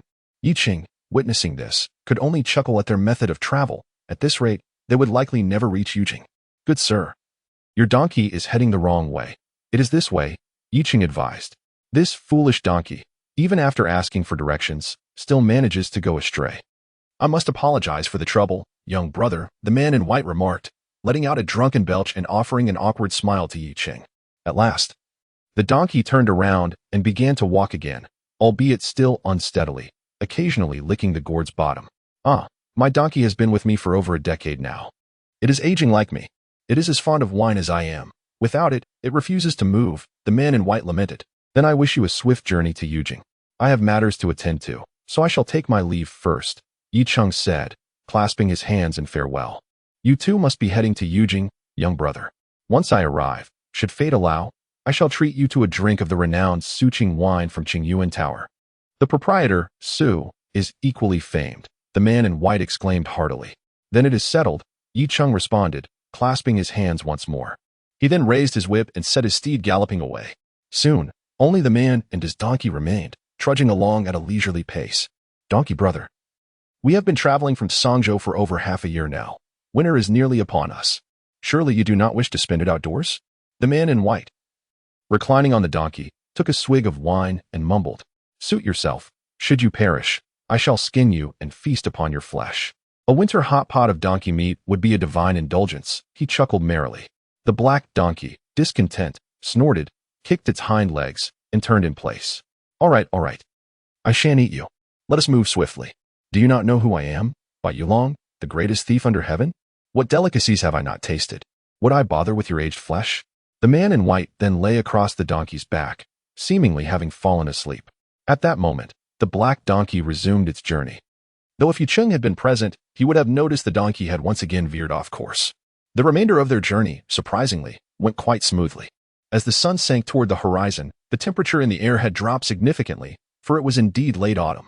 Yicheng gazed at the distant, majestic Yujing city, a hint of astonishment filling his heart. Could it be that this lofty source had simply surrendered? Just before the city gates closed, he rode into Yujing city. After becoming a congenital master, he no longer had to tread as cautiously as before. In the Eastern Palace, within the Shuqing Hall, Crown Prince Suju was enjoying dinner with the Crown Princess and their 2 children.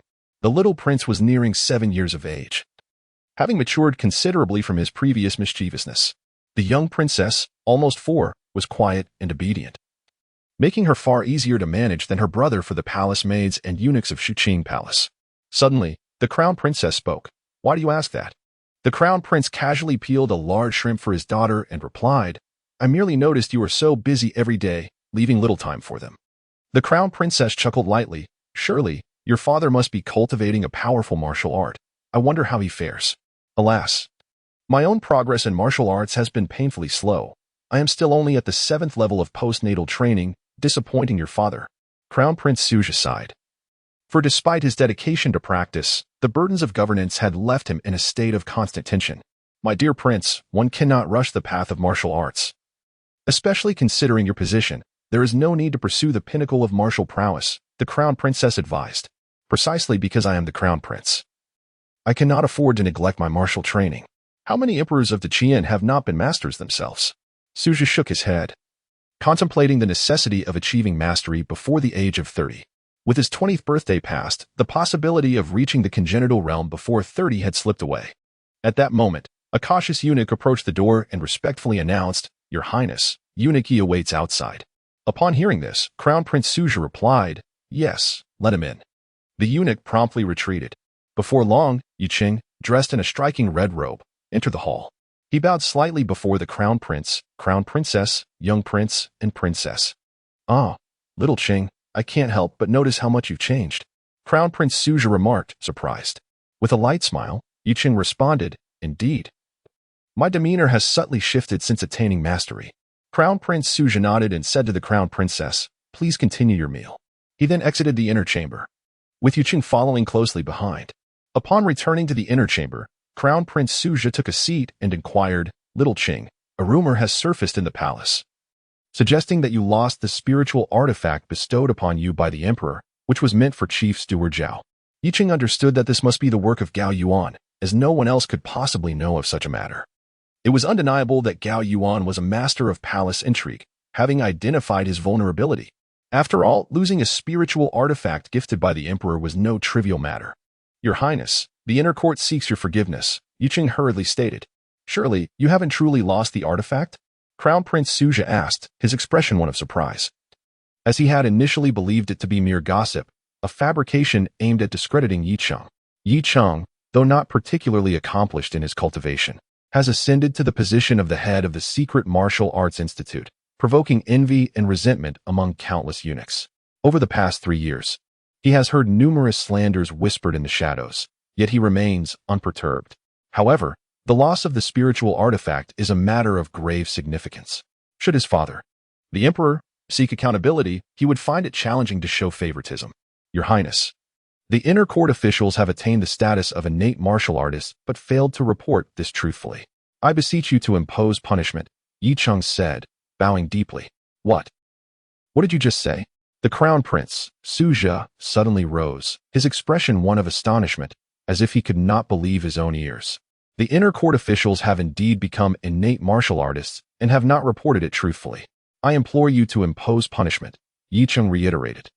Since Gao Yuan intends to exploit the matter of the lost spiritual artifact to target him, Yicheng finds it necessary to reveal the truth of his own innate martial artist status. After all, many are already aware of his abilities, and it would be futile to conceal it for long. Thus, he seizes this opportunity to clarify matters with the Crown Prince. Suja's eyes widened in disbelief as he fixed his gaze upon Yicheng. "Little Cheng, you must be jesting. Such a jest is not to be taken lightly." He was convinced that he had misheard. How could Yicheng, who was merely at the 6th level of postnatal cultivation, one rank lower than himself, possibly be an innate martial artist? Furthermore, considering Yicheng's youth, not yet 26, if he truly had achieved innate status, his talent would be extraordinarily exceptional. Chapter 052, The Heavenly Armory. "Your Highness, please take a look." With a mere thought, Yicheng summoned the innate true energy from his dantian, coursing it through the meridians beneath his skin, and then released it, forming a protective aura around his body. In an instant, Yicheng was enveloped in a hazy glow. Gulp. Prince Suja swallowed hard. The protective aura. "Little Cheng, you have truly become an innate martial artist. This is utterly astonishing.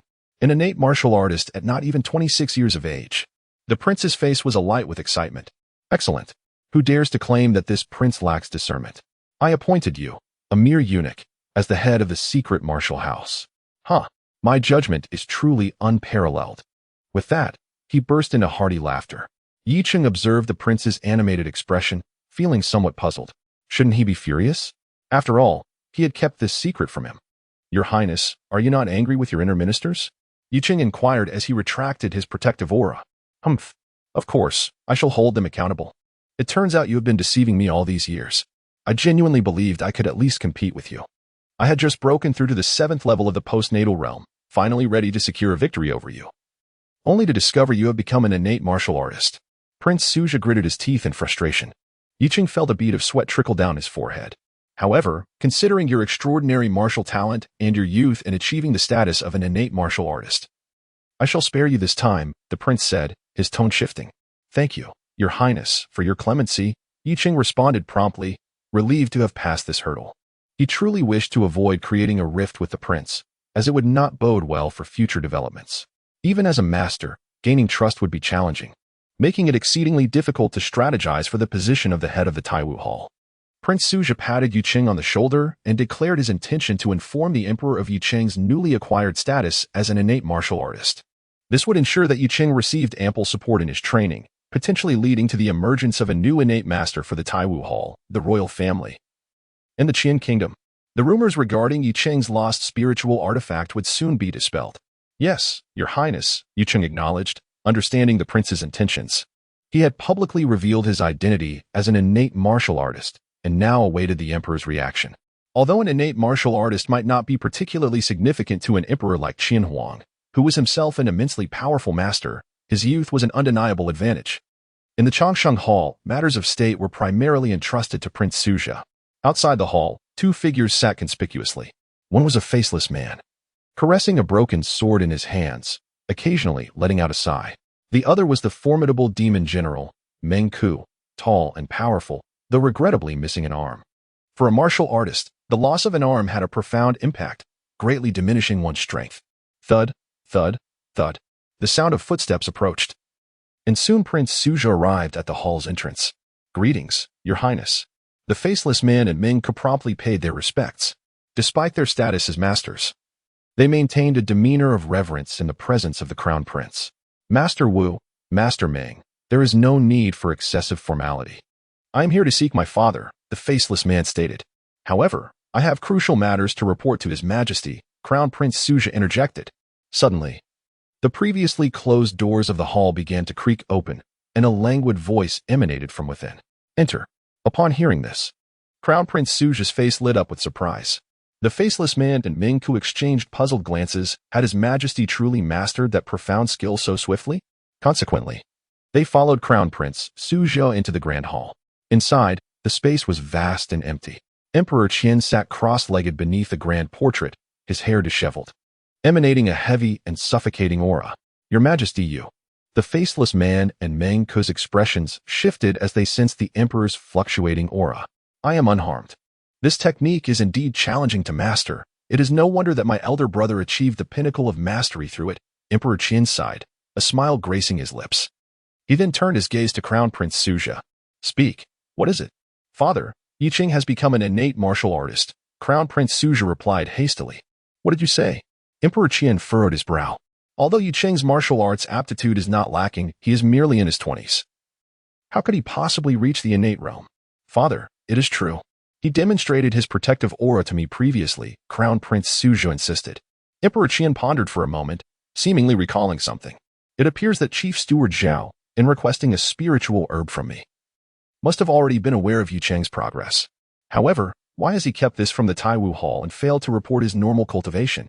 As the emperor, he was naturally astute and did not allow sentimentality to cloud his judgment, quickly recognizing the issue at hand.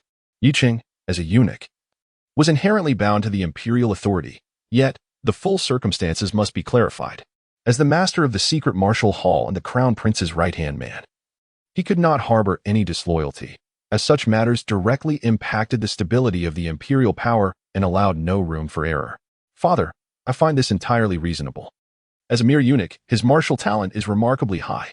With Chief Steward Zhao retired from court and having passed away, he has lost his backing and will undoubtedly attract jealousy within the palace. As the saying goes, a tree that stands out will be uprooted by the wind. Though he may have erred, it is certainly not an intentional concealment. It is quite understandable. Crown Prince Suja quickly knelt, saying, now that Yuqing has revealed his cultivation to me, it shows he harbors no ulterior motives. With such extraordinary martial talent, I earnestly beseech Your Majesty to nurture him carefully, for he is destined to cultivate a new innate master for our Qian kingdom. His words were heartfelt, as he feared Emperor Qian might insist on punishing Yuqing. The emperor scrutinized the crown prince for a moment before smiling. You once told me you were determined to make Yuqing the master of the secret martial hall. I thought him too young, lacking the qualifications and cultivation to command respect. However, it appears you were indeed correct. This young man is truly exceptional. He survived a great fall while attempting to save you, emerging unscathed and managing to cultivate at such an astonishing pace to become an innate martial artist. This is indeed remarkable. Upon hearing the news, Crown Prince Suja was filled with elation, immediately realizing that his father, the emperor, had no intention of pursuing the matter of Yu Qing's concealed cultivation. "Your servant is here," the Crown Prince Suja promptly responded. The Emperor, with a sudden shift in tone, instructed, "Draft an imperial decree appointing Yu Qing as an inner palace attendant, overseeing the Taiwu Hall and supervising the eunuchs, while granting him the privilege of free access to the Tiandu Armory." As the Emperor articulated his wishes, the Crown Prince's face beamed with joy. Indeed, his father was displaying unprecedented generosity this time. Being appointed as an inner palace attendant meant that Yu Qing would enjoy unrestricted entry to the imperial palace, even allowing him to visit the Hall of Nurtured Spirit to meet the Emperor without the need for summons. Such a privilege was typically reserved for the esteemed purple-robed Grand Eunuchs.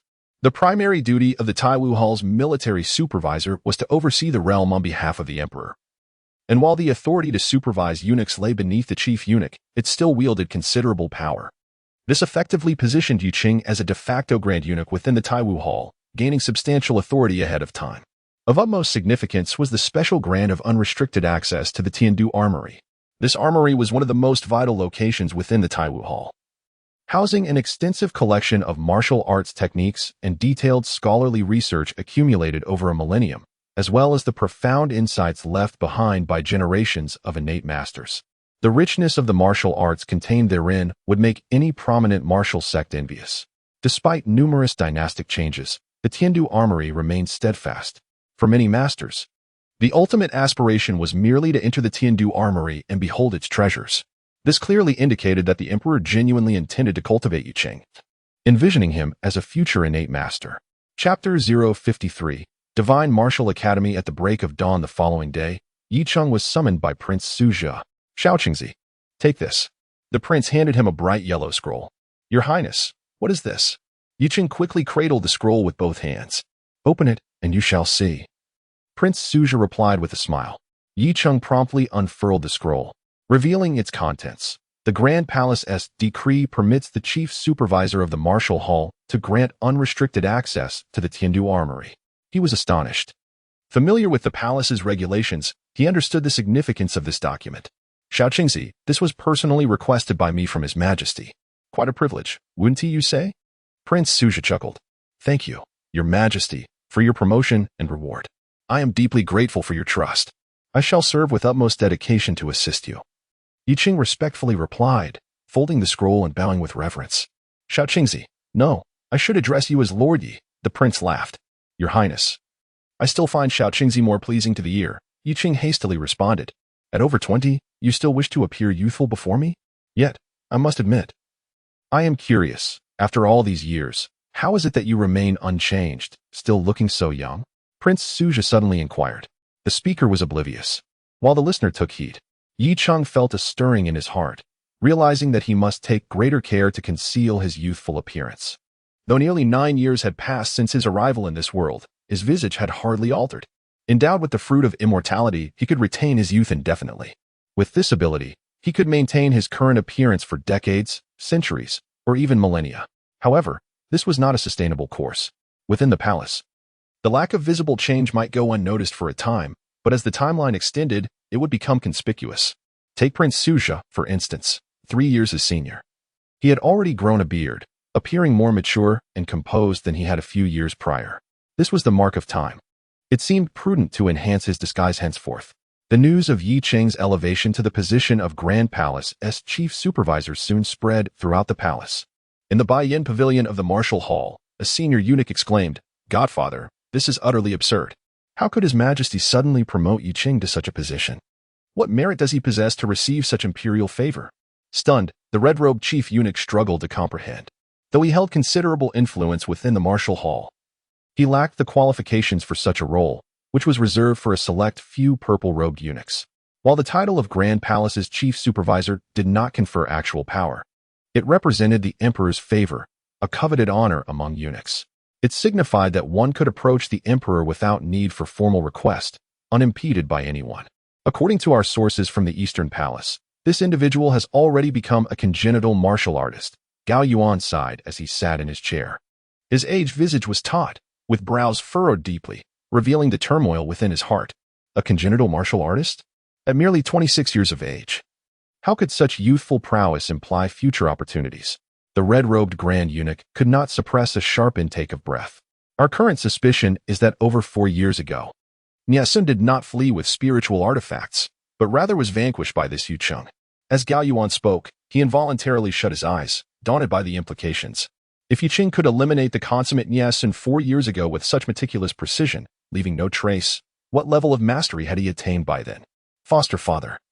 You must be jesting, it's impossible. He was only 20 at that time. The red-robed Grand Eunuch discerned Gao Yuan's thoughts, and a look of dread crept across his face. And what of this instance? Hong Bin, a formidable figure ranked 28th on the Golden List, renowned for his combat prowess, met his demise on that island, succumbing to an enemy wielding the life and death talisman, a signature move of Zhao Yinglian. There were but a handful of congenital martial artists who had trained in the life and death talisman within the Taiwu Palace, yet none could rival Hong Bin. Leading to only one conceivable conclusion, Hong Bin fell to the hands of Yucheng. Gao Yuan's eyelids twitched violently at the thought. A congenital martial artist at under 21, capable of slaying a Golden List master by 25. What extraordinary talent. He had been contending with such a prodigy all along. If only he had been slain, it would have been one matter, but the adversary only grows in strength, ascending higher within the palace hierarchy. He could no longer contain his apprehension. The red-robed Grand Eunuch fell silent, recognizing the validity of Gao Yuan's words. Yucheng had not only matured, but had also become a significant threat to the foster father. Foster father, what shall we do? After a long pause, the Grand Eunuch inquired softly. He had risen alongside his foster father, their fates intertwined. Yucheng, as the foster father's adversary, was also his. Wait. Gao Yuan uttered heavily, then closed his eyes. The red-robed Grand Eunuch, perplexed, pondered over the utterance. In the Eastern Palace, all eunuchs and maidens who encountered Yi Cheng displayed expressions of reverence. The news of Yi Cheng's appointment as an inner palace envoy first circulated within the Eastern Palace. Rumors even suggested that Yi Cheng had attained the status of a congenital martial artist. Faced with a figure whose identity, status, and strength were beyond reproach, how could the eunuchs and maidens within the Eastern Palace dare to show anything but respect? Upon Yi Cheng's arrival at the secret martial mansion, his subordinates eagerly extended their congratulations. The master had ascended to the rank of congenital martial artist, significantly enhancing his standing within the palace, a source of immense exhilaration for them. Those with ulterior motives likely reconsidered their ambitions, for they understood that following Yi Cheng promised boundless prospects. After attending to various matters at the secret martial mansion, Yi Cheng made his way directly to the Taiwu Palace. With his position as the supervising eunuch of martial affairs at Taiwu Palace, he was compelled to pay a visit, and simultaneously he intended to check the Tiandu Armory. He is well aware of the significance of the Tiandu Armory, which houses a vast collection of martial arts secrets. It stands as one of the most crucial locations within the Taiwu Palace, second only to the Ling Treasure Pavilion. These two places are regarded as the most sacred grounds in the Taiwu Palace.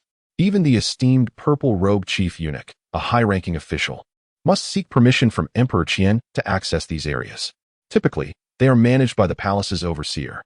Yi Cheng has been granted the privilege by Emperor Qian to freely enter and exit the Tiandu Armory, thus eliminating the need for application. Unfortunately, he lacks the qualification to enter the Ling Treasure Pavilion, which is the place he yearns for most. After all, it contains spiritual artifacts, which are undeniably strategic resources in this world. Only spiritual artifacts can give rise to innate martial artists. The Taiwu Palace, as one of the premier sanctuaries of martial arts in the realm, is dedicated to training royal guards and eunuchs, holding an importance that rivals the Divine Martial Academy established by the Qian dynasty.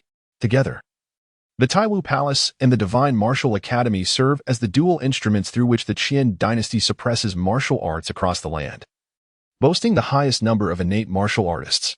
However, the Taiwu Palace is exclusively at the service of the royal family, while the Divine Martial Academy is entangled in a web of complexities, with its students representing a myriad of interests from various factions, including enforcers from the Six Doors and military generals, many of whom hail from the Academy. Chapter 054. Cooperation. The Supervisory Military Office, one of the most significant institutions within the Taiwu Palace, primarily oversees the eunuchs assigned to protect various departments. Under its jurisdiction lies an intelligence organization, the Black Cloak Guard, which wields immense power, monitoring the realm on behalf of the emperor and gathering diverse intelligence. Thus, the head eunuch of the Supervisory Military Office is often a high-ranking eunuch donned in purple robes, making him one of the most influential figures within the Taiwu Palace. Yicheng had previously met Eunuch Chu. He bowed respectfully to the elder eunuch seated at the main position, who was none other than Chu Ying, the head eunuch of the supervisory military office, adorned in purple robes and holding the distinguished rank of a first-class eunuch. Eunuch, there is no need for excessive formalities. Indeed, you are young and accomplished. It is no wonder the emperor holds you in such high regard, Chu Ying remarked with a smile, gesturing for Yicheng to take a seat. Once seated, Yicheng was promptly served tea by a young eunuch. Following this, Chu Ying introduced Yicheng to several other supervising eunuchs, all of whom treated him with courtesy, as there were no conflicting interests between them. The supervisory military office operates as a relatively independent entity within the Taiwu Palace, maintaining its own faction, making it challenging for the Grand Eunuch Gao Yuan to place individuals within it. Eunuch Chu, my duties at the secret military office are pressing, so I may not be able to visit you frequently in the future. Should there be any oversight on my part, I hope you will be understanding. Yicheng stated after sipping his tea. His words were meant to convey his stance of not wishing to vie for power within the supervisory military office, as the role of supervising eunuch could be deemed somewhat trivial. Eunuch, he serves the crown prince. There is no need for further discussion. How could I possibly hold anything against you? Chu Ying's impression of Yicheng grew increasingly favorable. A young innate martial artist, trusted by the crown prince and favored by the emperor, Yicheng's future appeared boundless. This is precisely why Chu Ying treated him with such respect, seeking to build a solid foundation for future relations. After a round of pleasantries, the atmosphere became amicable. Yicheng then rose to take his leave, preparing to head to the Tiandu Armory. His visit to the supervisory military office was merely to greet the Grand Eunuchs, as he aimed to consolidate every possible ally within the Taiwu Palace in preparation for toppling Gao Yuan. Yicheng had gained a certain understanding of the power dynamics within the Taiwu Palace, which could be broadly categorized into three factions. One faction was the neutral camp, led by Chu Ying of the supervisory military office. The second was led by the palace master, Zheng Yan, while the third was dominated by Grand Eunuch Gao Yuan, whose influence extended over more than half of the institutions within the palace. Currently, the rivalry between Gao Yuan and Zheng Yan was intense. Upon leaving the supervisory military office, Yicheng made his way directly to the Tiandu Armory. Thanks to the privileges bestowed upon him by the emperor, he could enter and exit the armory freely without needing to seek approval from the palace master. However, upon his arrival at the Tiandu Armory, he found someone waiting for him. Eunuch, the palace master wishes to see you. A middle-aged eunuch in blue robes said respectfully. Yicheng recognized that the palace master referred to as Zheng Yan. It appears that upon arriving at the supervision of martial affairs, Lord Zheng has been closely observing me. In truth, I have long wished to meet this esteemed Master Zheng. Soon, Yicheng found himself in a side hall, face to face with the master of the Taiwu Palace, Zheng Yan. This grand eunuch, appearing to be around 60, exuded an air of ordinary amiability, well-preserved and devoid of the sinister aura typically associated with powerful eunuchs. Were it not for his purple robe, one might scarcely believe he was the highest-ranking master of the Taiwu Palace. Yicheng, upon recognizing the master, promptly paid his respects. There is no need for excessive formalities. Please take a seat, Zheng Yan said with a gentle smile. After they settled down, another eunuch served tea. Following a few pleasantries, Zheng Yan delved directly into the matter at hand. Yi Gonggong, it seems there may be some misunderstanding between you and Chief Steward Gao? Yicheng felt a twinge of surprise. It appeared that Master Zheng was not as amiable as his appearance suggested. However, it was only natural. Even the most honest individual, when cornered, would likely become enraged. Zheng Yan, having ascended from the position of the chief eunuch in the transmission hall to that of the master of the Taiwu Palace, possessed extraordinary capability and cunning. Otherwise, he would have long been devoured by the treacherous environment of the Taiwu Palace. Master, misunderstanding is perhaps too strong a term. One day, I shall have a thorough discussion with Chief Steward Gao, Yicheng replied with a faint smile. Yi Gonggong, when that day comes, I shall certainly advocate on your behalf. Zheng Yan responded, his heart elated by the implication. He discerned that the conflict between the two was irreconcilable, yet it presented an opportunity to forge an alliance. Within the Taiwu Palace, if anyone harbored the deepest enmity towards Gao Yuan, it would undoubtedly be Zheng Yan himself. Though his demeanor was typically calm and he had maintained amicable relations with most of the other high-ranking eunuchs during his tenure in the transmission hall, his circumstances had drastically changed since becoming the master of the Taiwu Palace. His position was inherently unstable.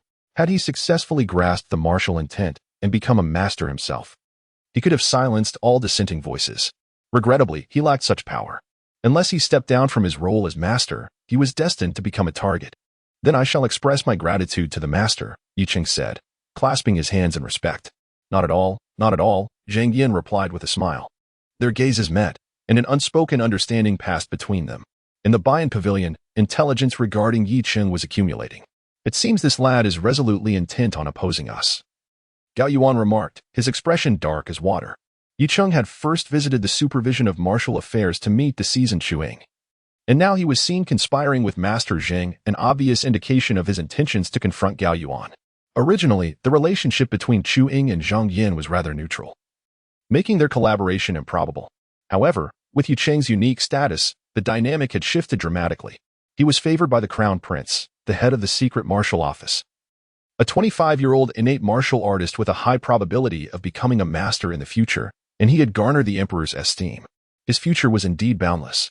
Anyone can forge a connection with Yicheng, yet Gao Yuan is destined to be his enemy, with no possibility of reconciliation. Once Xingyin, Chuing, and Yicheng unite, it will pose a significant threat to him. It appears that the plan must be executed sooner rather than later. A chilling light flickered in Gao Yuan's eyes. Among these three, Yicheng enjoys the emperor's favor and the blessings of the holy court, rendering him temporarily untouchable.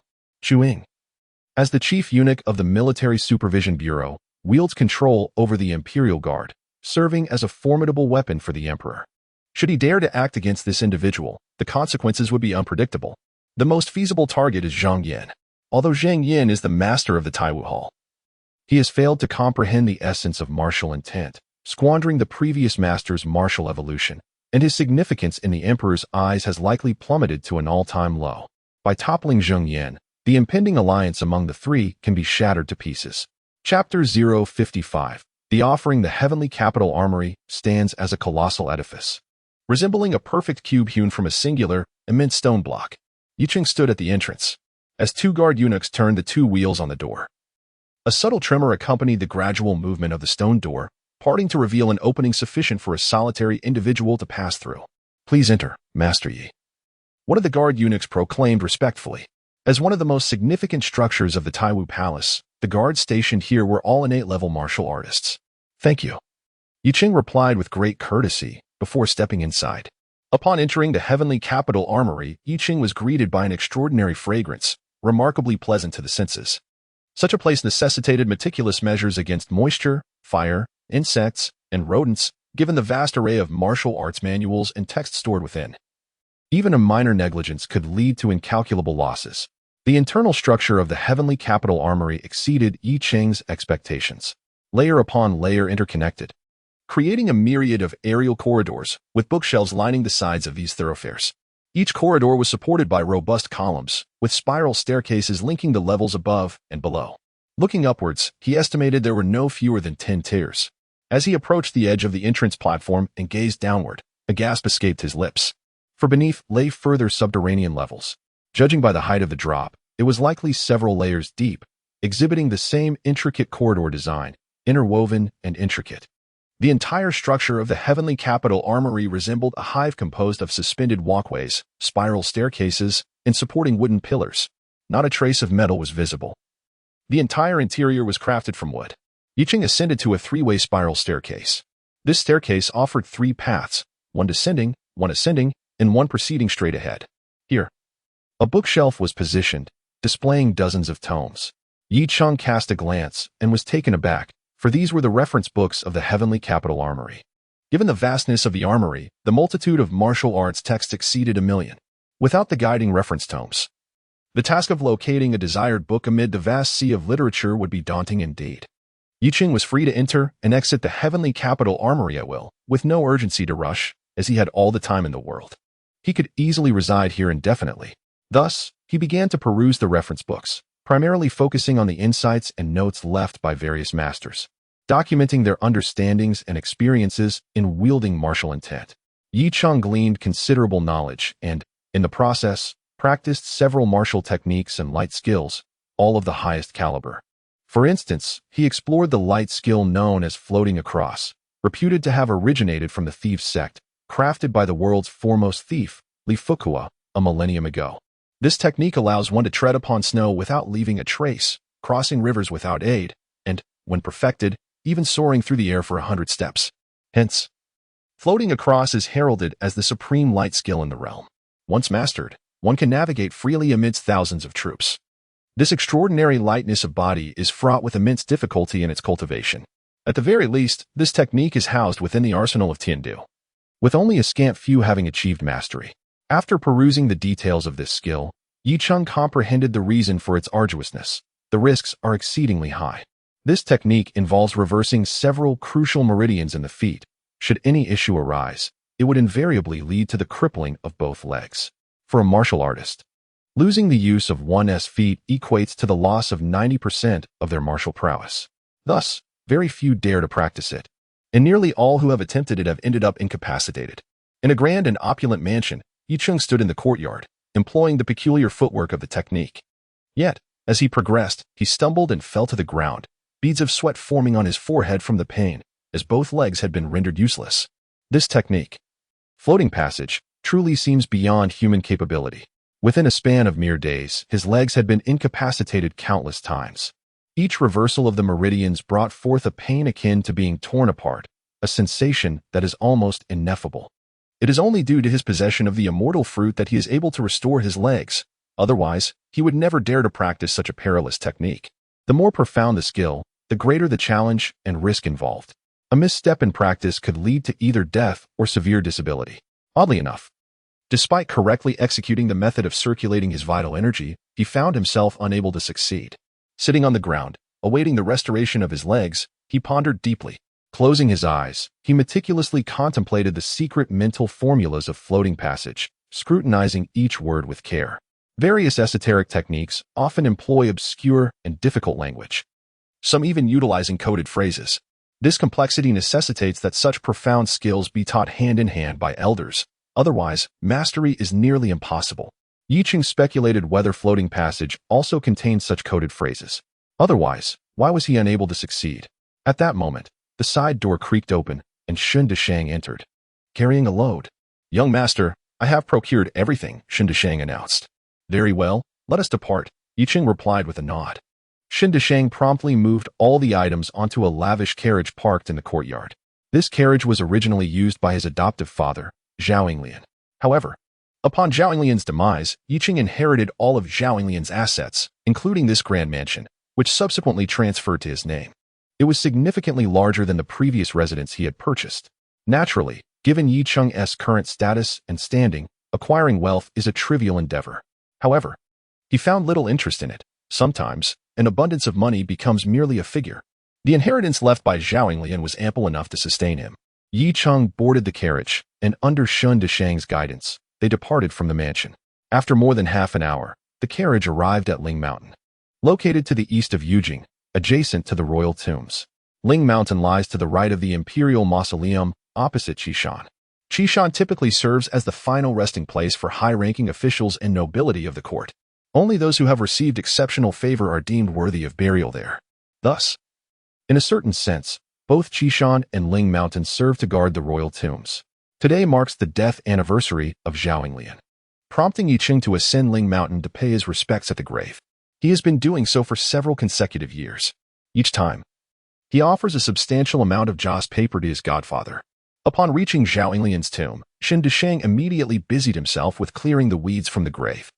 Yi Cheng meticulously arranged various offerings and began to burn the prepared joss paper one by one. "Dear godfather, how swiftly time flies. It has already been 5 years. Rest assured, as long as I have the time, I will continue to burn joss paper for you, ensuring that you will never lack for money in the afterlife." Yi Cheng murmured softly. After a while of burning, a shuffling sound approached from behind, accompanied by a strong scent of alcohol. Yi Cheng looked up to see an elderly figure arriving at the grave, the drunken old eunuch. Compared to a few years ago, he appeared even older. His body slightly hunched. Yet, the gourd of wine remained firmly in his grasp. How fortunate this old fellow is. Every year, someone burns joss paper for him. Alas, once I am gone, I fear I shall not receive such treatment, sighed the drunken old eunuch. He then poured some of the wine from his gourd onto the ground. "Old sir, if you could be laid to rest here in the future, I assure you that I will also burn a bit of joss paper for you." Yi Cheng replied with a smile. "Young eunuch, you best keep your word. We shall hold you to it, the drunken old eunuch retorted. Of course. My godfather has rested here for many years, and you are the only one who visits to pay your respects annually, Yi Ching noted. Haha, you lad have great potential. Back in the day, your godfather aided us. And who would have thought you would rise to become a congenital warrior without a word? If he were aware from the afterlife, he would surely be pleased. The drunken old eunuch laughed heartily, took another sip of his wine, and turned to leave. Yi Ching gazed at his hunched yet carefree silhouette, feeling a profound sense of melancholy. He could sense the old eunuch's vitality waning. And it was likely that his time was also drawing near. As far as he knew, the drunken old eunuch was a generation older than Zhao Yinglian. While not quite a century old, he was nearing 90. He had served 3 generations of the Jing royal family and, after sustaining serious injuries, had taken a step back, allowing Zhao Yinglian the opportunity to become the chief eunuch of the Jing royal residence. Chapter 056, the major case ever since the worship of Zhao Yinglian. Yi Ching has found himself enveloped in a whirlwind of activity. His schedule is meticulously packed, with daily responsibilities awaiting him at the secret martial pavilion. Alongside the necessity to carve out time for martial arts practice, delve into the subconscious, and comprehend the essence of martial intent. Yet, the elusive art of lightness, floating steps, remains beyond his grasp.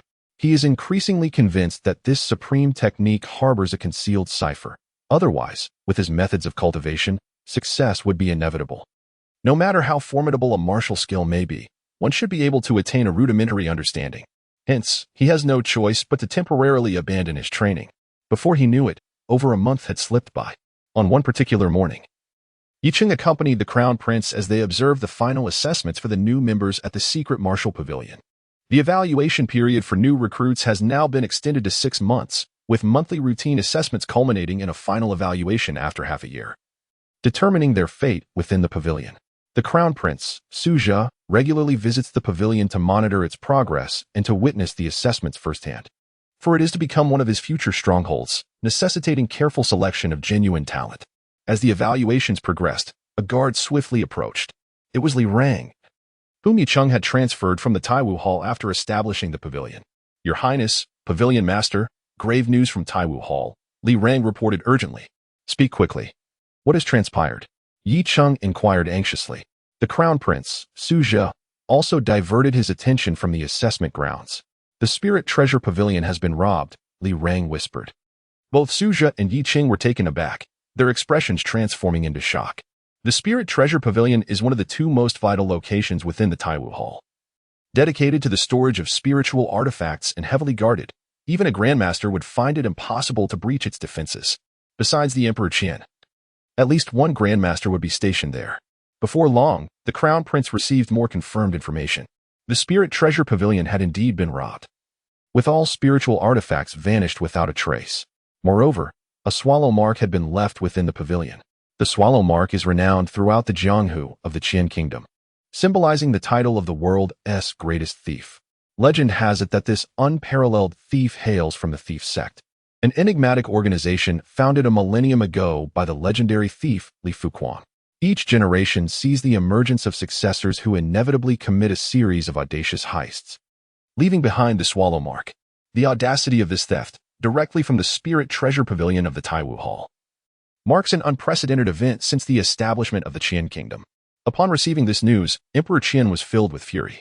He promptly issued an edict to seal off the information regarding the heist, ordering the Black Guards of the Supervisory Bureau to investigate with urgency, mandating the capture of the world's greatest thief within 10 days. Due to his gross negligence as the pavilion master, Zhang Yan was stripped of his title and imprisoned within the blood prison. Other guards and eunuchs overseeing the Spirit Treasure Pavilion were also swiftly incarcerated. The vast intelligence network of the Black Guards sprang into action, with numerous covert Black Riders infiltrating the Taiwu Hall, commencing a citywide search. Moreover, the intelligence network of the Black Guards around Yujing has also sprung into action, diligently scouring for any suspicious individuals.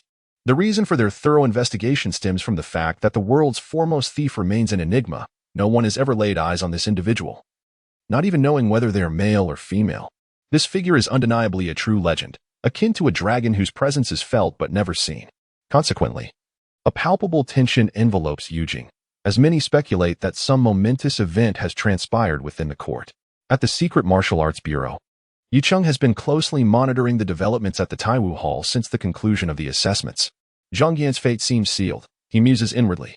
Initially, he had intended to ally with Zhang Yan to confront Gao Yuan, but in less than a month, an unprecedented incident has unfolded. The Spirit Treasure Pavilion is of paramount importance. With all spirit artifacts now lost, no matter how lofty Zhang Yan's achievements or status, he is beyond redemption. After all, these spirit artifacts are invaluable, accumulated over countless years by the Taiwu Hall. Their complete disappearance equates to a severance of the supply chain for spirit artifacts, crippling the ability to cultivate innate level guards and eunuchs in large numbers. The collection of such artifacts is not an endeavor that can be accomplished overnight. How much could my cultivation improve if I were to possess all of these spirit artifacts? Yicheng laments silently.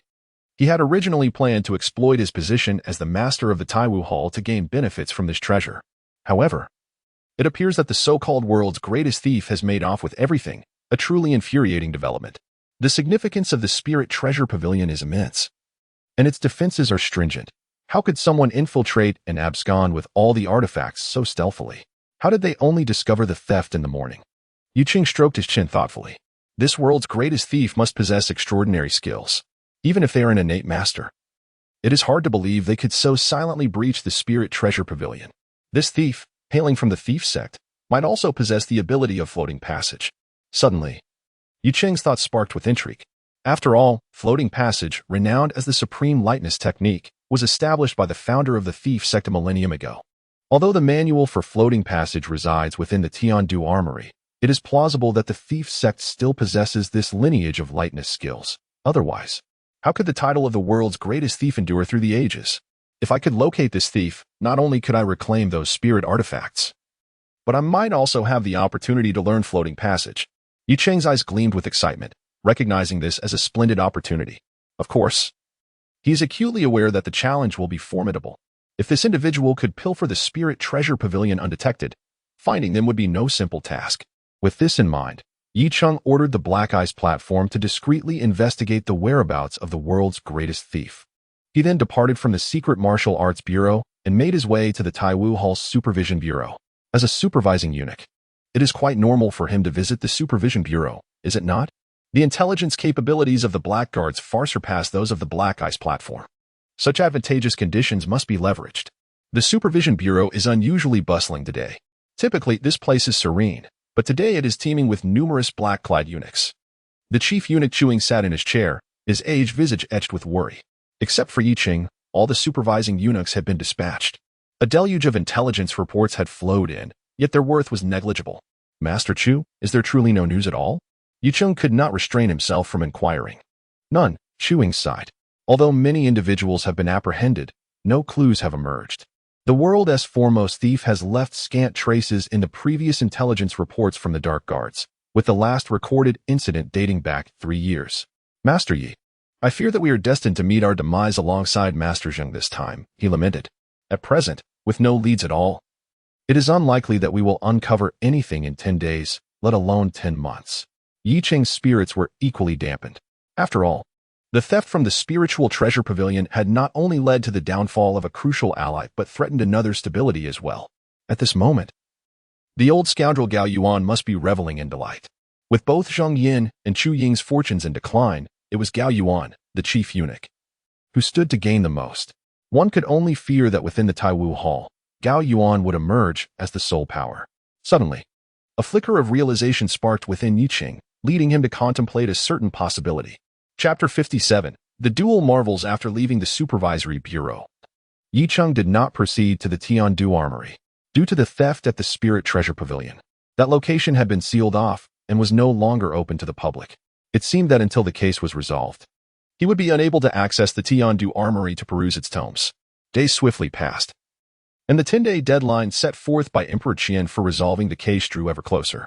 Yicheng visited the Supervisory Bureau multiple times, yet he uncovered no leads. The world's foremost thief appeared to have vanished without a trace. Logically, given the infiltration capabilities of the black-clad guards, it was inconceivable that they could find no clues. Yet, paradoxically, there were none to be found.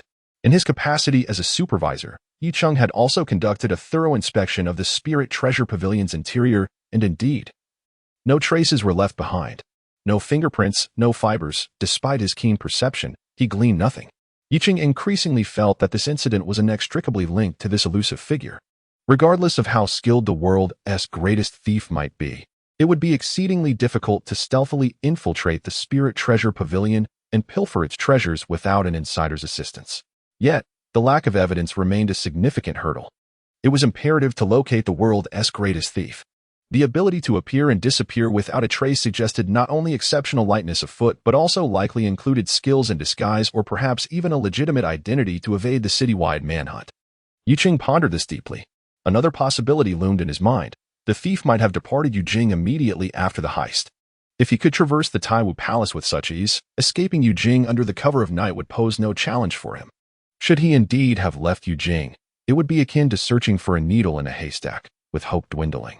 However, a person bold enough to leave behind a signature of the world's greatest thief would undoubtedly possess an unwavering confidence, suggesting he might still be within Yujing. As the old adage goes, the most dangerous places can often be the safest. A spark of inspiration ignited within Yicheng. Thus, he decided to take a stroll. He donned a set of casual attire, resembling a young noble, and departed the Eastern Palace, intending to explore the streets of Yujing. Due to the ongoing investigations by the black-clad guards, coupled with the covert operations of the secret monitors and other governmental departments such as the Six Doors and the Divine Supervisory Office, the atmosphere in Yujing was tense, causing its denizens to be on edge. The streets were noticeably emptier, with many shops opting to close their doors. Those daring enough to remain open were typically backed by influential connections, while only individuals of certain standing ventured outdoors. After all, this was Yujing, a place abundant with wealth and power. Suddenly, Yicheng's attention was captured by a figure clad in white, riding a donkey backward. "Ah, little brother. It seems we are truly fated." The white-clad man approached Yicheng, recognizing him with evident delight. "I mentioned before that I owed you a drink. Come, let us go to Qingyuan Tower." "Indeed, I am Yicheng, but may I inquire your esteemed name?" Yicheng replied with a smile. "I am Bai Yulong. Just call me Old Bai, you brother," the man responded, grinning. "Bai Yulong? Could it be that you are the eldest son of the Baiguofu?" Yicheng exclaimed in surprise, for he had heard of Bai Yulong before. It was safe to say that this individual held quite a reputation in Yujing. The Baiguofu family has a storied lineage, having followed the Taizu of the Chang Kingdom in his quest for conquest, earning the esteemed title of Duke, a position that has been inherited through the generations without fail. Bai Yulong, as the legitimate son, was destined to inherit the dukedom. In a twist of fate, the late emperor arranged for the marriage of the princess of Wuyang to Bai Yulong, the eldest son of the Baiguofu family. However, this young lord ultimately fled from the wedding, becoming a source of ridicule at that time. The princess of Wuyang, unable to bear the humiliation, took her own life. This act incensed the late emperor, resulting in Bai Yulong losing his claim to the dukedom. There were rumors that Bai Yulong was born with a disability in both legs and, plagued by a sense of inferiority, believed himself unworthy of the princess, which prompted his flight from marriage. It seems that the Yi brothers were aware of Bai Yulong's reputation and had likely heard the whispers surrounding him. Bai Yulong chuckled lightly. "I have heard a bit about it." Yicheng nodded in response. Bai Yulong, seated upon a black donkey, allowed it to carry him forward while conversing with Yicheng. "I was born with a leg ailment that hampers my movement. Hence, I rely on this old companion for my travels," Bai Yulong remarked with a light-hearted smile. Yicheng felt a surge of admiration. It was difficult to discern that this was indeed the illustrious eldest son of the Baiguofu family. Despite having lost his claim to the dukedom, he remained of unparalleled nobility. After an indeterminate amount of time, the black donkey came to an abrupt halt. "You brother." "We have arrived," Bai Yulong announced, glancing up at the sign above the grand entrance with a smile. Yicheng followed his gaze, astonished to see a 3-story establishment prominently displaying the name Qingyuan building. "Old Bai, does your donkey know the way?" Yicheng chuckled. "Indeed. My dear donkey has an affinity for the exquisite Suqing wine served here. Even from 10 miles away, it can detect the aroma and find its way without fail." Bai Yulong replied with a grin. The two entered the establishment atop the donkey. "Master Bai, you have arrived." A bustling attendant greeted them promptly. "Is Master Su in attendance?" Bai Yulong remained mounted, allowing the donkey to carry him inside. "Master Bai, our proprietor is here. I shall inform him immediately," the attendant replied, accustomed to the sight. Bai Yulong and Yicheng ascended to the second floor, where patrons were few. Yet, upon their arrival, the guests greeted Bai Yulong warmly. seemingly unfazed by his unconventional mode of transport. Some even called out to the donkey as brother donkey. Bai Yulong nonchalantly picked up 2 canes placed beside the donkey, exerted himself slightly, and gracefully dismounted, subsequently taking a seat at a nearby chair with remarkable agility. Yi Cheng observed this sequence of movements with mild astonishment, as they resembled the elegant techniques of the legendary lightness skill known as floating water. Could it be that Bai Yulong had practiced such an art? It seemed unlikely. Given his leg disability, perhaps it was mere coincidence? After a brief wait, a young woman clad in purple approached, cradling a wine jar. Her exquisite features and gentle demeanor exuded an air of refinement. Master Su has arrived. You brother, I was not mistaken, was I? Beautiful wine and beautiful women. This is indeed the dual allure of Qingyuan building, Bai Yulong remarked with a smile. Master Bai, you jest once more, she replied playfully. The young woman clad in violet approached the table with a graceful smile, her figure exuding elegance. She placed the wine jug down and turned her gaze towards Yu Qing, remarking that he appeared unfamiliar. Su, I am Yu Qing, and this is indeed my first visit, he replied. Young Master Yi is a friend of Master Bai. Thus a distinguished guest of our establishment, Su responded, setting out 2 wine cups while uncovering the jug. An intoxicating aroma of rich, fragrant wine wafted through the air. After pouring 2 cups, Su chuckled softly. Master Bai, young Master Yi, please enjoy. She then filled a bowl for the black donkey before turning to leave.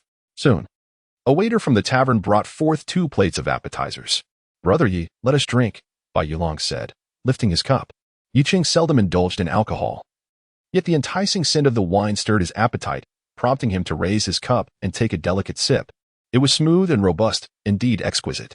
The black donkey beside him extended its tongue, lapping up the wine from its bowl, occasionally emitting satisfied grunts. As the 2 enjoyed their drinks and conversed, they swiftly turned to discuss a recent significant event in Yujing, the most talked about topic in town. Master Bai, what do you believe has transpired in the palace recently?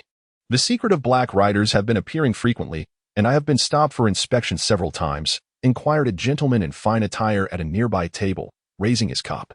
The others showed great interest in the matter. Why concern ourselves with such affairs? Let them investigate as they wish. We shall drink our wine and enjoy our conversation. Is that not delightful? Bai Yulong remarked, taking a sip that reddened his cheeks as he smiled at Yi Cheng. Brother Yi, do you not agree with this sentiment? Your carefree attitude towards life truly impresses me, for today we drink, and tomorrow we shall worry about tomorrow. Yi Qing replied with a grin. Haha, Brother Yi. Your words resonate with me perfectly. Today we drink. Tomorrow we shall face our worries. Come, let us drink.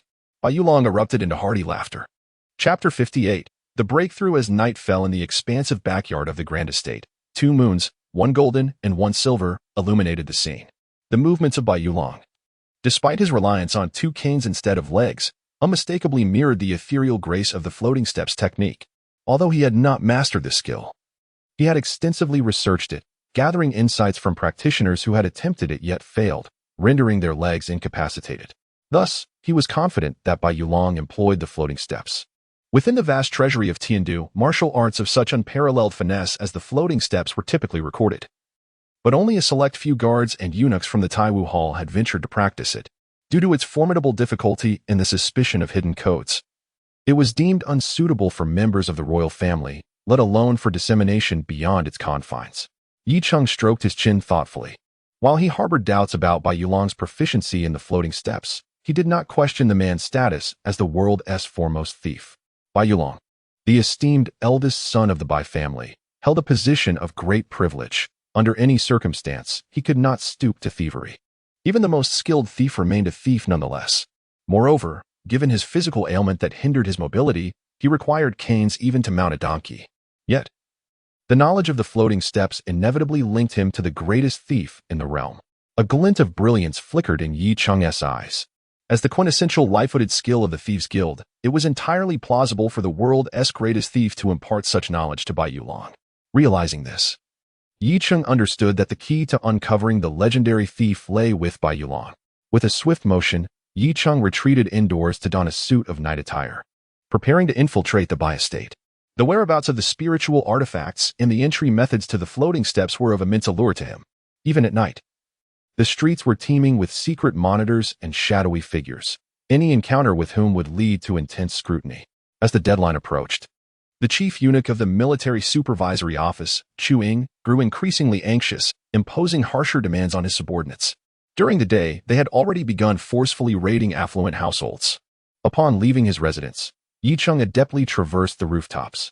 Given his mastery of movement, only those of comparable skill could hope to detect his passage.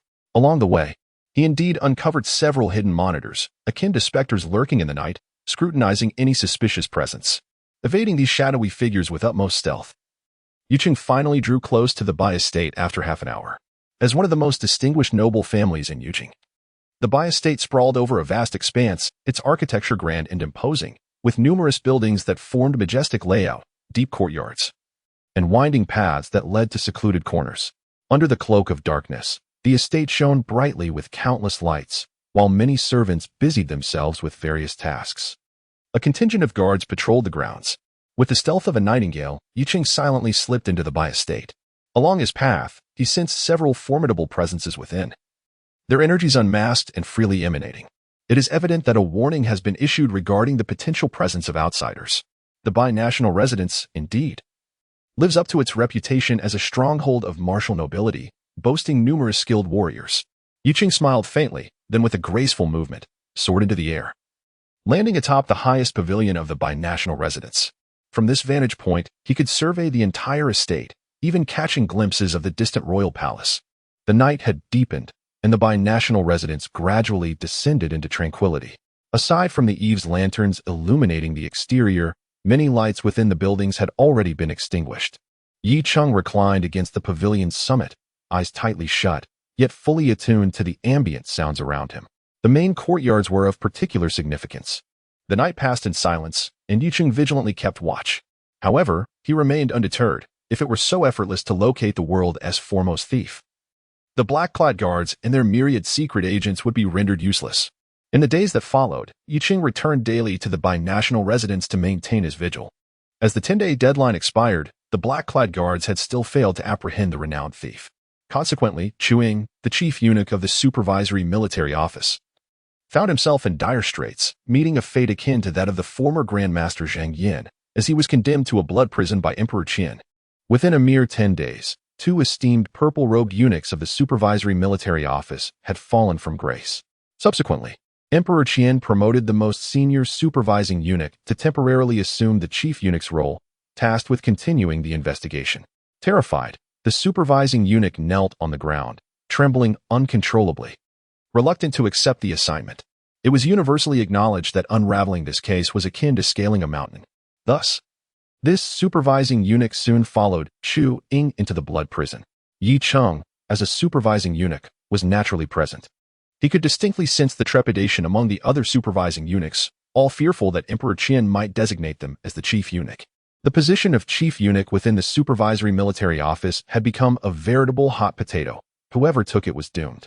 Yi Cheng dared not pursue it either. He lacked the confidence to capture the world's foremost thief. Moreover, capturing the thief would not align with his interests. He sought the ethereal treasures that the thief had absconded with, along with the secrets of ascending the floating passage. Should he capture the thief, it was likely that these desires would slip from his grasp. Thus, he resolved to outpace the black-clad guards and find the thief first. "Ah, you have truly disappointed me," Emperor Qin thought, observing the quivering expressions of the supervising eunuchs, their thoughts all too apparent. He let out a cold snort. At that moment, a servant eunuch entered, respectfully announcing, "Your Majesty, the Grand Eunuch Gao Yuan from the Taiwu Hall requests an audience." "What brings him here?" Emperor Qin inquired, his brow furrowing. "Let him enter." Soon, Gao Yuan entered, bowing deeply in his purple robes, and respectfully stated, "This humble servant, Gao Yuan, pays his respects to your Majesty." "Speak, what is the matter?" Emperor Qin replied sternly, his mood quite foul. Such a significant case remained unresolved. "Your Majesty, as the supervising eunuch of the Taiwu Hall, I bear responsibility for the recent theft from the Spirit Treasure Vault. I am willing to atone for my negligence by taking on the investigation of this case," Gao Yuan declared earnestly. Emperor Qin fixed his gaze upon Gao Yuan, a hint of surprise crossing his features. Although Gao Yuan, as the chief eunuch, bore a certain responsibility, it would be more prudent to distance himself from the matter at this juncture. He nodded and declared, "Your diligence is commendable. I shall grant you a month to investigate this case. Should you succeed in apprehending the nation's most illustrious thief, A generous reward shall be yours. However, should you fail, your position as chief eunuch will be rendered moot. The internal officials acknowledged the decree. Gao Yuan promptly accepted the command, without a trace of hesitation. The other supervising eunuchs exchanged glances, perplexed by Gao Yuan's audacity to involve himself in this perilous affair. Did he not grasp the daunting nature of the case? Those who ventured forth would surely meet with misfortune. Yi Qing, maintaining an impassive expression, cast a sidelong glance at Gao Yuan. Increasingly convinced that the latter was intricately linked to the theft at the Lingsong Treasure Pavilion.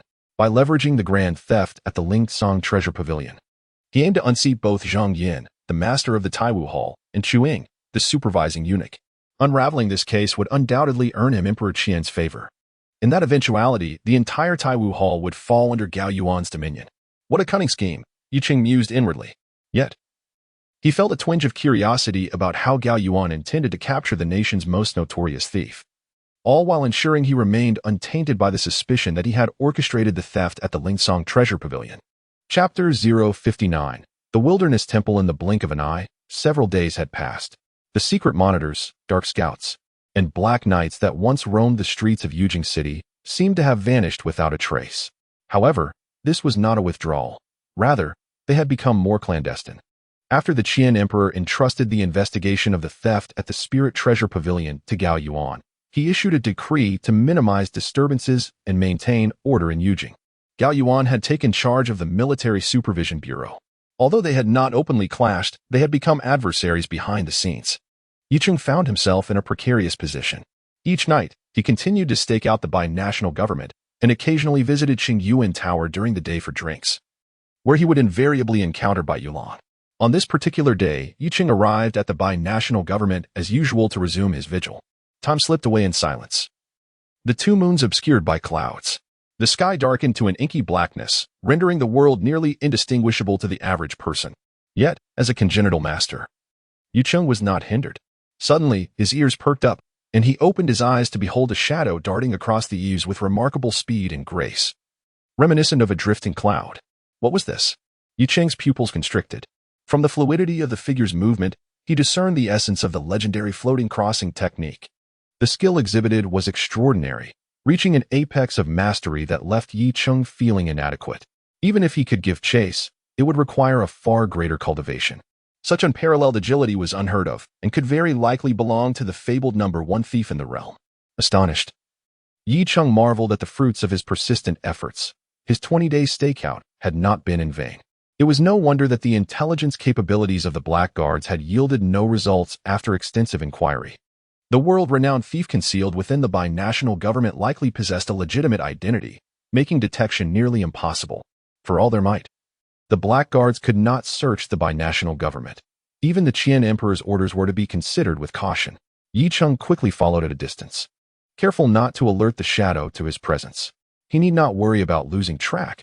As a congenital master, he could detect the faintest trace left in the wake of any living being. The shadow continued to employ its lightness of foot, releasing a more potent aura. This essence would dissipate swiftly in the air, yet for Yi Qing, it sufficed for tracking. The shadow moved with caution, pausing intermittently at various locations. After more than half an hour, it had left Yujing City. Despite the city's formidable defenses, the guards remained oblivious to the shadow's presence, which moved effortlessly over the walls. Only after traversing several kilometers from Yujing did the shadow finally halt near a small temple. However, it did not enter the temple immediately. Instead, it circled the vicinity, seemingly searching for something before eventually stepping inside. Yi Qing arrived outside the temple but refrained from entering. Nevertheless, he could sense that the shadow was indeed within the temple. Beyond the dark silhouette, there existed a second figure. The name of the temple was Yezhen Temple. Yi Qing gazed upon the temple's modest and dilapidated structure, though the entrance was remarkably clean, suggesting diligent daily maintenance. Inside the temple, only one meditation room was illuminated, its flickering candlelight casting a hazy glow throughout the space. An elderly monk, his hair and beard completely white and slightly rotund, sat in meditation. The shadow knelt reverently before him. "Master," the shadow intoned with a peculiar voice, as if emanating from the depths of his abdomen. "Disciple, once you acquire the complete text of the floating crossing, you must depart without delay, leaving your master behind," the old monk replied, his words also resonating in the same strange manner. "Is this truly worthwhile, master?" The shadow continued with the same tone. The old monk spoke with an air of detachment. You are the most exceptional disciple in the history of my thief sect. If you obtain the complete floating crossing, you may well reach the heights of our founding ancestor. Yet, to engage in transactions with those vile thieves, master, the shadow hesitated. I have grown old. My years of practicing the fragmented floating crossing have rendered me as fragile as decayed wood. Do not dwell on it. Remember, you must ensure the continuation of our thief sect's legacy, the old monk instructed. Yes, master, the shadow replied, bowing deeply in respect. Meanwhile, outside the temple, Yi Cheng, with his keen perception, eavesdropped on their conversation. Though somewhat indistinct, he could discern the truth. These were indeed individuals from the thief sect, a master and disciple. A smile crept onto Yi Cheng's face. It seems my search has borne fruit without much effort, he mused.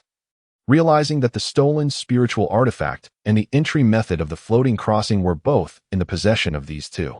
Suddenly, Yi Cheng's ears perked up, and he swiftly melded into the shadows. Moments later, a figure darted towards the temple, cloaked in a black hood.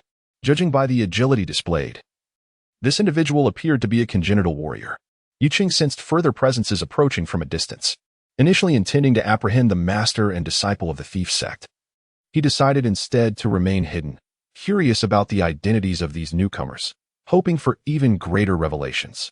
Master Pewd, I have come to fulfill our appointment, the cloaked figure declared, his voice resonating clearly in the night air. The temple, situated in a desolate area with no nearby inhabitants, was free from the worry of being observed. Have you brought the items? A venerable voice emerged from the temple, calm and profound. Indeed, I have. However, I trust that Master Pewd will honor his promise, the cloaked figure replied. A monk never speaks falsehoods. Please, come in, the elderly voice beckoned once more. The cloaked figure stepped inside the temple, and at that moment, the door to the meditation room opened, revealing a portly old monk. I must first inspect the items, the old monk said with a smile. Of course, that is not a problem, the cloaked figure responded. With a flick of his wrist, the figure in the black cloak summoned a box that soared forth from his sleeve. The old monk, seemingly unperturbed by the potential treachery, caught the box and proceeded to open it, revealing a tome within. At that moment, the old monk's hands trembled as he cradled the box. He slowly turned the pages of the ancient manuscript, scrutinizing its contents with utmost care. After a considerable pause, he let out a deep sigh. It was indeed the authentic text. Simultaneously, a chest emerged from within the dwelling, landing at the feet of the old monk. All the spiritual artifacts were contained within the chest, signifying that the transaction was complete, the old monk remarked. Master Pewd, I fear we must request your company for a while longer, the figure in the black cloak said with a gentle smile. Do you intend to retract your agreement? The old monk, whose countenance had been serene, suddenly adopted a stern demeanor. It is not a matter of retracting, but rather that my master harbors concerns. The cloaked figure replied with a smile. They cannot afford to release the world's foremost thief, lest it pose a risk. Moreover, the foremost thief possesses invaluable information pertinent to my master's investigation into the theft of the Spirit Treasure Pavilion. Not to mention, the foremost thief holds the key to the method of entry for the floating passage. Chapter 060, A Triple Strike Go. The old monk suddenly exclaimed with a sharp command. In an instant, his gray robes billowed, and his corpulent form seemed to defy gravity as he soared towards the figure cloaked in black. Just as he was about to strike, he pivoted, moving with an ethereal swiftness to reposition himself at the side of the shadowy figure. However, the cloaked man, possessing profound cultivation and exceptional combat experience, reacted with astonishing speed, his cloak swirling dramatically to envelop the old monk. Boom! A soft sword materialized in the old monk's hands. As the blade clashed with the cloak, sparks ignited, revealing that the garment was crafted from a unique metal. Simultaneously, a shadow darted out of the window, moving with incredible speed to escape the temple. Yet, outside the temple, several figures appeared, each a congenital warrior. They cast black nets that swiftly ensnared the fleeing shadow. In the darkness, these nets were nearly invisible. The shadow, a master of lightness, executed a perfect roll upon hitting the ground, shrinking into a small sphere and slipping through the gaps of the black nets. However, more figures closed in, all of them congenital warriors. In that moment, the shadow found itself surrounded, despite its unparalleled agility, facing such prepared opponents, all of whom were congenital warriors. It was perilously vulnerable. At that moment, the old monk, having endured a blow from the cloaked man, turned and leapt out of the temple. His delicate sword aimed fiercely at one of the congenital warriors, striving to create an opening for the shadow. Simultaneously, he hurled an object into the air, which erupted with a loud bang, enveloping the area in a thick cloud of black smoke. Soon, a foul odor permeated the air. Master Pewd, did you think we were unprepared? We anticipated your presence, including that of your disciple. You too should cease your futile struggles, the cloaked man sneered, his face obscured by an odd mask that seemed to filter out toxins. Not a single inch of his skin was exposed, nor was it just him. All his associates were similarly attired. At that moment, concealed in the shadows, Yiqing watched the tumult unfold with keen interest. The duo from the thief sect possessed exceptional lightness skills, yet against the onslaught of 9 prepared congenital warriors, even their prowess became ineffective.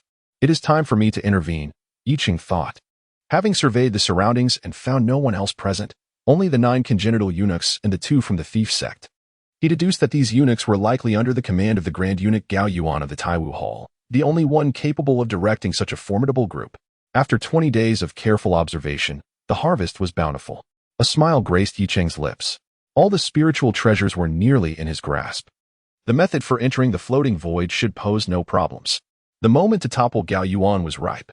This was indeed a case of killing 3 birds with 1 stone. As the disciples of the master thief found themselves perilously surrounded by 9 and 8 eunuchs, Yiqing suddenly intervened. An invisible wave of spiritual energy was unleashed, a manifestation of martial intent. Yiqing aimed to incapacitate all innate warriors in the shortest possible time, ensuring none could escape. Thus, invoking martial intent was his most effective strategy. This marked his inaugural use of such power, and he was uncertain of its potency. Therefore, he exerted his martial intent with full force. In an instant, the intangible wave swept across the battlefield, causing the 11 combatants to freeze momentarily. Subsequently, piercing rays of cold light shot forth, penetrating the bodies of the 11. Their protective auras proved nearly futile against this assault. It was a life and death talisman. As an innate grandmaster, his cultivation was several times more robust than that of an ordinary innate warrior, enabling him to unleash 11 icy talismans simultaneously. Previously, as a newly ascended innate warrior, he could only deploy 1 at a time. Yet now, he still felt an abundance of energy after summoning 11 life and death talismans. Those struck by the talismans felt an overwhelming chill, as if their innate true energy had been frozen. "A grandmaster?" exclaimed a leader clad in a black cloak, his voice tinged with disbelief. The expressions of the others shifted dramatically. They had never anticipated encountering a grandmaster in such a place. The earlier spiritual disturbance that rendered their bodies rigid came swiftly and dissipated just as quickly, a clear indication of the grandmaster's martial influence.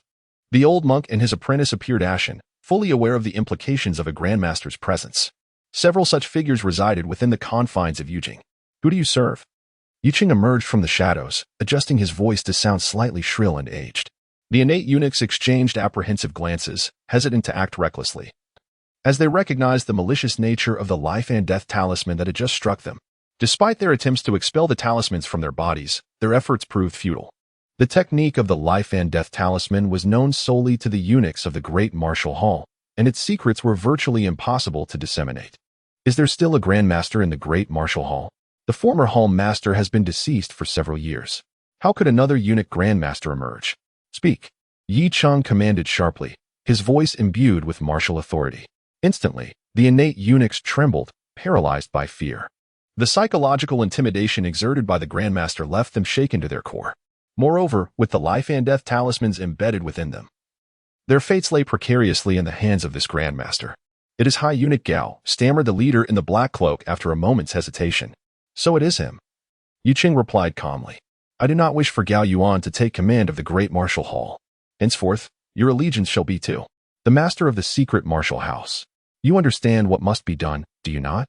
It would be most advantageous to bring these 9 innate eunuchs under his command, as cultivating them would not be a trivial endeavor. Senior, we shall undoubtedly pledge our loyalty to the master of the secret martial house, no matter the cost."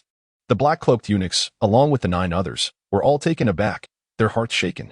After exchanging glances laden with understanding, they spoke in unison. At last, they comprehended the swift ascent of the master of the secret martial house, Yiqing. Indeed, a mysterious master eunuch stood behind him. In that moment, hesitation evaporated. Let Gao Yuan be damned. The master of the secret martial house was the one truly worthy of their allegiance. Furthermore, they found themselves ensnared in a predicament. The life and death talisman wielded by innate masters could endure for an extended period. Even should other masters intervene, they would be powerless to eradicate it. Any slight disruption could trigger the talisman within them, leading to a most tragic demise. Thus, they were irrevocably bound to Yicheng. With a wave of his hand, Yicheng commanded, and the 9 innate eunuchs swiftly took flight. They understood that Gao Gonggong was utterly doomed, with the theft in the spiritual treasure pavilion unresolved. The wrath of Emperor Qian would undoubtedly lead him to follow in the footsteps of the esteemed purple-robed eunuchs, Zheng Yin and Chu Ying, to the blood prison. As their dependents, they had no choice but to sever ties and seek survival. The most prudent course was to align themselves with a stronger force. Chapter 061. Whispered Secrets. Once the 9 innate level guards departed, Yicheng turned to the old monk and said, "If you divulge the entrance method to the floating crossing, I shall ensure your safety." The old monk sighed and replied, "Very well." He believed that a master would not deceive him, and moreover, he had no other choice. He had heard tales of the terrifying prowess of the life and death talisman, where one's fate lay entirely in another's hands. He then slightly moved his lips, transmitting a subtle stream of innate true energy to Yicheng's ear, transforming into a voice that was both dreamlike yet distinctly clear. Yicheng was astonished to realize that it was the secretive art of sound transmission. Such a remarkable skill was not found in the martial library of Tiandu, merely recorded in texts. It seemed that the thief sect possessed quite a number of extraordinary techniques. Furthermore, the old monk exhibited great caution, employing the sound transmission art even in solitude, wary of the coded words of floating crossing being overheard by others. Though the old monk's words were few, they contained the pivotal secret phrases of the floating crossing's heart method. Yicheng swiftly began to correlate them in his mind and then, without hesitation, commenced his cultivation. The innate true energy surged into his legs, reversing the flow of his meridians, and in an instant, the existing issues vanished, allowing the energy to flow smoothly. Almost immediately, he felt a tingling sensation at several acupoints, including the bubbling spring at the soles of his feet, as an incredibly light and ethereal current enveloped his legs, making him feel as though he might float away. He had accessed the entrance to floating crossing. The old monk, witnessing this mysterious master attempting the secret code of floating crossing on the spot, secretly rejoiced that he had not played tricks. Otherwise, provoking this master would have led to dire consequences. "It appears you have not deceived me. Quite impressive. By the way, I quite admire the art of sound transmission you just employed," Yicheng continued. The old monk felt somewhat speechless. This master was rather bold. However, recognizing the gravity of the situation, he dutifully imparted the heart method of sound transmission to Yicheng. This technique was not overly complex, but rather exquisitely intricate, a testament to the genius of its creator. Yicheng, after a brief attempt, essentially mastered it. "White Yulong, would you be interested in joining the secret martial house?" Yicheng suddenly inquired of the old monk's disciple. He had sensed that this individual was indeed White Yulong. He was astonished that despite being born with a disability in his legs, he had cultivated exceptional lightness skills, rivaling those of the old monk and perhaps even surpassing him. Remarkably, he had concealed this well. A scion of a noble house had truly become the world's greatest thief. Yicheng was immensely impressed. "Senior, you." White Yulong was taken aback, surprised that his identity had been discerned. Should this revelation spread, it would undoubtedly astonish the world. "Of course, you can join under the identity of the eldest son of the Bai family," Yicheng smiled. The Bai family, being one of the few prominent noble families, wielded unimaginable influence within the martial aristocracy of the Qian kingdom. If he could draw the Bai family into the prince's faction, it would greatly benefit the prince's future authority and stabilize the overall situation. Currently, the nobility that the secret martial house has managed to recruit consists of mere third-rate characters, lacking even the offspring of marquises, let alone those of dukes, who are the highest echelons of nobility. Bai Yulong turned to the old monk and said, "Make your own decision. As long as the legacy of the thief sect is preserved, the profession you choose is entirely your own." The old monk replied with equanimity, "Just as I, once the greatest thief in the world, have shaved my head and become a monk, Bai Yulong, being a scion of the powerful, had become his disciple quite by chance. Now, with the complete volume of the floating crossing, he could definitively resolve the peril concerning his legs. Contemplating his future, the choice became inevitable. "Very well," Bai Yulong finally declared. "A wise decision," Yicheng remarked, visibly pleased with Bai Yulong's choice. The identity of the young master of the Bai family would undoubtedly serve as an excellent emblem, rendering the title of the world's foremost thief inconsequential. With a wave of his hand, Yi Cheng extracted a shard of ice from Bai Yulong's body. "Thank you, Senior." Bai Yulong quickly expressed his gratitude. Yi Cheng then addressed Bai Yulong, saying, "Disciple, I must take my leave." Knowing his master was likely safe, Bai Yulong turned and vanished into the darkness. Once Bai Yulong had departed safely, the old monk's anxious heart finally found solace. "Hude, we have a task for you," Yi Cheng said with a smile.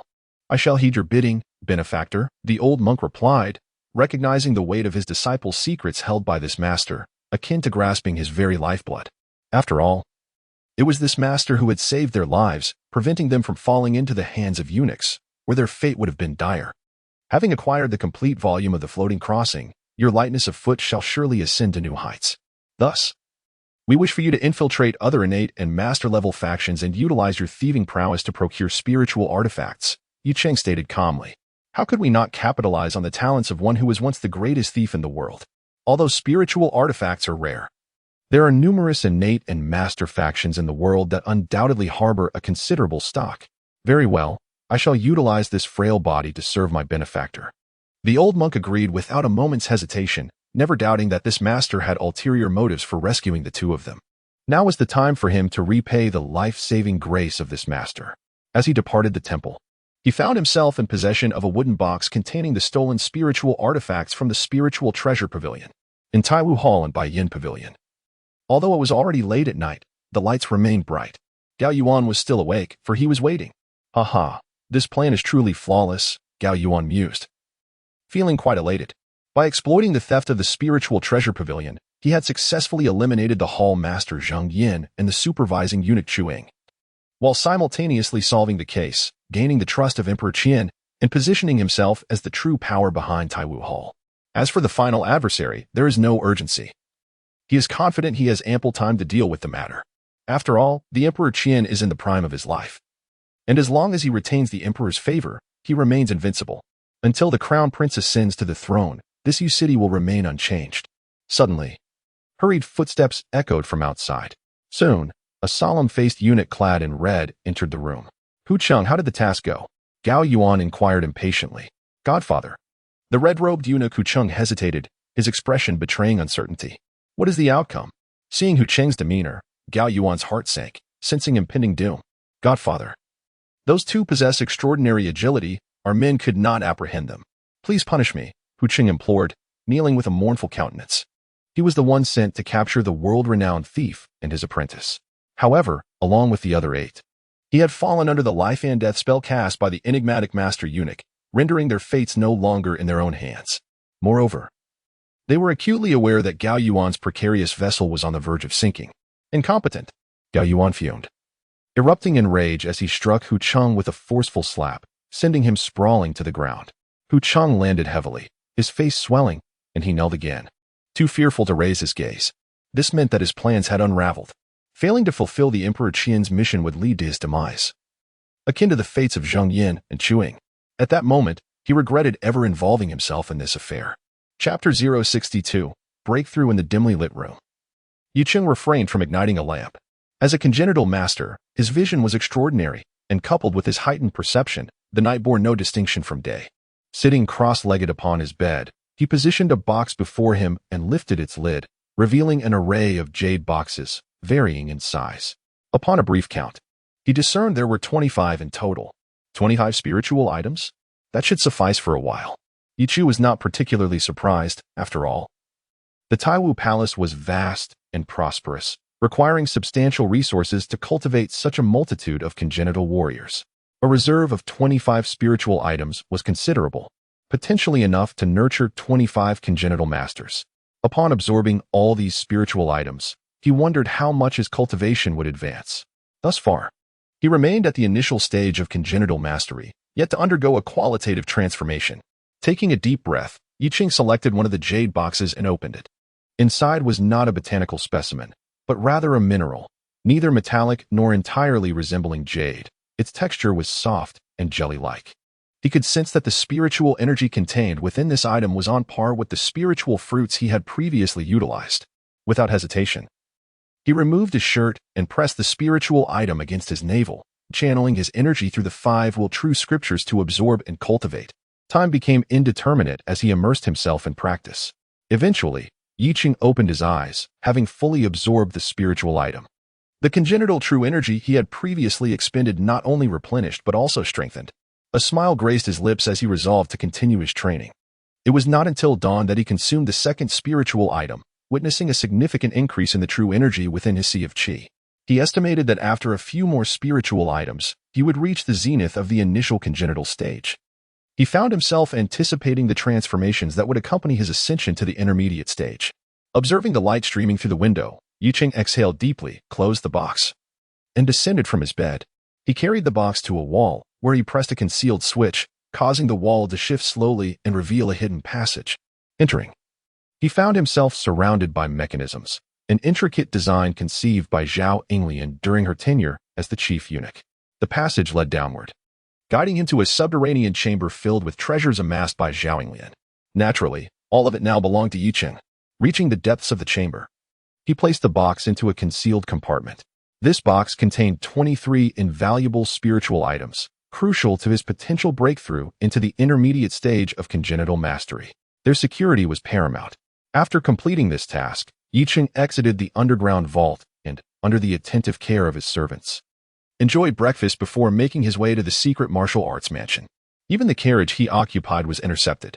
Yi Ching understood that Gao Yuan was evidently anxious. In his pursuit of the world's most notorious thief, Gao Yuan would undoubtedly spare no expense to amplify the negative repercussions on Yujing, likely surpassing previous impacts.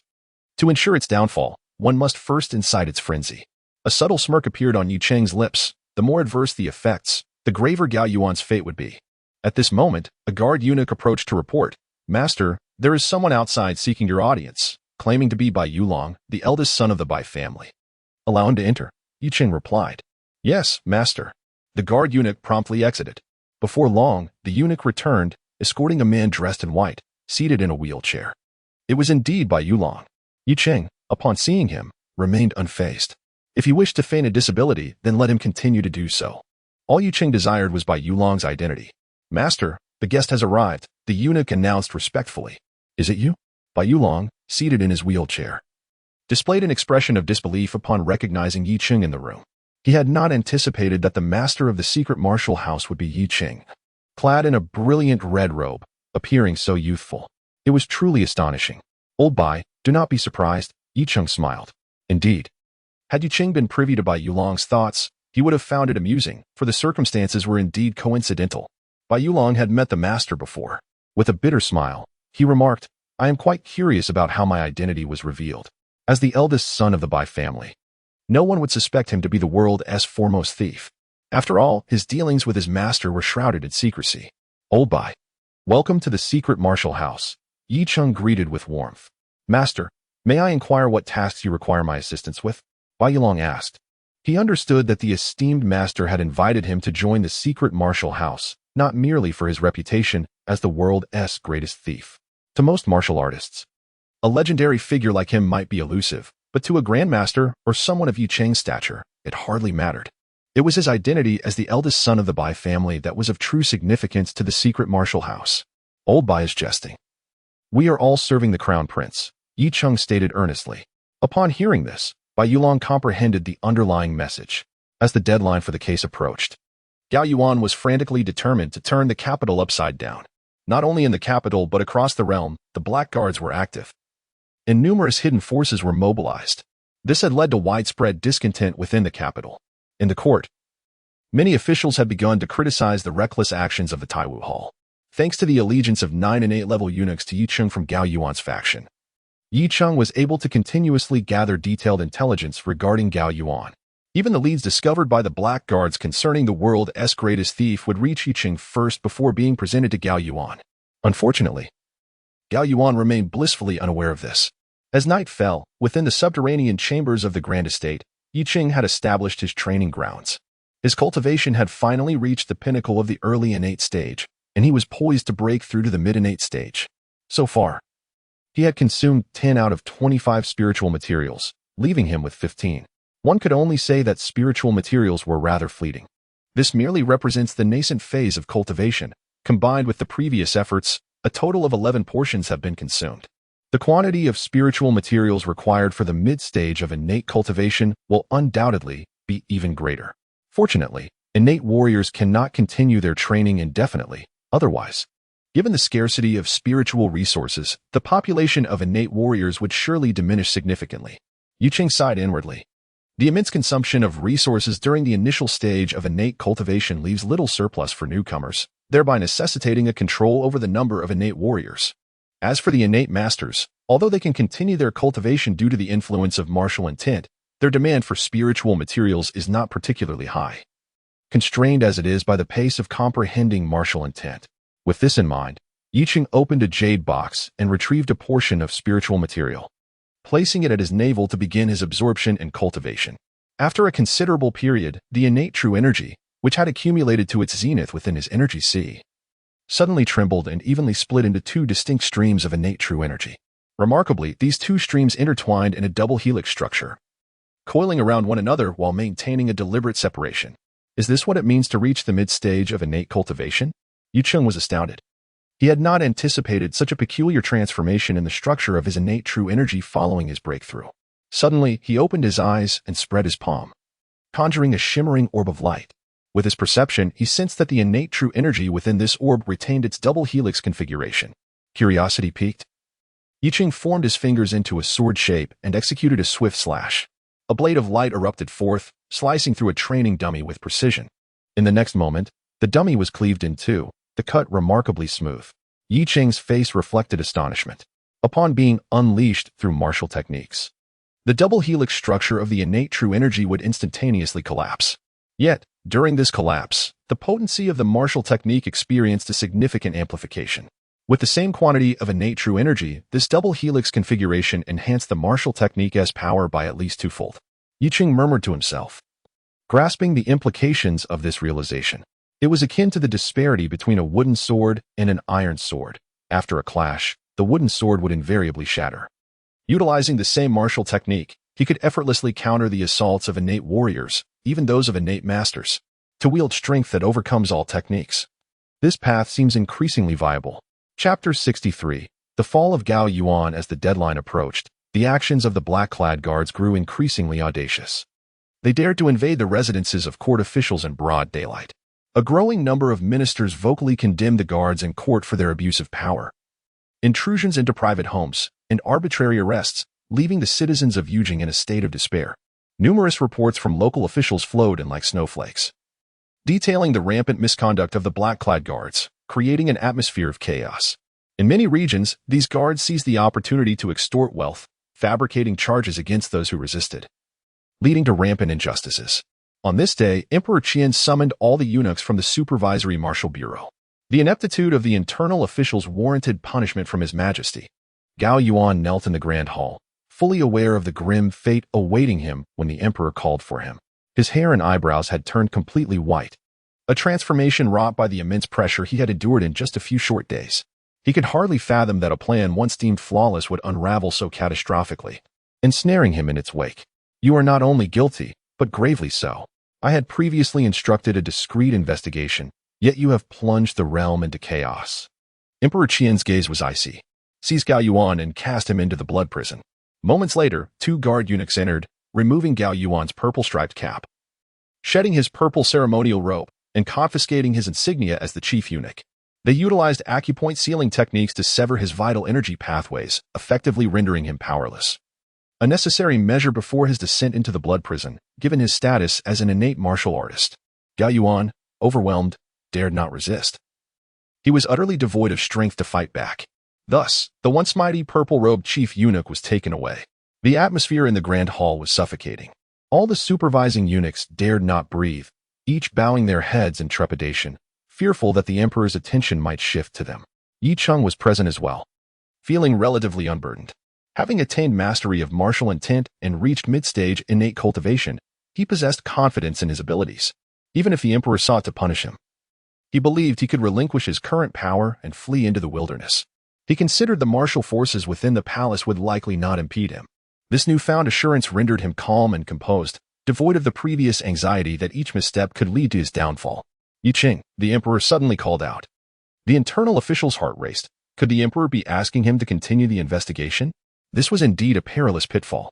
I appoint you as the chief eunuch of the Supervisory Martial Bureau, overseeing the black-clad guards, to continue the covert investigation into the theft of the Spirit Treasure Pavilion. Emperor Qian declared solemnly. The other supervising eunuchs present let out silent sighs of relief, grateful that misfortune had not befallen them. Your Majesty, this internal official. Yiqing hesitated, aware that with the majority of the spiritual items already utilized, and the realm's foremost thief and apprentice already at his service, how could he possibly continue the investigation? I shall not impose a deadline upon you. Rather, your immediate priority is to thoroughly investigate the internal affairs of the black-clad guards. I do not wish for such incidents to recur in the future, the Emperor of Qian remarked with an air of calm. In light of the recent theft of the Sacred Treasure Pavilion, 3 esteemed eunuchs in purple robes had already fallen from grace. He was acutely aware that capturing the world's foremost thief would likely prove an insurmountable challenge. Coincidentally, the Secret Martial Bureau in Yi City was making significant strides, and he deemed it necessary to impose additional responsibilities upon Yi City. The internal officials acknowledged the decree. Yi City felt a surge of astonishment, yet his body reacted swiftly, promptly accepting the command. Was this truly a genuine promotion with a pay raise? Meanwhile, the other supervising eunuchs cast envious and resentful glances, their eyes nearly turning red with jealousy. Was it not excessive for Yi City to receive such imperial favor? Although his cultivation was sufficient, he was still quite young and had limited experience. To now be entrusted with the oversight of the Martial Supervision Bureau and the black-clad guards, such a meteoric rise was remarkable indeed. They simply could not fathom why His Majesty placed such immense value on Yi City. Upon exiting the nurturing Spirit Palace, numerous supervising eunuchs hastened to congratulate Yi City. Though they harbored envy and resentment in their hearts, they outwardly feigned deference and flattery. After all, Yi City had now ascended to become their superior, one of the highest-ranking eunuchs in the Taiwu Palace. As the head eunuch of the Martial Supervision Bureau, concurrently overseeing the black-clad guards, he was indeed a genuine eunuch in purple robes. When news of Yi City's appointment as the head eunuch of the Martial Supervision Bureau spread throughout the Taiwu Palace, it astonished many. Even several of the remaining esteemed eunuchs in purple robes personally visited the Martial Supervision Bureau to extend their congratulations. Everyone recognized that with Yi City's rapid rise, he was destined to wield significant power in the Taiwu Palace.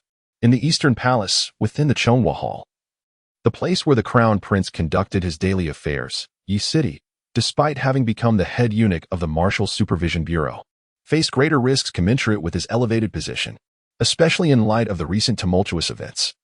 There were voices within the court advocating for a reduction of the Taiwu Palace's funding to be redirected towards the Divine Martial Academy.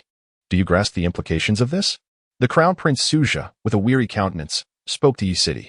The Emperor Qian, aside from grand court assemblies, largely entrusted the handling of smaller gatherings to the Crown Prince.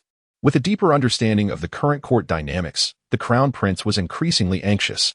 Indeed, they seek to fundamentally weaken the power of the royal family. Such intentions are treasonous, Yi City replied solemnly. It is true that while the Divine Martial Academy was established under the royal banner, over the years various factions have intertwined, evolving into an entity capable of influencing the court.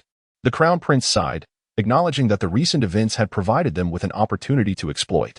Yi City, your responsibilities will be considerable and fraught with peril. In truth, I did not wish for you to assume the role of head eunuch of the Martial Supervision Bureau so soon. However, Father Emperor does not trust anyone else. Thus you were the only choice. I hope you do not betray His Majesty's faith in you.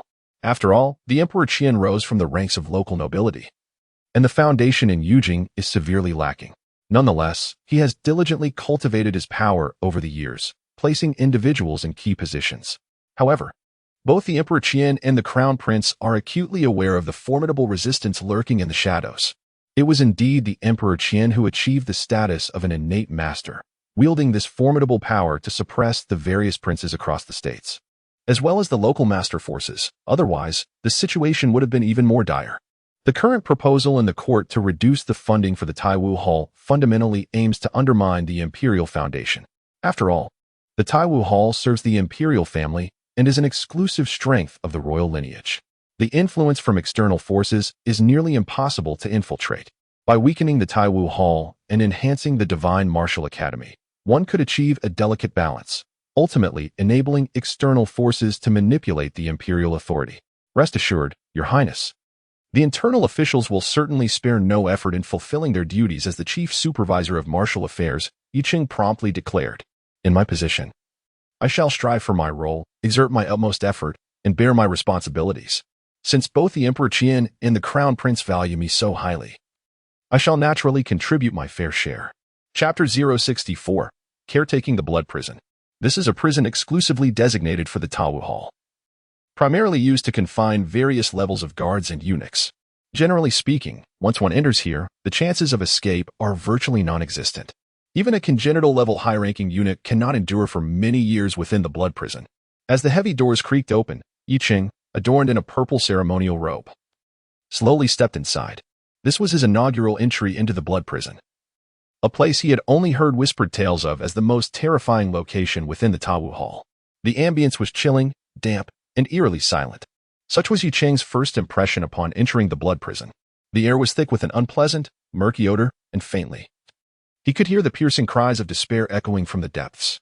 The authority overseeing the blood prison, the Wu did not fall under the jurisdiction of the Wudu. However, with the positions of the hall master and the chief eunuch currently vacant, the two purple-robed high-ranking eunuchs, the Jiyin and the Bai Pai, had little to no control, having been effectively sidelined by the previous chief eunuch, Gao Yuan. Consequently, Yicheng, as the Jiyin of the Wu Jian, found it rather easy to enter and exit the blood prison. The Jiyin of the Wu eagerly attended to him, seemingly already regarding Yicheng as the future master of the Tawu Hall. Master Yi, the three individuals are confined within the Tianzi prison. The Jiyin of Wu Jin, respectfully informed him. Wu Gonggong, what is the situation within the blood prison? Yicheng inquired with a smile. Master Yi, the blood prison is divided into 3 tiers. The highest level, the Tianzi prison, is reserved for the purple-robed eunuchs who have committed grave offenses. Since I have been in charge of the blood prison, it has been nearly 20 years since anyone occupied the Tianzi prison, yet in just over a month, 3 have been confined, Wu Jin promptly replied. Noticing Yicheng's silence, he continued his explanation. Then there is the DZ prison, specifically for high-ranking congenital-level eunuchs who have erred. This place has never lacked inhabitants. As for the Renzi prison, it holds the ordinary guard eunuchs. The two made their way to the depths of the Tianzi prison, which resembled a water dungeon, with iron cages suspended in the air. 3 iron cages were partially submerged in water, each containing individuals within. Wu Gonggong, please step outside for a moment, Yicheng instructed. Of course, Master Yi. Wu Jin understood immediately, recognizing that Yicheng likely had matters to attend to. After all, once one entered the blood prison, no one emerged alive. Even if one was not tortured to death, confinement would lead to their demise. Once Wu Jin departed, Yicheng entered the Tianzi prison. Within the 3 iron cages were none other than the former master of the Tawu Hall, Zhang Yin, the Jiyin of the Wu Jian, Chuing, and the chief eunuch, Gao Yuan. The majority of their bodies were submerged in water, with only a small portion exposed, their heads just visible. It was likely a deliberate act of cruelty by the prison guards. In the Tawu Hall, the higher one's status, the harsher the fall, and the more brutal the retaliation from those who once looked up to them. Master Yi, I never expected to see you adorned in a purple robe. Truly a cause for celebration. The chief eunuch of the Imperial Guard, Chuing, had his hair disheveled and bore scars upon his face, yet his voice remained remarkably robust. Only those endowed with innate martial prowess could endure such torment for an extended period. Otherwise, one would surely succumb to the relentless suffering within this blood prison. The other 2 remained utterly still. Zhang Yin, having been subjected to this blood prison's trials the longest, was nearly at his wit's end, and if this continued, he would not survive much longer. Gao Yuan, on the other hand, had only recently entered the blood prison and had yet to adjust to the despair engulfing him. Observing Zhang Yin and Chuing, Yicheng felt a wave of sympathy. Their misfortune was profound, having been ensnared by Gao Yuan's schemes, leading them to their current predicament. Gao Yuan, in contrast, was merely reaping the consequences of his own actions. Zhang Gonggong, Zhu Gonggong, you both have suffered greatly, Yicheng sighed. It is fate, it seems. We are destined to endure this tribulation. Moreover, it is somewhat gratifying to witness Gao Yuan, that old scoundrel, join us in our suffering. What a delightful turn of events. Chuing laughed heartily. After being imprisoned in the blood prison, they had endured Gao Yuan's taunts and torment. They even suspected that the major theft from the Spirit Treasure Pavilion was somehow linked to him. Little did they expect that merely a month later, Gao Yuan would be brought in like a beaten dog, confined with them, which brought them immense satisfaction. I have come specifically for Gao Gonggong, Yicheng said, his gaze fixating on Gao Yuan. a cold smirk playing on his lips. The utterly powerless Gao Yuan was now at his mercy within the blood prison. "Oh, Yi Gonggong, has this old thief wronged you in some way?" Chuing inquired, astonished. Even Zhang Yin, who had remained silent, opened his eyes, looking at Yi Qing with curiosity through his weakened state. Gao Yuan, however, trembled slightly, his lips quivering. "Years ago, I was under Gao Gonggong's care, escaping calamity, and awaited this day," Yi Qing replied with a light chuckle. Both Chuing and Zhang Yin were taken aback. Gao Yuan had indeed once dealt with Yi Qing. However, Yi Qing shifted his tone. "But now, seeing Gao Gonggong in such a dire state, I feel reassured.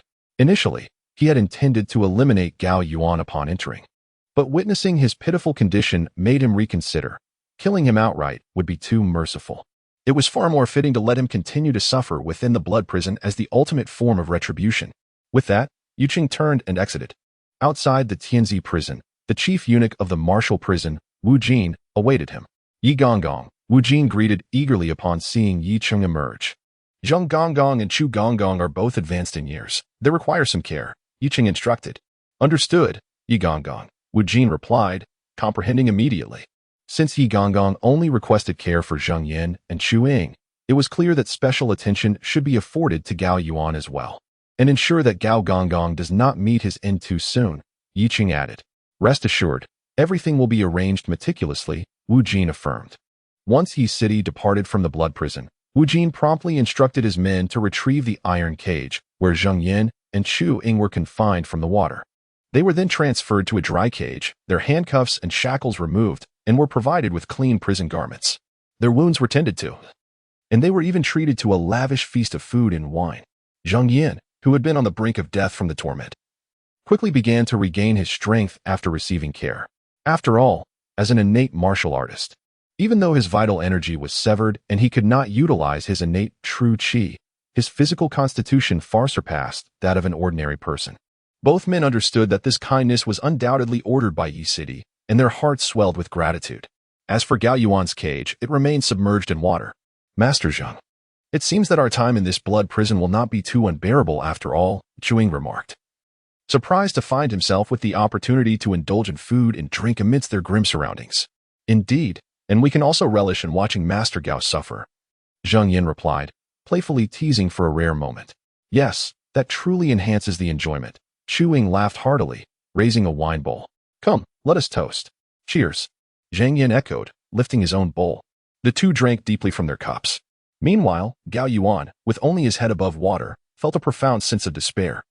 Chapter 65. The bandit. After Yi Qing assumed the role of the chief eunuch overseeing the military, his days became increasingly filled with responsibilities. Nevertheless, he continued to seize every possible moment to meditate, delve into his subconscious, comprehend the essence of martial arts, and refine his various skills and agility, all in pursuit of enhancing his innate cultivation. As time passed, he found that all the spiritual items he had acquired were now depleted, leading to yet another stagnation in his progress. The advancement of his martial intent was excruciatingly slow, a gradual process akin to water eroding stone. However, he remained unperturbed. With his position firmly established and a measure of self-protection gained, he felt no urgency to hasten his cultivation, opting instead for a steady approach. After all, he possessed a long lifespan, rendering time the least burdensome of commodities for him. His previous struggles to elevate his power were merely to transform his precarious situation into one of greater security. It is little wonder that power is often described as an intoxicating force. Indeed, he now reveled in the satisfaction that authority bestowed upon him. In the blink of an eye, more than a year had elapsed, ushering in the 12th year of the Jingda era. Yi Qing had nearly completed the purging of the black-clad guards, with many key personnel from the Black Ice platform now holding identities within the black-clad guards, thereby augmenting his control over this faction. Given his lack of roots within the black-clad guards, it was imperative for him to place his own individuals within their ranks. The Black Ice platform served as a crucial instrument in his exertion of influence over the black-clad guards. During this past year, he had leveraged 9 innate eunuchs who had aligned with him, gathering a significant number of mid to high-ranking guards from the Taiwu Hall, which greatly amplified his influence within that establishment. Meanwhile, several other high-ranking eunuchs in purple robes began to vie for power, actively seeking to expand their own authority within the Taiwu Hall, yet they all maintained a consistent friendliness towards Yi Qing. In the Eastern Palace, at Zhuyuxian, Yi Cheng's new residence bestowed upon him by the Crown Prince, the dawn had yet to break. Inside the room, Yi Cheng sat at a table adorned with various cosmetics. He was meticulously applying a subtle layer of dye to his face, softening his complexion and adding an air of maturity to his youthful features. After all, he was no longer the young eunuch of his teenage years. He had reached the age of 27. He had begun this daily ritual of adornment 2 years prior. Although it was somewhat cumbersome, it was a necessary endeavor. Over these 2 years, he had also studied various techniques of disguise and makeup, particularly the masterful methods of the thief sect. Through the art of sinew manipulation, he could control his facial muscles with his true energy, allowing him to alter his appearance without conventional means. Notably, the bone shrinking technique enabled a tall man of 6 feet to appear as if he were a shorter individual of 5 feet 3 inches. In these 2 years, he had amassed a plethora of diverse and arcane skills. While they may not enhance his combat prowess, they prove to be quite practical. After all, having a multitude of skills is never a burden. After his transformation, Yi Cheng gazed into the copper mirror, and although he still appeared youthful, a newfound maturity radiated from him, with his eyes reflecting a depth and wisdom that belied his years. He felt a profound sense of satisfaction. His mastery of makeup had reached a remarkable level. The sound of Xiao Rang echoed from outside. "I understand," Yi Cheng remarked. He then rose, donned a purple ceremonial robe, adorned himself with a purple-patterned official cap, and equipped himself with a precious sword before stepping outside. It wasn't long before he arrived at the entrance of the Chonghua Hall. "You all wait here," Yi Cheng instructed the other guards and eunuchs. "Yes," they replied. Yi Cheng proceeded inside, unimpeded by the palace attendants along the way. Within the hall, Crown Prince Suzhou was partaking of a meal. After finishing the last spoonful of porridge, he set it down. Yi Cheng remained silent. Yet he comprehended the Crown Prince's intent. Thus, after the Crown Prince had changed his attire under the attendant's care, he exited the Chonghua Hall and boarded a carriage bound for the Fengtian Hall, the venue for the Grand Court Assembly. Once the Crown Prince entered, Yi Cheng positioned himself with numerous guards and eunuchs in the side hall, bracing for what lay ahead. The Grand Assembly persisted for several hours, during which the sun had climbed high in the sky. Yi Cheng sat quietly in a chair, eyes closed, remaining utterly still. Whenever he found a moment of respite, he would enter a meditative state to connect with his subconscious. Over the years, he had adopted this practice during his free time, and now he could effortlessly enter meditation at virtually any time or place, with the duration of his meditative state steadily increasing. Suddenly, Yi Cheng opened his eyes as he faintly perceived the voice of Su Heng, the chief eunuch of the ceremonial department, calling for the assembly to conclude. The grand court session had come to an end. Shortly thereafter, Emperor Qian entered the side hall, closely followed by the Crown Prince. The two appeared to be engaged in conversation, with the Crown Prince's expression betraying concern. "Father has consented to reduce the funding for the Taiwu Hall. How could His Majesty agree to this so suddenly?" Yi Cheng was taken aback. A reduction in the Taiwu Hall's funding would trigger a chain reaction, inevitably leading to unpredictable long-term consequences for its development. In recent years, the southeastern 6 provinces have suffered consecutive droughts, compounded by the turmoil caused by the hemp bandits. This region is a vital source of the court's financial revenue. To alleviate the fiscal pressures on the court and to quell the banditry as swiftly as possible, Father had no choice but to take this course of action, Crown Prince Suzhou explained. "Your Highness, the situation surrounding the hemp bandits is far more complex than we have anticipated.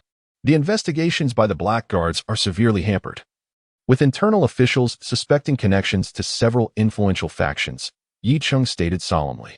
3 years prior, the southeastern provinces faced severe drought, soaring prices, social unrest, and widespread displacement among the populace, during which the hemp bandits emerged and grew formidable, sweeping across the region. Despite the court dispatching a large army to exterminate them, they always seem to rekindle. The root cause of this persistent issue lies in the lingering effects of the drought. Even now, the disaster in the southeastern provinces remains dire, with significant crop failures and famine rampant. Over a year ago, Yi Cheng had just assumed control of the blackguards, and it had taken until now for him to fully establish his authority.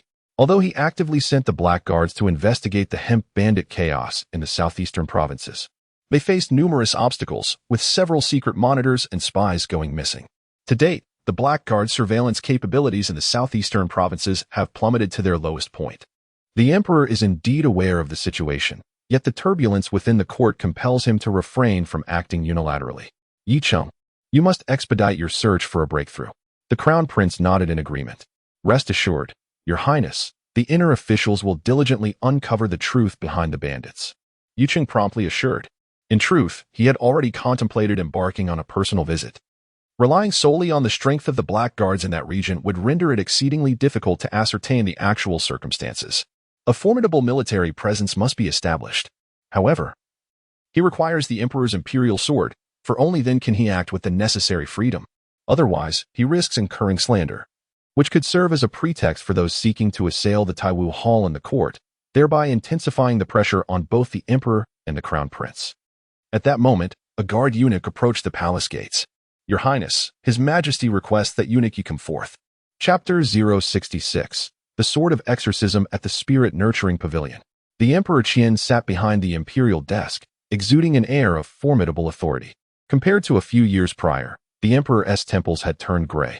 Minister Yicheng, I pay my respects to Your Majesty. Yicheng bowed deeply, extending his hands in salute to the Emperor. The situation in the southeastern provinces is dire, and the court is in disarray. I require the Black Guard to investigate thoroughly, the Emperor declared, his gaze fixed solemnly on the young Yicheng. This marked a significant trial for Yicheng. Should he succeed, the Emperor would entrust him with the management of the Taiwu Palace. The minister shall not disappoint Your Majesty, Yicheng replied without hesitation. Very well. I hereby appoint you as a special envoy to investigate the bandits and suspects. For those of third rank and below, you need not seek prior approval. You may apprehend them in secret, the Emperor proclaimed. Your command shall be obeyed, Yicheng responded swiftly, aware that the Emperor was serious. After all, in the 6 southeastern provinces, there were only a limited number of officials above the third rank. This granted him considerable power. Additionally, I shall provide you with a team of shadow guards for your safety, the Emperor added. Thank you, Your Majesty. Yicheng expressed his profound gratitude. He had heard of the shadow guard's existence, rumored to be secretly trained by the Taiwu Palace, with each member being an innate martial artist. Moreover, after their training, these shadow guards underwent rigorous trials in the martial world, thus possessing combat experience far surpassing that of ordinary innate martial artists within the palace. The precise number of shadow guards remained a mystery to all. The Emperor's provision of a team was clearly intended to ensure his safety. With the bandits wreaking havoc in the 6 southeastern provinces and the situation being precarious, as the head of the secret martial office and the chief eunuch, Yicheng found himself in a perilous position. Little did anyone know, his strength had grown to a level where he was no longer intimidated by ordinary masters. Yicheng, you must be adept with the sword, correct? The Emperor suddenly inquired. Indeed, Your Majesty, I often wield the sword, Yicheng promptly replied. His most formidable martial skills extended beyond the cold shadow palm and the life and death talisman. He had also mastered several powerful techniques, none inferior to those two. Among them was a sword technique known as the 18 Swords of Exorcism. This was a premier sword art, reputedly created by a master from the Taiwu Palace centuries ago. Its speed was astonishing, and the sword energy it generated was indomitable. However, the technique bore a significant drawback. The difficulty of its cultivation was immense, often resulting in the sword energy inflicting damage upon the practitioner, with a cost of 1 part injury to 3 parts self-harm. Thus, few within the Taiwu Palace practiced this sword art, and even fewer achieved mastery. Yet for Yicheng, this challenging sword technique was most suitable, as he had no concern for self-injury. At that moment, the sound of footsteps approached, and the chief eunuch of the ritual supervision, Su Liang, entered, holding a sword.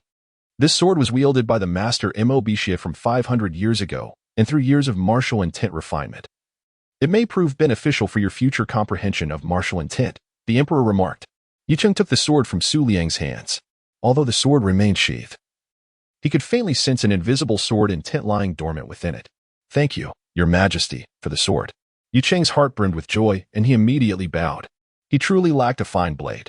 The previous Fox sword, while commendable, was insufficient for someone of his innate mastery. The sword bestowed by Emperor Qian, known as the exorcising sword, was a renowned treasure throughout the realm.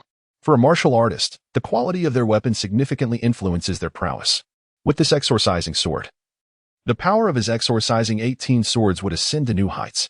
The Crown Prince, aware that his father intended to send Yicheng to the southeastern 6 states to investigate the bandits, said, Yicheng, this mission is of great importance. You must exercise utmost caution. This golden armored soft armor was once bestowed upon me by the late Emperor. It can withstand innate true chi attacks and enhance protective energy. Now, I present it to you." As he spoke, he lifted a piece of golden soft armor from the platter. "Your Highness, I cannot accept this," Yucheng quickly replied.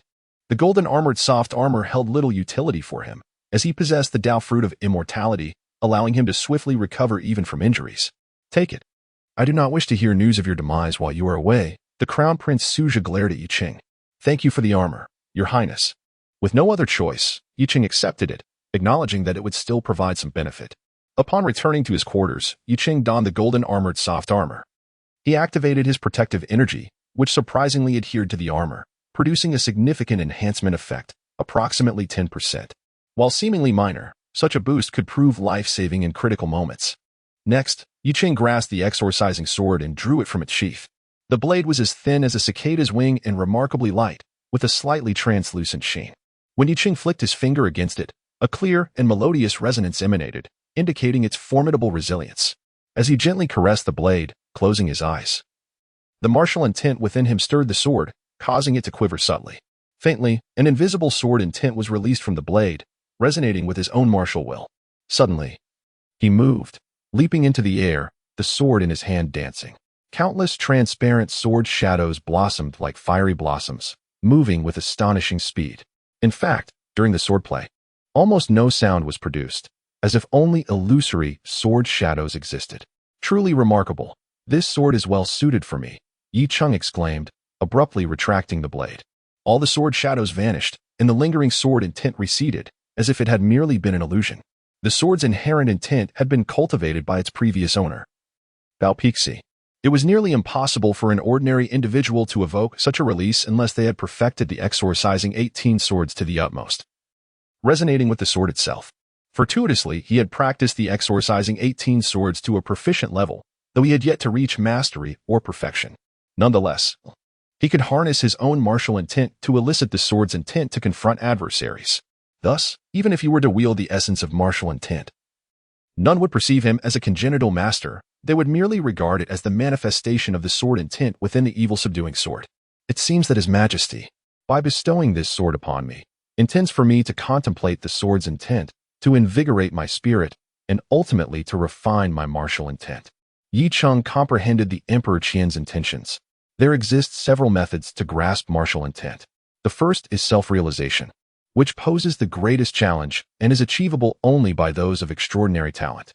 The second method involves a master sacrificing their own life to facilitate the evolution of martial intent, a practice most prevalent among masters due to its higher success rate.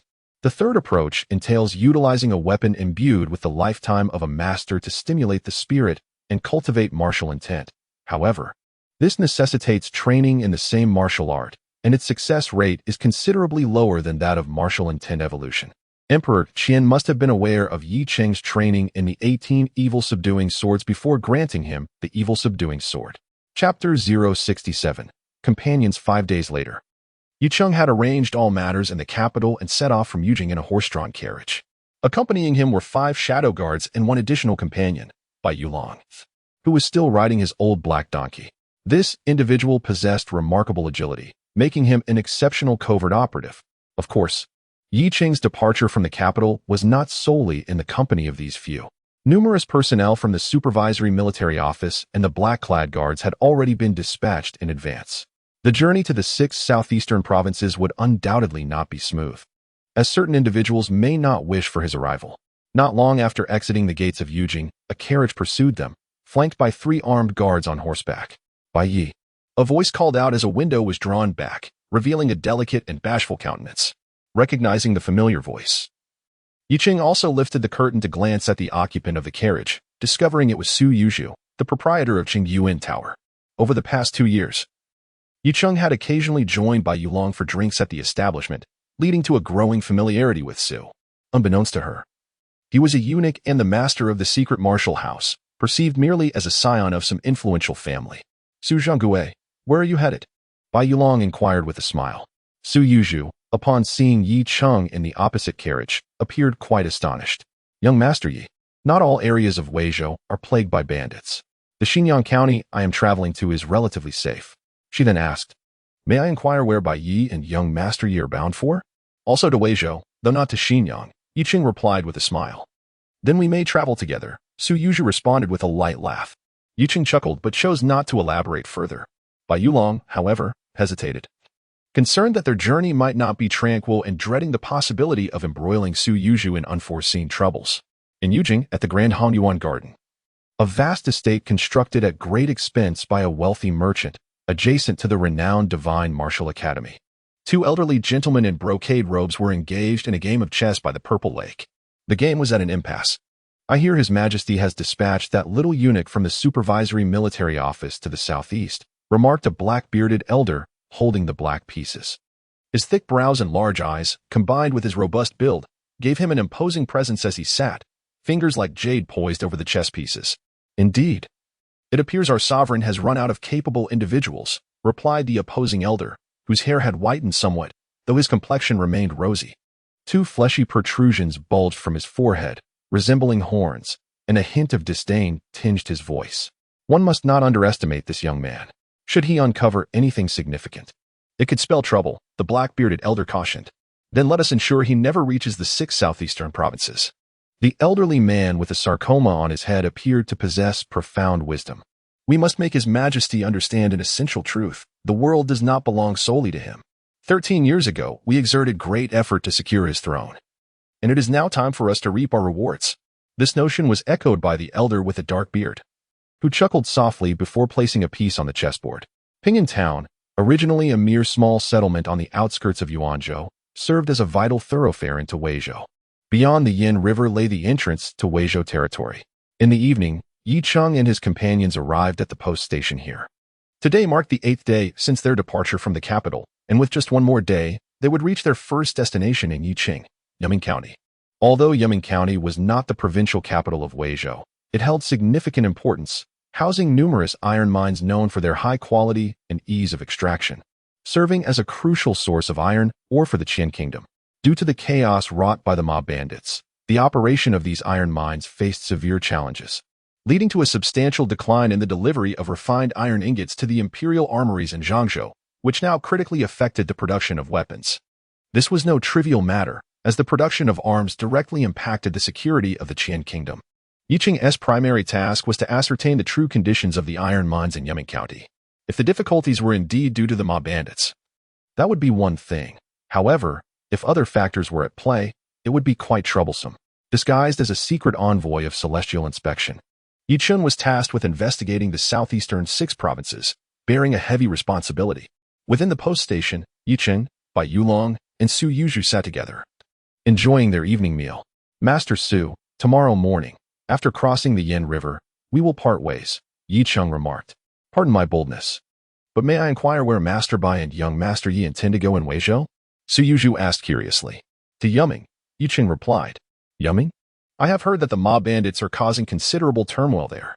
Master Bai, young Master Yi, you must exercise caution, Su Yuzhu warned. Rest assured, we are well prepared. Yi Cheng smiled. Indeed, I was perhaps overly concerned, Su Yuzhu chuckled lightly.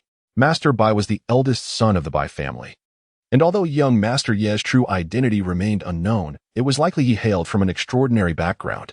Such individuals venturing into the chaotic Yuming County would undoubtedly have formidable protectors by their side. The few stoic guards accompanying them were clearly not ordinary. The following morning, the group arrived at the dock. The wide river was traversed by only a handful of ferries of varying sizes. Due to the mob bandits' unrest in the southeastern provinces, the danger of trade routes had significantly increased, resulting in a drastic reduction in the number of merchant caravans traveling between Yuan and Wei. Before the bandits' upheaval, the river would have been bustling with ferries and travelers. Now, it was predominantly filled with refugees fleeing north. Since Yi Cheng and his companions had horses and carriages, the ordinary ferries could not accommodate them, so they directly hired a large ferry, which was typically used to transport merchant caravans across the Yin River. Thus, it comfortably held 2 carriages and several horses. As the chartered ferry prepared to depart, there was no need to await additional passengers. Once the vehicle was securely loaded, a group of brawny men, their bare torsos glistening with exertion, began to chant and row, slowly pulling away from the dock. As the ferry navigated to the center of the river, the men suddenly leaped into the water, vanishing almost simultaneously. This startling scene left Bai Yulong and Su Yuzhu in a state of shock. Yi Cheng, however, maintained his composure, despite the apparent ordinariness of the men. He sensed an unusual intensity in their demeanor. His intuition, it seemed, had proven correct. At that moment, two smaller fairies swiftly approached from both flanks, each bearing a contingent of over 20 figures, all armed and watchful. "Protect the master," commanded the 5 shadow guards, quickly encircling Yi Cheng. Their directive from His Majesty was clear. They could perish, but Yi Cheng must not suffer any harm. Chapter 068. The Chaoging. The rhythmic sound of knocking echoed, causing Yi Cheng to furrow his brow as he sensed the disturbance beneath the boat. There were water ghosts attempting to breach the vessel. "Pay attention to the hull. Someone is sabotaging the ship," he warned. "Lao Bai, do not concern yourself with me. Take care of Master Su." He then addressed Bai Yulong, noting that the latter seemed to harbor a particular interest in Master Su. Given Bai Yulong's skill and agility, he should be capable of ensuring his own safety. A small ferry approached from a distance of 10 zhang. At the bow stood a middle-aged man draped in a black cloak, his gleaming bald head radiating brilliantly in the morning light. He stood with his hands clasped behind his back, immobile as a mountain. "You are Su Finka, the leader of the Chaoging?" Yi Cheng recognized him at once as the chief eunuch of the supervisory military office overseeing the black-clad guards. He was well acquainted with the martial forces across the realm. Besides the top-tier master-level factions, the Chaoging was classified among the second-tier innate forces. "To think that my humble name has reached the ears of Lord Yi, I am truly honored," Su Finka, the Chaoging leader, replied with a light chuckle. "Su, I wonder who has sent you to dare to obstruct me upon this Yin River?" Yi Cheng said in a grave tone. "That cannot be disclosed. Nor would I dare to say, Lord Yi. You need only leap into the water and swim that way. The Chaoging will not lay a hand on you." Su Finka gestured towards the direction of Pingan Town, smiling confidently, as if he held all the cards and feared no refusal. On this Yin River, even though Yi Cheng's side was not without strength, once on the water, it was the domain of the Chaoging. Seeking death, Yi Cheng's eyes glinted with cold fury. It was the first time he had been threatened so brazenly. "Seize the ship," Yi Cheng commanded, drawing his xie sword with a swift motion. He flicked the sword, and the enormous cart that had been stationary on the boat was sent soaring through the air, hurtling towards the small ferry. As the cart exploded mid-flight, it shattered into countless splinters that rained upon the surface of the river. Simultaneously, Yi Cheng leaped from the boat, soaring towards the small ferry several zhang away. The 5 shadow guards surrounding him were momentarily taken aback, surprised by Yi Cheng's sudden action. However, their duty was to protect him, and they promptly followed suit. Darting after him, with a swift motion, Yi Cheng landed on a floating log on the water's surface, propelling himself rapidly towards the small ferry, showcasing his exceptional lightness of step. In truth, he had already mastered the art of walking on water to a considerable degree, even without the floating logs. He could traverse the surface with ease. He merely employed them to disguise his movements. The other shadow guards also exhibited impressive agility, utilizing the floating logs to traverse the river with similar finesse. "Heh, to dare to challenge my Chaoging upon the river, how foolish," Su Finka sneered, raising his hand. Instantly, archers aboard the 2 small ferries were armed with powerful crossbows, their triggers pulled, unleashing a volley of sharp arrows towards Yi Cheng and his companions. The power of the crossbow is not particularly threatening to innate martial artists. Evasion is relatively effortless. Even if struck, the protective chi surrounding the body provides substantial defense.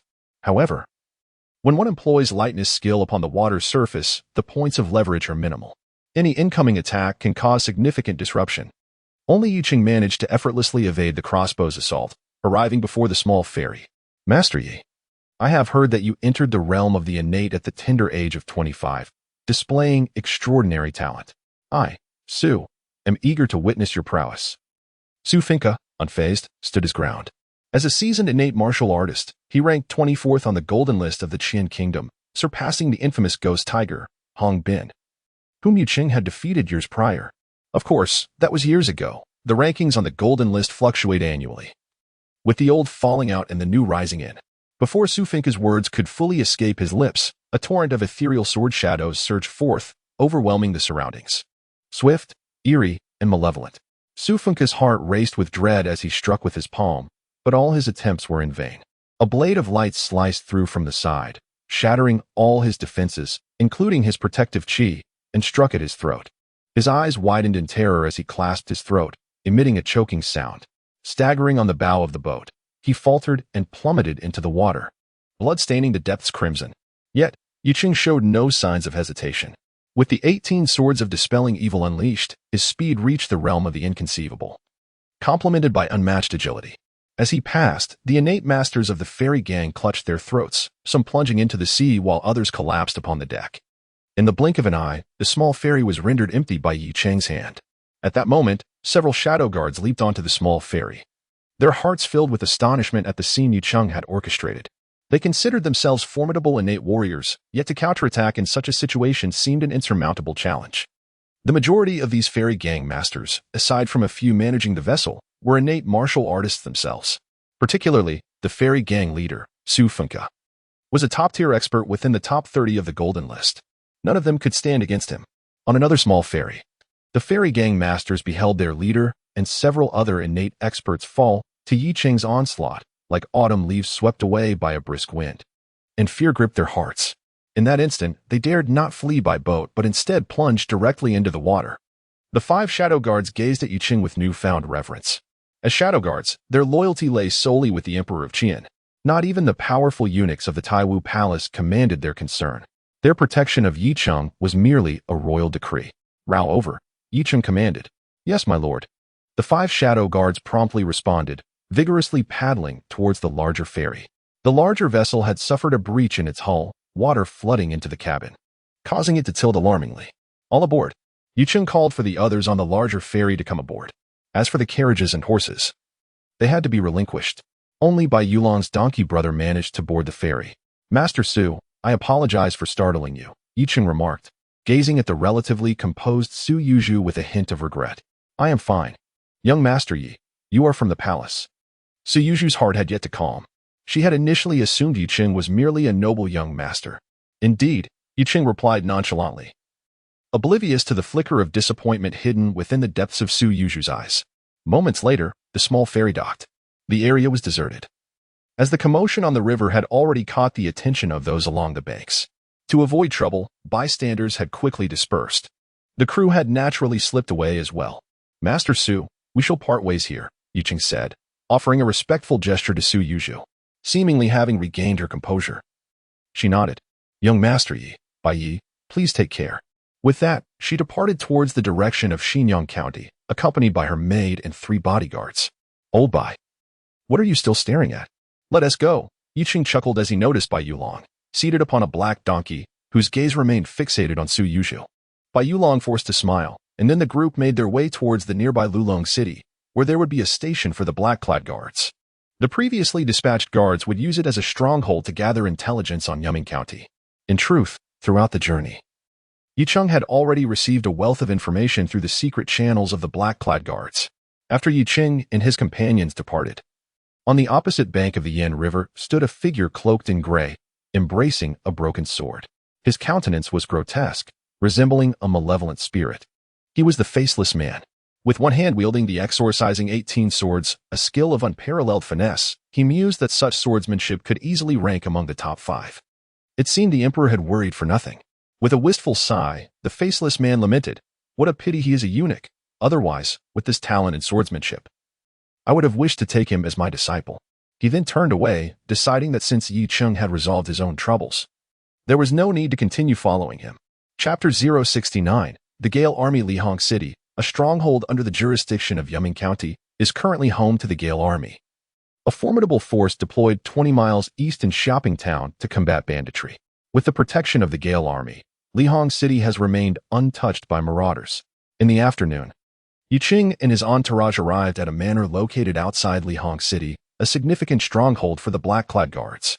Numerous leaders of the black-clad guards gathered to pay their respects. Seated in the grand hall, Yi Cheng surveyed the assembly. In addition to the 5 shadow guards accompanying him, and Bai Yulong, there were 15 innate martial artists present, representing a remarkable martial force capable of easily dismantling any innate-level faction. At this moment, the southeastern 6 provinces, including Yuming County, were no longer defined by singular factions. Instead, they comprised vast and interconnected powers united against the imperial court. Esteemed colleagues, the task of investigating the rampant bandits in the southeastern 6 provinces is of utmost importance. I am aware that you have faced considerable obstacles and severe threats to your lives here. However, as beneficiaries of the Emperor's grace, it is our duty to alleviate his burdens. Therefore, I shall unearth the truth behind the banditry in the southeastern 6 provinces. Even if it means turning the region upside down, Yicheng declared resolutely. The expressions of those present varied, their thoughts intricate. Master Song, please share the latest intelligence with me. Yicheng suddenly directed his gaze toward a middle-aged eunuch clad in black robes. This man was Song Shinkong, the supervisory eunuch of the Imperial Martial Supervisory Office. Yes, my lord. Song Shinkong promptly stepped forward and began to relay the latest intelligence in detail. The Gale army has sealed off the road to Haidi City? Yicheng's brows furrowed. Haidi City had developed from a small town in Yuming County. Its growth spurred by extensive mining operations, leading to a burgeoning population primarily composed of miners and their families, along with various smelting workshops. It was a city entirely dependent on its iron mines for existence. Yes, my lord. Our movements have been greatly hindered. And we still have a group of people detained by the Gale army, Song Shinkong responded urgently. Yicheng's expression remained tranquil, though he recognized that the Gale army was likely compromised as well. This was to be expected. The bandits in the southeastern 6 provinces had proven to be tenacious, often resurrecting despite ongoing purges. It was improbable that such military operations were entirely untainted. However, the Gale army was exceptional. It was commanded by an elder closely associated with the Qian Emperor at the Jing Wangfu, a true confidant. I shall personally visit the Gale army's encampment, Yicheng announced, rising to his feet. My lord, we are not affiliated with the military. It may be. Song Shinkong hesitated, expressing concern. Although Yicheng held a high status, given the current situation, the Gale army might not heed his authority. Otherwise, they would not have troubled the black-clad guards. I have my ways. Yicheng waved his hand. Moreover, Master Su, you are to mobilize all the black-clad guards to head to Muyu City. Under the pretext of attacking the close ministers of the Tian family, apprehend all senior members of the Chaobang. Those who dare to resist capture shall be dealt with ruthlessly. The numerous leaders of the black-clad guards exchanged glances. Understood, my lord. The supervisor of the Imperial Guard, the Grand Eunuch Su Shicheng, could only comply with the order. Soon, Su Shicheng set off with a multitude of black-clad guards to prepare. Old Bai, keep a close watch on these individuals. Anyone who dares to leak information shall be dealt with severely. Yicheng directly communicated via a secret message to Bai Yulong, who stood outside the hall. Bai Yulong had long mastered the art of floating lightness, elevating his agility to new heights. It was indeed best to have him secretly monitor these black-clad guard leaders, as there might be spies among them. This operation to apprehend the senior members of the Chaobang could very well attract leaks. With this opportunity, he aimed to unearth any traitors. Following this, Yicheng departed the estate with 5 shadow guards, riding swiftly towards the Laiwen camp. The Laiwen camp stretched for 10 miles, adorned with fluttering banners. Once a small town, it had been rendered desolate due to drought, famine, and marauding bandits. Upon the arrival of the Laiwen Legion, it was transformed into a formidable encampment. Halt. This is Laiwen camp. No unauthorized personnel are allowed to approach. Before Yicheng and his 5 companions could near the camp, they encountered a patrol of cavalry from the Laiwen Legion. Instantly, a dozen fully armed horsemen surrounded them. I am Yicheng, the first-rank eunuch and supervisor of the Imperial Guard, commanding the black-clad guards and a close minister of the Tian family. I seek an audience with your commander, General Ma. Yicheng raised a token high. The cavalrymen exchanged uncertain glances, deterred from acting recklessly. After all, Yicheng's reputation was formidable. They were mere foot soldiers, and naturally, they did not dare to offend him. Follow me, the leading cavalry captain commanded. Under the watchful eyes of the horsemen, Yicheng and his companions were escorted into the Laiwen camp. The command tent was situated within the ancestral hall at the center of Shopping Town, the most grandiose structure in the area. Inside the dimly lit chamber, 2 figures were engaged in conversation. One, clad in black battle armor, was a towering figure, General Ma Yunlong, the commander of the Laiwen army. The other, a middle-aged man with a scholarly demeanor, wore a blue robe, his long beard cascading down to his chest. To think this eunuch possesses such formidable prowess, even surpassing Su Finka, a top-tier innate master, without a single exchange? Ma Yunlong was astounded to learn of the Caobang's significant losses, including the death of Su Finka. Originally a martial artist from the Divine Martial Academy, he had fortuitously achieved the status of an innate warrior and gained renown in the martial world as the wielder of the dragon-slaying spear. He later allied himself with the Jing royal family, rising through the ranks to ultimately become the commander of the Laiwen army. Although he was a military general, his martial path blended elements of the martial world which typically favored individual combat, contrasting with the battlefield prowess of military commanders. Indeed, I initially believed that this individual, having only recently entered the realm of innate capabilities, would not possess formidable practical skills. However, it appears we have underestimated him. If he is not dealt with, given time, he will undoubtedly become a significant adversary. The refined middle-aged man spoke with a grave expression. Brother Zhao, have you come to urge me to take action? Ma Yunlong replied in a low voice. Precisely. Once this person arrives in Lilong City, he will inevitably seek out your Lifeng camp. Moreover, since your Lifeng army has detained his associates, he will certainly come to negotiate, the middle-aged gentleman remarked with a calm smile. General Ma, having once been affiliated with the Jingwang's manor, he should not be wary of you. This individual now holds the position of the chief eunuch overseeing military affairs, the head of the secret military department, and is a trusted confidant of the prince. If we were to act against him in my Lifeng camp, the repercussions would be dire, Ma Yunlong responded, his eyes glinting with intelligence. His vague recollections of Yiqing were rooted in the time when he saved the prince's life while merely a lowly guard eunuch. At that time, Yiqing was already an innate martial artist and a top-tier offering of the Jingwang's manor.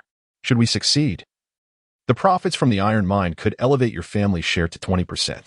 Additionally, the Dragon Gate Spirit Land could provide your Ma family with a coveted spot. The refined middle-aged man stated. Is that truly the case? Ma Yunlong exclaimed, his body trembling with excitement. The profits from the iron mine alone would amount to an astronomical figure, while the Dragon Gate Spirit Land was a place where spiritual entities could be cultivated.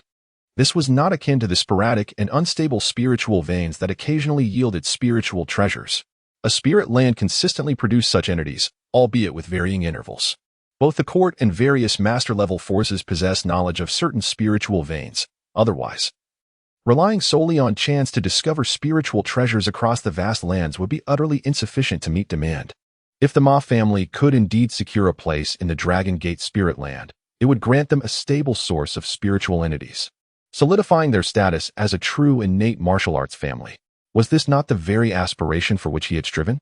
Chapter 070, Betrayal and Retribution. As the two were engaged in discussion, a sudden report from a personal guard pierced the air. What is it? Ma Yunlong inquired in a grave tone. General, the patrolling cavalry has encountered an individual claiming to be Yi Cheng, the chief eunuch of the Taiwu Hall, and he requests to see you. The guard responded promptly. Ma Yunlong was momentarily taken aback. How could the man they had just spoken of arrive so swiftly? The cultured middle-aged man seated beside him chuckled softly. Let this Lord Yi wait in the drawing room. I shall attend to him shortly, Ma Yunlong declared without hesitation. Understood. Once the guard had departed, Ma Yunlong sighed lightly. Brother Zhao, you truly possess remarkable foresight. As you predicted, Yicheng has indeed come. General Ma, I shall await your good news here, the cultured middle-aged man replied, lifting a teacup to sip. Ma Yunlong recognized that he was already on a precarious path and had no choice but to proceed forward. Moreover, this was a tremendous opportunity, one that could determine whether the Ma family would ascend to the status of a preeminent martial arts clan. In a world where martial prowess reigns supreme, no authority is enduring. Only the mastery of formidable martial skills can ensure everlasting significance. Should the family fail to continuously produce innate martial artists, he, as a general, would eventually see the Ma family reduced to a mere ordinary martial clan after his retirement. In the drawing room, Yicheng sat comfortably in a chair, flanked closely by 5 shadow guards. Suddenly, the sound of footsteps echoed, and a tall figure clad in full armor strode in. Ah, Lord Yi. I sincerely apologize for keeping you waiting, Ma Yunlong boomed as he took his seat at the head of the table, exuding a robust demeanor. General Ma, you were too gracious, Yicheng responded. Indeed, Lord Yi, we once served under the same banner at the Jingwangfu. Thus, we share a bond of camaraderie. Today, as you grace my Liwind camp with your presence, I must extend my hospitality and have prepared a meal for you, Ma Yunlong stated. General Ma, we are both serving His Majesty. There is no need for such formality, Yicheng replied with a smile. You are correct, Lord Yi. It seems I have been overly formal, Ma Yunlong acknowledged, his gaze sharpening as he discerned the underlying meaning in Yicheng's words, prompting a hearty laugh from him. At that moment, a guard entered bearing a tea tray, first serving Yicheng a cup before presenting one to Ma Yunlong. Lord Yi, the conditions in the barracks are rather modest, and I regret that we lack fine tea to offer. I hope you will forgive us. Ma Yunlong remarked as he casually picked up his cup. Yicheng glanced at the steaming cup on the table, smiled, and lifted it to his lips, downing it in one swift motion. Excellent tea, he praised after finishing. However, as the liquid coursed down his throat, a potent poison surged forth, wreaking havoc upon his meridians. Yet, in the next instant, a flash of golden light illuminated his mind, and the damaged meridians were swiftly restored. Yi Cheng narrowed his eyes, fixing his gaze upon Ma Yunlong. General Ma, what is the meaning of this? Did you sense it, Lord Yi? Ma Yunlong's expression turned serious. The 5 shadow guards behind Yu Cheng exchanged alarmed glances, comprehending that Ma Yunlong had indeed poisoned the tea. They could never have anticipated that Ma Yunlong, one of the earliest loyalists to His Majesty, would also betray him. In an instant, they all stepped forward, forming a protective circle around Yi Cheng. At that moment, several armored warriors charged in, exuding a menacing aura, clearly all innate martial artists. Moreover, a cacophony of footsteps resounded outside. It was evident that Ma Yunlong had mobilized a formidable force, intent on annihilating the 6 within the Li Feng camp. My lord, we shall protect you as we carve a path out, one shadow guard said in a cold tone. General Ma, you have received great favor from the emperor. Instead of repaying it, you dare to commit treason, Yi Cheng remarked, remaining still, his gaze as tranquil as water, fixated on Ma Yunlong, speaking in a measured tone. Haha. Master Yi, I am not like you, a eunuch. I bear too many burdens, children, family. Although His Majesty has bestowed great kindness upon me, it has not allowed my family to truly transcend our current station. Ma Yunlong laughed heartily. What of his high position? Once he aged and stepped down, how much benefit could his descendants and family expect to gain? Ma Yunlong, do you recognize this? Yi Cheng slowly drew a token from his waist and held it aloft. One side bore the inscription Imperial Seal, while the other read Heavenly Inspector. The role of the Heavenly Inspector has historical precedent in the Qian Kingdom. Wielding immense power and typically held by an inner court official of the Qian Emperor, corresponding to the visible envoy. Heavenly Inspector? Haha, what of it? It's merely a token and cannot save you. Today, you shall undoubtedly perish, Ma Yunlong retorted, his pupils constricting. The authority of the Heavenly Inspector was indeed staggering. Even a provincial governor or a military commander could apprehend individuals with such a token. Otherwise, it held no value. Presently, Yi Cheng lacked the requisite strength, being severely poisoned and accompanied by merely 5 shadow guards. Furthermore, the Li Feng camp was Ma Yunlong's domain. What reason had he to fear the Heavenly Inspector's token? Ma Yunlong, do you think this poison can contend with me? Yi Cheng scoffed, suddenly drawing the Bixie sword. With a flash, the light of the sword ignited as the 18 swords of Bixie were unleashed, their brilliance enveloping the area. The armored warriors guarding Ma Yunlong hastily attempted to defend.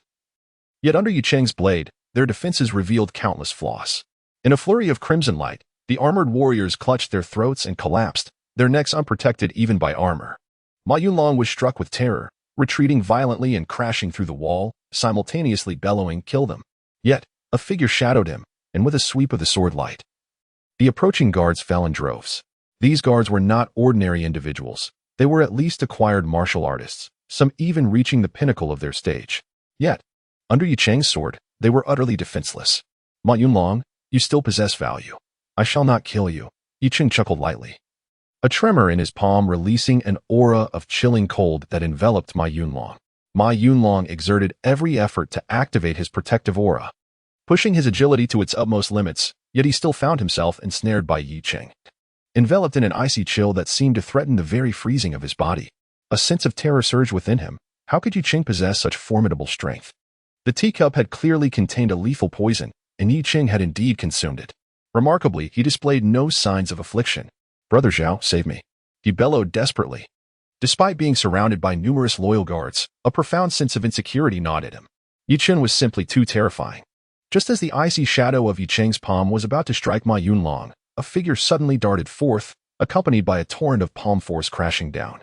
Boom. The two forces collided violently. The newcomer was sent hurtling backward. It was a middle-aged man clad in a blue robe, exuding an air of scholarly elegance.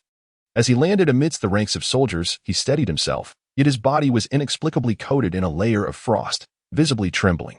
Chapter 071. Suppression. What an overwhelming force. How could it be so powerful?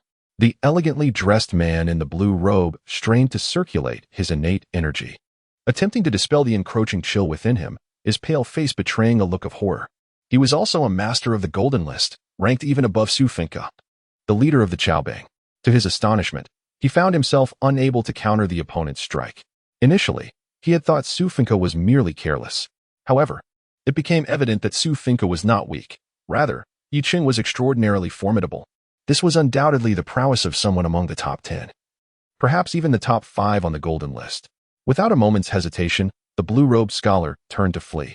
He could not save Ma Yunlong. If Ma Yunlong fell into the enemy's hands, the Laiwen camp would face a significant upheaval. Just as he prepared to escape, Yi Qing had already captured Ma Yunlong and leaped into the air, a dazzling sword light flashing forth. Since he had arrived, there was no need to retreat. Yi Qing sneered coldly.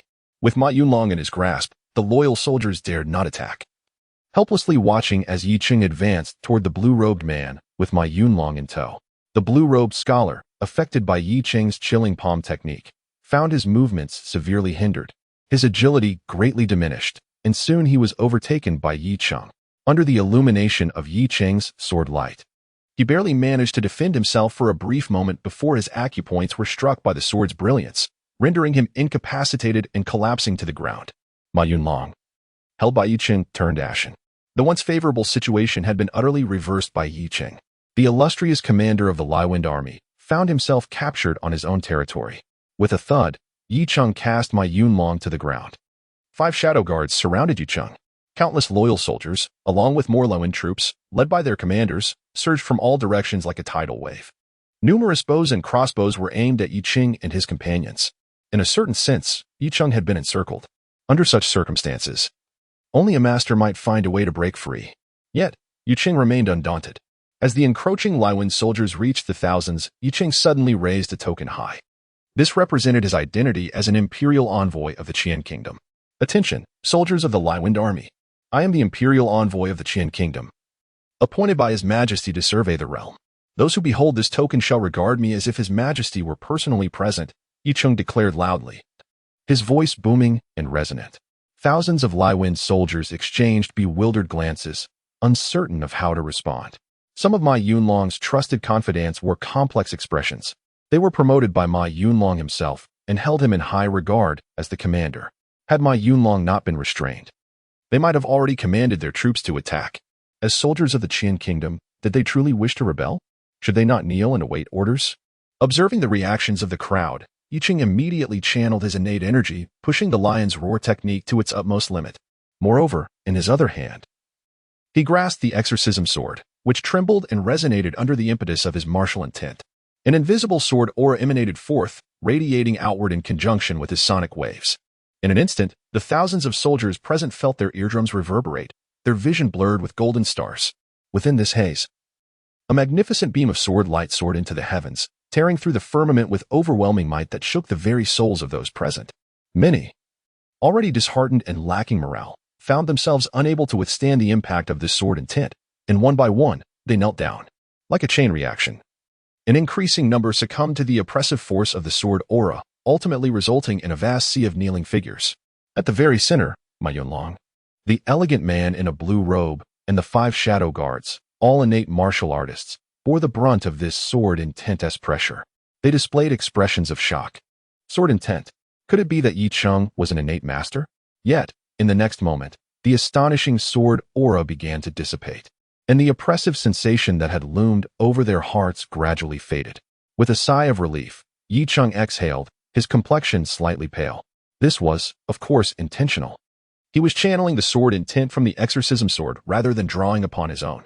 Those remarkable innate masters, unable to comprehend sword intent, inevitably faced the onslaught of martial intent contained within their weapons. After all, it was not their own. Wait a moment.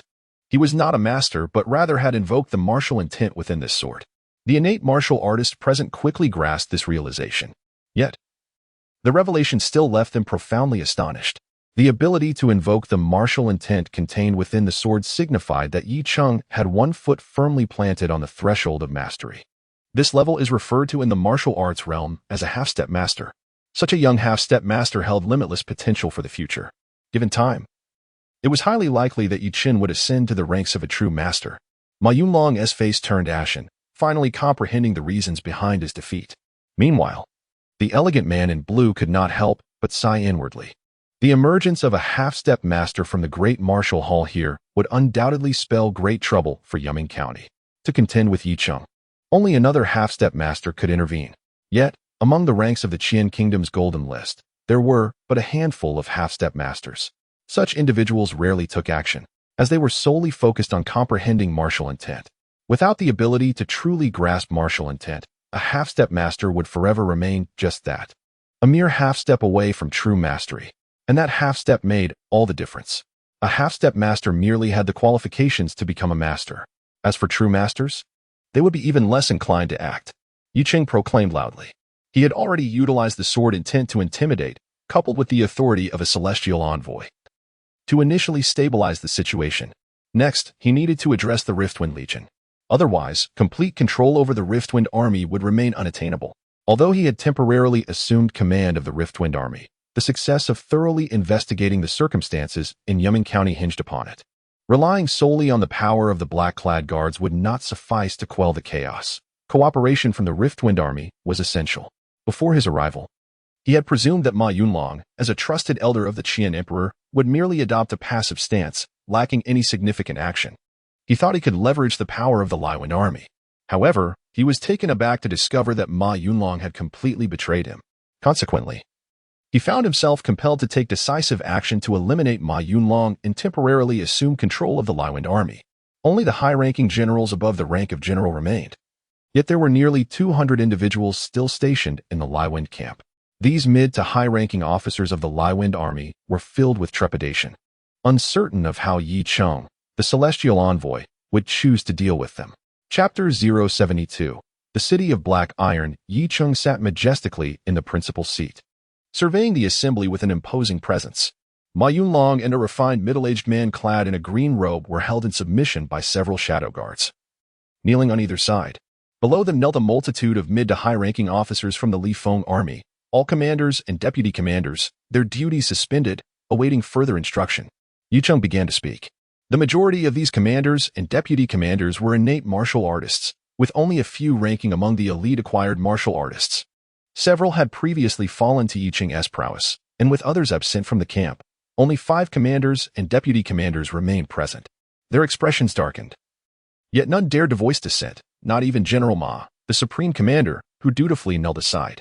From this moment forth, all officers at the rank of school lieutenant shall heed my orders, Yi Cheng proclaimed. Intent on streamlining the command structure of the Li Feng army to exert direct control at the battalion level, thereby enhancing operational efficacy. Given that the Li Feng army comprised numerous battalions, command had proven cumbersome. What Yi Cheng sought was absolute dominion over the army. Furthermore, I shall rearrange all battalions. Now, I instruct all school lieutenants to deposit their insignias into this box. Yi Cheng issued this peculiar command, and the assembled lieutenants understood that he intended to transfer them from their respective battalions to others. This would significantly diminish their control over the new battalion, as they would lack their former subordinates. However, such a strategy would greatly undermine the combat effectiveness of the Li Feng army. In short order, the lieutenants rose, removing their insignias and casting them into the box. Once all insignias were accounted for, Yi Cheng instructed a shadow guard to redistribute them. Naturally, each lieutenant received a new insignia. As for the chief banners, they remained unchanged.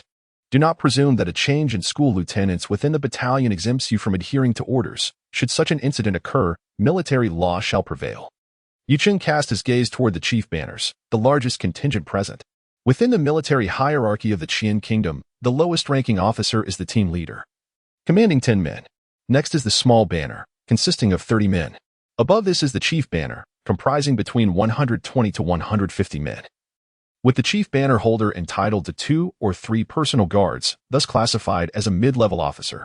Above the chief banner is the battalion, which encompasses 500 to 1,000 individuals, with school lieutenants commanding 10 or more personal guards.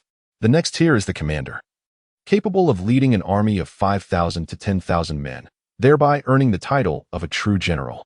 Yi Cheng opted not to change the chief banners, recognizing their role as essential mid-level officers with limited direct ties to upper echelons, yet crucial for maintaining stability at the grassroots level of the military. By removing the commanders and adjusting the school lieutenants, he effectively dismantled the existing relational networks within the Li Feng army. Yi Cheng dismissed all mid to high-ranking officers, save for the commanders. After the departure of these mid to senior military officers, only a few commanders and vice-commanders remained in the courtyard. along with Ma Yulong kneeling on the ground and a refined middle-aged man dressed in scholarly robes. Of course, there were also the hundreds of loyal guards surrounding Ma Yulong and the commanders. These guards, being staunchly loyal, required vigilant oversight. However, Yicheng had dispatched 2 shadow guards to supervise them. Subsequently, Yicheng began to address the commanders and Ma Yulong. Executing them was out of the question. He personally intervened, sealing the cultivation of each commander and vice-commander, followed by the guards, whose powers were likewise restrained by the shadow guards. Although some resistance was met, it was swiftly suppressed. By evening, numerous horse-drawn carriages entered the Rift Wind camp, carrying members of the Black Guard. They transported Ma Yulong, several commanders and vice-commanders, along with their guards, to a different location for confinement. Keeping them in the Rift Wind camp, even with their powers sealed, posed an unstable factor.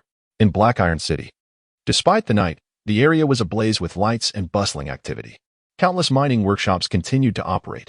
Additionally, at several city gates, an unending stream of mine carts transporting iron were entered and exited. At the heart of the city stood the Lord's Mansion, which, unlike other cities, had established a lord specifically to oversee the operations of the iron mines, a position beyond the jurisdiction of the prefect of Yuming Prefecture. Lord, there has been a grave incident. A middle-aged man hurriedly entered the Lord's mansion. Inside a side chamber, Lord Zhao Sihai was indulging in wine with his concubine. His ability to serve as the Lord of Black Iron City stemmed not only from his competence, but also from being a collateral descendant of the illustrious Zhao family of Longmen. The Zhao family held a formidable reputation across the 6 southeastern states, capable of standing toe-to-toe with the esteemed martial arts sect, Yueqing sect, boasting a legacy of over 1,000 years. Moreover, unlike the Yueqing sect, the Zhao family was deeply rooted within the imperial court, possessing an astonishingly profound foundation. The Yujing Guard State Office was merely a branch of the Zhao family, with the 2 prominent marquisate, Runan and Jining, also being offshoots of this powerful lineage. What could possibly cause such panic? Zhao Sihai, enjoying a sip of wine fed to him by his concubine, was suddenly interrupted and scolded. Lord, a major upheaval has occurred at the Riftwind camp. The celestial envoy sent by Emperor Qian, Yicheng, has stripped Ma Yulong of his command and purged his key confidants, taking control of the entire Riftwind Legion. The middle-aged man hurriedly relayed in one breath. What? Zhao Sihai's eyes widened in disbelief. Is Ma Yulong truly so incompetent? How could he allow an outsider to usurp his power? And what of my third brother? Wasn't he dispatched to the Riftwind camp to negotiate against that eunuch? He has yet to return, it seems. How infuriating and lamentable it is that such a splendid situation has devolved into chaos. The Riftwind camp has spiraled beyond control. And that treacherous eunuch will undoubtedly mobilize his forces to conduct a vigorous investigation into Ironforge City. Zhao Sihai began to pace anxiously within his quarters, beads of cold sweat forming on his brow. My lord, perhaps we should cease operations at all the mines and workshops and incite the bandit uprising. A middle-aged man ventured cautiously. Zhao Sihai replied, Zhao Shangyun, my nephew, commands the Riftwind Legion, stationed at the various iron mines in Ironforge, maintaining order. Yes, my lord. The middle-aged man responded promptly before departing. Zhao Sihai, in a state of frantic urgency akin to an ant on a hot pan, commenced gathering his subordinates to orchestrate a response. Mining operations were halted, smelting workshops ceased their work, and a substantial stockpile of refined iron ingots began to be transferred overnight. After more than a month of effort, the time has finally come for the work to be published.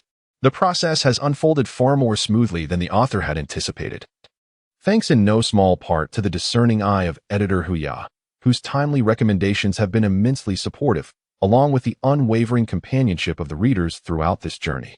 In the current landscape of literature, recommendations stem from readership. Without engagement, one is rendered insignificant. It is your support that has enabled this book to survive the fierce competition and achieve the qualification for publication. When I initially contemplated this subject matter, I hesitated for quite some time, pondering whether a eunuch could serve as a compelling protagonist. The plight of a eunuch is already quite tragic, and to portray an immortal eunuch seemed to amplify that tragedy. Just as I was engulfed in doubt, my wife remarked, regardless, you don't write romantic plots. Your previous works didn't even feature a female lead. Does it truly matter whether the protagonist is a eunuch? This simple comment illuminated my perspective, dispelling my hesitations. And thus I began to craft this tale of the immortal eunuch. The publication time has been set for midnight tonight. If readership determines recommendations, Subscriptions will dictate the livelihood of my family. As a middle-aged man on the brink of 40, fully devoted to writing. The weight of existence is something many can relate to. I rely on this endeavor to support my wife and children. Should readers find merit in my writing, I kindly urge you to offer your support through subscriptions. Please refrain from seeking pirated content, as every word has been painstakingly crafted at my computer, resulting in considerable personal toll, enduring health issues such as cervical and lumbar strain, chronic tendinitis in my fingers, and significant deterioration of vision from gazing at the screen for prolonged periods. The sleepless nights consumed by plotting have left me feeling perpetually unrest. Nowadays, to watch a film or television series without a membership is nearly impossible. Similarly, one cannot enjoy music without a subscription. Literature has charged for access far earlier than video and music platforms, and I trust my readers will appreciate the value of supporting original works. I will continue to update during the day, ensuring an initial update exceeding 30,000 words, following the second day of release. I plan to maintain a baseline of 2 updates per day, totaling over 4,000 words, with additional updates to be made as motivation allows.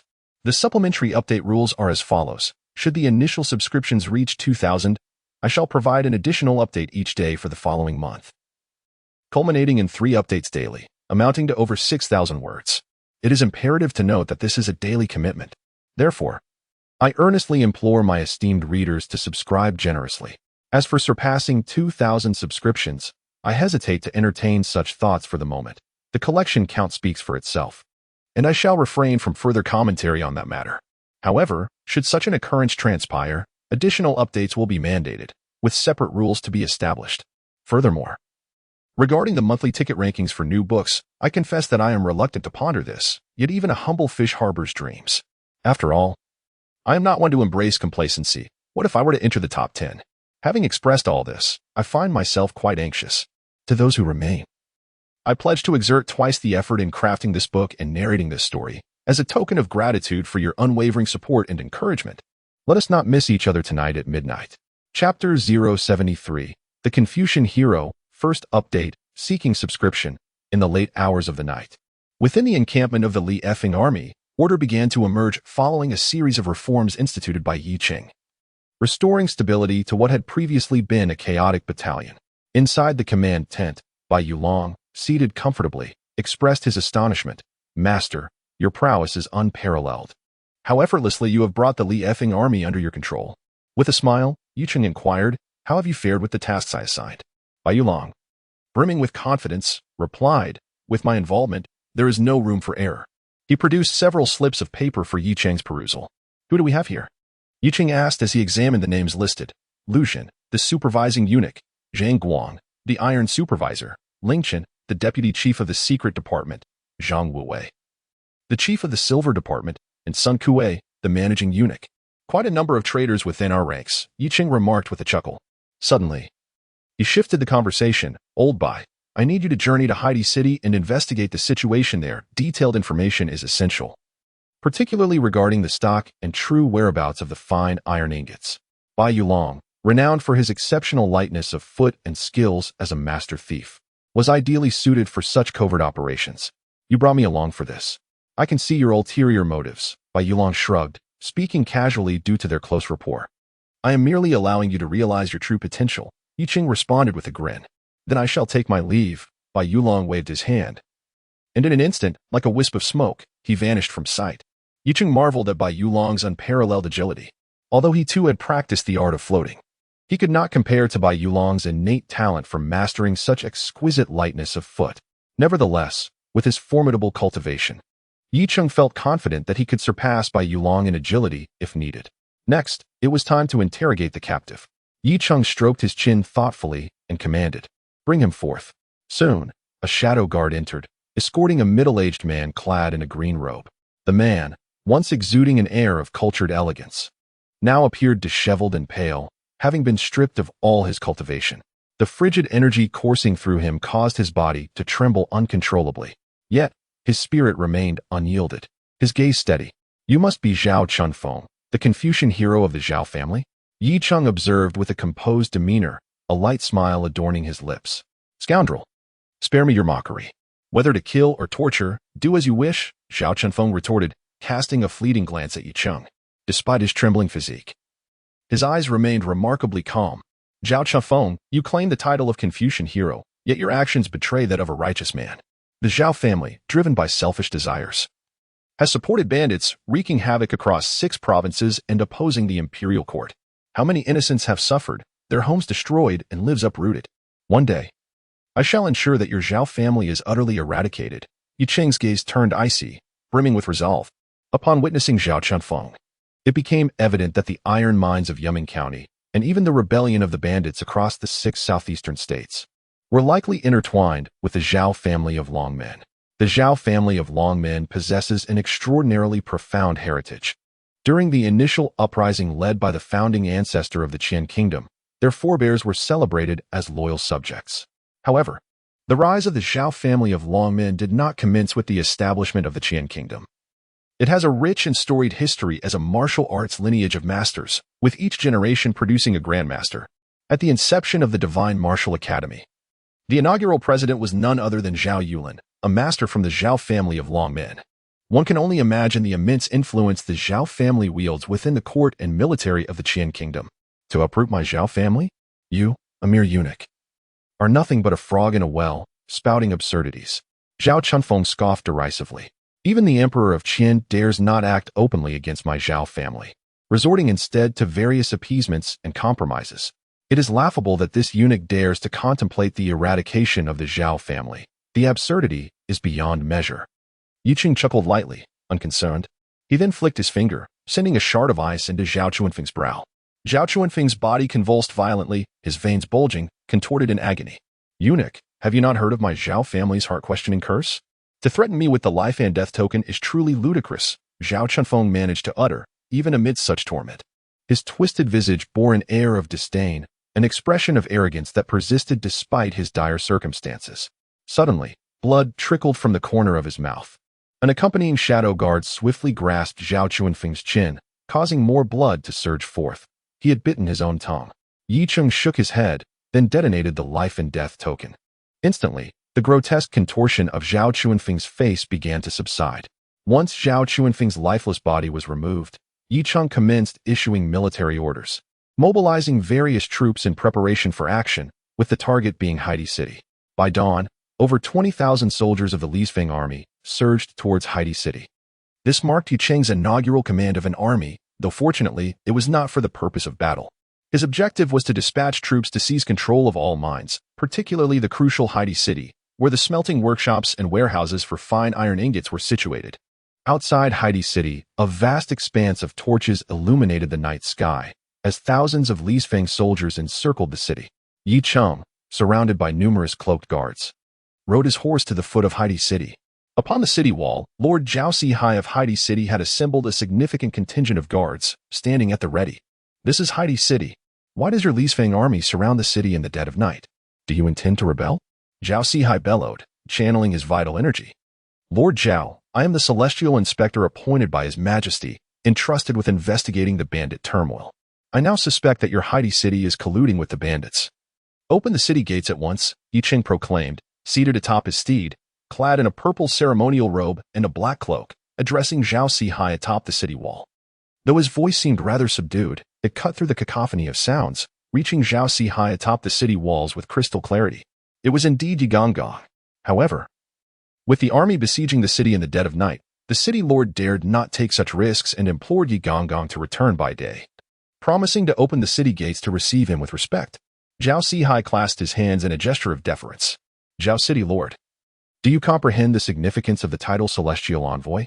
I am here on behalf of His Majesty to survey the realm. Do you expect me to wait outside the city for an entire night? Yi Cheng retorted sharply. Zhao Sihai trembled slightly, fully aware of what Celestial Envoy entailed. Otherwise, how could Yi Cheng wield such authority over the Riftwind army? While Yi Cheng had initially subdued Ma Yunlong through sheer military might, the intimidation factor of his title played a substantial role. Zhao Sihai could not permit Yi Cheng to enter the Black Iron City just yet. After all, numerous matters remained unresolved. Should the secrets of Black Iron City be unveiled, his fate would be sealed. Not just his own, but also the Zhao family of Longmen would face dire repercussions. Prepare for the assault, Yi Cheng commanded with a glint of cold determination in his eyes. Instantly, a cohort of flag-bearing messengers behind him, brandishing torches, mounted their steeds and began to gallop, vociferously relaying military orders. Zhao Sihai, witnessing this scene, nearly buckled under the weight of his fear. Though he commanded a considerable number of guards, he knew they would be unable to withstand the onslaught. Once the Riftwind army breached the city, the situation would be irrevocably altered. At that moment, a figure approached from behind and whispered in his ear, "City Lord, the situation over there has been resolved." Zhao Sihai's heart surged with relief upon hearing this. A resolution meant that the loose ends were tied up. Even if the Riftwind army entered, they would uncover nothing of value. "Yi Gonggong, wait. I shall have the gates opened at once," Zhao Sihai shouted urgently. Yi Cheng then waved his hand, halting the preparations for the siege. Before long, the formerly sealed gates of Black Iron City swung open, and the drawbridge over the moat was lowered. At the city gates, Zhao Sihai, accompanied by his subordinates, awaited their arrival. "Arrest them all," Yi Cheng commanded without a hint of hesitation. And amidst a throng of black-clad guards, he entered Black Iron City. A swarm of Riftwind soldiers surged in like a tide, swiftly binding Zhao Sihai and his companions. Their faces paled, yet they dared not act recklessly, surrendering without resistance. More Riftwind troops poured into Black Iron City, led by their respective officers, storming into various workshops to seize control. Meanwhile, Yi Cheng made his way directly to the storeroom of refined iron ingots.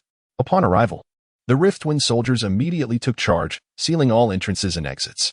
As the storeroom doors swung open, Yi Cheng, flanked by his black-clad guards, stepped inside, only to find it barren, save for a few scattered refined iron ingots. "Yi Gonggong, the bandits frequently harass us, rendering the iron mines inoperative, and the smelting workshops within the city have nearly ground to a halt. This is why we are unable to supply refined iron ore. I beseech you to understand."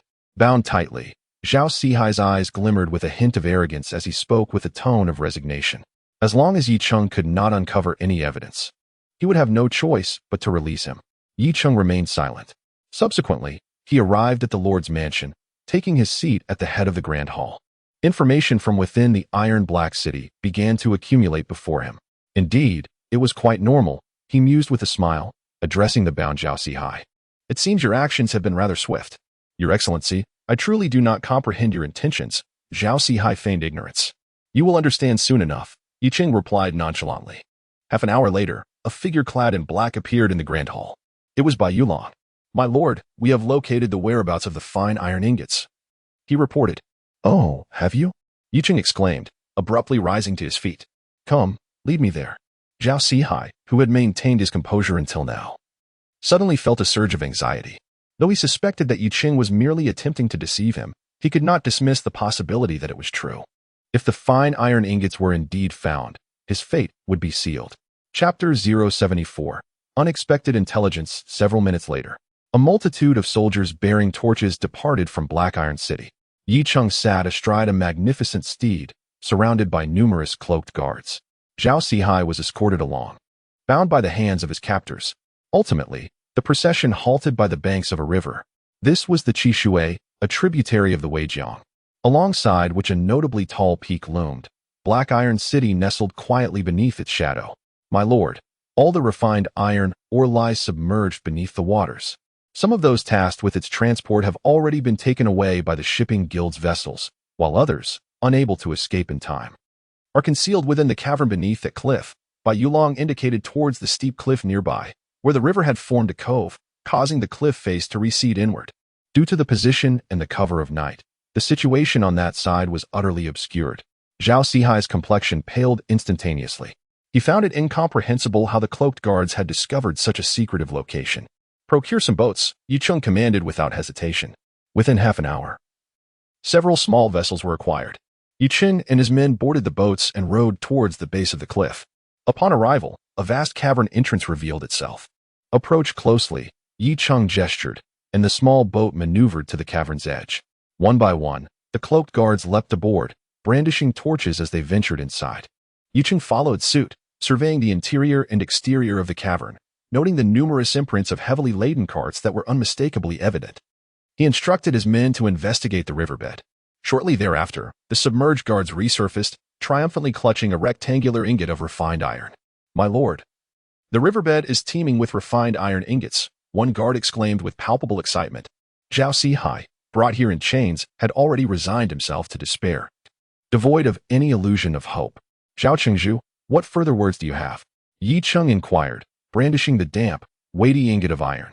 Yi Gonggong, now that you have unearthed the truth, I have nothing left to say. It is indeed I who clandestinely sold the refined iron ingots for personal gain, Zhao Sihai confessed, taking a deep breath and accepting his guilt with swift finality. Yi Cheng chuckled softly. Zhao Sihai is merely a small fish. The true Leviathan lies with the Longmin Zhao family. It was evident that Zhao Sihai aimed to shoulder the blame alone, seeking to extricate the Longmin Zhao family from this predicament. The mere act of selling refined iron ingots would not threaten the Longmin Zhao family, nor would it shake their foundations. Only by delving deeper and uncovering the sinister hands behind the chaos of the bandit uprising could he achieve the ultimate goal of his expedition across the 6 southeastern states. After a while, several cloaked guards emerged from the cavern. My lord, we encountered some resistance deep within the cavern and were unable to capture any living souls. They all chose to poison themselves. Furthermore, there are numerous bodies inside, presumably silenced victims. Additionally, we discovered a secret passage leading into the heart of Black Iron City, reported a head of the cloaked guards. Yi Cheng cast a glance at Zhao Sihai, comprehending that those who had been driven to suicide or silenced must have been entangled in certain pivotal secrets. Captain Song, gather your men and retrieve all the fine iron ingots from the river. Yi Cheng commanded one of the armored captains of the Lianfeng army beside him. This individual was among the most cooperative officers in the Lianfeng army, providing Yi Cheng with valuable insights regarding the internal affairs of the army. Yes, my lord. Captain Song promptly acknowledged the order. Hailing from humble beginnings, he had risen to the rank of captain, a commendable achievement in itself. Yet this occasion presented him with an opportunity for further advancement. Upon returning to Haiti City, Yi Cheng instructed the black-clad guards to rigorously interrogate Zhao Sihai's subordinates. Although some intelligence was gleaned, its worth was rather limited. These individuals were only privy to trivial matters concerning Haiti City and were unqualified to engage with the intricacies of the bandit situation. Zhao Sihai, too, was remarkably tight-lipped, revealing no valuable information. I hope the Chaobang will surprise me, Yi Cheng murmured to himself while seated. Despite having seized Haiti City and gained control over the iron mining operations and the illicit trade of fine iron ingots, he had yet to penetrate the core of the bandit turmoil. Moreover, the whereabouts of Zhao Shangyun and the Yun character 7th Battalion remained elusive. It seemed that any leads regarding the bandits would have to stem from him. In Yi Cheng's contemplation, he recalled that Zhao Shangyun was also a member of the Longmin Zhao family, holding a position of considerable influence within the Lianfeng army, beyond even the command of Ma Yunlong. Furthermore, the Yun character 7th Battalion was the largest and most formidable unit within the Lianfeng army, seldom stationed at the main camp. The following morning, the black-clad guards encountered a setback. The personnel from the Chaobang had received intelligence in advance and had completely evacuated by the time the black-clad guards arrived. Old Bai, it seems there are still fish that have slipped through the net, Yi Cheng sighed. Although he had anticipated this outcome, a sense of disappointment lingered. It's impossible. I intercepted all the carrier pigeons. Bai Yulong furrowed his brow. Yi Cheng shook his head. The informants discovered by Bai Yulong were all leaders of the black-clad guards in the southeastern 6 provinces. He suspected that even the supervisory military office might have spies conveying information to the enemy. After taking control of the black-clad guards in the supervisory military office for over a year, he had believed he had purged the ranks adequately. Yet it appeared he had merely cleaned up a facade. Days swiftly passed, and Yi Cheng's investigation into the bandit turmoil stagnated, as all leads had been severed. The bandits, once active in the southeastern 6 provinces, seemed to have vanished without a trace. As a result, Yi Cheng could only compose a confidential report on the investigation in Haiti City and expedite its delivery to Yujing through the intelligence channels of the black-clad guards. On this particular day, Yi Cheng was meticulously examining the intelligence gathered from various locales in the southeastern 6 provinces by the black-clad guards. Strikingly, an increasing number of undercover agents had gone dark, as if a mysterious force was covertly hunting down the intelligence personnel of the black-clad guards. Yi Cheng felt increasingly ensnared within a menacing maw that was gradually revealing its fangs. Suddenly, Zhao Fong entered the room. Lord, Captain Song has urgent matters to report. Let him enter, Yi Cheng replied, setting aside the intelligence documents in his grasp. Soon, Captain Song, clad in armor, hurriedly strode in. Your Excellency, I pay my respects to the esteemed envoy, he said, kneeling on one knee and performing a military salute. What is it, Captain Song? Yi Cheng inquired. Your Excellency, while patrolling by the river, my men discovered an individual lying near the water's edge, gravely injured yet still alive. We found a peculiar emblem on this person. Captain Song explained promptly. Take me to see him, Yuching urged, rising swiftly. It is known that certain spies of the black-clad guards bear unique emblems. Although these insignias appear to hold no particular significance, they denote their covert identity. Each emblem is meticulously documented and typically remains concealed, only revealing itself upon the individual's loss of consciousness, near death, or in the event of death itself.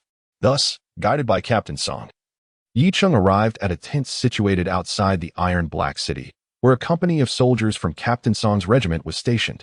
Before long, Yi Chung beheld the individual, unconscious. The emblem on him indeed marked him as a spy of the black-clad guards. Can he be awakened? Yi Chung asked the attending military physician, Liu Feng.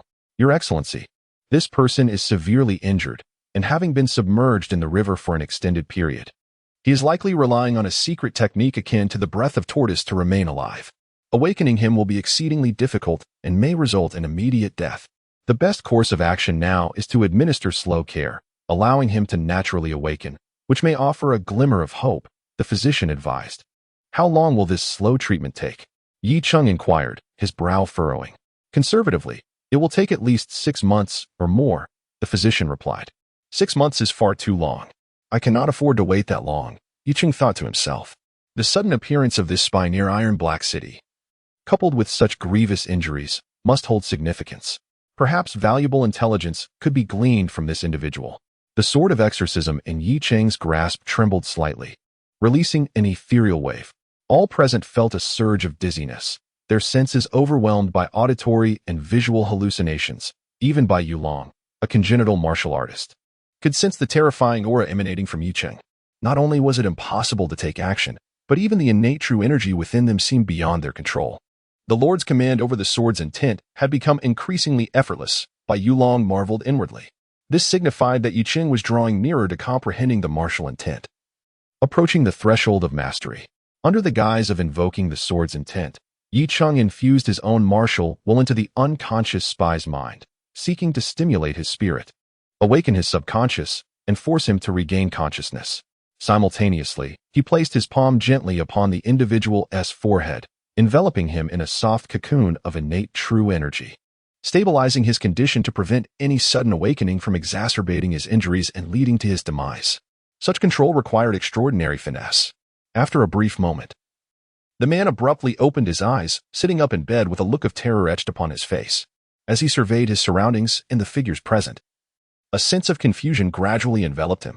I am the chief eunuch of the supervisory military office, the Emperor's appointed secret envoy of the Celestial Patrol.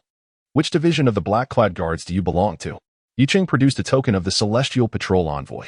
The man's expression transformed into one of ecstatic relief, seemingly oblivious to his injuries, as he hastily rolled off the bed and knelt upon the ground. I am Liao Liang, a silent scout of the black-clad guards, serving under the Shadow Division of the Wuzhou branch. I possess crucial intelligence to report to you, esteemed envoy, he hurriedly proclaimed. What crucial intelligence? Yi Cheng inquired without delay. Sir, I was originally a personal guard to Zhao Shangyun, the commander of the 7 camps of the Cloud Division. I inadvertently discovered his clandestine dealings with bandits. After conducting a covert investigation, I finally located their stronghold. Regrettably, I exposed my identity through negligence and was subsequently pursued by Zhao Shangyun's men. I was cast into the water, but by some stroke of fate, I survived and now stand before you, esteemed envoy, Liao Liang recounted swiftly. Do you know where the bandit stronghold lies? Yi Cheng's eyes glimmered with anticipation. It is situated atop Weijing on Foaming Mountain. Moreover, the 7 camps of the Cloud Division recently stationed themselves at Shushi Town under the pretext of thwarting the bandits' incursions into Yuming County. That location is in close proximity to Foaming Mountain, Liao Liang explained. As he spoke, a sudden fit of coughing seized him, blood trickling from the corner of his mouth. Witnessing this, Yi Cheng sighed inwardly, realizing that the man was nearing the end of his life. Liao Liang, the intelligence you have provided is immensely valuable. You have rendered a great service. Do you have any final words? I shall grant any request I can, Yi Cheng offered earnestly. Liao Liang seemed acutely aware of his dire condition. As blood continued to flow from his mouth and his breathing grew increasingly labored, he eventually lost his stability and reclined once more, his eyes wide and breath slowly fading. Yi Cheng gently closed Liao Liang's eyelids, a heavy heart weighing upon him. Countless black-clad scouts like Liao Liang existed, living in obscurity, unnoticed until the day they met their demise in some forgotten corner. Perhaps the simplest of wishes, which ordinary individuals might take for granted, remained forever out of reach for them. Once they became scouts for the black-clad guards, they were destined to dwell in the shadows. Accompanied by solitude and peril, Yiqing gestured with his hand. "Yes, my lord," Zhao Feng, who had been closely following Yiqing, immediately responded. Zhao Feng was formerly the leader of the Black Ice platform, but after Yiqing assumed control of the black-clad guards, he appointed Zhao Feng to a significant position within the organization, and he had accompanied him to Wuzhou. In matters of such confidentiality, Yiqing only trusted those from the former Black Ice platform for the time being. Chapter 075, The Little Divine Fist Zhao Wuji, Third Update, Subscription Requested, Foaming Mountain. Wayan Ridge. The terrain here is exceedingly perilous, making it easy to defend yet difficult to assault. Little did anyone anticipate that amidst this dense forest lay a formidable stronghold. Numerous soldiers, their heads wrapped in burlap and clad in linen garments, were either engaged in drills or patrolling their posts. Deep within the stronghold, in a rather grand assembly hall, several figures sat, each exuding a formidable aura, unmistakably innate martial artists. "Commander Zhao, is this plan not overly audacious? That traitorous eunuch controls the Lufeng Legion. If he discovers this is our secret base, he will surely lead his forces to attack us. What then?" Seated in the main position was a burly man with a thick beard, who spoke with evident concern. "Rest assured, Lord Yuan. Our understanding of that eunuch reveals he is overly confident in his prowess and has a penchant for risk. He will certainly lead his elite warriors into our stronghold. Once we eliminate this eunuch, the Lufeng Legion will be left leaderless, and I can reveal myself to take command of the Legion. At that point, our troubles will swiftly dissipate." Zhao Shangyun, his visage as radiant as jade and adorned in silver armor, exuded an extraordinary gallantry, his voice imbued with unwavering confidence. "This time, my elder brother shall personally intervene. Even though that eunuch has entered the realm of semi-masters, he shall find no escape. His elder brother, the little divine Fist Zhao Wuji, is renowned as a semi-master, ranked third on the illustrious list. Were it not for the formidable nature of this eunuch, which had thwarted their plans repeatedly, he would not have summoned his brother from his secluded training, where he had been contemplating martial intent in preparation for a breakthrough to mastery. With the little divine Fist's involvement, success is assured." The bearded man, Lord Yuan, was immediately elated. Even as an innate martial artist, he could only look up to such legendary figures. He had never even graced the ranks of the illustrious list. His position as the leader of the bandits in Yuming County was solely due to the backing of the Zhao family of Long Yin. Perhaps initially, the emergence of the bandits was a result of drought and famine, forcing the populace to revolt. However, after years of development and suppression, the nature of the bandits had fundamentally shifted, becoming pawns manipulated by various factions across the 6 southeastern provinces for personal gain. Upon returning to Heidi City, Yicheng promptly dispatched by Yulong to investigate the situation at Wayan Peak on Foaming Mountain. The mountain is vast, with a complex terrain. Without a thorough understanding of the landscape and routes, it would be reckless to ascend with a large group. To avoid alerting the enemy, he refrained from mobilizing the Lufeng Legion. The scale of such troop movements would be too conspicuous and would slow their march. As the saying goes, speed is of the essence in military affairs. He must act with the swiftness of lightning to eradicate the bandit stronghold on Wayan Ridge. This time, he only deployed 2 elite battalions from the Lufeng army, approximately 1,800 men, along with several hundred black-clad guards. The total number of innate martial artists approached 20. By the early hours of dawn, over 2,000 men departed Heidi City without torches, moving stealthily in the dark. Yiqing had not disclosed the destination of this operation in advance. Only a handful were privy to the true objective. As the team arrived at a valley at the foot of Foaming Mountain, dawn had just begun to break. Yiqing signaled for the troops to halt and take a moment to rest. Esteemed warriors of the Liwind Army and comrades of the Black Attire Guards, our mission today is to eradicate the bandit stronghold located at Wuyan Ridge on Foaming Mountain, ensuring none escape. Upon our success, I shall certainly advocate for your commendation, Yicheng proclaimed. His voice, though not loud, resonated clearly through the ranks. With a wave of his hand, Captain Song and Captain Su, each leading their respective battalions, departed the valley towards the positions Yicheng had meticulously arranged. Additionally, Yicheng had designated 2 shadow guards to accompany them. These 2 captains, Both of the pinnacle postnatal level would find it challenging to apprehend any innate martial artists attempting to flee. Meanwhile, Yiqing led several hundred black attire guards along a rather concealed mountain path, stealthily advancing towards Wuyan Ridge. By the time they neared Wuyan Ridge, daylight had fully arrived. Along the way, they encountered several hidden sentinels of the bandits, all of which were efficiently neutralized thanks to Yiqing's preemptive awareness. It was only when they approached the outskirts of the bandit encampment that they finally stirred the attention of the bandit sentries, no longer concealing their presence. Yiqing waved his hand, and a multitude of black attire guards leaped into action, swiftly charging towards the bandit stronghold. The interior of the encampment erupted into chaos, with bandits appearing atop arrow towers, unleashing a chaotic barrage of arrows. Yiqing, leading a host of innate martial artists, surged into the stronghold. Amidst the clashing of blades and the cacophony of screams, the bandits' defenses proved feeble, and the black attire guards quickly penetrated deeper into the stronghold, where they began to encounter stronger resistance.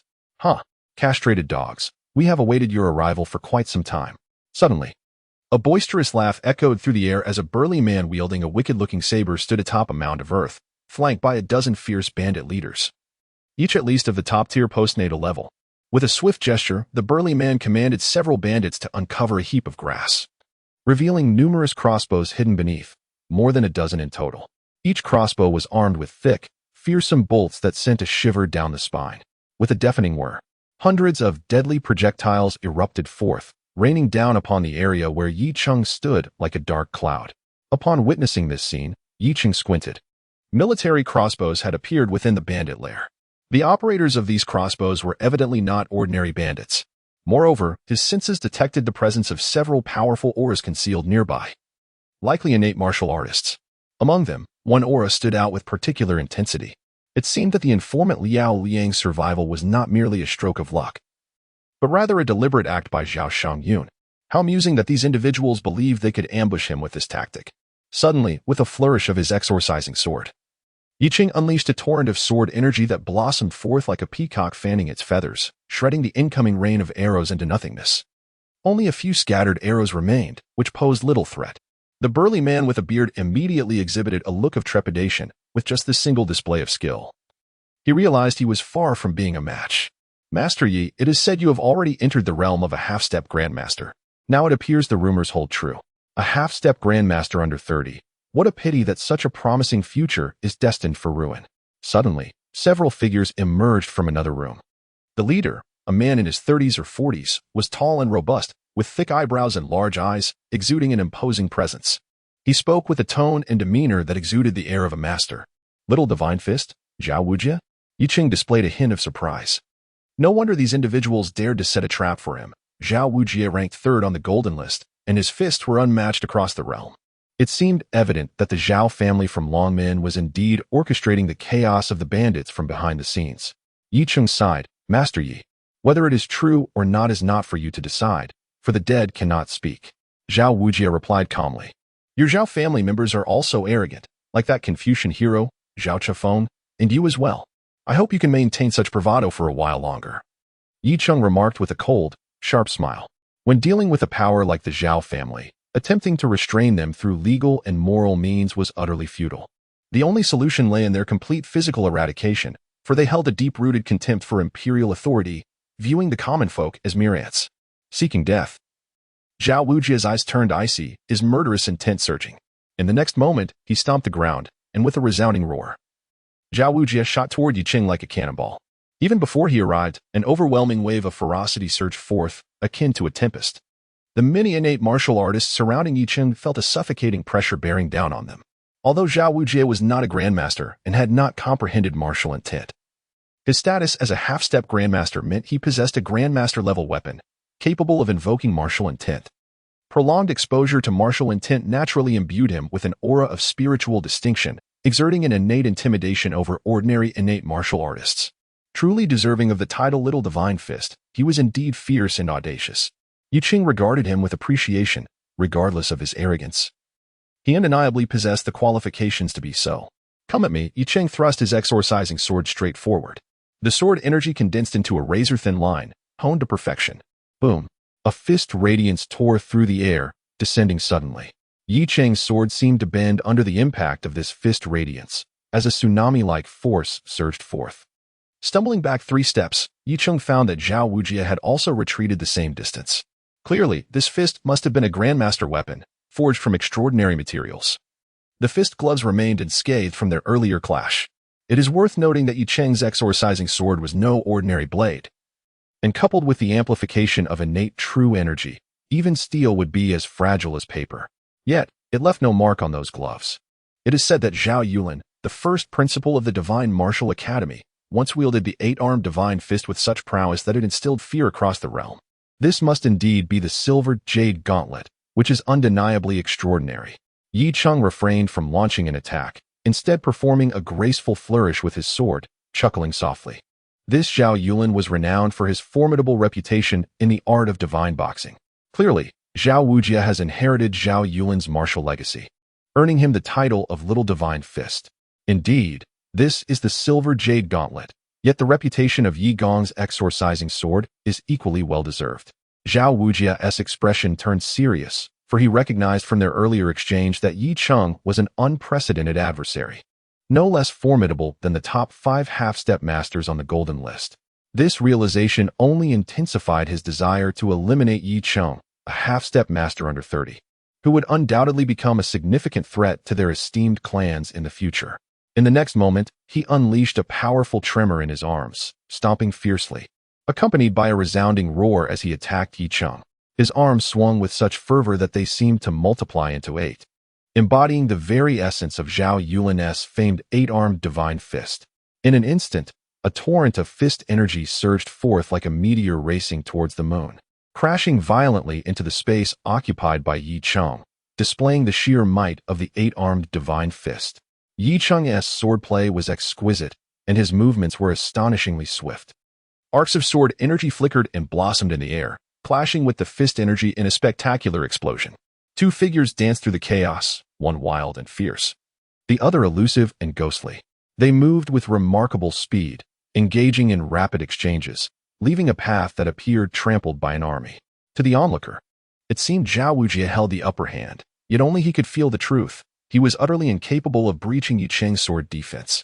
Conversely, the exorcising 18 swords, with their eerie and unpredictable nature, combined with Yi Cheng's exceptional agility, increasingly unsettled Zhao Wujie. Yi Cheng was not in haste to alter the situation, rather. He sought to utilize Zhao Wujie as a means to hone his exorcising 18 swords. Although his cultivation far surpassed that of Zhao Wujie, his practical combat experience was lacking. Now, with an ideal opponent for sword practice before him, he would not let this opportunity slip away. Suddenly, Zhao Wujie let out a thunderous roar, his previously fierce fist momentum surging once more as 8 shadowy fists coalesced, resembling stars suspended in the void. Concurrently, an indescribable, ferocious wave of energy erupted forth. This wave was imbued with ferocity, savagery, slaughter, and a sense of annihilation. Any innate martial artist, caught within such turbulent energy, would surely feel a chill of dread. Their vital energy spiraling out of control, their fighting spirit extinguished. Martial intent. Zhao Wujie had astonishingly invoked the martial intent contained within the silver jade gauntlet, launching his most powerful strike of the 8-armed divine fist towards Yi Cheng, delivering a lethal blow. Chapter 76. Evidence the moment has arrived for the elder brother to unleash his ultimate technique. Outside the battle arena, onlookers refrained from intervening, their attention riveted on the fierce confrontation between the 2 formidable half-step masters. Those present understood that the victor would emerge as the champion of the day. Zhao Shangyun's face was alight with excitement and fervor. Since childhood, his idol had been the great Zhao Wujie. He held unwavering faith that his elder brother would, as in past glories, seize the final triumph. Perhaps this deadly encounter with the despicable adversary would allow his elder brother to grasp the essence of martial intent, thereby ascending to the true status of a master. Such is the might of a half-step master. The bandit leader Yuan and several innate warriors were left in a state of shock. They had previously believed that the prowess of a half-step master was inherently limited. However, it became evident that they operated on an entirely different plane. It is no wonder that the top 10 innate warriors on the golden list possess the terrifying ability to eliminate those unlisted. If half-step masters are this formidable, one can only imagine the strength of a true master. In stark contrast to the unwavering confidence of Zhao's bandits, the members of the Black Guard began to feel a sense of trepidation. The circumstances indicated that their lord had fallen into a disadvantageous position. Meanwhile, the young master of the divine fist, Zhao Wujin, intensified his assault with remarkable ferocity. The governor, though appearing to be at a disadvantage, retained an air of nonchalance. Bai Yulong, however, discerned certain subtleties. Not only was he an innate warrior, but he had also mastered the pinnacle lightness skill known as floating crossing. The technique exhibited by Yi Qin was precisely this art. Hence, he perceived that Yi Qing, while contending with Zhao Wujin, maintained a composed demeanor, indicating he was not exerting his full strength. With an explosive surge of energy, the young master of the divine fist, Zhao Wujin, propelled his martial intent to an unprecedented zenith, delivering the strike known as 8 stars exploding moon with unparalleled might. A peculiar sensation arose within him, as if he could pierce the heavens, shatter the earth, and obliterate all existence. Should he vanquish his opponent in this battle, he would undoubtedly comprehend the essence of martial intent. Alas, you shall not have that opportunity. Yi Qing, too, sensed that Zhao Wujin's energy had reached a critical threshold. With a flick of his wrist, the sword shimmered, and an ethereal sword intent enveloped the arena. All sword shadows converged into a single strike. Yet this strike was nothing short of miraculous, piercing through the 8 ferocious and domineering fist energies. The fist shadows were extinguished. A drop of blood fell from the sword's tip onto the ground, revealing a crimson streak upon Zhao Wujin's brow. Yi Qing's strike not only shattered Zhao Wujin's 8 stars exploding moon technique, but also breached his protective aura, directly piercing his brow. Zhao Wujin's eyes were filled with bewilderment. The speed of that sword was astonishing, so swift that his thoughts could barely keep pace, leaving him blinded and vulnerable, his ultimate technique dismantled, and his brow penetrated. You are. He slowly raised his hand, attempting to point at Yi Qing, seemingly on the verge of uttering something profound. Unfortunately, his consciousness began to fade. His hand fell limp, and his body collapsed to the ground. The outcome was clear. The famed young master of the divine fist, Zhao Wujin, lay defeated, dead. Indeed. I am a master. Yi Qing gazed into the unblinking eyes of Zhao Wuji and thought to himself. Regrettably, Zhao Wuji realized the truth too late. Concealing his intentions with the sword essence of the exorcising sword, Yi Qing forcefully suppressed the opponent's spirit using his own martial will. For someone merely a congenital warrior, how could he possibly withstand such an onslaught? No matter how formidable a congenital warrior may be, when faced with the crushing power of martial will, it is akin to a catastrophic dimensional descent. As Zhao Wuji collapsed, an eerie silence enveloped the scene, leaving everyone in astonishment at the unfolding events. Particularly, the bandits of the Zhao family displayed unmistakable fear. Zhao Shangyun felt a chilling sensation deep within, as if a fundamental belief he held had been shattered, rendering him utterly speechless. In stark contrast, the black-clad guards, after a brief moment of shock, erupted in ecstasy. Their master had triumphed, decisively slaying the semi-master level fighter. Zhao Wuji, what are you waiting for? Capture the bandit Zhao. Those who resist shall be executed without mercy. Yi Qing declared coldly, raising the exorcising sword. Understood. The black-clad guards replied in unison. Meanwhile, the bandits were already paralyzed with fear. Not only the foot soldiers, but even the leaders and the congenital level commanders began to contemplate retreat. Yi Qing's first target was Zhao Shangyun, the commander of the Lianfeng army from the Yun division. His presence here was self-evident. As Yi Qing soared towards him, Zhao Shangyun's face turned pale with terror. He shouted to the other congenital warriors nearby, "Block him." In that moment, he turned to flee. Most of those congenital warriors were either collateral branches of the Zhao family or vassals they had recruited. Although they trembled with fear at Zhao Shangyun's command, they had no choice but to steel themselves. After all, Zhao Shangyun's status far exceeded theirs. They were bound to the Zhao family for survival and had to obey his orders. Yet, these congenital warriors proved utterly incapable under Yi Qing's sword, failing even to delay him. Having fled a mere few hundred meters, Zhao Shangyun saw Yi Qing obliterate the interceptors and close in behind him. In no time, Yi Qing had captured Zhao Shangyun alive. Half an hour later, the bandit stronghold had been thoroughly dismantled, aside from a few who managed to escape. Most bandits were either dead or surrendered. Several bandit leaders were also apprehended. Their identities held significant value. The governor discovered numerous letters within the quarters of the bandit leaders. Bai Yulong emerged carrying a box filled with correspondence. Yi Qing began to peruse the contents, discovering they were indeed communication missives. Most were exchanges among the bandits, while others contained directives from the Zhao family and other shadowy forces. It could only be said that the Zhao family's ambitions were utterly reckless, devoid of any concealment. Perhaps these forces had never anticipated that the Qian emperor would dispatch individuals to investigate, and so thoroughly at that. Governor, do you believe this evidence is sufficient? Bai Yulong suddenly inquired. Although he is the eldest son of the Bai Guofu, he rarely engages in politics and harbors little affinity for such matters. One might say it is sufficient, or perhaps insufficient, sighed Yi Cheng. Why? Bai Yulong inquired with curiosity. If the Zhao family of Longmin and the Wang family of Hetian were merely ordinary aristocratic families, it would suffice.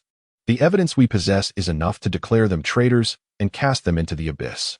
However, they are masters of formidable influence, with an exceptionally deep foundation. Furthermore, the recent chaos in the southeastern 6 provinces, instigated by the bandits, involves not only these 2 major powers, but also numerous other innate forces. With even the likes of the Yueqing sect, a prestigious sect, casting their shadows upon the turmoil, Yi Cheng elaborated. More than a decade ago, Emperor Qian successfully quelled rebellion with the assistance of the Zhao and Wang families, suppressing several master-level martial arts sects to secure his throne. Yet, this also allowed the Zhao and Wang families to grow to an unmanageable scale. Should we take decisive action against these 2 great clans, it is likely that the Yueqing sect, the Tianjin sect, and the Lantua temple would seize the opportunity to incite further chaos. Does our investigation yield no significance at all? Bai Yulong frowned. Certainly not. With this evidence in hand, His Majesty possesses ample justification to suppress these 2 powers, thereby restoring balance to the court, Yi Cheng asserted. Ultimately, it is still a matter of Emperor Qian lacking overwhelming power. At Shushi Town, once a bustling hub, it has now devolved into a near-deserted settlement following the bandit uprising, with those who remain reduced to laborers in various iron mines. It is now transformed into a temporary encampment for the Yun army. Presently, Deputy Commander Hu Minggong and several lieutenants are indulging in revelry with a few women within the tent. Report. Suddenly, a personal guard rushed in, kneeling on one knee. What is it? Hu Minggong, with a beautiful woman in his embrace, was less than discreet. A patrol of cavalry outside has reported that an army is rapidly approaching Shushi Town. Judging by the banners, it appears to be the main force of the Li Feng Legion. The guard promptly informed. Hu Minggong, abruptly shaken from his intoxication, cast the woman aside and stood up. Why would the Li Feng Legion appear here? Could it be that the general's plan has faltered? According to the scheme, once the general dispatched the eunuchs, their Yin army would immediately change their banner to that of the bandits, embarking on a spree of arson and plunder. They had engaged in such dealings more than once or twice. As Hu Minggong and the other mid-ranking commanders ascended the makeshift palisade, they beheld the distant road shrouded in dust, the sound of hooves thundering like rolling thunder, and the sight of banners fluttering in the wind. General, what shall we do now? A lieutenant could not help but ask. How should I know? Let us observe for now, Hu Minggong replied, slightly agitated. Within half an hour, a formidable army had arrived outside Shushi Town, gradually encircling it completely. Most conspicuous was a massive war chariot, drawn by several war horses, elevated to serve as a platform, upon which stood a figure clad in a purple ceremonial robe. A number of individuals stood behind him, while another was bound and kneeling on the ground. The war chariot gradually advanced to the outskirts of the town, halting approximately 100 meters away from the encampment. Yi Cheng leaned against the railing, gazing at the encampment in the distance, which remained tightly secured. A perimeter of horse barriers was arranged outside. Where is Hu Minggong, the deputy commander of the Yun army? Yi Cheng called out in a resonant voice. I am here. And who might you be? Why do you lead the Li Feng Legion to besiege my Yun army's stronghold without cause? Hu Minggong, standing atop the barricade, immediately challenged him. I am the imperial envoy appointed by His Majesty. Zhao Shangyun, the commander of the Yun army, has colluded with bandits. The evidence is irrefutable, and he has been apprehended. You are to swiftly open the gates of the encampment and come forth to kneel in repentance. Yi Cheng declared with a thunderous voice. Hu Minggong trembled, his expression reflecting astonishment. He quickly noticed Zhao Shangyun kneeling on the war chariot, and any sense of hope vanished. The officers behind him, including the captains and banners, exhibited expressions of alarm. With Zhao Shangyun captured, did they still have a chance for survival? I am already fully aware of the crimes committed by your Yun army, colluding with bandits, masquerading as rebel forces, committing murder and claiming glory, thereby bringing calamity upon the region. However, considering that you acted under Zhao Shangyun's military orders, I am willing to pardon the offenses of the soldiers below the rank of flag officer. As for you, Deputy Commander Hu Minggong, and the other captains, that you may escape the death penalty, you cannot evade a life of hardship. Yu Cheng's voice resonated with a sharpness that pierced the heavens. Initially, the many soldiers of the Yun army within the encampment were gripped by fear. But soon their faces brightened with hope, for the imperial envoy had granted them clemency. In stark contrast, the captains, officers, and deputy commander Hu Minggong wore grim expressions. As Yu Cheng clearly sought to sow discord within their ranks. Would the pardoned lower-ranking officers and soldiers continue to serve them? It seemed impossible. With Commander Zhao Shangyun captured and the army pressing in, the Yun Army's 7th Division was already at a significant disadvantage.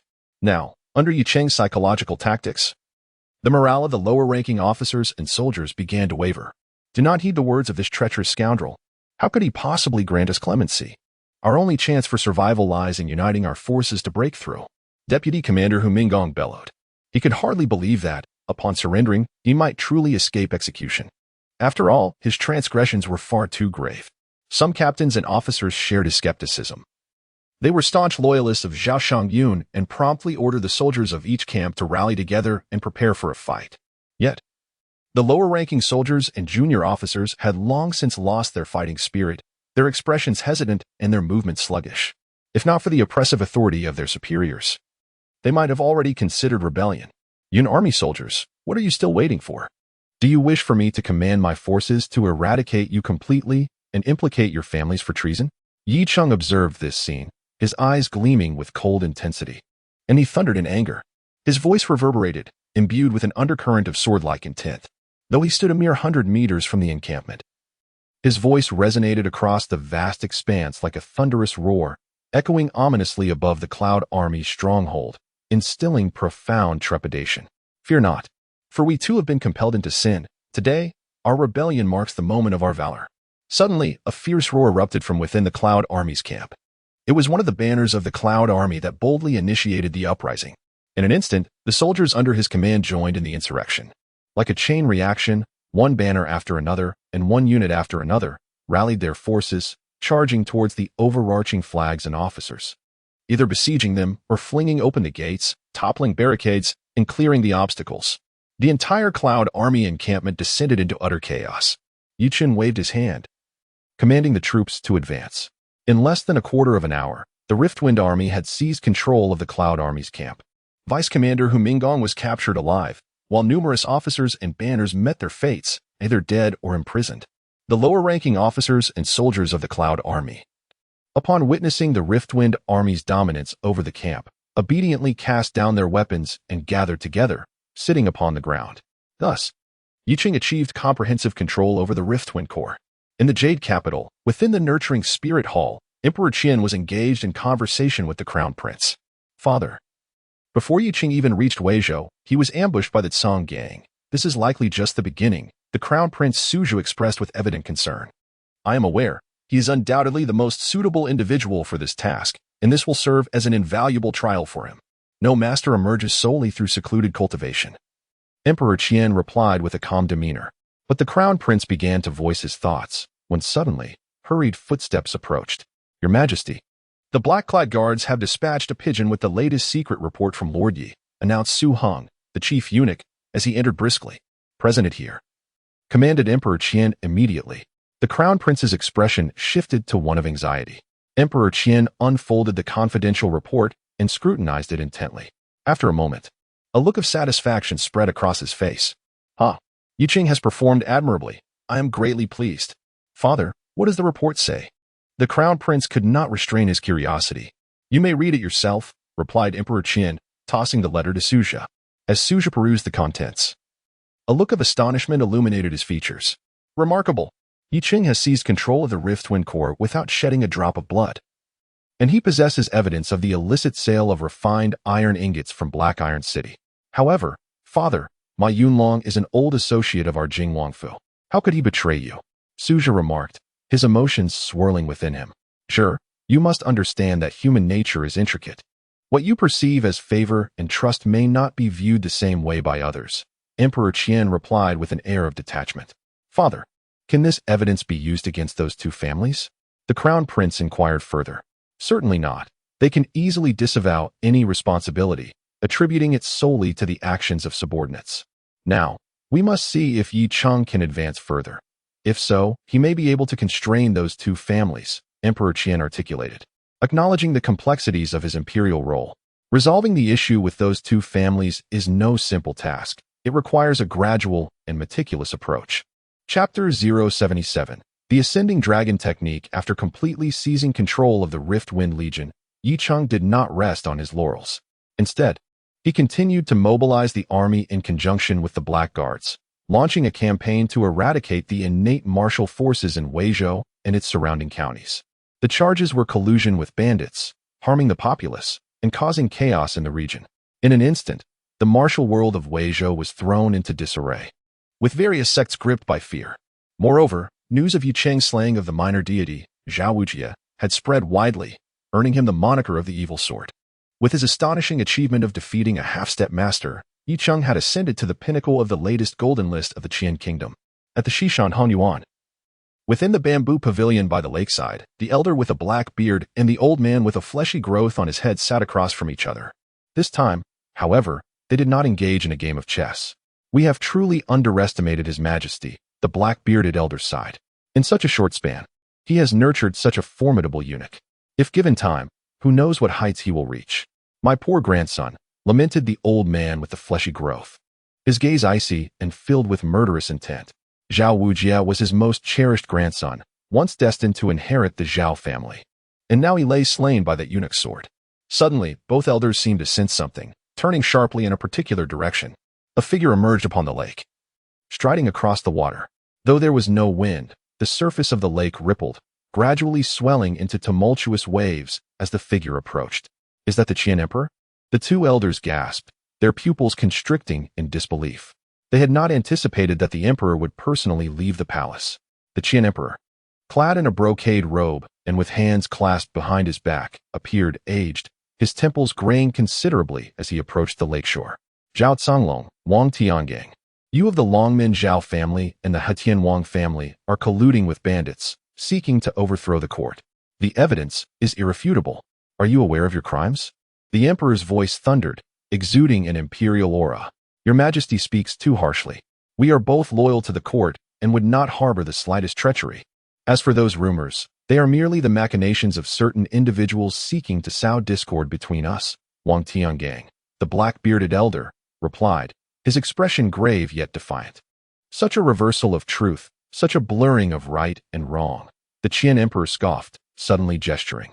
The water beneath him appeared to be grasped by an unseen hand, rising skyward and transforming into a torrent that surged toward the two-seated figures in the pavilion. Boom! The bamboo pavilion shattered. Wang Tiangang and Zhao Canglong were propelled into the air, their fists and palms radiating a torrent of true energy as they clashed with the water dragon. The water dragon roared, entwining and constricting them. The two were struck hard, sent hurtling backwards through the air, crashing to the ground with a thunderous sound, their bodies seeming to sink into the earth itself. "The Ascending Dragon Technique? Your Majesty, have you truly mastered this forbidden martial art?" Seeking to follow in the footsteps of the late emperor, Zhao Canglong's expression darkened considerably. Though they joined forces, their struggle was not one of life and death. Nonetheless, they were subdued by the Emperor Qian. Only the Ascending Dragon Technique held any promise, despite having achieved mastery only a decade or so ago. The Emperor Qian outmatched them in skill, yet he was still inferior compared to these seasoned masters. Life brings no joy, nor does death bring suffering. Both joy and sorrow ultimately return to dust. "You two families have overstepped your bounds," the Emperor Qian remarked calmly. He was acutely aware of the consequences of practicing the Ascending Dragon Technique, yet he felt compelled to proceed. The late emperor had set this precedent, and he too was bound by it. Had there been any feasible alternative, he would never have undertaken the practice, for it was a forbidden art that demanded the sacrifice of one's lifespan to master. Zhao Canglong and Wang Tiangang exchanged glances. Realizing that further defiance could provoke the emperor into a deadly resolve, they sensed the presence of two concealed energies nearby. "I beseech your Majesty's forgiveness. This old man, in his senility, has been misled by those beneath him. Regarding the bandit issue, I assure you, I will provide an explanation," Wang Tiangang of the Wang family said, bowing deeply with sincerity. Zhao Canglong hesitated but soon echoed, "My descendants have been unfilial and reckless. I will thoroughly investigate and deliver a report to your Majesty. You two are the cornerstones of my Qian kingdom, integral to the stability of the realm. I hope for harmony between sovereign and subjects to jointly govern the world." The emperor's tone softened. His intention was not to annihilate the Zhao and Wang families outright, but rather to quell their arrogance with this opportunity. Despite possessing the ascending dragon technique that allowed him to subdue the two masters, and with the support of two additional masters, their combined strength could severely injure the opposition. However, a complete annihilation would be exceedingly difficult, and his own side would inevitably suffer losses. Even his elder brother, renowned as the world's foremost master, had been unable to fully suppress both families. Should a mutual destruction occur, several martial arts sects would undoubtedly rise in chaos, reigniting turmoil. Furthermore, there were external threats beyond the Qin kingdom. Nonetheless, the bandit turmoil had persisted for far too long, and its repercussions were significant. Thus, to quell public dissent, it was deemed inappropriate for the two to continue as heads of the Divine Martial Academy. The Emperor Qin shifted his discourse. Upon hearing this, Zhao Songlong and Wang Tiangang's expressions changed. They had not anticipated such a decisive move from His Majesty. The Divine Martial Academy had always been the stronghold of their families. Since it is Your Majesty's decision, we hold no objections, Wang Tiangang declared promptly. Zhao Songlong also acquiesced, recognizing their current disadvantage and the Emperor's moral authority, compelling them to retreat from the forefront. Moreover, they doubted the Emperor's ability to sever their influence within the academy. The Emperor then turned and stepped away, and the two concealed energies vanished entirely. Wang Tiangang and Zhao Songlong exhaled deeply, exchanging glances that revealed their mutual resignation. In this confrontation, it was evident that their families had emerged defeated. Who would have imagined that the Emperor Qin could cultivate such an astute young eunuch, one who struck directly at their vital interests, compelling them to concede? Now that Emperor Qin has mastered the rising dragon technique and achieved notable progress, a direct confrontation is no longer feasible. Instead, one must adopt a gradual approach. Just as we exhausted Su Yuan, we can similarly outlast Su Hong. Zhao Songlong revealed a cold smile after Emperor Qin's disappearance. Wang Tiangang concurred wholeheartedly. Having practiced the rising dragon technique, Emperor Qin was destined for a brief existence. Meanwhile, Prince Suzhi is not even at the innate level. As long as there is a fracture in the royal lineage's masters, their two factions can genuinely manipulate the imperial authority, wielding power over the realm. In Linen City, the capital of Weizhou province, the area has long been plagued by banditry and rampant martial factions, rendering governance ineffective. The provincial governor's office has become a mere faade, managing only the surrounding regions. The various counties below have essentially achieved autonomy. However, since Yi Cheng led the Gale army to the provincial capital, he has swept away the previous disorder, having nearly eradicated all innate-level powers in Weizhou. The only exception was the Xinyang County, home to the Moon-Clearing sect, which he chose to leave untouched. These innate-level forces manipulated local governments, acting with impunity, resembling local tyrants. The officials dispatched by the court either became puppets or aligned themselves as accomplices, with some even meeting tragic ends.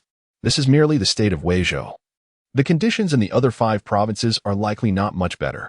Li Liangkai, the governor of Weizhou, is but a puppet, scarcely attending to administrative matters and leaving everything to subordinates while indulging in poetry, flower appreciation, and leisurely excursions. It is precisely this complacency that has allowed him to survive. Over a decade ago, after Emperor Qin ascended the throne, although he did not purge the rebellious princes, he seized the opportunity to weaken their power significantly by augmenting the authority of the governors, who now oversee provincial affairs.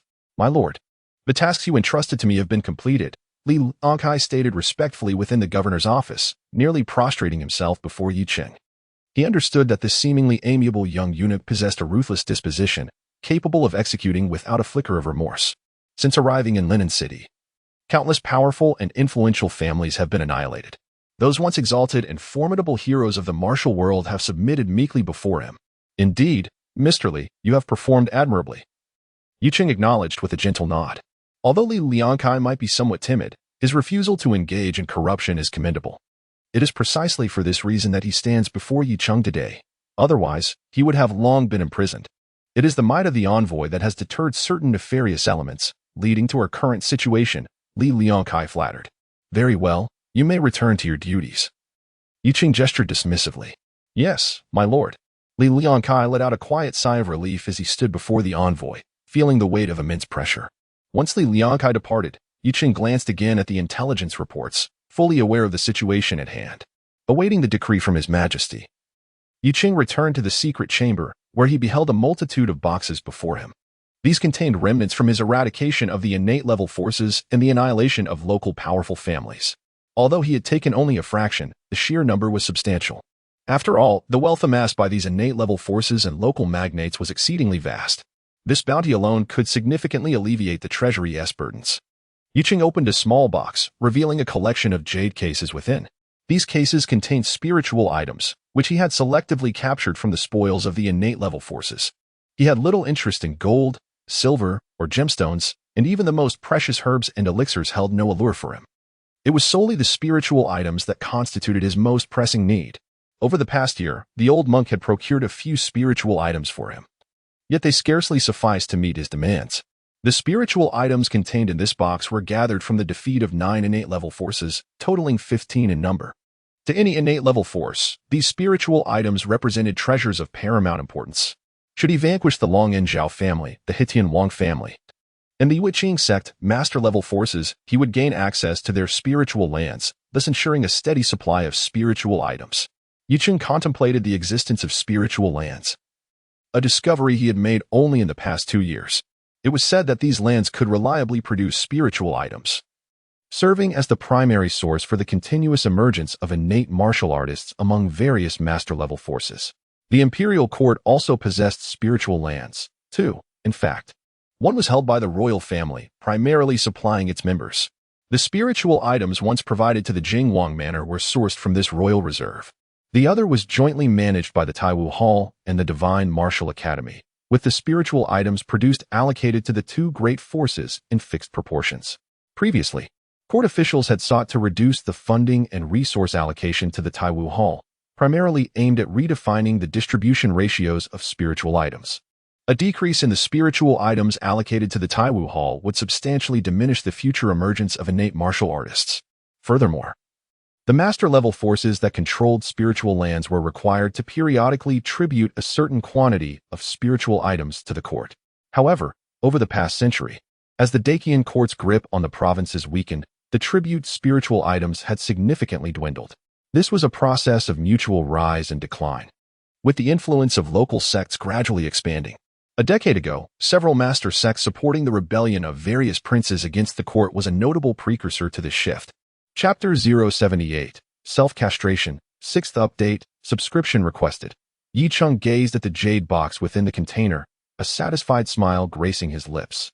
His journey to Weizhou to investigate the case had not been in vain. Regrettably, he could not take action against the Yicheng sect, otherwise, he would have acquired even more spiritual artifacts. He understood that the Qian Emperor was not yet prepared to eradicate the Dragon Gate Zhao family, the Hitian Wang family, and other formidable sections. Simultaneously, he himself was reluctant to confront such powerful sects directly. Although he had attained the status of a master and reached a mid-stage level of innate cultivation, he was acutely aware of the dangers of exposure. This expedition to the southeast had already garnered considerable attention, showcasing his prowess at the half-step master level, which was sufficiently dazzling. Should he reveal the truth of his mastery, he would undoubtedly become a thorn in the side of those sects, a target they would seek to eliminate. Perhaps he could manage to contend with a single master. But facing multiple masters was a risk he dared not take, unless he could elevate his comprehension of martial intent further to the Grandmaster level, or enhance his cultivation to the late innate stage. He needed to tread carefully. With a plan in mind, Yicheng retrieved a jade box and opened it, extracting a spiritual artifact to commence his cultivation. He was unconcerned about being disturbed during his practice, knowing he could revert to normalcy at any time due to his longevity fruit. Thus, regardless of the presence of spiritual artifacts, he practiced diligently every day, at any moment and in any place. Days later, Yicheng received a secret edict from the Qian Emperor. He realized that his journey through the 6 southeastern states had reached a satisfactory conclusion. The emperor's decision not to send him to other states for further investigation indicated that a compromise had likely been reached with the Dragon Gate, Zhao family, and other master-level factions. As Yicheng finalized his tasks, the anti-bandit forces in several other southeastern states mobilized, launching a fierce assault that systematically eradicated waves of bandits and dismantled their strongholds, achieving remarkable victories. It was as if, overnight, the chaos wrought by the banditry that had plagued the 6 southeastern states had been thoroughly purged.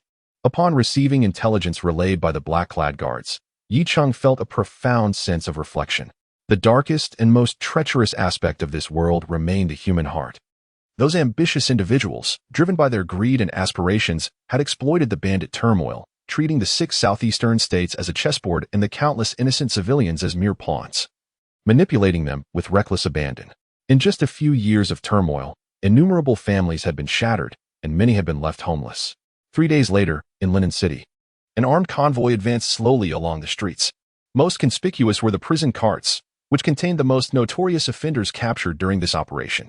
Among them was even a second-rank local official, such as Zhao Kong, the Weizhou governor, a member of the Dragon Gate Zhao family, who oversaw military affairs in Weizhou. Additionally, there were several third- and fourth-rank officials, including Sun Haiqing, the magistrate of Yuming County, and He Guan, the magistrate of Tianshui County. Furthermore, the commander of the Lianfeng army, Ma Yunlong, and the leader of the Yun army, Zhao Shangyun, were among those worthy of being transported in prison carts. Others were chained together, forced to walk in a line. Many among them were either leaders of the opium bandits or closely associated with them, some being heads of influential factions or local magnates. Altogether, the number approached nearly 100. At the forefront of the procession stood a large contingent of black-clad guards, accompanied by several horse-drawn carriages. Naturally, those privileged enough to ride in the carriages included Yi Cheng and a few prominent eunuchs. However, there were also several eunuchs dressed in prison attire, now counted among the offenders. Among them was Su Shicheng, the chief eunuch of the Military Supervision Department. Yi Cheng had never anticipated that this individual had secretly allied himself with the Zhao family of Long men, aiding them in their endeavors. On the day Yi Cheng dispatched him to capture members of the Kai gang, it was this very man who had covertly alerted them in advance. Upon interrogation, it was revealed that before his appointment as chief eunuch, Su Shicheng had served as a supervisor in Weizhou, where he was ensnared in corruption. Due to an overwhelming number of serious offenders, Yi Cheng had dispatched 2 battalions of the Lianfeng army to escort them, supplemented by numerous skilled black-clad guards. With Yi Cheng himself overseeing the operation, ensuring its success was virtually assured. On either side of the street, a multitude of commoners observed the procession. Some among them, stirred by fervent emotion, hurled rotten eggs and decayed vegetable leaves at the prisoners in the cart. The years of turmoil caused by the opium bandits and the government's inaction had rendered the 6 southeastern provinces desolate, and the populace harbored immense resentment. A mere glance at these people, gaunt and disheveled, sufficed to reveal the misery they had endured over the years. At a nearby tavern, several elegantly dressed men and women, armed and poised by the window, watched the procession below. "Shall we simply stand by as these eunuchs take him away?" a girl exclaimed, her eyes reddened, her voice laced with fury. "What else can we do? Should we rush down and rescue him? I fear none of us would escape unscathed. We would only fall deeper into peril. The old master has issued a strict decree against stirring up trouble," replied the eldest among them with a sigh, maintaining his composure. "One day, I will eradicate these eunuchs and avenge my elder brothers," declared a boy who appeared quite young, his tone filled with venom. The older man replied solemnly. Within the carriage, Yi Cheng sat in quiet contemplation, while Bai Yulong was seated beside him. His donkey companion had passed away a few days prior, having succumbed after a final bowl of wine, never to awaken again. Old age had claimed it. A donkey's lifespan is typically around 20 years. Bai Yulong mourned this loss for an extended period, for this black donkey had accompanied him through thick and thin for over a decade. "Donkey brother, I will come to honor your memory every year, bringing you your favorite Suqing wine," Bai Yulong muttered drunkenly, lost in his thoughts. Yi Cheng remained oblivious, immersed in a meditative state, communicating with his subconscious. This practice was a daily ritual for him, enhancing his connection with his subconscious and aiding in his comprehension of martial intent. Although his grasp of martial intent progressed slowly, he felt a gradual improvement, akin to water eroding stone over time. At this pace, it seems that without decades of contemplation, further progress is but a distant dream, Yi Cheng mused. Yet, how brief is the span of a human life? Even an innate master, provided they endure no injuries or battles and maintain their health impeccably, can only hope to live to around 100 to 130 years. Furthermore, as one ages, the vitality and spirit inevitably wane. Innate masters are no exception. Thus, upon reaching a certain age, it is already commendable for a master to retain their martial intent without decline. This serves as a testament to the formidable challenge of breaking through to the grandmaster level. However, Yi Cheng was never short of time, and thus he felt no urgency. After all, he had already acquired the strength for self-preservation, rendering haste unnecessary. Suddenly, the carriage came to a halt, and he heard a voice of reprimand from ahead. What had transpired? Yi Cheng refrained from extending his perception outward. The experience of being acutely aware of everything around him was not particularly pleasant. Master, a child has suddenly dashed out ahead and obstructed our path, but they have since been pushed aside. Zhao Fang's voice rang out from outside. He was personally driving the carriage for Yi Cheng. Inquire what the child requires, Yi Cheng instructed. A child daring to halt a convoy under such circumstances must surely have a reason. Yes, master. Zhao Fang promptly alighted from the carriage. Master, the child insists on meeting you. Meeting me? Yi Cheng was taken aback, then chuckled. Very well, bring him over. I shall see him. Shortly thereafter, a boy of approximately 10 years was brought forth. Yi Cheng lifted the curtain of the carriage and beheld the child kneeling on the ground. The boy was disheveled, clad in tattered garments, and emaciated, clearly having endured significant hardship. Yet, his eyes shone with a remarkable brightness. My young friend, why did you obstruct my convoy? Yi Cheng inquired with a smile. Sir, I wish to enter the palace and become a eunuch, the boy stammered, seemingly intimidated. Why? Yi Cheng asked, curiosity piqued. I seek revenge. The boy lifted his gaze, determination etched across his face. Do you understand what becoming a eunuch entails? Yi Cheng expressed a hint of surprise, then continued. You realize that becoming a eunuch means your family line will be extinguished? Yes, if I become a eunuch, the Hong family will have no descendants, the boy affirmed. Since you are the sole survivor of your family, it would be prudent to live as a normal person, Yi Cheng observed, pondering the tribulations that had led the boy to prefer such a fate for revenge. It is already too late. My Hong family has been extinguished, the boy suddenly declared, removing his trousers. You did this yourself? Yi Cheng observed the scene, pausing in silence before responding. The boy nodded vigorously. Yi Cheng sighed inwardly, recognizing the boy's resolute spirit. Nearby, Zhao Fang and several guards gasped in astonishment.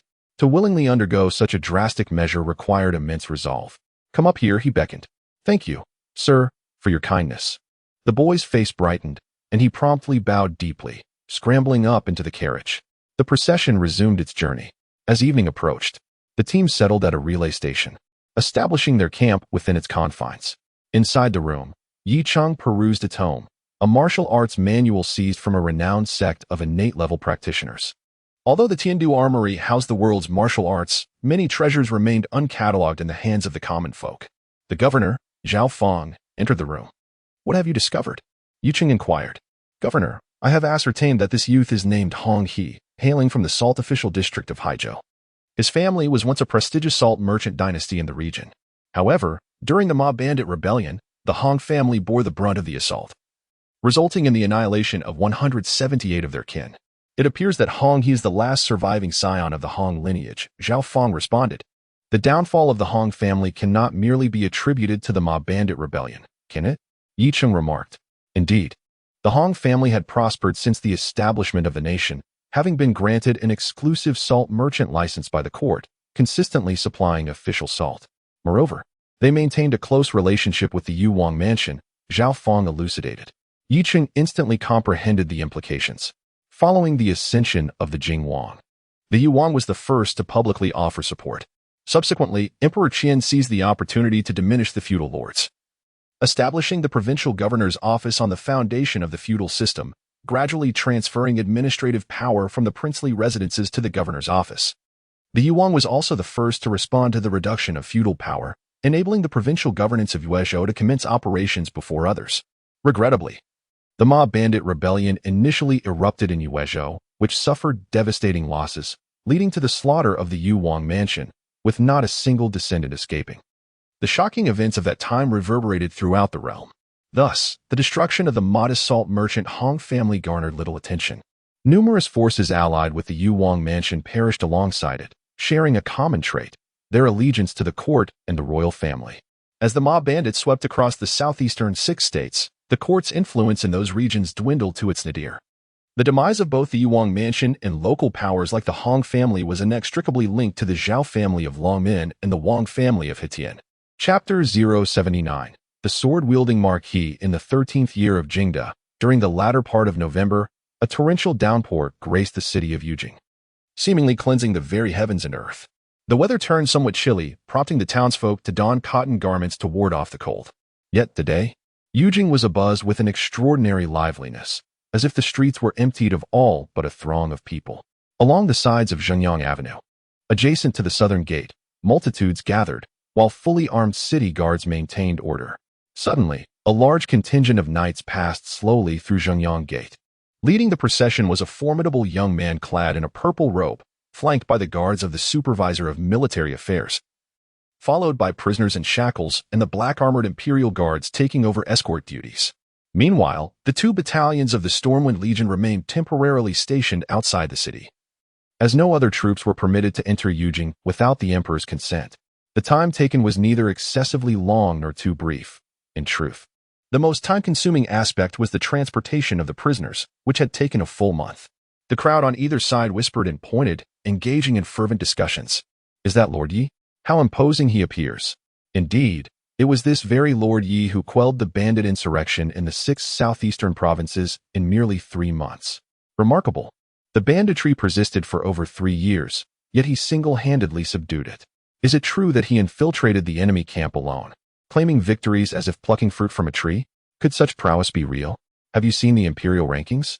Lord Yi now stands at the pinnacle, hailed as the foremost innate master beneath the grandmaster. Alas, he is but a eunuch.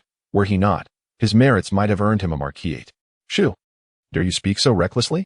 Yi Qing, acutely aware of the townsfolk's gossip, felt a profound sense of disbelief. The tales had spiraled into absurdity. When had he ever infiltrated the enemy's camp and claimed heads amidst thousands? Yet, it seemed the court had indeed propagated his triumph in quelling the banditry. And he was taken aback by his unexpected renown among the populace. Was this an intentional promotion by the emperor? As the procession advanced along the broad Zhengyang Avenue, it soon reached the gates of the imperial city. Suddenly, a flicker of surprise crossed Yu Cheng's face, for he beheld a multitude of civil and military officials, alongside the crown prince adorned in dragon robes, awaiting at the entrance. Here, there were no commoners. The guards stationed on either side were fully armed black-clad imperial sentinels. Yu Cheng did not anticipate the emperor himself would come to greet him at the city gates.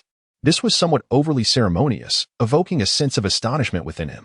He promptly reined in his horse, dismounted, and approached the imperial entrance, bowing deeply before the emperor. Your humble servant, Yi Qing, pays his respects to your majesty. The ministers standing behind the emperor wore expressions of mixed emotions. The emperor's actions were clearly intended for their observation, stirring unease among them. Historically, there had been instances in the kingdom of Qian where powerful eunuchs wielded dominion over the realm. Yi Cheng received the imperial decree. In quelling the rebellion of the bandits across the 6 provinces of the southeast, his contributions were monumental. The emperor declared him the Marquis of the Sword. Rather than immediately commanding Yi Cheng to rise, Emperor Qian announced a decree.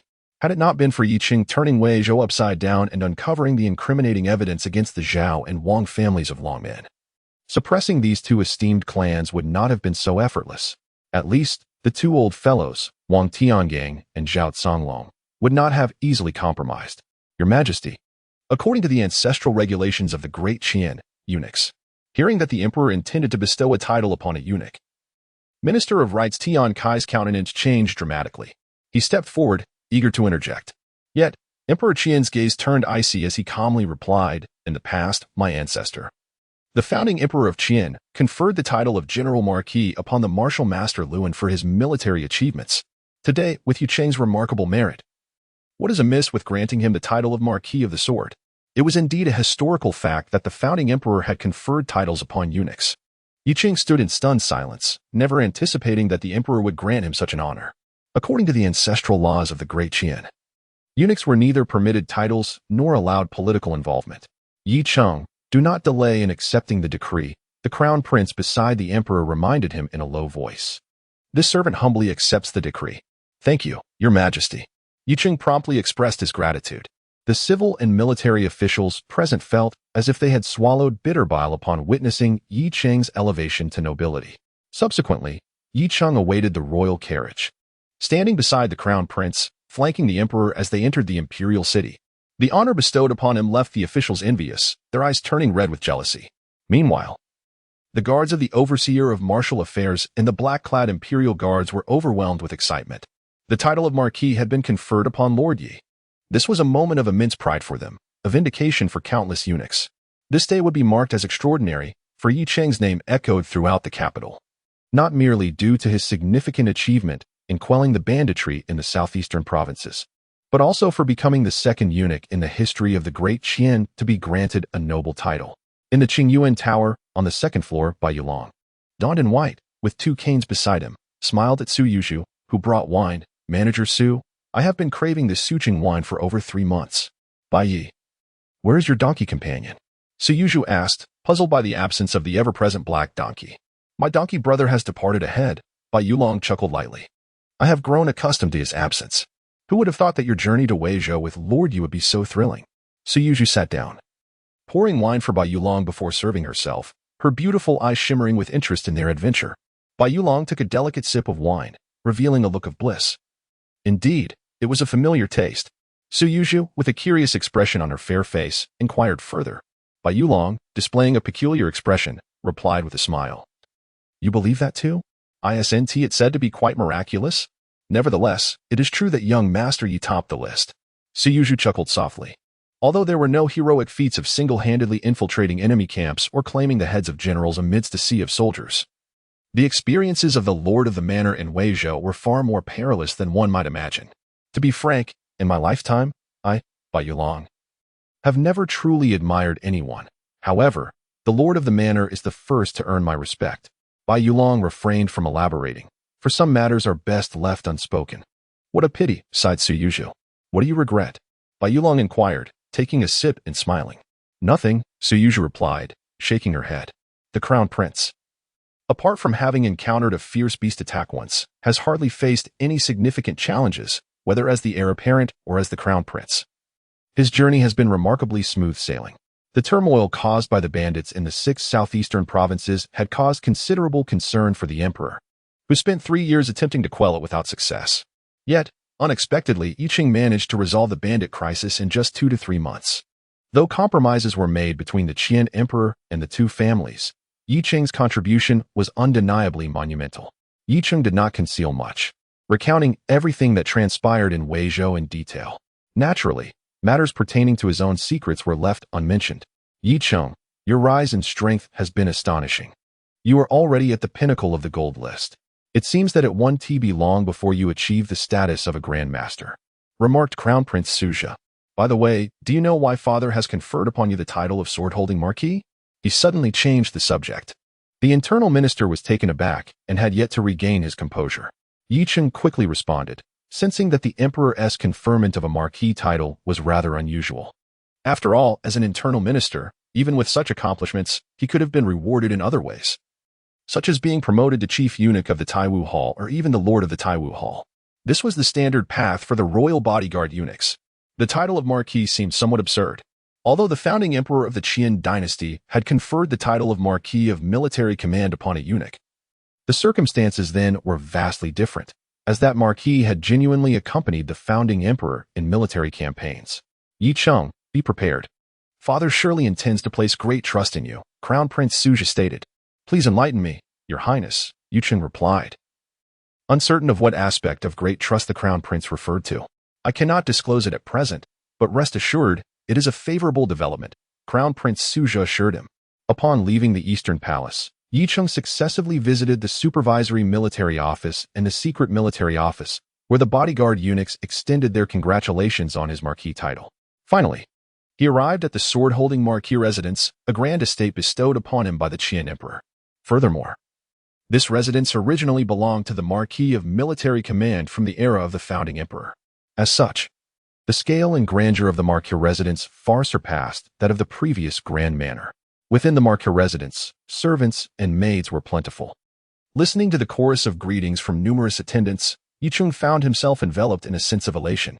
It was no wonder that power is so coveted. Even someone like him, who considered himself indifferent to authority, felt an inexplicable sense of satisfaction. Once the attendants had departed, Yi Qing sat in the spacious and opulent hall, sipping a cup of fragrant tea, yet his heart was filled with a tinge of regret. He pondered what level of martial prowess one must attain to grasp the elusive fruit of immortality residing in his mind. Closing his eyes, he endeavored to sense the ethereal essence of that fruit. Unfortunately, no trace manifested. It seemed that it would only reveal itself at the moment it was meant to, remaining as if it did not exist in his everyday consciousness. One day, he vowed, he would seize that fruit, regardless of whether it took 100 years, 1,000 years, or even 10,000 years. A resolute determination gleamed in his eyes. He could not resign himself to becoming an eternal eunuch. That would be an unbearable fate. Chapter 080. Gossip. Aside from attending to some essential duties, all of his thoughts were devoted to cultivation or perusing books in the heavenly capital arsenal. One day, Yi Cheng was reviewing a batch of daily records from apprentice guards and eunuchs at the secret martial manor. He typically went through them personally. "Master, stop looking at that. Let us go to Qingyuan Tower for a drink," Bai Yulong interjected as he entered. "I shall not," Yi Cheng replied without lifting his head. Bai Yulong continued, "Old Bai, I have a question." Yi Cheng set down the booklet in his hand and said, "What is your query? Feel free to ask." Bai Yulong took a seat beside him. "I notice you frequently visit Qingyuan Tower. Surely, your intentions are not solely to drink." Yi Cheng chuckled. Bai Yulong's face turned awkward as he scratched his head, diverting the topic. "Of course, it's for the drinks. Otherwise, what purpose would there be in going to an establishment like that?" "Is that so?" Yi Cheng laughed. "Master, did I not mention that the Suqing wine at Qingyuan Tower is renowned throughout the realm? Moreover, the proprietor, Master Su, is celebrated far and wide," Bai Yulong replied. His embarrassment still evident, but he managed to smile. Yi Cheng's expression revealed an understanding of the situation. "I never expected the esteemed young master of the Bai family to be quite the infatuated admirer. Old Bai, when you turned down the late Emperor's marriage proposal, could it be due to Master Su?" Yi Cheng inquired curiously. Although the rumors suggested that Bai Yulong rejected the marriage due to his disabilities and insecurities, Yi Cheng sensed there was more to the story. "How could that be?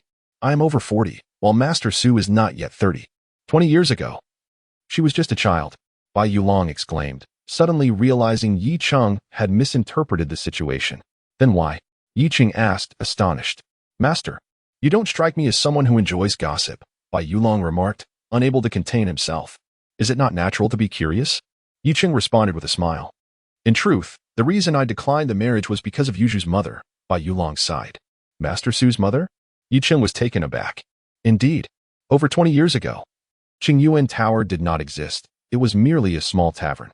At that time, the tavern keeper was Yuju's mother. When I first laid eyes on her, I felt an undeniable connection, as if she were destined for me. Despite being a widow with a daughter, I was the eldest son of the Bai family and the future heir to the duke. My family would never consent. When the late emperor arranged the marriage, I refused. Although I lost my status as heir, being with her was all that mattered to me." Yi Cheng was astonished to learn that Bai Yulong's refusal of the late emperor's marriage proposal stemmed from such profound reasons. No wonder the true motive had never surfaced. It was likely an undeniable disgrace for both the royal family and the Bai family, a future duke enamored with a widow. In truth, Yuju can be considered a descendant of the Wei Wangfu lineage. Her mother is the granddaughter of the 18th Wei Wang.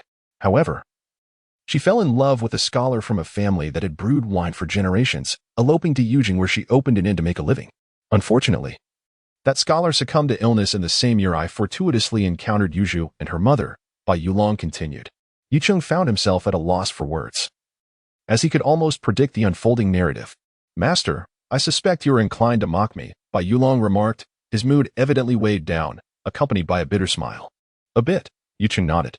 Initially, he believed the crown prince to be excessively sycophantic, yet he was surprised to discover that Bai Yulong surpassed him in this regard. At least the crown prince chose to relinquish his pursuits, marrying the crown princess and begetting a son and a daughter. Meanwhile, Bai Yulong, now in his 40s, remained a solitary figure, evidently still ensnared in the world of Su Yuju's mother. "Master, having shared so much with you, it would be quite inconsiderate if you did not accompany me for a drink," Bai Yulong suddenly declared. "Very well, let us drink," Yi Cheng replied with a smile. "It is settled then. We shall drink until we can no longer stand," Bai Yulong asserted. "No problem," Yi Cheng nodded.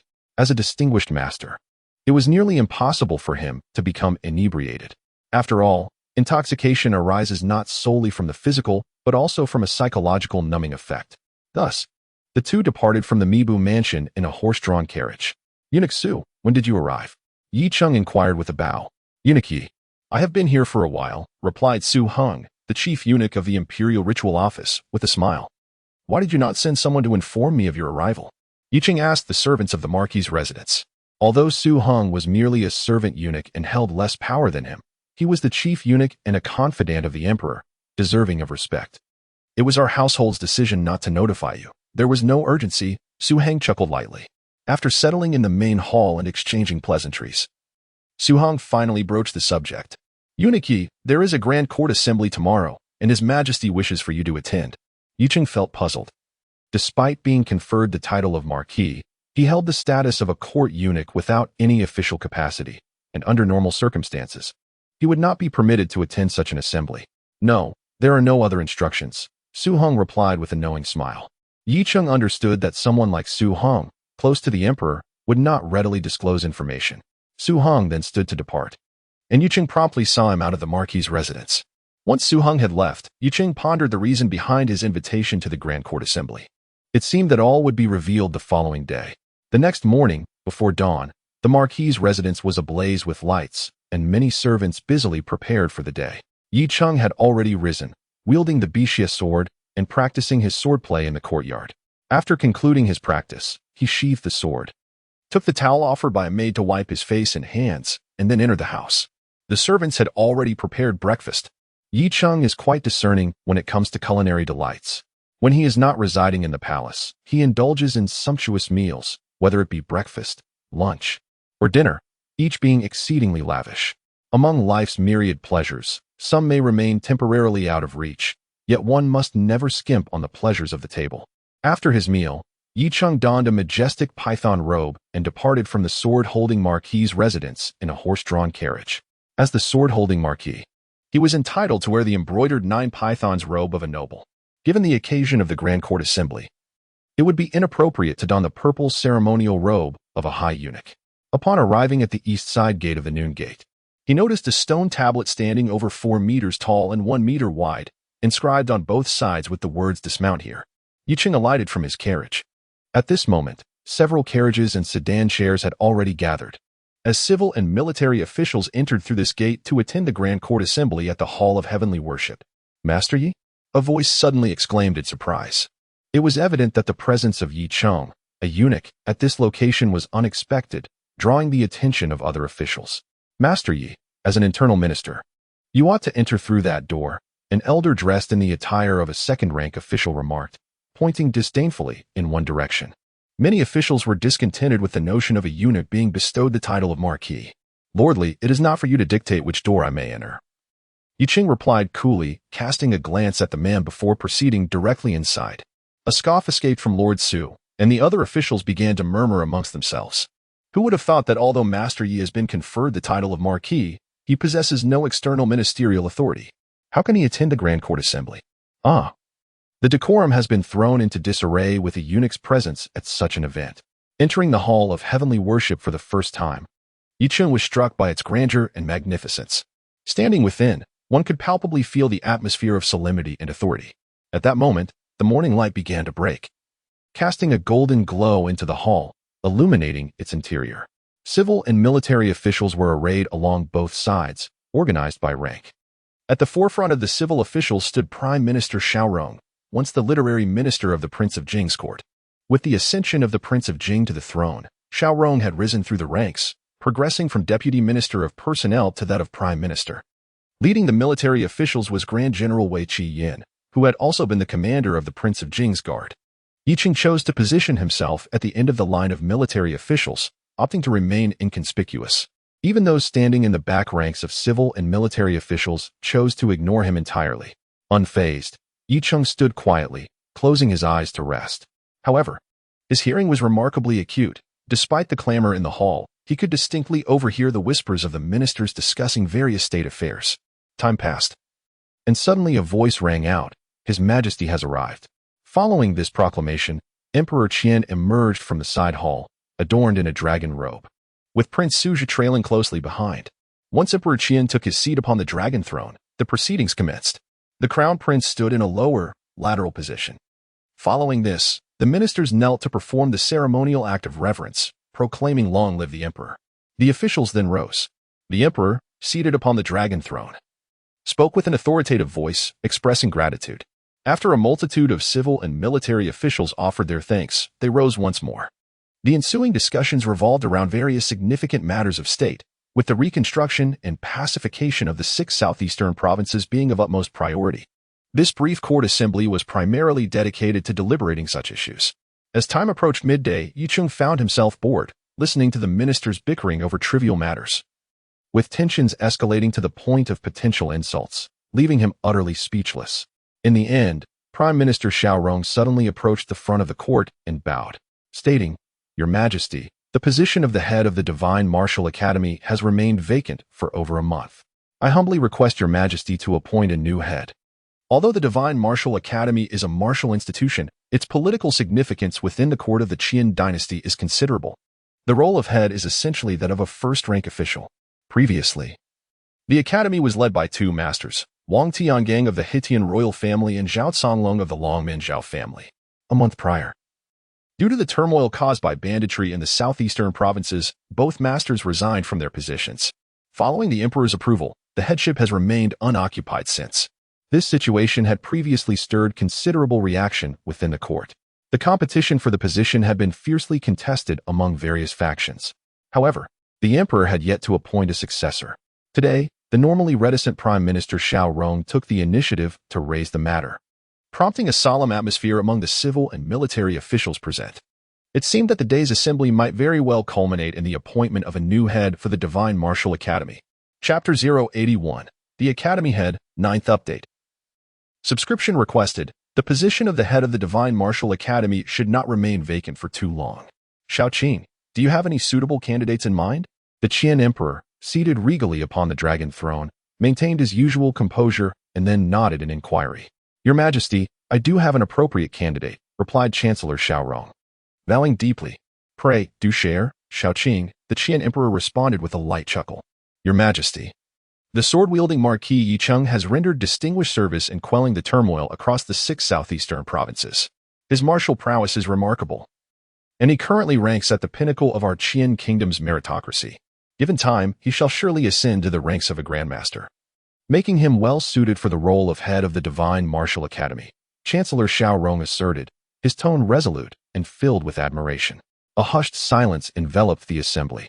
Many civil and military officials were left dumbfounded, having contemplated numerous names, yet failing to consider the individual mentioned by Chancellor Xiao.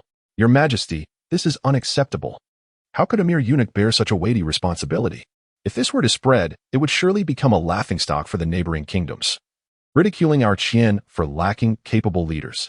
An individual from the ranks of the civil officials surged forward, kneeling beside Chancellor Xiao and vocally opposing the suggestion.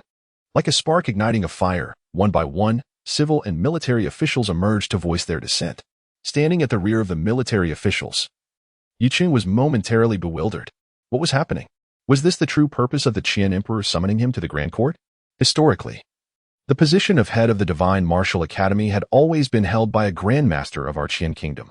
Yet, amidst his confusion, Yicheng comprehended that the Qian Emperor intended to seize this opportunity to place the mantle of the Academy's leadership firmly in his own hands. The Divine Martial Academy had long been dominion of the He Tianwang family and the Longmin Zhao clan, making it exceedingly difficult for the Qian Emperor to intervene. The exceptional martial artists nurtured within its confines had mostly been courted by these two formidable factions. The chaos in the 6 southeastern provinces was, in fact, a lingering consequence of this situation. In this light, would I not be compelled to navigate both internal and external pathways? Yicheng mused inwardly. Initially, he had believed he might ascend to the position of head of the Taiwu Hall. However, with the Qian Emperor poised to claim the head of the Divine Martial Academy, it was evident that he had already prepared for this eventuality. These dissenters would likely not stir significant turbulence.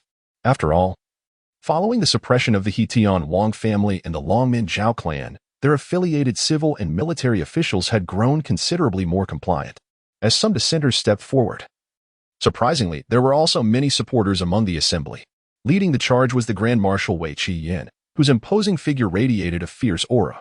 Clad in heavy armor, his very movements seemed to shake the ground beneath him. Like a wrathful titan, Wei Qiyin approached an elder, his spittle nearly landing upon the man's face. He even seized 2 civil officials by their necks, his fearsome countenance nearly rendering them unconscious with terror. You have disgraced the scholarly tradition, the elder gasped, his face pale and trembling, on the verge of fainting. In an instant, the court devolved into chaos, with both sides engaging in a war of words. However, on the whole, the supporters held the upper hand. due to the support of two prominent figures in the court, Chancellor Xiao Rong and Grand Marshal Wei Qiyan. The sword-holding Marquis Yi Cheng was appointed as the head of the Divine Martial Academy, as these two served as the right and left arms of Emperor Qian. They naturally gathered a following.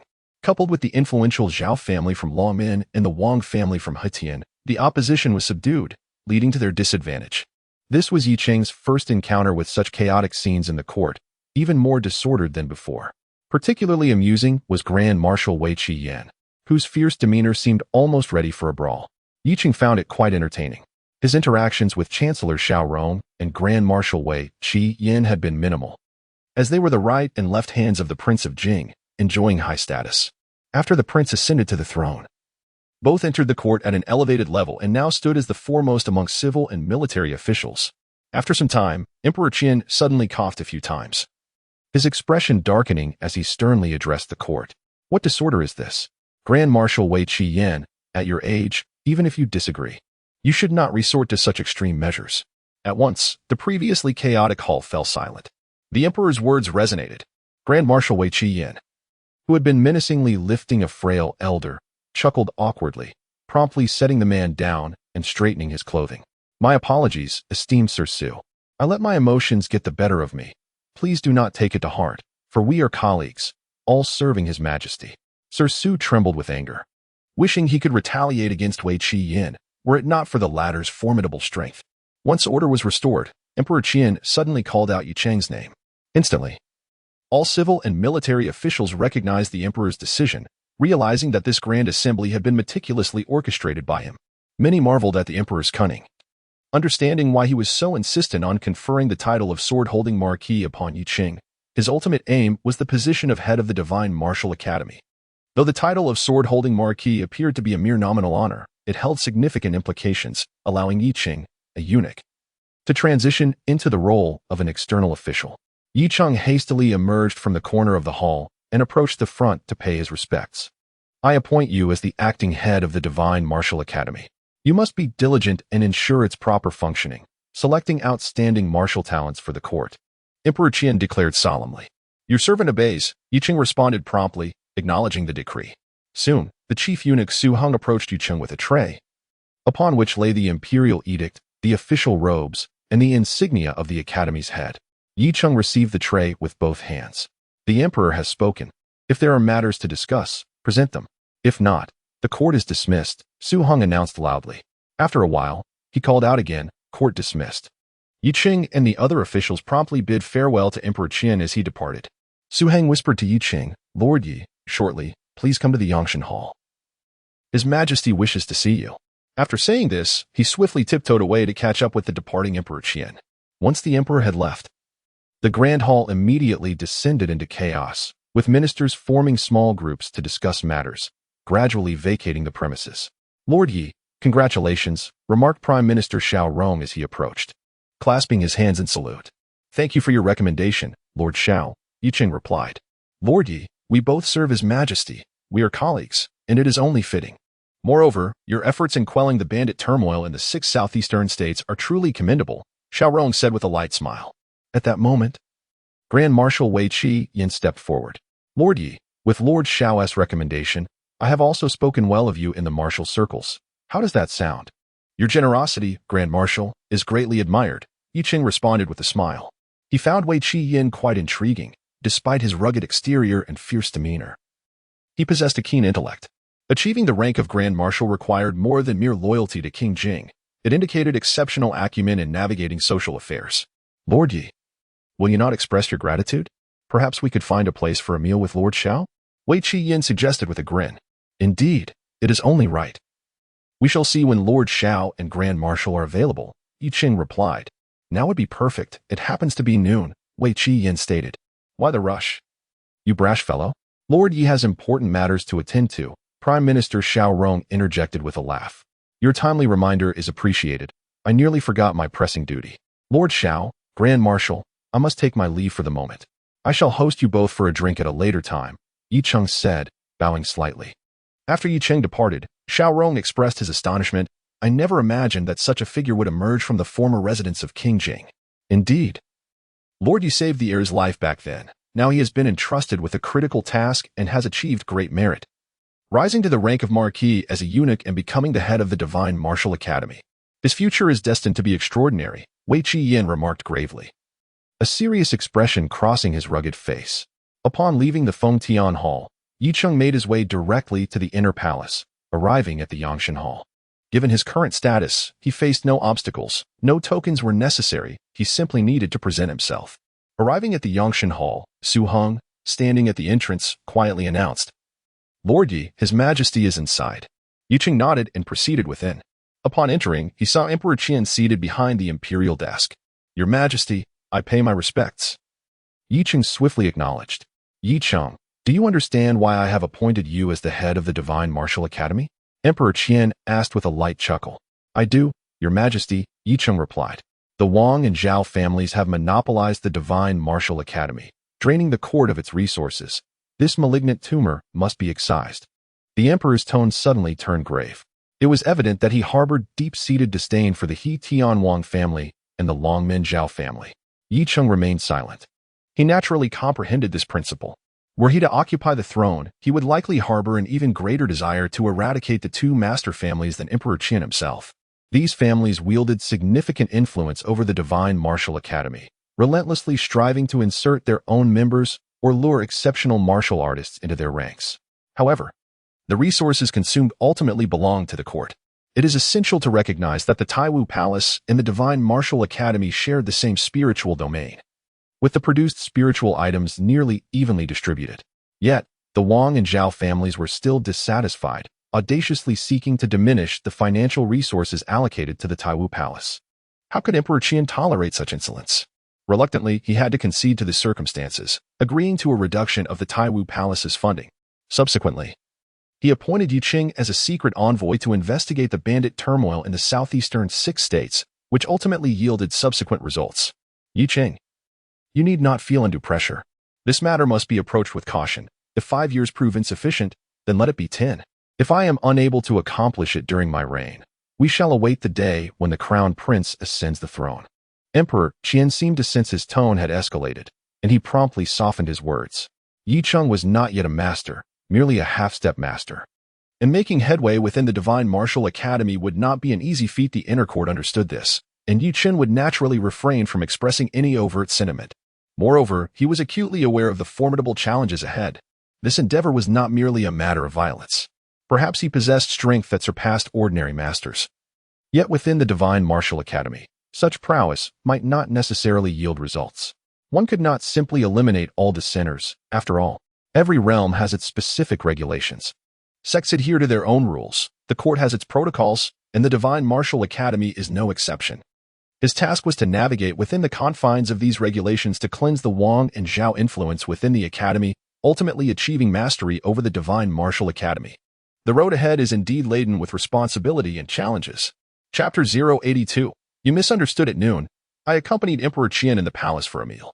Under ordinary circumstances, a court eunuch would never dine at the same table as the emperor. However, Yicheng, holding the title of sword-wielding marquis and serving as the head of the Divine Martial Academy, was indeed a legitimate foreign minister, thus earning that privilege. The afternoon sun poured warmth over the courtyard, the temperature pleasantly mild. Yicheng sat there, basking in the sunlight while perusing a stack of pamphlets. These pamphlets contain meticulous records of personnel information within the Divine Martial Academy, detailing not only martial masters, but also martial students. This task was entrusted to him by Emperor Qian. As the new head of the Divine Martial Academy, it was imperative for him to possess a comprehensive understanding of its internal workings. After some time spent in contemplation, Yicheng felt a jolt of alarm. The situation within the Divine Martial Academy was dire. A staggering 70% of its martial students hailed from the southeastern 6 states, with the remaining 30% drawn from the other 13 states of the Qian Kingdom. Most troubling was the fact that over 90% of these students were affiliated with various martial factions. True commoners were exceedingly rare. Beyond the Divine Martial Academy, the Qian Kingdom had established branch academies across 19 states and their respective counties, aimed at attracting and nurturing outstanding martial talents to serve the court. The initial intentions were noble, yet human nature is inherently selfish. Within the martial institutions, nepotism reigned supreme. Recruitment of martial students often involved connections and backdoor dealings, allowing countless offspring of martial factions to infiltrate, thereby leeching off the court's resources and draining the lifeblood of the Divine Martial Academy. This ultimately culminated in a vast network of martial interests dominated by the Hetian Wang family and the Longmin Zhao family. Yicheng also uncovered another concern. The Divine Martial Academy stood in absolute opposition to several esteemed sects, including the Tianjin sect, the Yueqing sect, the Heilong Mountain Manor, the Lantua Temple, and Tianji City. Any martial student associated with these sects was categorically barred from entering the Divine Martial Academy. Moreover, the Academy's branches established within the territories of these sects often courted local martial factions, competing for exceptional talents. Over a decade ago, these esteemed sects united not only to support their own princes to ascend as emperors, but also to completely dismantle the control exerted by the Hetian Wang family and the Longmin Zhao family over the Divine Martial Academy. After reviewing the situation, Yicheng rubbed his temples, realizing that establishing a foothold within the Divine Martial Academy would be an exceedingly formidable challenge. Most individuals within its ranks were linked to the Wang and Zhao families. Unless he could leverage martial prowess to forcibly dismantle the existing networks, he would inevitably become a thorn in the sides of these factions. Alas, His Majesty has indeed bestowed upon me a monumental conundrum. With a sigh, Yicheng cast the pamphlet aside and reclined in his chair, closing his eyes to gather his thoughts. Days of such leisurely repose would likely become scarce in the future, as he prepared to plunge once more into the throes of conflict. While it wouldn't be as straightforward as his previous endeavors in Weizhou, the intensity of the forthcoming struggles would be equally formidable. Perhaps it was best not to dwell on it for now, he thought, shaking his head. Then he sent someone to deliver a message to the Prime Minister's residence and the Grand Commander's estate. He intended to invite Prime Minister Xiao and Grand Commander Wei Qi to gather this evening. As for the location, Qingyuan Tower would be the perfect choice. This establishment is quite reputable, and their Suqing wine is truly exceptional. Qingyuan Tower, on the 3rd floor, serves as a very private venue for entertaining esteemed guests. In Yi City, Prime Minister Xiao and Grand Commander Wei Qi, all dressed in their customary attire, sat together at a table. The three men raised their cups in camaraderie. The atmosphere warm and congenial, reminiscent of old friends. Although Yicheng had little prior interaction with the two, their alliance was unmistakably forged. Lord Yi, the wine here is indeed remarkable. I had no idea there was such a fine establishment in Yujing, exclaimed Wei Qi Yan, drinking heartily, his demeanor exuberant. I stumbled upon it by chance, Yicheng replied, lifting his cup. If you enjoy the wine here, Lord Commander, you are most welcome to visit often. Indeed, I must. This is exactly to my taste. Wei Qi Yan laughed heartily. As the evening progressed and spirits soared, Yicheng raised a toast to Prime Minister Xiao, saying, Prime Minister, I have perused some materials regarding the Divine Martial Academy. The complexities and shortcomings are quite numerous. I wonder if you might have any sound strategies to share? Lord Yi, I once proposed an idea to His Majesty, replied Prime Minister Xiao after taking a sip, contemplating for a moment. Please, do share, urged Yicheng, realizing he had sought the right counsel. It was no wonder that Emperor Qian seemed inclined to encourage him to engage more with Prime Minister Xiao. Introduce external forces to constrain internal factions, thus creating a balance from which to profit, Prime Minister Xiao articulated. Yicheng pondered this notion. However, Prime Minister Xiao continued, yet, this method has its drawbacks. If our own strength is insufficient to maintain equilibrium, allowing external forces to gain dominance could plunge the entire Divine Martial Academy into chaos, inevitably leading to self-destruction. Yicheng comprehended Prime Minister Zhao's insight. To balance two opposing forces, one must possess sufficient strength. Otherwise, rather than achieving balance and profit, one risks being shattered amidst the conflict of powerful factions. From that point onward, Yicheng refrained from further inquiries, focusing solely on enjoying the wine. They continued to drink until the hour of the dog, at which point Yicheng saw Prime Minister Xiao and Grand Commander Wei Qi off. Prime Minister Xiao sipped his wine with great restraint, ultimately only slightly inebriated. In contrast, Grand Commander Wei Qi drank as if in a frenzy, already fast asleep by the time he was escorted to his carriage. Days later, under the cover of night, the secret martial manor was ablaze with lights and bustling with activity. Yicheng sat within, perusing the various intelligence he had recently gathered. The intelligence of the secret martial manor was now shared with the blackguards. Master, everything is prepared, Zhao Feng announced, entering with a respectful tone. Very well. Issue the capture orders, Yicheng replied calmly. Understood, Master, Zhao Feng acknowledged promptly. Soon, a squad of well-trained night eagles soared into the night sky. Blackguard Tower. The headquarters of the Blackguards in Yujing was currently under the command of the Director of Military Supervision, despite having a dedicated commander. At this moment, the Blackguard Tower was remarkably quiet. The commander of the Black-clad guards, Sima sat upright in the esteemed position of the main hall, flanked by a row of fully armed leaders of the Black-clad guards. Suddenly, a guard entered, announcing, "My lord, there is a confidential order." Sima took the bamboo tube, opened it, and promptly assigned tasks. Each summoned leader stepped forward, disappearing into the shadows with their contingent of guards. Concurrently, a multitude of black-clad eunuchs emerged from the Taiwu Hall, dispersing rapidly in various directions. Yicheng Courtyard, a renowned establishment in Yujing, was known for its courtesans, most of whom were wives and daughters of officials. Consequently, business thrived here, with patrons flocking in during the night, creating a vibrant atmosphere. Suddenly, a cadre of black-clad guards burst in. The bouncers inside dared not intervene, as they were utterly outmatched. Instantly, the entire building erupted in screams, a scene of utter chaos. Although several affluent patrons attempted to appease the black-clad guards, their efforts were met with indifference. "What are you doing?" "I am a fourth-rank martial master of the Divine Martial Academy." A booming voice resonated from the upper floor, followed by a disheveled middle-aged man rushing out. "Mahi, your misdeeds have come to light.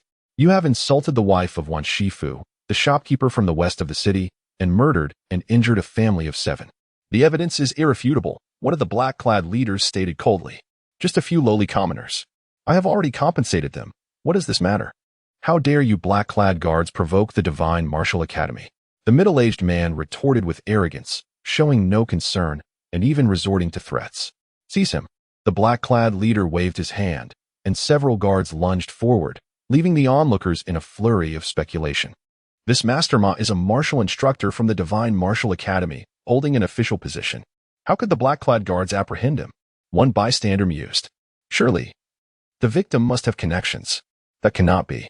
Without the approval of high-ranking black-clad officials, they cannot arbitrarily act against a martial instructor from the Divine Martial Academy. I sense this matter is far more complex. Have you heard? The head of the Divine Martial Academy has changed." "Changed? When did this occur? Were not the two masters serving as heads?" "It is said that His Majesty has appointed the sword-wielding Marquis." "What? Isn't that Marquis a eunuch? How could he become the head of the Divine Martial Academy?" "I see now. The recent apprehension of martial instructors from the Divine Martial Academy by the black-clad guards is likely connected to this Marquis. Be cautious. Do not speak carelessly. The black-clad guards are not far off. This Marquis is the chief eunuch of the supervisory military office, wielding control over